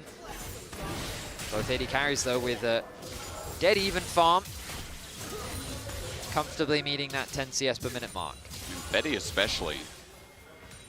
This Caitlyn got an earlier kill. Like, we're in the Utah build, no early collector. Instead, a bit of extra mega scaling as Viper just takes a little bit of a hit. the Coinbase Gold Grind. Just comparing top laners right now, or rather just looking at Zeus, who, even though Arja's been fine on his own, Zeus has been chilly. He's 0-2, yeah, but he's still ahead in CS, despite having died twice. That is mainly because Zeus, I mean, I would say Arja has been overgrouping, so Zeus has spent a little bit more time on side lanes.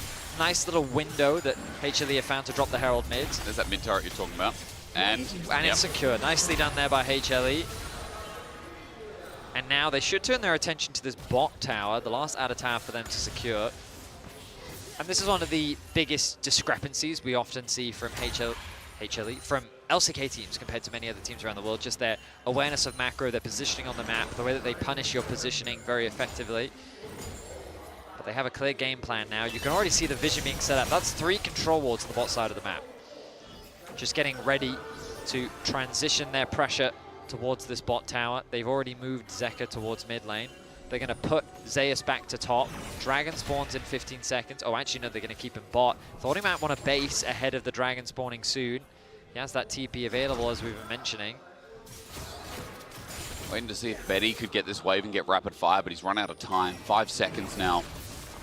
Light steps up. The only ward PSG have right now. He's right there in front of you. I will correct myself, there's another one down here, but... That's 4 control wards now invested by HLE. Yeah. They're choking out the vision. Scrying ward as well. True Shot Barrage is nice. Even hits the madam. And as PSG move in with 5.5 units.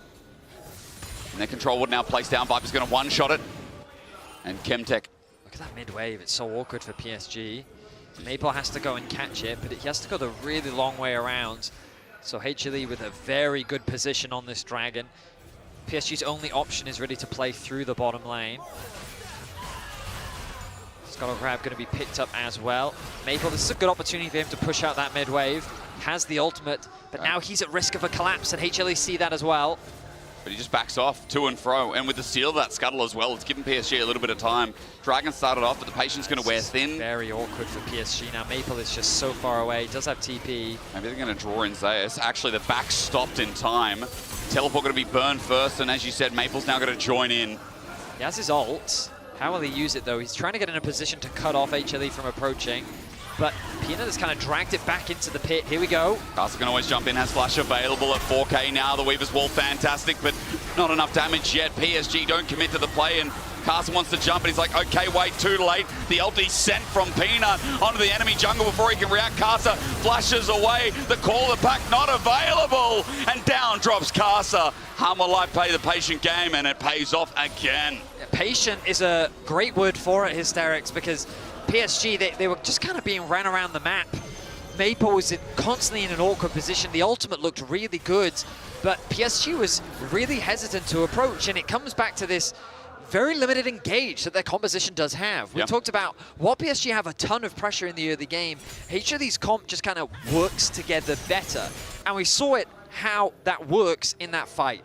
Peanut ulti's in, Zeus is right behind him instantly, and Delight's ultimate kind of acts as a follow-up or as a zoning tool. It dropped in the tri-brush, making it hard for PSG to approach, and so once they found Carcer isolated, they turned it into a kill. Well executed by HLE, and you can really start to feel the momentum shifting the way of HLE. I mean, it's been a weird early game again. There's been a couple of moments like that top lane play where it seemed messy, clumsy from Humble Life, but props to them again, playing the slow con, drawing PSG in. One mistake is capitalized so well. Tara's going to drop in bot. Arja matches top, but Peanut's here again. It's a mega blast cone, so the range is huge, and Arja sets down his little cage, but Zeus won't fall for it. A Vault Breaker into the wall. Arja might be tanky, but with Zeus here at the helm as well, that Yorick's about to die. Zeus now with his second kill, and Humble Life, the wheels are turning. Yeah, that's just an easy kill for Humble Life. There's nothing for PSG to cross-map. Viper's starting this. Okay. Like his jungler is top lane. The light's here. I guess he's thinking... They don't even know. No, because who would expect with Peanut top Hadouken to start 9K? You know, I reckon was he just stacking his passive? Maybe. He's got red buff. TP burn. Okay, no, they have not lost the patience. Pings are coming down now. It may be too late. Let's find out. mean, Aja has TP. He should be able to... No, it's gone, right? Barrage, Weaver's wall at 3k. Tempered Fate, nice from Delight. Keeps him from getting near. Castle walks up, almost steals it, but he does not. That's what matters. Peanut launches an engage again and sacrifices his life, but in goes Zeka, all in as Casa's up next. Woody run over by the Ambessa, and Hummerlife see the angle. Maple just stands there, finds a kill. It ain't pretty. It ain't that great, but a Quadra over to Zeka. It's got enough for Hummerlife.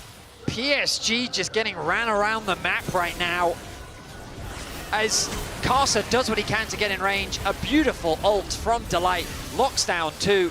Casa gets in range to steal but doesn't quite have the secure. Then the engage happens. A huge ulti from Zeka, chips away at the HP bars. While Peanut does drop initially, Zeka flashes in to chunk out the remaining escaping members of PSG as Zeus cleans up the pick onto Woody. A pick is exchanged onto Delight, but too little too late as... It was a mosh pit. Certainly was. Zeka just dishing out huge damage in the fight. Now finds himself with a 1.8k gold advantage. You know what? He grabs a Medjai's as well. He's feeling himself as HLE take a firm grip here over our last game of the day. Day 2's definitely been about getting those recoveries in. First BLG now, it looks like Hummerlife as this game is topsy-turvy for PSG now. The gold's running out of hand, 4,500 as Peanut looks for an angle in top yet again. There's no Baron here to help the push, but Hummerlife are grouping up as 4, trying to get this wave in, while meanwhile, mid is under fire as well. Good little pick onto Zeka, but he hops out, and they wait for the next wave. Good damage. Zeka dropping to about 50%. Just running through mid. Peanut and Zeus gonna take the backdoor routes towards this mid tier 2. There's a big wave building on bot lane, but right now HLE don't care too much about it. They'll probably care about it soon. It's a lot of farm that they don't want to allow to go to waste. No one backing just yet, though. Delight will get it. Don't worry, it'll be fine. And pings are going down. Looks like movement from Zeus, so, excuse me, he will find his mark down there, but 30 seconds till Dragon. It'll be number 3 for Hummerlife.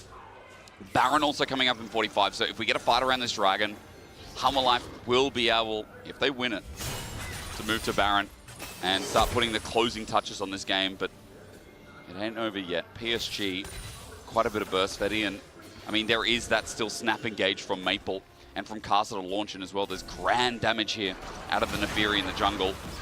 As you can see there, simply onto Delight. The problem for PSG is even if they get to an objective first, I feel like that HLE is just putting better pressure on the map, forcing PSG to go and respond to waves. True. And so even if they have setup with like Caitlyn traps and the threat of a Talia knockback, it doesn't matter because HLE is just using the lanes more effectively and making it harder as... Onto Betty, who's by himself now with Woody aside, doesn't matter. Peanut launches to the back line and Betty doesn't stand a chance. With engage comes easy task from Hummerlife. Second now on the chase and PSG caught in a choke. Redemption helps save their life, but they've done enough to secure the 3rd Drake. The combos are clean from HLE. They shut down Betty. Woody is quick to follow, well converted into another Dragon. And you could just see the ease of access towards the backline. PSG don't have an easy engage option, whereas HLE have the easiest engage option. Vi presses R, and Bessa presses R, targets die. 6,000 gold. Baron's up now as well. For PSG, I mean, these last 2 games, Fetty, have kind of just been like something erupts, like one fight, and the game just feels like it's toppling down. I mean, this one, you know, I'm glad you talked about the engage because it does feel like for PSG, with that one mistake, as you said, the ability to turn on objectives, the ability to find that pick. The engage has to be relied on something like the Talia. You have to use that snap engage. Yeah, because I feel like PSG in the early game, like they were really driving the game forward. They were. They were using their pressure in the lanes to set up for objectives first. They were punishing the mispositions of HLE, but HLE got to a point where like, oh, we finished 2 items. Okay, like we'll just engage on you whenever we want. Archer's in trouble. Archer is in trouble. That blast cone, use it now. Okay, use the Mario Mushroom, but top jungle duo. Oh no, Peanut is the Goomba waiting in front and finds another hit. I mean, they make it look easy. They do. Peanut and Zeus have been monsters in this game. Tempered Fate, Betty's out. Peanut looking for another cease and desist. 4 members of PSG crouch and hide while Baron is now up. and Arja's not here for another 30 seconds more. Viper going to continue to push in that mid wave. The vision being denied. Karsa hovering around this mid wave, considering a play onto Viper, but he's not going to find him. Instead, Viper's already set his sights on the Baron. That Baron is getting lower, not the fastest. Zeka trying to zone them away. It's fast enough, isn't it? Weaver's Wall comes out, Maple separates. It's nice, but he's in quite deep. Even though Delight's buying time, here comes Peanut again. It's Betty every time who doesn't get to play the game. Harma Life woke up at Worlds. This is the form we expected as they now look to run it down mid. I mean, the combo is just way too clean. 27 minutes, HLE wipe PSG off the rift, and they're looking to end the game right now. This is how it should look, Betty. If Harma Life are playing at their peak, look at the names. Delight had us in the first half, again, I will admit, but the rest of it once more looked groundbreaking. The Nexus turrets are bare with only Arja to defend, and PSG, while moving down to 0-2, give fresh life into the LCK's second seed. Harma Life, this comp we can get around seeing Peanut on by seeing Zeus int once more. It doesn't matter because Harma Life get their first win at Worlds 2025. It was a scary early game with the way that PSG was leveraging their strong laners to build that edge. But Hanwha Life came back in the team fights. They managed the map well, and they dominated in the 5v5. Impressive stuff from HLE, and now that 1-1 pool, it's getting exciting. Oh, that 1-1 pool is going to be so good when we get to that draw. It's always the best, because the teams that might have struggled either on a day one or a day two, but have had an exceptional performance otherwise. You can say that from Hanwha Life, as this guy, he's got so many stories around him in this tournament. And a lot of people want to see him do damn well. Absolutely. And we'll see how he does as the tournament continues. I think some surprise results today. Yep. AL climbing to the top. KT finishing with 2-0. I think given their opponents, not an unexpected result. No. But now, a single best of 3 away from making it to the quarterfinals. A far cry from some of the draws that they've had in the past World Championships. But it's going to be an interesting one. That 1-1 group is probably the most exciting one for me, considering how close it is. So many tough teams in that pool. We're getting closer and closer towards the draw. That's it for day number 3 of Worlds. But over to the desk, you're going to run us through what's up. Oh boy, gentlemen. Zeka might not be able to stack a tier, but he sure as hell can stack a Medjai's. Monster performance from him and, of course, from all of HLE. Definitely the bounce back that HLE and LCK fans were waiting for. Dangerously close to a winless day in the second half. Well, how are you feeling, Ox? Yeah, I feel like the start was had me a little bit nervous. I feel like PSG came out swinging again and gave up a pretty good fight, but I feel like compared to yesterday, which was really Viper Life Esports, the top side was doing a lot in this one, especially when it came to those team fights, those 5v5s. I think this setup around Atakan was a really big moment. The ult came through from Delight, which really stalled Karsa out and the rest of the team. They get the Atakan, and then this engage from Peanut when he knows the untargetability is down. Peanut goes down for his engage, but the follow-up is there, and in the ensuing fight, the cleanup from Zeka is so good. And this is a player who really needed redemption after yesterday. Yeah, I mean, just having basically interviews or people asking his teammates if they know about the whole team. They needed this game. Absolutely did. And Zeka, for sure, had a masterclass. But that being said, Betty did not have a good day. I mean, having to deal with the Aurora, Ambessa, Vi, even the Bard ultis that have been hitting him, he's just under threat at all times. And there's even getting pointed at. Yeah, no, that was that was Garza. Oh, okay, we're going. We're just gonna. This poor dog. Yeah.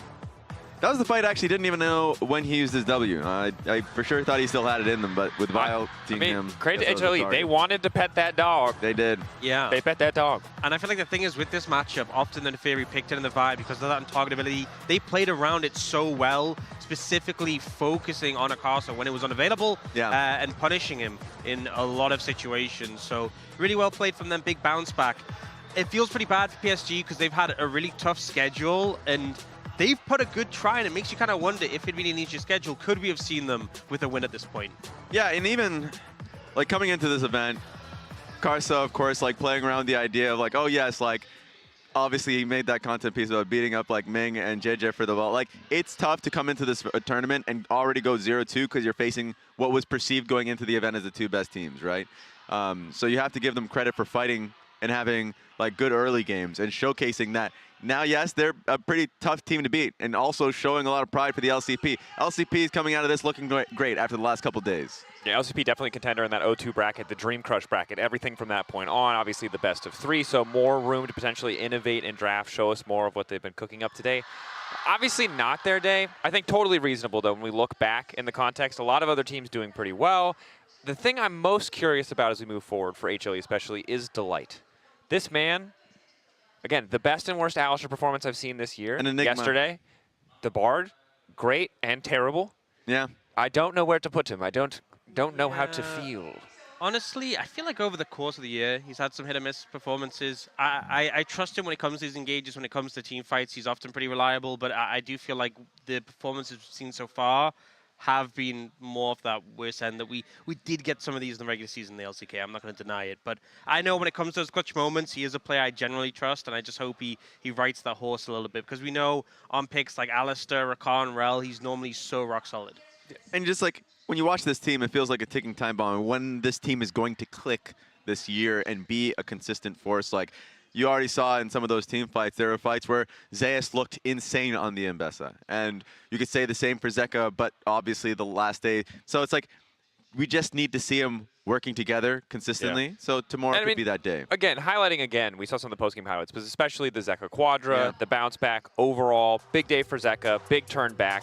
And you can see here, again, great timing on understanding when the Nefiri could and couldn't be a threat, and really just able to maximize the value out of this Aurora, a champion who has been a bit hit or miss. Yeah, and it was the fact that they had to control the Adakan. A little risky with how close Castle got towards the smite, but then the ensuing fight I feel like was very controlled. You know, we did see Peanut go down, we did see Delight go down, but all three of the carries just moving forwards and cleaning up. And yeah, Zeka, no tears today. No tears. But you got a book. Yeah. Only smiles. Only smiles. A great redemption after a lot of criticism from the community, I feel like, for his performance yesterday. And for me, if I'm being real. Yeah. Yeah. A good look overall. And for the entire team, again, step in the right direction, right? 0-1, not the worst place to be. 1-1, the chance to move up into that next bracket. But while we wait for the draw to get ready, Ji-sun is standing by with Peanut in our Verizon post-game interview. Thank you very much. I'm here joined by Peanut on the side of Hana LoL Esports after getting their first win in the Swiss stage. Congratulations on the win. You managed to safely secure the win that you needed so much. How do you feel right now? 이제 정말 필요했던 1승 달성하셨는데요. 소감이 어떠신가요? 네, 오늘 1승 한 건 당연히 좋지만 어제 1승을 놓친 게 더욱더 아쉬움이 남지만 그래도 스위스 스테이지에서 많은 팀들을 상대해보고 싶었던 건 사실이라서 네, 앞에 내일 이기면 될 것 같습니다. I'm glad that we managed to get the win, but yeah, it's still a big bummer that we missed our opportunity to pick up the win yesterday. But you know, I've always wanted to play against a lot of different teams in the Swiss stage, so I hope we can push the momentum and get as many wins as possible. Speaking of yesterday was pretty rough for Hana LoL Esports. How do you look back at it, and what kind of feedback went back and forth? 어제 사실은 쉽지만은 않은 패배를 조금 가져갔습니다. 경기 끝나고 어떤 대화가 좀 오갔는지, 그리고 경기 당시에는 좀 어떤 게 가장 아쉬웠었나요? 어제 당시에는 좀 중요한 교전들 중에서 저희가 좀 압도적으로 유리한 교전에서 진 게 제일 큰 요인이었고, 그 밖에는 뭐 자세한 거는 뭐 그냥 라인 수합 정도에 대해서 계속 이야기 나눴던 것 같고요. 라인 운영 단계에서 저희가 좀 더 잘할 수 있는 부분들이 많아서 그런 이야기를 좀 주로 나눴던 것 같아요. I think the biggest issue yesterday was we were losing team fights where we were supposed to win for sure. I think that was the biggest miss. And then we had a lot of communication about the current lane swap meta, and we wanted to kind of decide how we're going to play out the macro in the given situations. Speaking of the lane swap meta, as a jungler, are you a fan of this new kind of lane swap strategy? 지금 라인 수합 조금 2세대가 나왔잖아요. 원딜을 혼자 탑으로 보내고 있는 사람들이 바이퍼 수합이라고 부르기도 하는데 현재 이 라인 수합 메타 마음에 드시나요? 정글러로서? 뭐 나쁘지 않고요. 워낙 오히려 라인전만 있는 메타면 좀 더 픽들도 제한적이고 좀 더 좁아질 수 있는데 라인 수업 덕분에 픽들도 좀 더 다양하게 나오는 것도 있다고 생각해서 나쁘지 않다 생각하고 대신 근데 예전에 비하면 더 양반인 것 같아요. 지금 그냥 원딜 한 명 딱 올라가서 그 정도로 하는 게. I kind of like it, you know, when you just play laning phase every time, you only get kind of limited champion pool, but nowadays we're seeing a lot of different champions and it's way better than the previous laning phase because we're just only sending one 80 carry to the top lane. Lastly, before we go, well, you were pretty vocal about this year being your last run. Has this changed your approach preparing Worlds and what is your mindset right now? 이제 올해가 마지막이라고 여러 번 언급하셨습니다. 이런 상황이 월드 준비하는 데 있어서 마음가짐에 좀 많은 변화를 준 것도 있을까요? 사실 진짜 마지막이라고 생각하면서 임했던 거는 사실 작년에도 이미 그런 마지막이다라는 생각으로 게임에 임했었는데 사실 결과가 그렇게 높은 곳까지 올라가지 못했기에 이번 월드는 그냥 마지막인 대회를 부담감을 가지고 대회를 한다기보다는 마지막인 대회니까 좀 즐기면서 좀 좋은 추억으로 가져가고 싶다라는 마음가짐이라서 네, 지금 그런 생각으로 게임하고 있습니다. Honestly, last year I also thought this could be my last shot, but I didn't make it that far at Worlds. So this year I would rather feel less pressure and try to enjoy the matches ahead of me. And that was Peanut on the side of LoL Esports, and I'm going to pass it back to the desk. Thank you, Peanut. Thank you. 감사합니다. Bye-bye. Thank you, Peanut. Thank you, G-Sun. We are hot dropping into the next draw. Now, important to note, we are drawing 3 different groups. There's the 2-0 group. Those teams will be playing best of 3s. The winner will, of course, advance to the next stage. There's the 0-2 group, where the loser of that best of 3 will be eliminated. And, of course, finally, the 1-1 group, the last group that will be playing best of 1s. Winner moves up to 2-1. Loser moves down to 1-2. Yeah, you can see that in front of you, the different pools. I feel like initially looking at that, 0-2 teams, PSG, probably the team you want to avoid based on showing some strength and having some hard opponents. So not the one I would want to be drawn against. And also for 2-0 teams, I feel like KT hasn't really been tested too much compared to teams like AL or CFO, so they might be in some trouble. Even just thinking about KT and CFO as the 2-0 teams, that's exciting for both teams, obviously. A surprise for us if anybody was like going into the tournament. Not the LCP fans who've been, of course, singing CFO's praises, making it to all 3 international events. Now, Balan's up to go for that draw. Absolutely dripped out. Reminder, this is the 2-0 draw that we're seeing here. We'll have 2 matchups. First up, CFO versus, I don't know, who do we think would be the best possible opposition here? Everyone's kind of KT would probably be the easiest opponent based on what we've seen so far. Do we get an LPL team kill will be the question here. That's a great question. Okay. Good at opening the balls, must be noted. 10 situation. Okay. So a rough opponent for CFO. I'd say AL being our best performance. It means we don't get an LPL team kill. And then coming up next is going to be KT, who will be up against Top Esports, our last remaining team in that pool. Yep, so KT, TES, AL up against CFO. Reminder, winner moves on to the bracket stage. Of course, we'll have to wait to see what the rest of Swiss looks like before we'll know what their opposition is, but would be a huge boon on day 3 to already be out, to be free and clear, to be able to practice the scrim as you like. So CFO versus AL, KT versus TS. We will be playing those games tomorrow. I know, right? If you're a KT fan or a Top Esports fan, like, you don't know what to feel. Wait, but G2. Wait, no, there's too much to think about. Absolute chaos. It's absolute chaos. Your brain just experienced too many emotions. Who's joking? Which one gets cursed? How do we decide? I think the fans are joking. Yeah. Just thinking about it. Oh, those are a lot of balls. Okay, this is our 1-1 group. Reminder that as we enter 1-1, and in general, rematches are not allowed. So there may be some draws where you draw 2 balls, and we'll have to clarify what the matchup actually is going to be. For now, not an issue. But G2, see who their opponent is. Who do they have? Who do they have? Give me a fly. Oh, no! Shadow, stop it! No! The last 2 years in Swiss, BLG have eliminated G2. I guess the panacea for this particular poison is at that they least can't it's not, eliminate them. not elimination stage yet, but my G2 gosh. BLG is a valid matchup, and now Gen.G. Okay, let's not go. Probably praying they don't get drawn. FlyQuest. I need the scales to be balanced. If it's not FlyQuest, I'm going to be salty. Battleland, take it easy. Not HLE, not HLE, not HLE.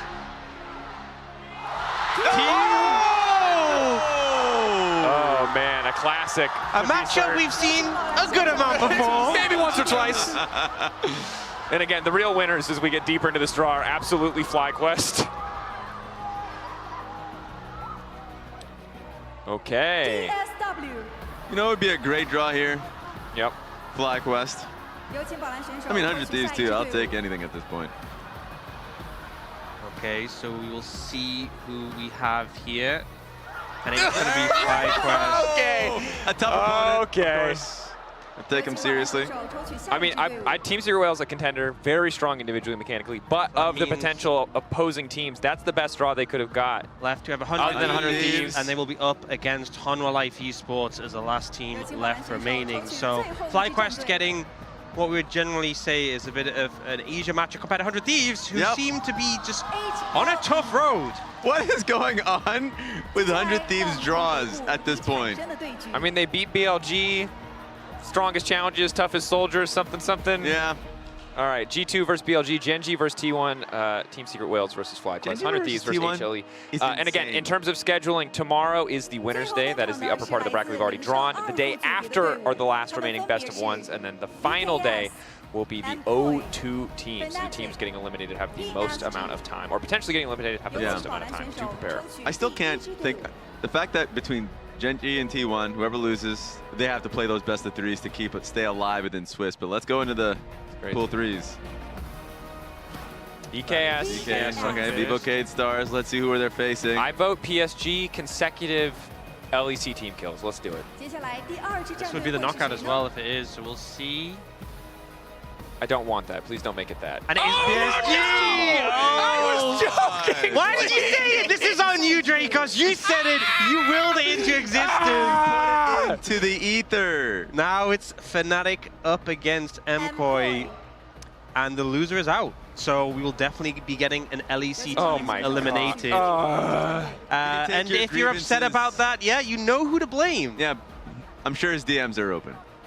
Maybe not after this show. So get them in quickly. If I'm doing it right now. I swear to you, I'm doing it right whatever little bit of hope I have left will die if the only LEC wins in this entire tournament are LEC teams beating other LEC teams. Okay, and again... Hey, actually, that's the positive, right? At No, least one of them will survive. Ox, I'm already dead. I'm on the ground. You can't keep beating this particular dead horse. Great draw. Again, shout out to Page One. Shout out to team on the stage. And reminder, 2-0 are the games we'll see tomorrow. After that, it's the 1-1 team, so that's 4 best of ones. And then finally the 0-2s, which I am particularly looking forward to, as it will be the end of the last little bit of hope I have been holding on to. Thank you, Battleland. One of the best recon skins out there, by the way. Great choice. Great choice. Great choice. Yeah. Well, boys, I'm going to need you guys to lead this discussion because I'm sad. So yeah, I think a lot of fun matchups, a lot of interesting matchups. Some tough ones, I'd say. Can I just say that the fans were chanting T1, and T1 got drawn when they saw the Gen.G one. They really wanted to see that. That's matchup. manifesting. Really.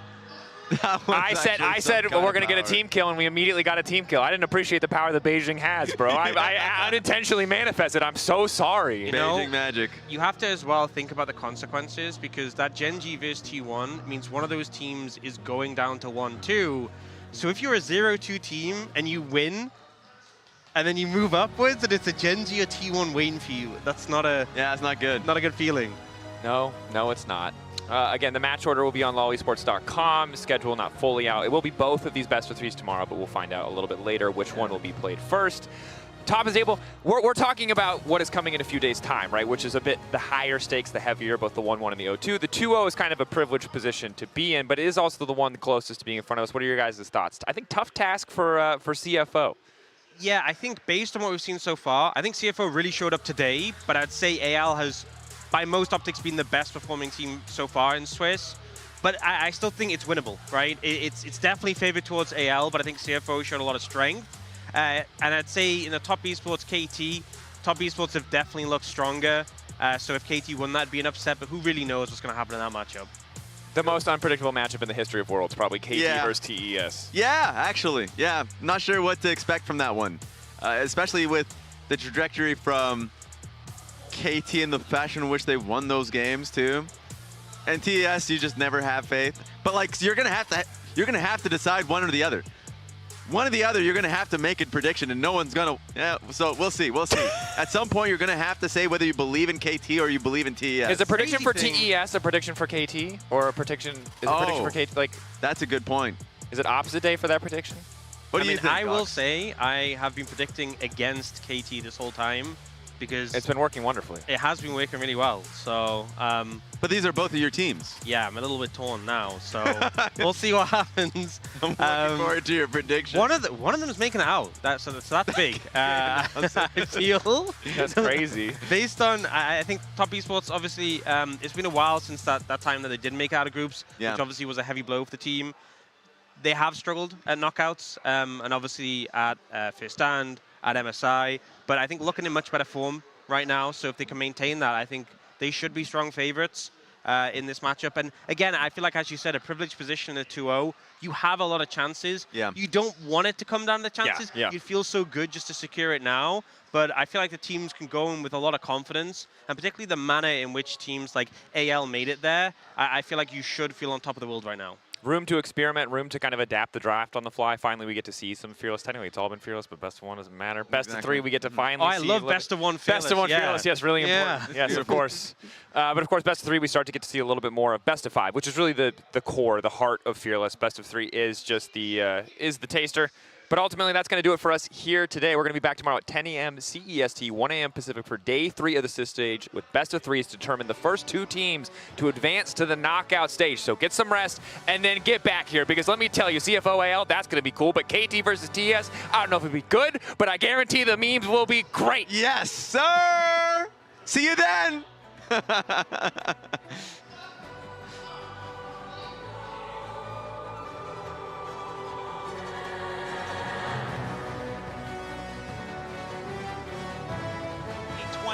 It's day 2 of the Swiss stage. More and more best of ones for you. I'm tipping now, guys. I'm flipping around looking for Nautilus. I'm kind of late.